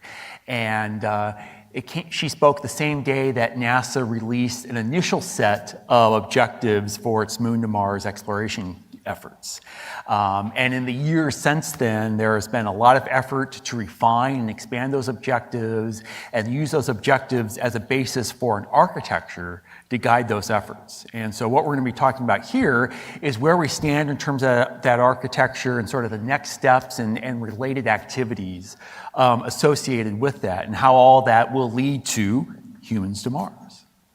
And so we have Kurt Spuds Vogel. He is Director of Space Architectures at NASA headquarters. You know you're living in the future when you have a job title called Director of Space Architectures. Sounds like something that Starfleet would have,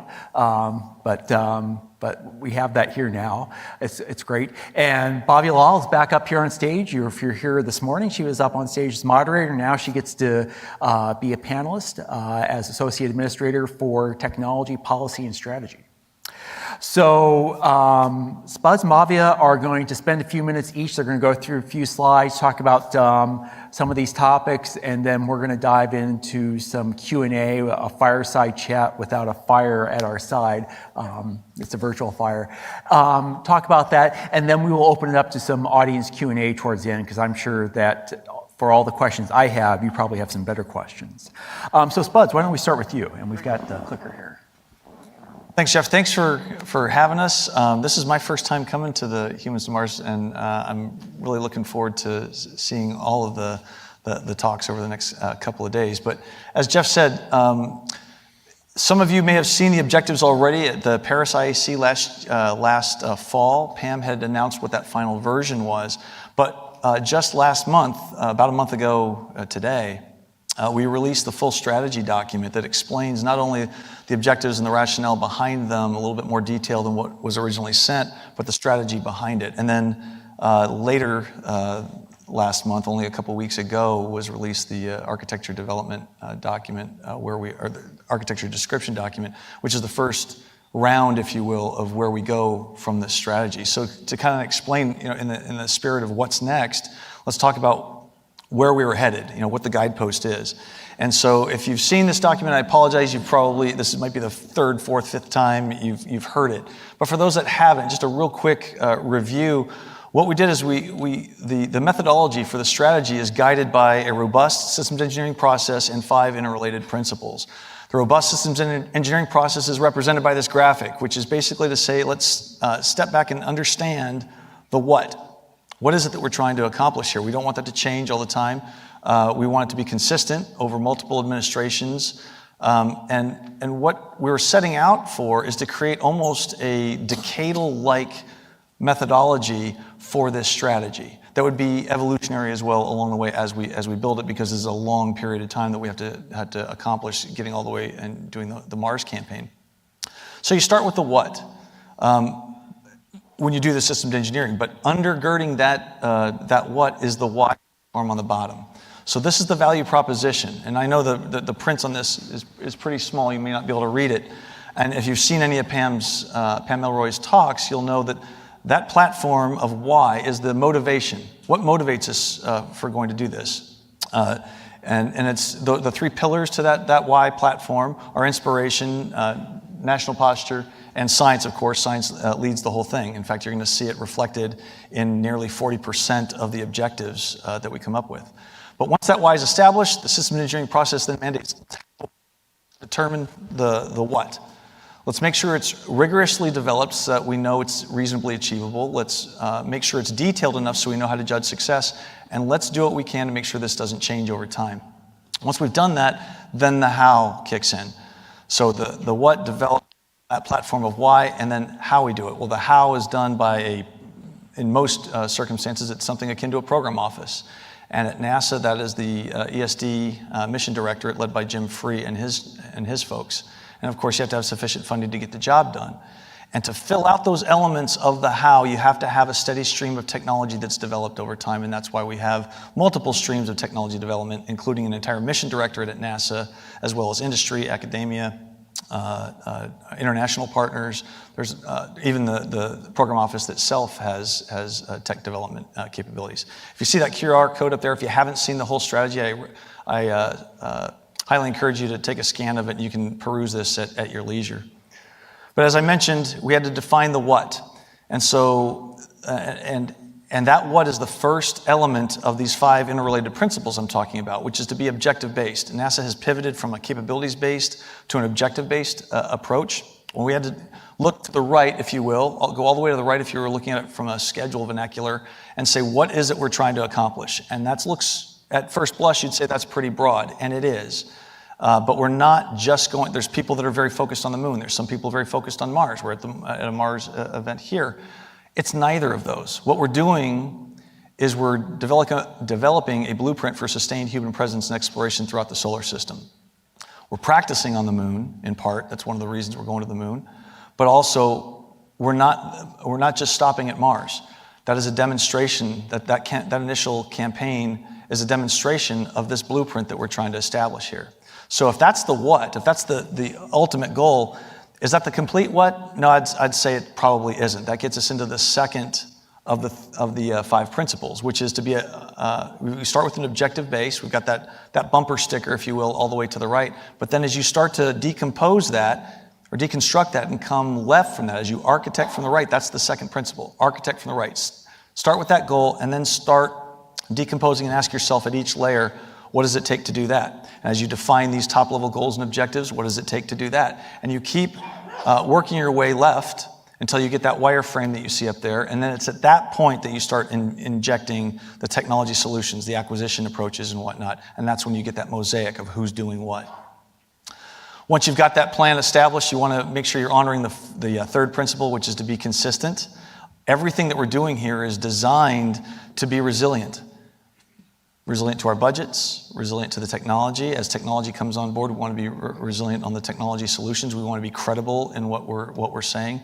And all of that feeds into political resilience. That regardless, because of the time scales that we're living under here on a project of this magnitude, that regardless of how many administrations we go through, we have the same answer. We're trying to get after the same goal.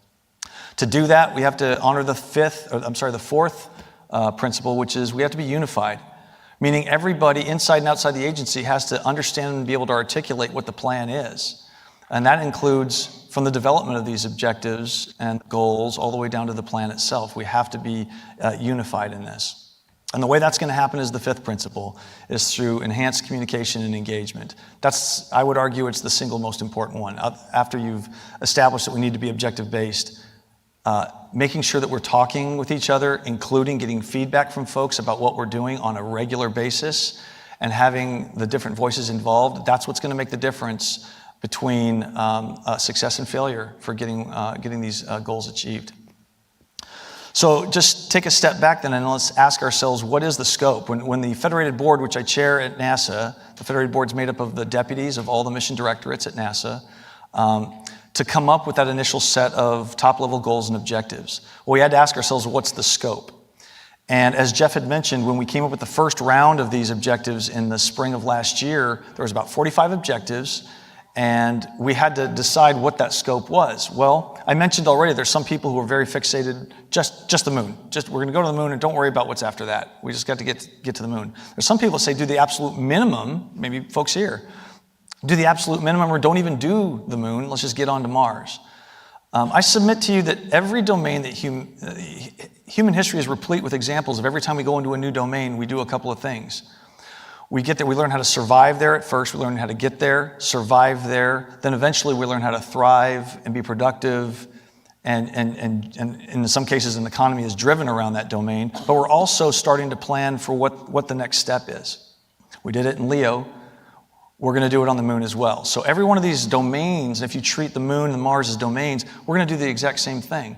We're going to go there, we're going to learn how to survive and then eventually thrive. And at the same time, we're going to be doing analog activities and preparing ourselves for the next domain, which in this case would be Mars, where we're going to do the initial demo of this blueprint. So that's what you see the scope here. It's really both the human presence, the sustained human presence, as well as practice for our Mars demo. And then when we get to Mars, it's going to be the same thing. It's interesting that when we came out with this first set of objectives, though, part of the feedback we got back, we had a huge set of 4 campaigns of getting feedback, including international, industry, academia. Most of you probably were involved in this. We got over 5,000 inputs, and part of that input that we took in and made changes was we modified this scope a little bit. We originally had just left it to the initial demo on Mars, whereas now we're saying, no, we need to at least put the hooks in for the sustained human presence part for Mars as well. Keeping in mind that this is something that's going to grow over time, and I'm sure that in another 10-ish years, we'll take another look at this, and that might even grow further. But that's where we stood on the scope. This is not meant for you to read. This is just to give you an idea of what those top-level goals. There's 10 top-level goals as you decompose off of that blueprint statement. There are a total of 63 objectives spread out over those 10 top-level goals. All of those you can see on the online. If you grabbed a capture of that QR code, you'll be able to see all of these goals and objectives in detail online. So as far as then real quickly going into what the next steps are, is with those objectives determined and the methodology driven by those strategic principles, we now start this process that now Jim Free and his organization, ESDMD, now has the lead on driving this annual cycle of architecture concept reviews. We're going to do them every year. We did the first one in January. We actually had a Delta ACR in February following on that, based on the feedback we got at the ACR internally at NASA. But from now on, that ACR cycle is going to happen in the fall timeframe to align with budget cycles. But what you're going to see is that wireframe is kind of showing pictorially here. It starts off with a little bit of it developed, a little bit of it informed, and then each year we're going to keep building on the next phases to make sure that we get the entire story built. I think you all would think we were being disingenuous if we came out after only a few months and said, here's the whole architecture. That's not realistic when you look at all the different phases that we have to go through. In fact, they named out 4 different segments. The first one, focused ACR 22, the one that we had in January, was specifically on the human lunar return. And so that was on these early Artemis missions.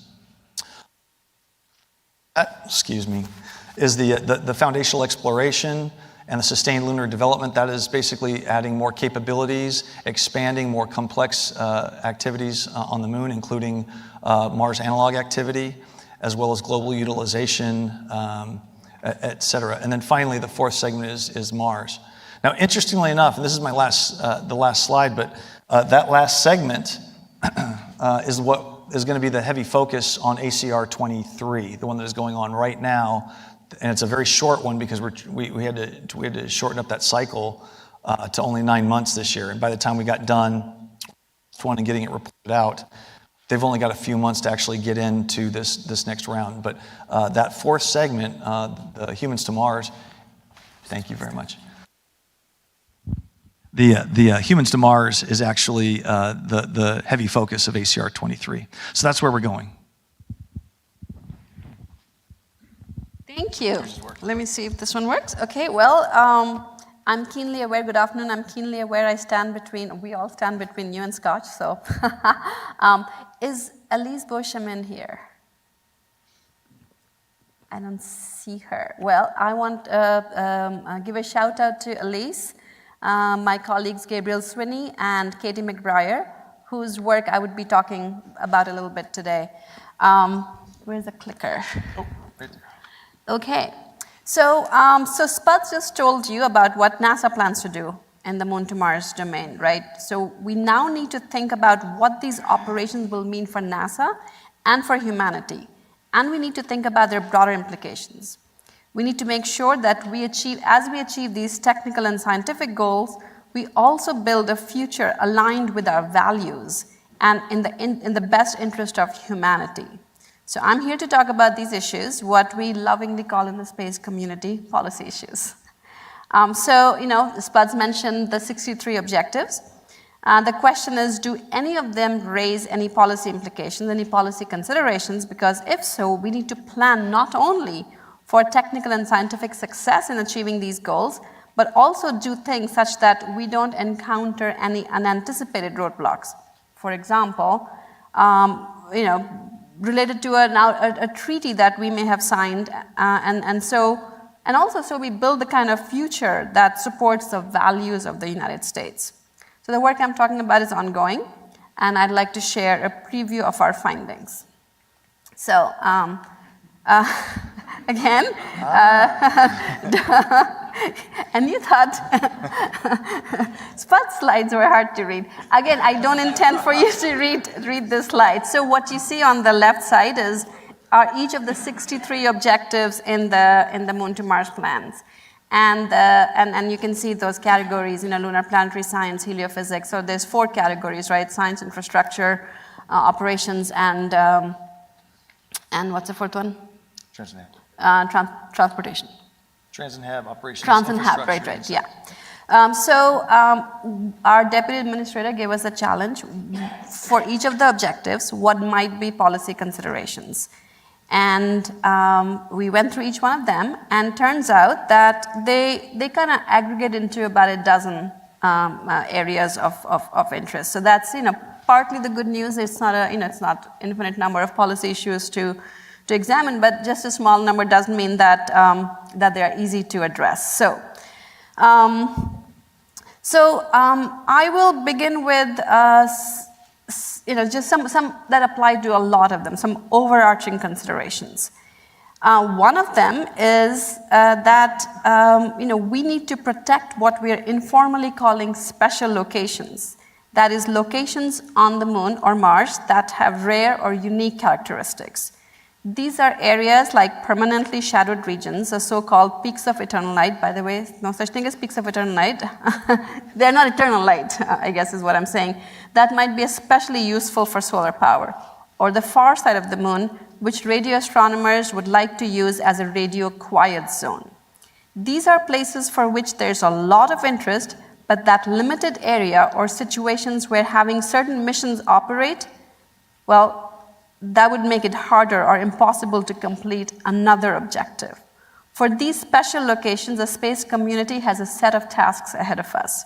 We need to identify these locations, develop some level of consensus about what they are, and somehow use them most effectively while not negatively impacting the ability of others or even ourselves in the future to operate.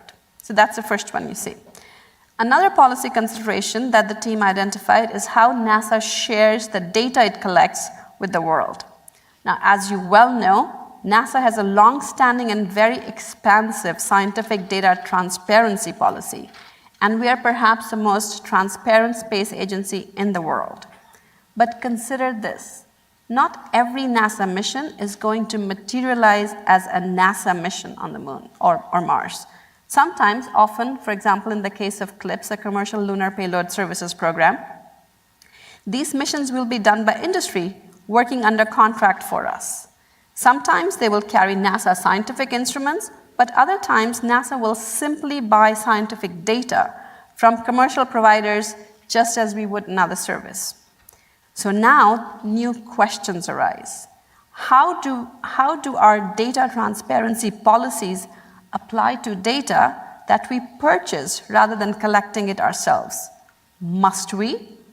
Or should we pay industry providers specifically for data that we can make public to the world? We found that even policy considerations NASA has traditionally excelled in resolving. For example, we've addressed this issue in commercial data buys for remote sensing, has special wrinkles in the Moon to Mars context.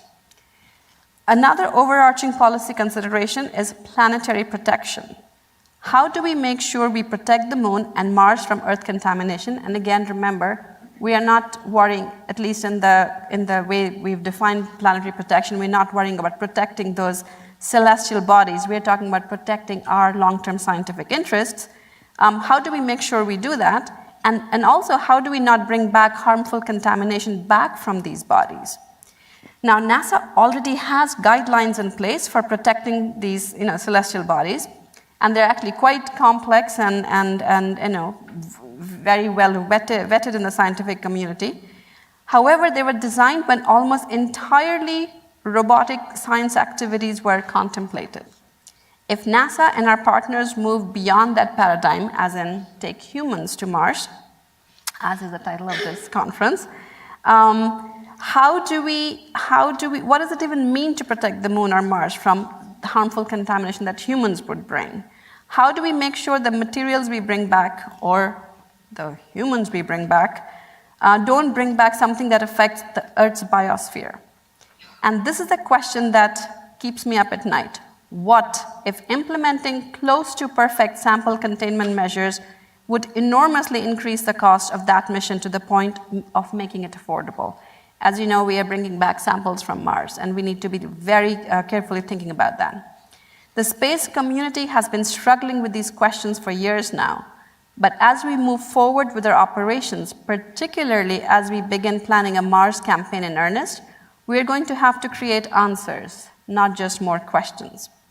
Fourth one, the last overarching point I want to make, is that space policy implicates questions about what it means to explore the solar system in the first place.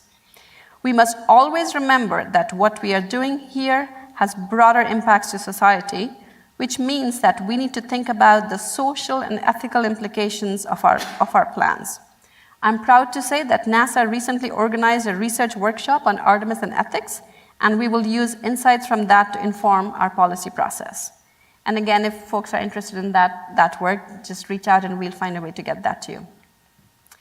So let's go into some specifics. One objective that has a number of policy considerations, and again, I will be going a little bit more granular in the issues that I just brought up. So physics and physical science. This objective is about conducting astrophysics and fundamental physics investigations of space and time from the radio-quiet environment of the lunar far side. This is one where protecting the valuable location of the lunar far side is a key policy consideration since it depends on maintaining that radio-quiet zone. As a result, we will need to have policies in place to coordinate our operations and to avoid interference amongst actors to help protect the location. We also need to make sure we share as much information as possible about the data collected from fulfilling this objective so that all of humanity can benefit from the knowledge gathered from such a unique opportunity. There are also cultural and ethical considerations that come into play with what we could learn from a radio-quiet zone telescope, but also the repercussions of enforcing such a zone.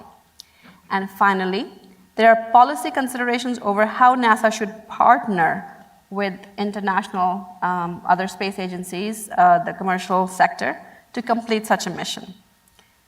A second set of objectives where policy is very relevant relates to the entire category of infrastructure.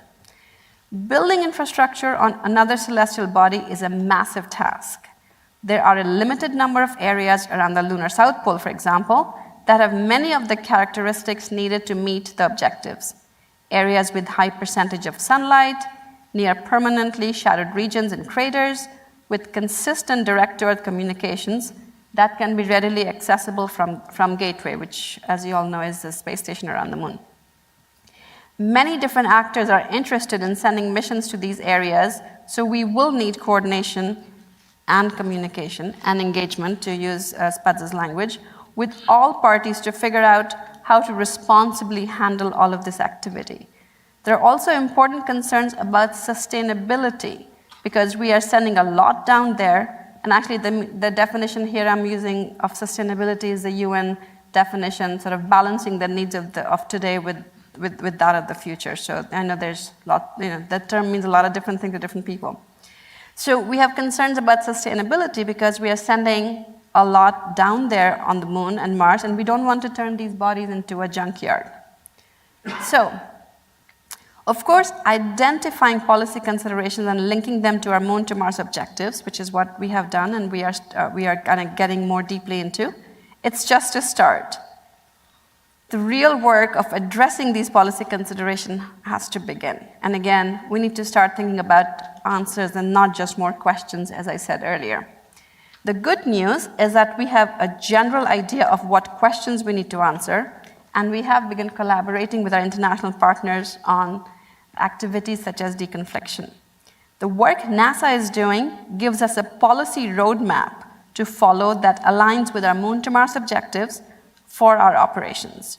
Or perhaps it's more accurate to say they are just two different ways of looking at the same journey. Either way, to paraphrase an old boss of mine in more polite words, now it's time to get to work. Back to you, Jeff.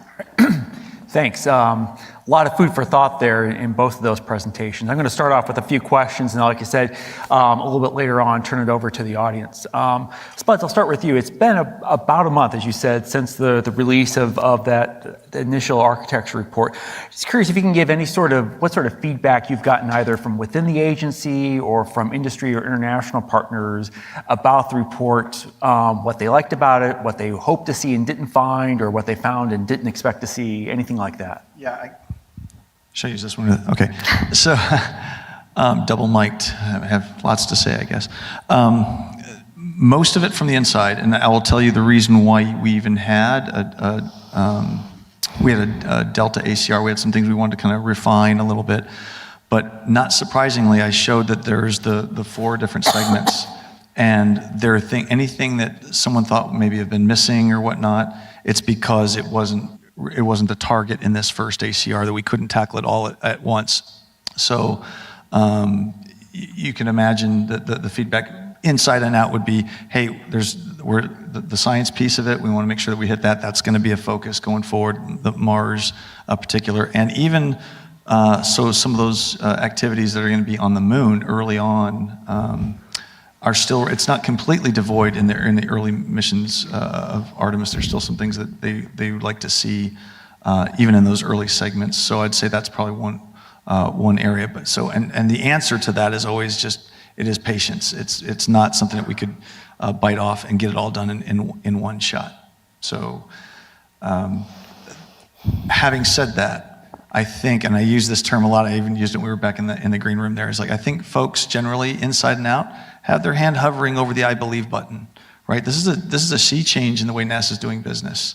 And rightfully so, people are like, okay, well, is this real or not? I'm here to tell you it's real. We're coming from, I mean, this is, Pam is an incredible change agent. We got the support of the administrator, the associate administrator, and the deputy administrator, that we're on a different way on a different path and doing business in a different way. So it does mean patience for both people inside and out to let this bake and see this through. But yeah, initially there's going to be some things that are going to be missing, and it's not because they're not being thought of. We're going to be grading ourselves against those objectives. Science is 40% of those objectives. We're going to grade ourselves against them, so they'll be there. Mm-hmm. Great. Bobby, you gave, there's a lot of policy issues you brought up there. That one chart, I think, illustrated that very well. As part of this effort, what are are you going to be proposing solutions? What are they look like? Will they be, sort of things that can be done internal to NASA involving higher policy level issues? We just had a panel here on the Artemis Accords earlier this afternoon. Or is that something that the Artemis Accords can help resolve? Great question, Jeff. So across, it's all of the above, right? Depends on the particular policy issue. The one on planetary protection, for example, we have a COSPAR framework on how we think about planetary protection. So we would need to both work internally within NASA. We would need to work with the space community, commercial entities, international partners, and then update COSPAR rules, because it doesn't help if NASA in the United States is following one set of rules, but the rest of the world isn't. If we're going to protect, not contaminate or create harmful contamination or not bring it back, we need the whole world to go together, right? So we need to coordinate pretty carefully with the rest of the world. Some things can be done just potentially within NASA. For example, the CLIPS program, the contracts we write can include some things that may help guide them. Some of them would need to come from regulations that are right now being developed at the White House, the National Space Council, right? So in-space authorization and supervision, it's something that Article 6 of the Outer Space Treaty requires us to do.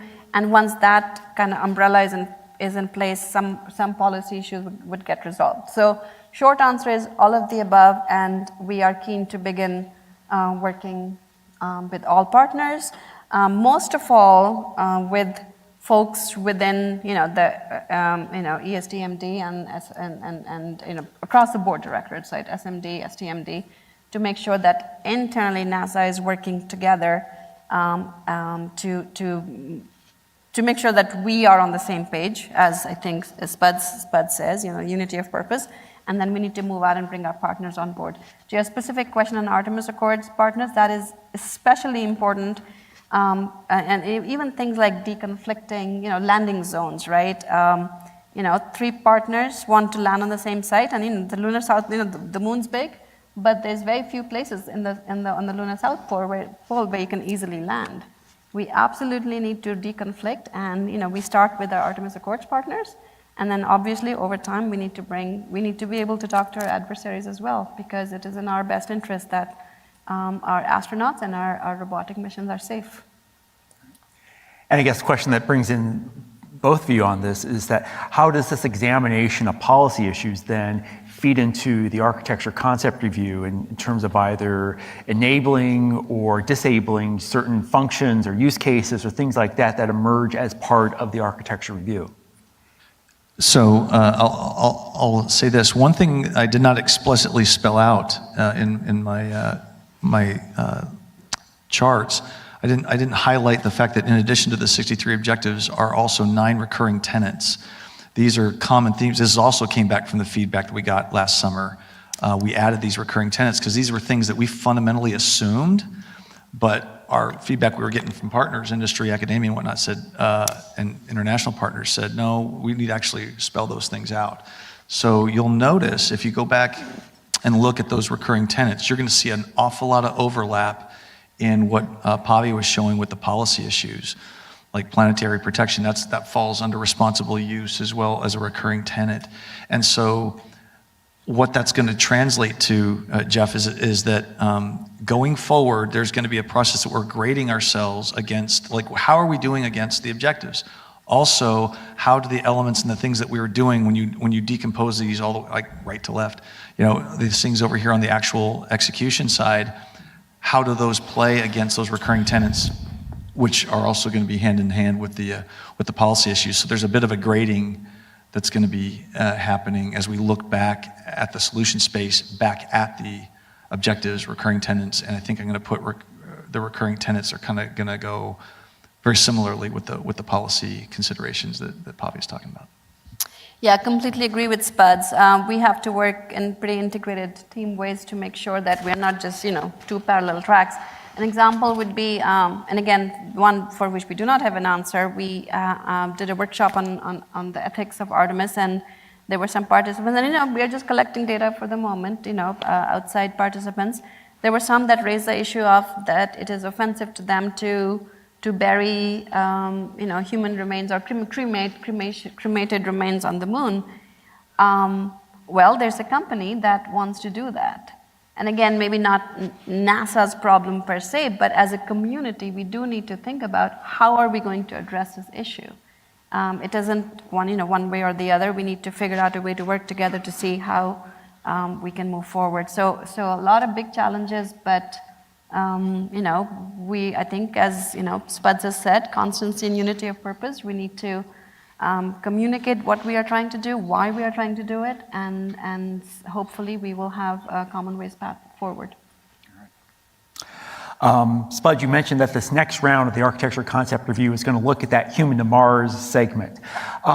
So what would we expect to come out of that in terms of, identifying specific programs or technologies or things that, identify you need to pursue in order to enable that segment? Yeah, this is where the patience thing comes in as well, because, right, big time, because I thought what you were going to ask is more details about like what else or what's that going to entail. I would say the details of what they're going through, and they're doing this right now.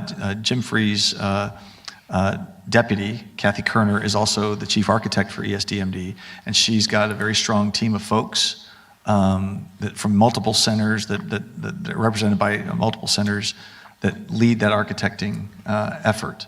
They're not doing it in a silo, though, I should say that. This is done across the directorates. There are representatives from different directorates involved in the mission architecture, and ESDMD is basically communicating that.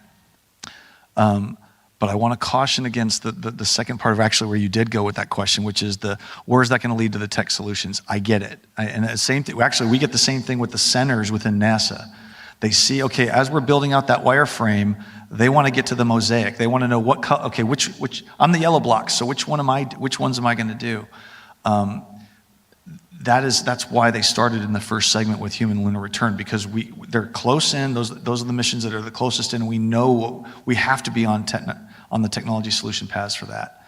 What we're doing now, especially with the Mars aspect, is we have to put bets down there. The tech development people have to put bets down on what kinds of technologies we're going to need to set ourselves up for that in the future. So I think those are the kinds of questions we should expect to get answered in this short ACR period. The other thing I want to say is I would also encourage us not to expect the final answer on Mars in this ACR, because not only is it short, it's really early. We're going to hit Mars over and over and over again and keep refining this answer. That's why they call it an evolutionary architecture process. It's still guided by the overall goals and objectives. Those won't change. But the solution space is going to evolve as new technology insights come along and we have new realizations about what's possible that could augment what we do as we go forward and still meet the objectives and the overall goals. Mm-hmm. And feeding that into technologies that you can then test on the moon. Yeah, exactly the same thing. So there are technologies we know about right now that we know that we want to do analog activity. It's always going to be a little bit different. The moon's different than Mars, but there are some activities that we should be able to at least have lessons learned. ISRU, in situ research utilization. It's not exactly the same because the regolith's different, the processes could be different, but there are lessons that we're going to learn in that process that are going to attack some of the problems we could run into in a Mars scenario. So I think and we already know that's out there. So the space tech people are already working those kind of building up the technologies so that we can do that and practice that and learn the lessons and stub our toe a little bit on the moon and prepare us and that helps us answer some questions that we'll run into and give us a head start for Mars. Bhavya, when you're looking through these policy issues, what sort of outside input are you getting? Are you talking to others in the government, outside of government, in terms of, what sort of, insights or inputs are you getting to help determine what the issues are and what the potential solutions are? So this is a process we have just started. So step one was just within NASA, colleagues from human exploration or exploration systems, space technology, science, making sure that we have the technical people who are down in the trenches giving us the input. Next step would be to maybe bring our government partners, Department of Transportation, Commerce, Department of Defense and others, and then our international partners. So that's kind of one stream that we are going to engage in. But on the ethics piece, actually, as I told you, we have already started to bring input from outside NASA. So, we just had a workshop where we had experts, domestic experts, right? People in the United States. We would like to repeat that kind of workshop potentially at the IAC and get our international partners to be weighing in. So it is absolutely important to bring, just like, the technology, the technical team went out and got inputs, vetted and updated. I hope that we will do something very similar with policy and make sure that we are, robust with respect to, things that are feasible. And, a lot of policy implications may have a cost associated with it, right? I mean, if we raise or lower the bar for, let's say, planetary protection, there's a cost implication. So these are going to be very difficult decisions that are going to be made by us as a community. I've got one more question. I'm going to ask Buds here, then I'm going to turn it to the audience. So this is your cue to cue, so to speak, to line up at the microphones. Sort of, a similar question. I know there is a formal process for getting feedback from industry and from international partners. Maybe talk a little bit about how that will work, particularly as you go into this next round of the architecture review. Yeah, this one, it's challenged again because it's such a short ACR cycle this time. They just got started on ACR 23, and the announcements that were made at the Space Symposium about the workshop, the next round of workshops, was made at a Space Symposium, which is just last month, and we got to put those on, and we've got to put them on for the new round, the international and the industry/academia. We've got to figure out how to get those in a time that they're timely from a standpoint of we've got enough baked on ACR 23 that we've got something to talk about, something new to show, yet at the same time, it's not so late that we don't have time to get the input and churn on it. It's going to be kind of close, which means that just for this 1 year, the data is going to be there, but it's still going to be very heavily processed. We're going to learn some lessons on the process side. We started the workshop activities last summer. I mentioned there were 4 campaigns. We did a gap analysis internally with the Federated Board. We did a workforce campaign. We did a industry and academia, which culminated as a workshop in Houston. and then, last summer, and then we did an international workshop in London with our international partners, and those were very fruitful. Like I said, we've got 5,000 inputs from those, and I don't expect to get that volume every time because that was the initial set, but we are very desirous of making sure that we have this steady cadence. And by the way, it doesn't have to be limited to the lead-ups to these workshops. There's a portal that's going to be out there that ESDMD is running that will be able to have an interaction with the community to make sure that we're constantly in contact. The communication works both ways. We need to be listening. We also need to be transmitting and explaining what it is we've got going on. So it's an annual, I would imagine, this isn't set because it's going to be run out of ESDMD for how they're going to actually mechanize this. But we're going to have, it's going to start with a webinar, I believe. I'd heard they were going to start with a webinar sometime next week, which is really soon. And then the workshops are going to be in June, both the industry as well as the international. So the details on that are not out yet that I'm aware of. I think they had some dates that they were already working with, but I don't know what's been announced, so I won't even attempt to try to announce them. But I would imagine that at a minimum, there'll be an annual cadence of these workshops, perhaps. And then in between those workshops, there's a way to engage with NASA on the portal, similar to what started off our workshop process last year as well. All right, great. So let's see, if we have any questions in the audience here. Looks like we may have someone coming up to the microphone. All right, yes, sir. Yes. Where are we going to go after Mars, if we have planned at all? That's a really good question. You'll notice on that artwork, the first and last slide that I had up there on the charts, that's actually the same cover for the strategy document. If you got a picture of the QR code, the two planets, it shows the progression from the lunar surface to the Mars surface, and there's two planets up there in the upper left-hand side. Oh, thanks. That's the very last slide. If you go forward two more. I guess I have the clicker. There we go. I think that's Titan and Europa, right? That is not NASA saying that's where we're going. Be very clear. I'm just saying, though, but we say the next destinations, that whole blueprint was just that. It's a blueprint. We're going to demonstrate this blueprint on Mars and do that whole sustained as well as prepare for the next domain, whatever that is. We just threw those out there as examples, but those, we don't know. And I bet you, come back, when we do this, I said this is almost like a decadal kind of thing. When we do this next round of objectives and goals, they're going to be modified a little bit. Those 63 will probably be a little bit different next decade when we do this. And maybe we'll have a better answer on what comes next, what the plans are for the future. Got a question? Oh, go ahead. Can I also answer that? Yes. So I think it depends also on whether we go as humans in these human bodies versus as machines, right? If it's with these human bodies, it's going to be more complicated to go beyond, deep space, right? I mean, it just takes so long to get to anywhere beyond. I mean, even Mars is 2 to 3 year round trip, right? So going beyond that would be even harder. However, if we went as robots, I think we can go, interstellar space. Why not? So.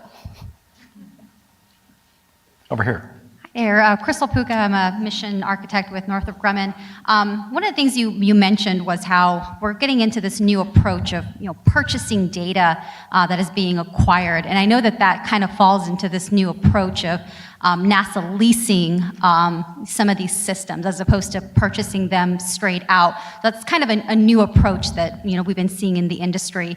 One of the questions I wanted to ask you was, as we've been moving towards this new approach of contracts with industry, what have been some of the benefits and downfalls of this new contract approach?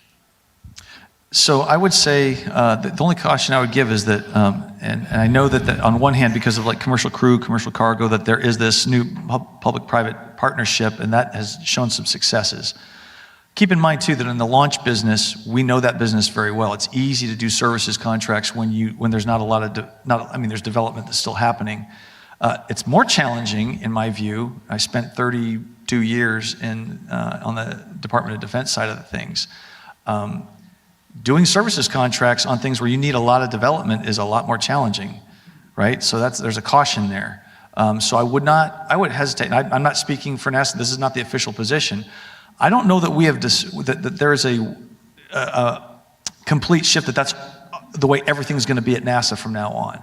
I suspect it's going to be a balance. I think there's going to be a balance of some of the more traditional ways as well as more of the of that new approach. Having said all that, remember the caution I said as well is that the objectives and the goals were established devoid of the specific technology solutions or acquisition approaches that we'd use. So I would say that's got it. That I'm not the person. I think Pavia and I, neither of us would be the people to stand up here and tell you how that's going to play out. That's something that's got to happen in the future through the folks that are going to actually execute on those acquisition approaches. ESDMD, STMD for the space tech part, and SMD for the science. As far as the pitfall, anything that's gone well or hasn't gone, I know commercial crew and commercial cargo has been very successful. And so I think there's a lot of lessons learned in a positive way of how you can leverage those experiences to change a paradigm for those things that we don't have a ton of development to do.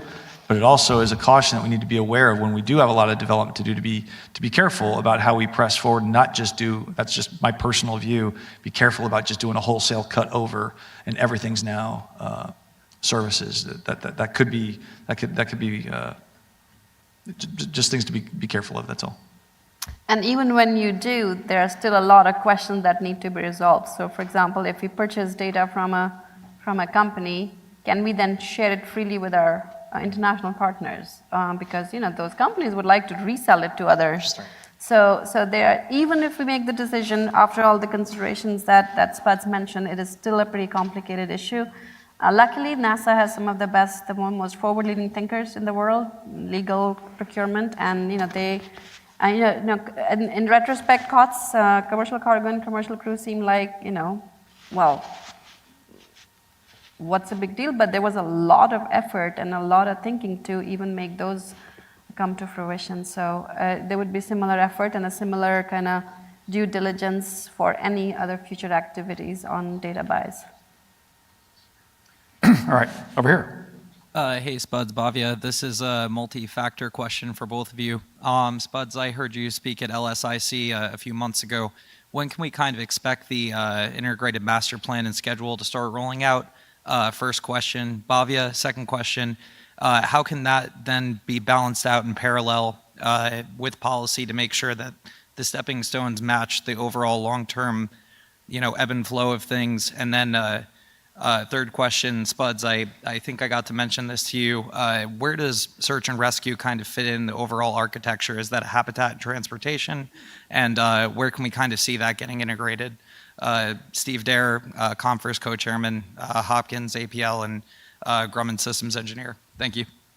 Copy all. Thanks for the questions. The first one, I'm gonna cop out on you because that's going to be a Kathy Kerner and her team's answering that question when that comes out. I know that that's something that they're working on. So Najud Moranci, if you know Najud, that's all between her and Amit, the program manager for Mund to Mars. That's the things that they have to produce. I couldn't speak to it. I couldn't tell you what the timeline's going to be on that. I apologize. You want me to answer the third question, or you want to do the second one? Go for it. So where does SAR fit in? So in the recurring tenants, I believe it's recurring tenant 3 or 2 is it's 3, the return crew safely, right? Nested inside that, we actually teased this out a lot about what, the crew safety kind of thing.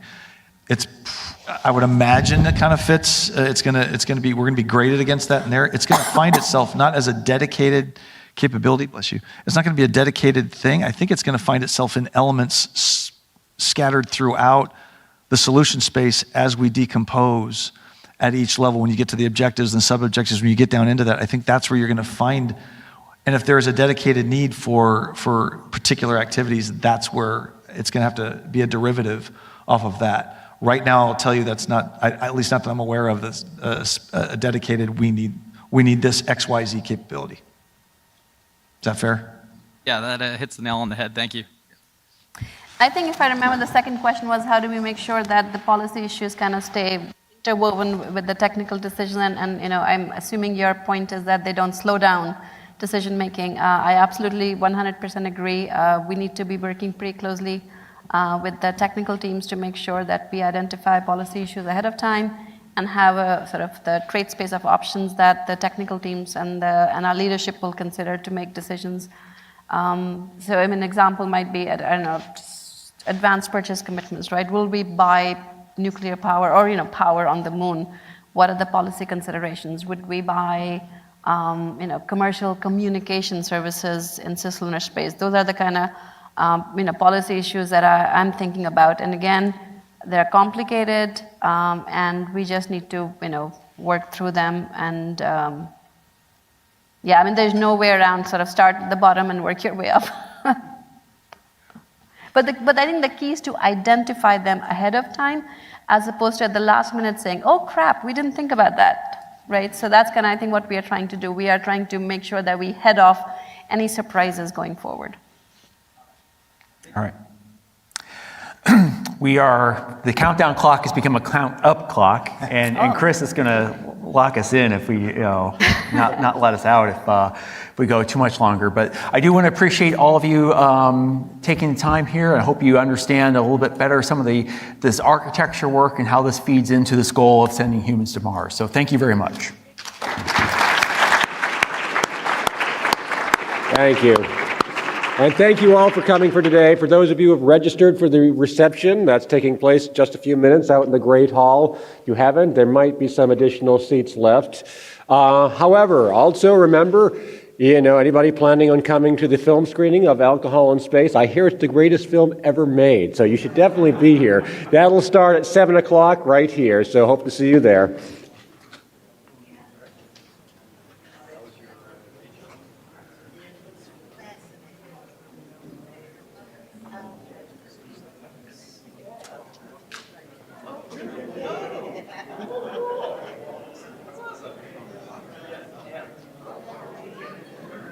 That's it. Day one of the Humans to Mars Summit for 2023 has just been completed, except really not quite.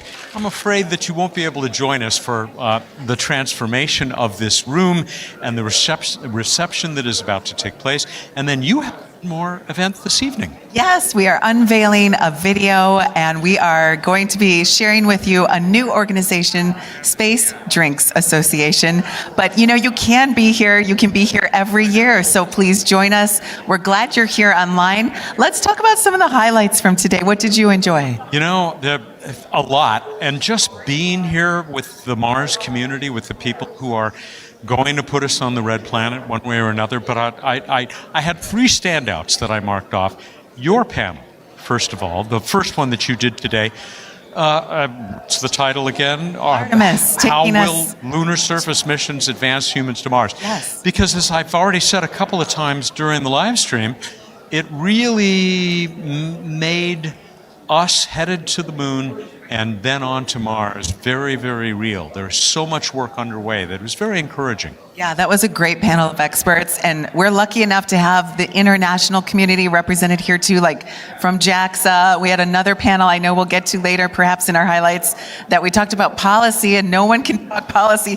Who can make policy more fun than Mike Gold? But we'll get to that. But thank you for that kind comment, because I love that panel. Sometimes it's hard for us to moderate while we're enjoying, but every time I'm here, I'm always balanced between, I got to write that down because it's so good, and also stay focused on the conversation. But that was a good one to start with. And so was, oh my gosh, Robert Cabana. Every time he shares, it's phenomenal.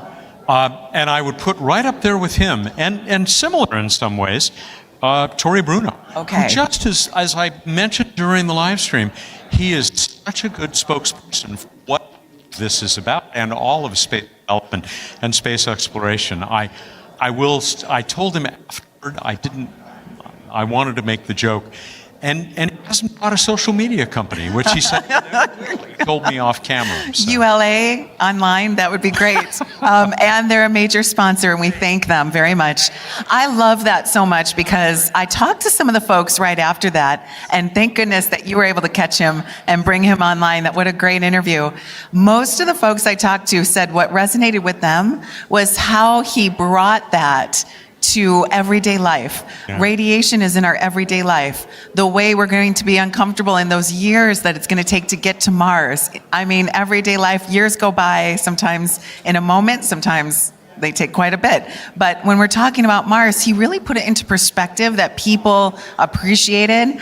And that perspective of cislunar, LEO, low Earth orbit, geo orbit, and then the lunar orbit and beyond, that was phenomenal. And he does that each time. And the wealth of resources that is waiting for us out there, the ability that it's going to grant us to solve a lot of problems here on Earth. I got one more. Okay. Brian Bartello, our 13-year-old, who you got to talk to earlier today during one of the breaks. Is he 13? Oh my gosh. Is he 13? He's going to be our boss. Yeah, really. Like tomorrow. He is so well spoken and he's doing it all and he's very excited about what's next. And that is such a great representation of the students that are here that join us.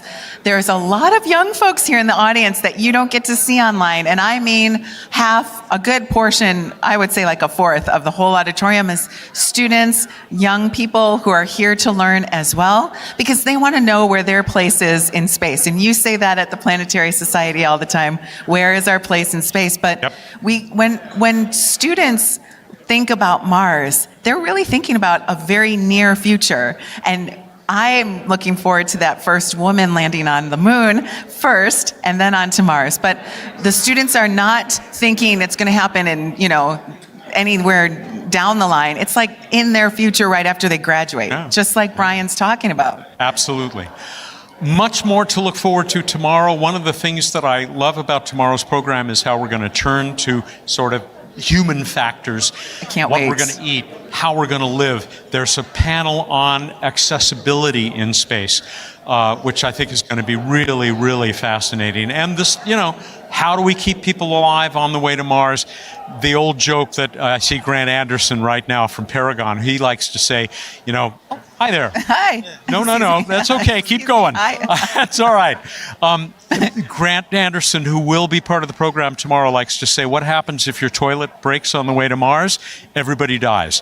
So these are the things, the problems we're going to have to face. And they're also problems which solving them out there are going to help us here. And that was one of my highlights, Matt, that I'm glad you mentioned, is these analogs. Analogs was something that was mentioned throughout the day. And not just analogs like missions, like analog astronauts, but true analogs where people are studying. And so many more words were mentioned today. Robotics, innovations. We talked about radiation. But, today we also talked about diversity. We laid that groundwork. And that happens in analogs. And it's a great representation of how people are seeing themselves in Mars in the future and on Mars. We're going to talk some more about that tomorrow with accessibility and more about analogs, which I'm really looking forward to. Every year we pull out topics like this, and it's really a great representation, especially when we're talking about how do we see ourselves when we're going to Mars. Well, it all starts when we gather here together, and it's just such a pleasure to see everyone. Now we're going to start the party this evening. I wish they could join us. I'm getting the buzz. Are you ready? Yeah, they are. People are digging in. Maybe the greatest analog of all, the moon for Mars, preparing us, as we heard from several people today. Well, we're going to start the evening here. Hope that you will join us again tomorrow when things get underway at 8:30 a.m. Eastern Time here in North America, or on the East Coast of North America. As we said, much, much more, and it goes right on through Thursday. So thank you. Thank you, Beth. It's been fun. What a great We'll do it day. again tomorrow. Right away, bright and early. Yeah. See you online. Join us. Beth Mund, Casual Space, Matt Kaplan, the Planetary Society, both here for Explore Mars, Humans to Mars, the summit. Have a great evening. We'll see you tomorrow.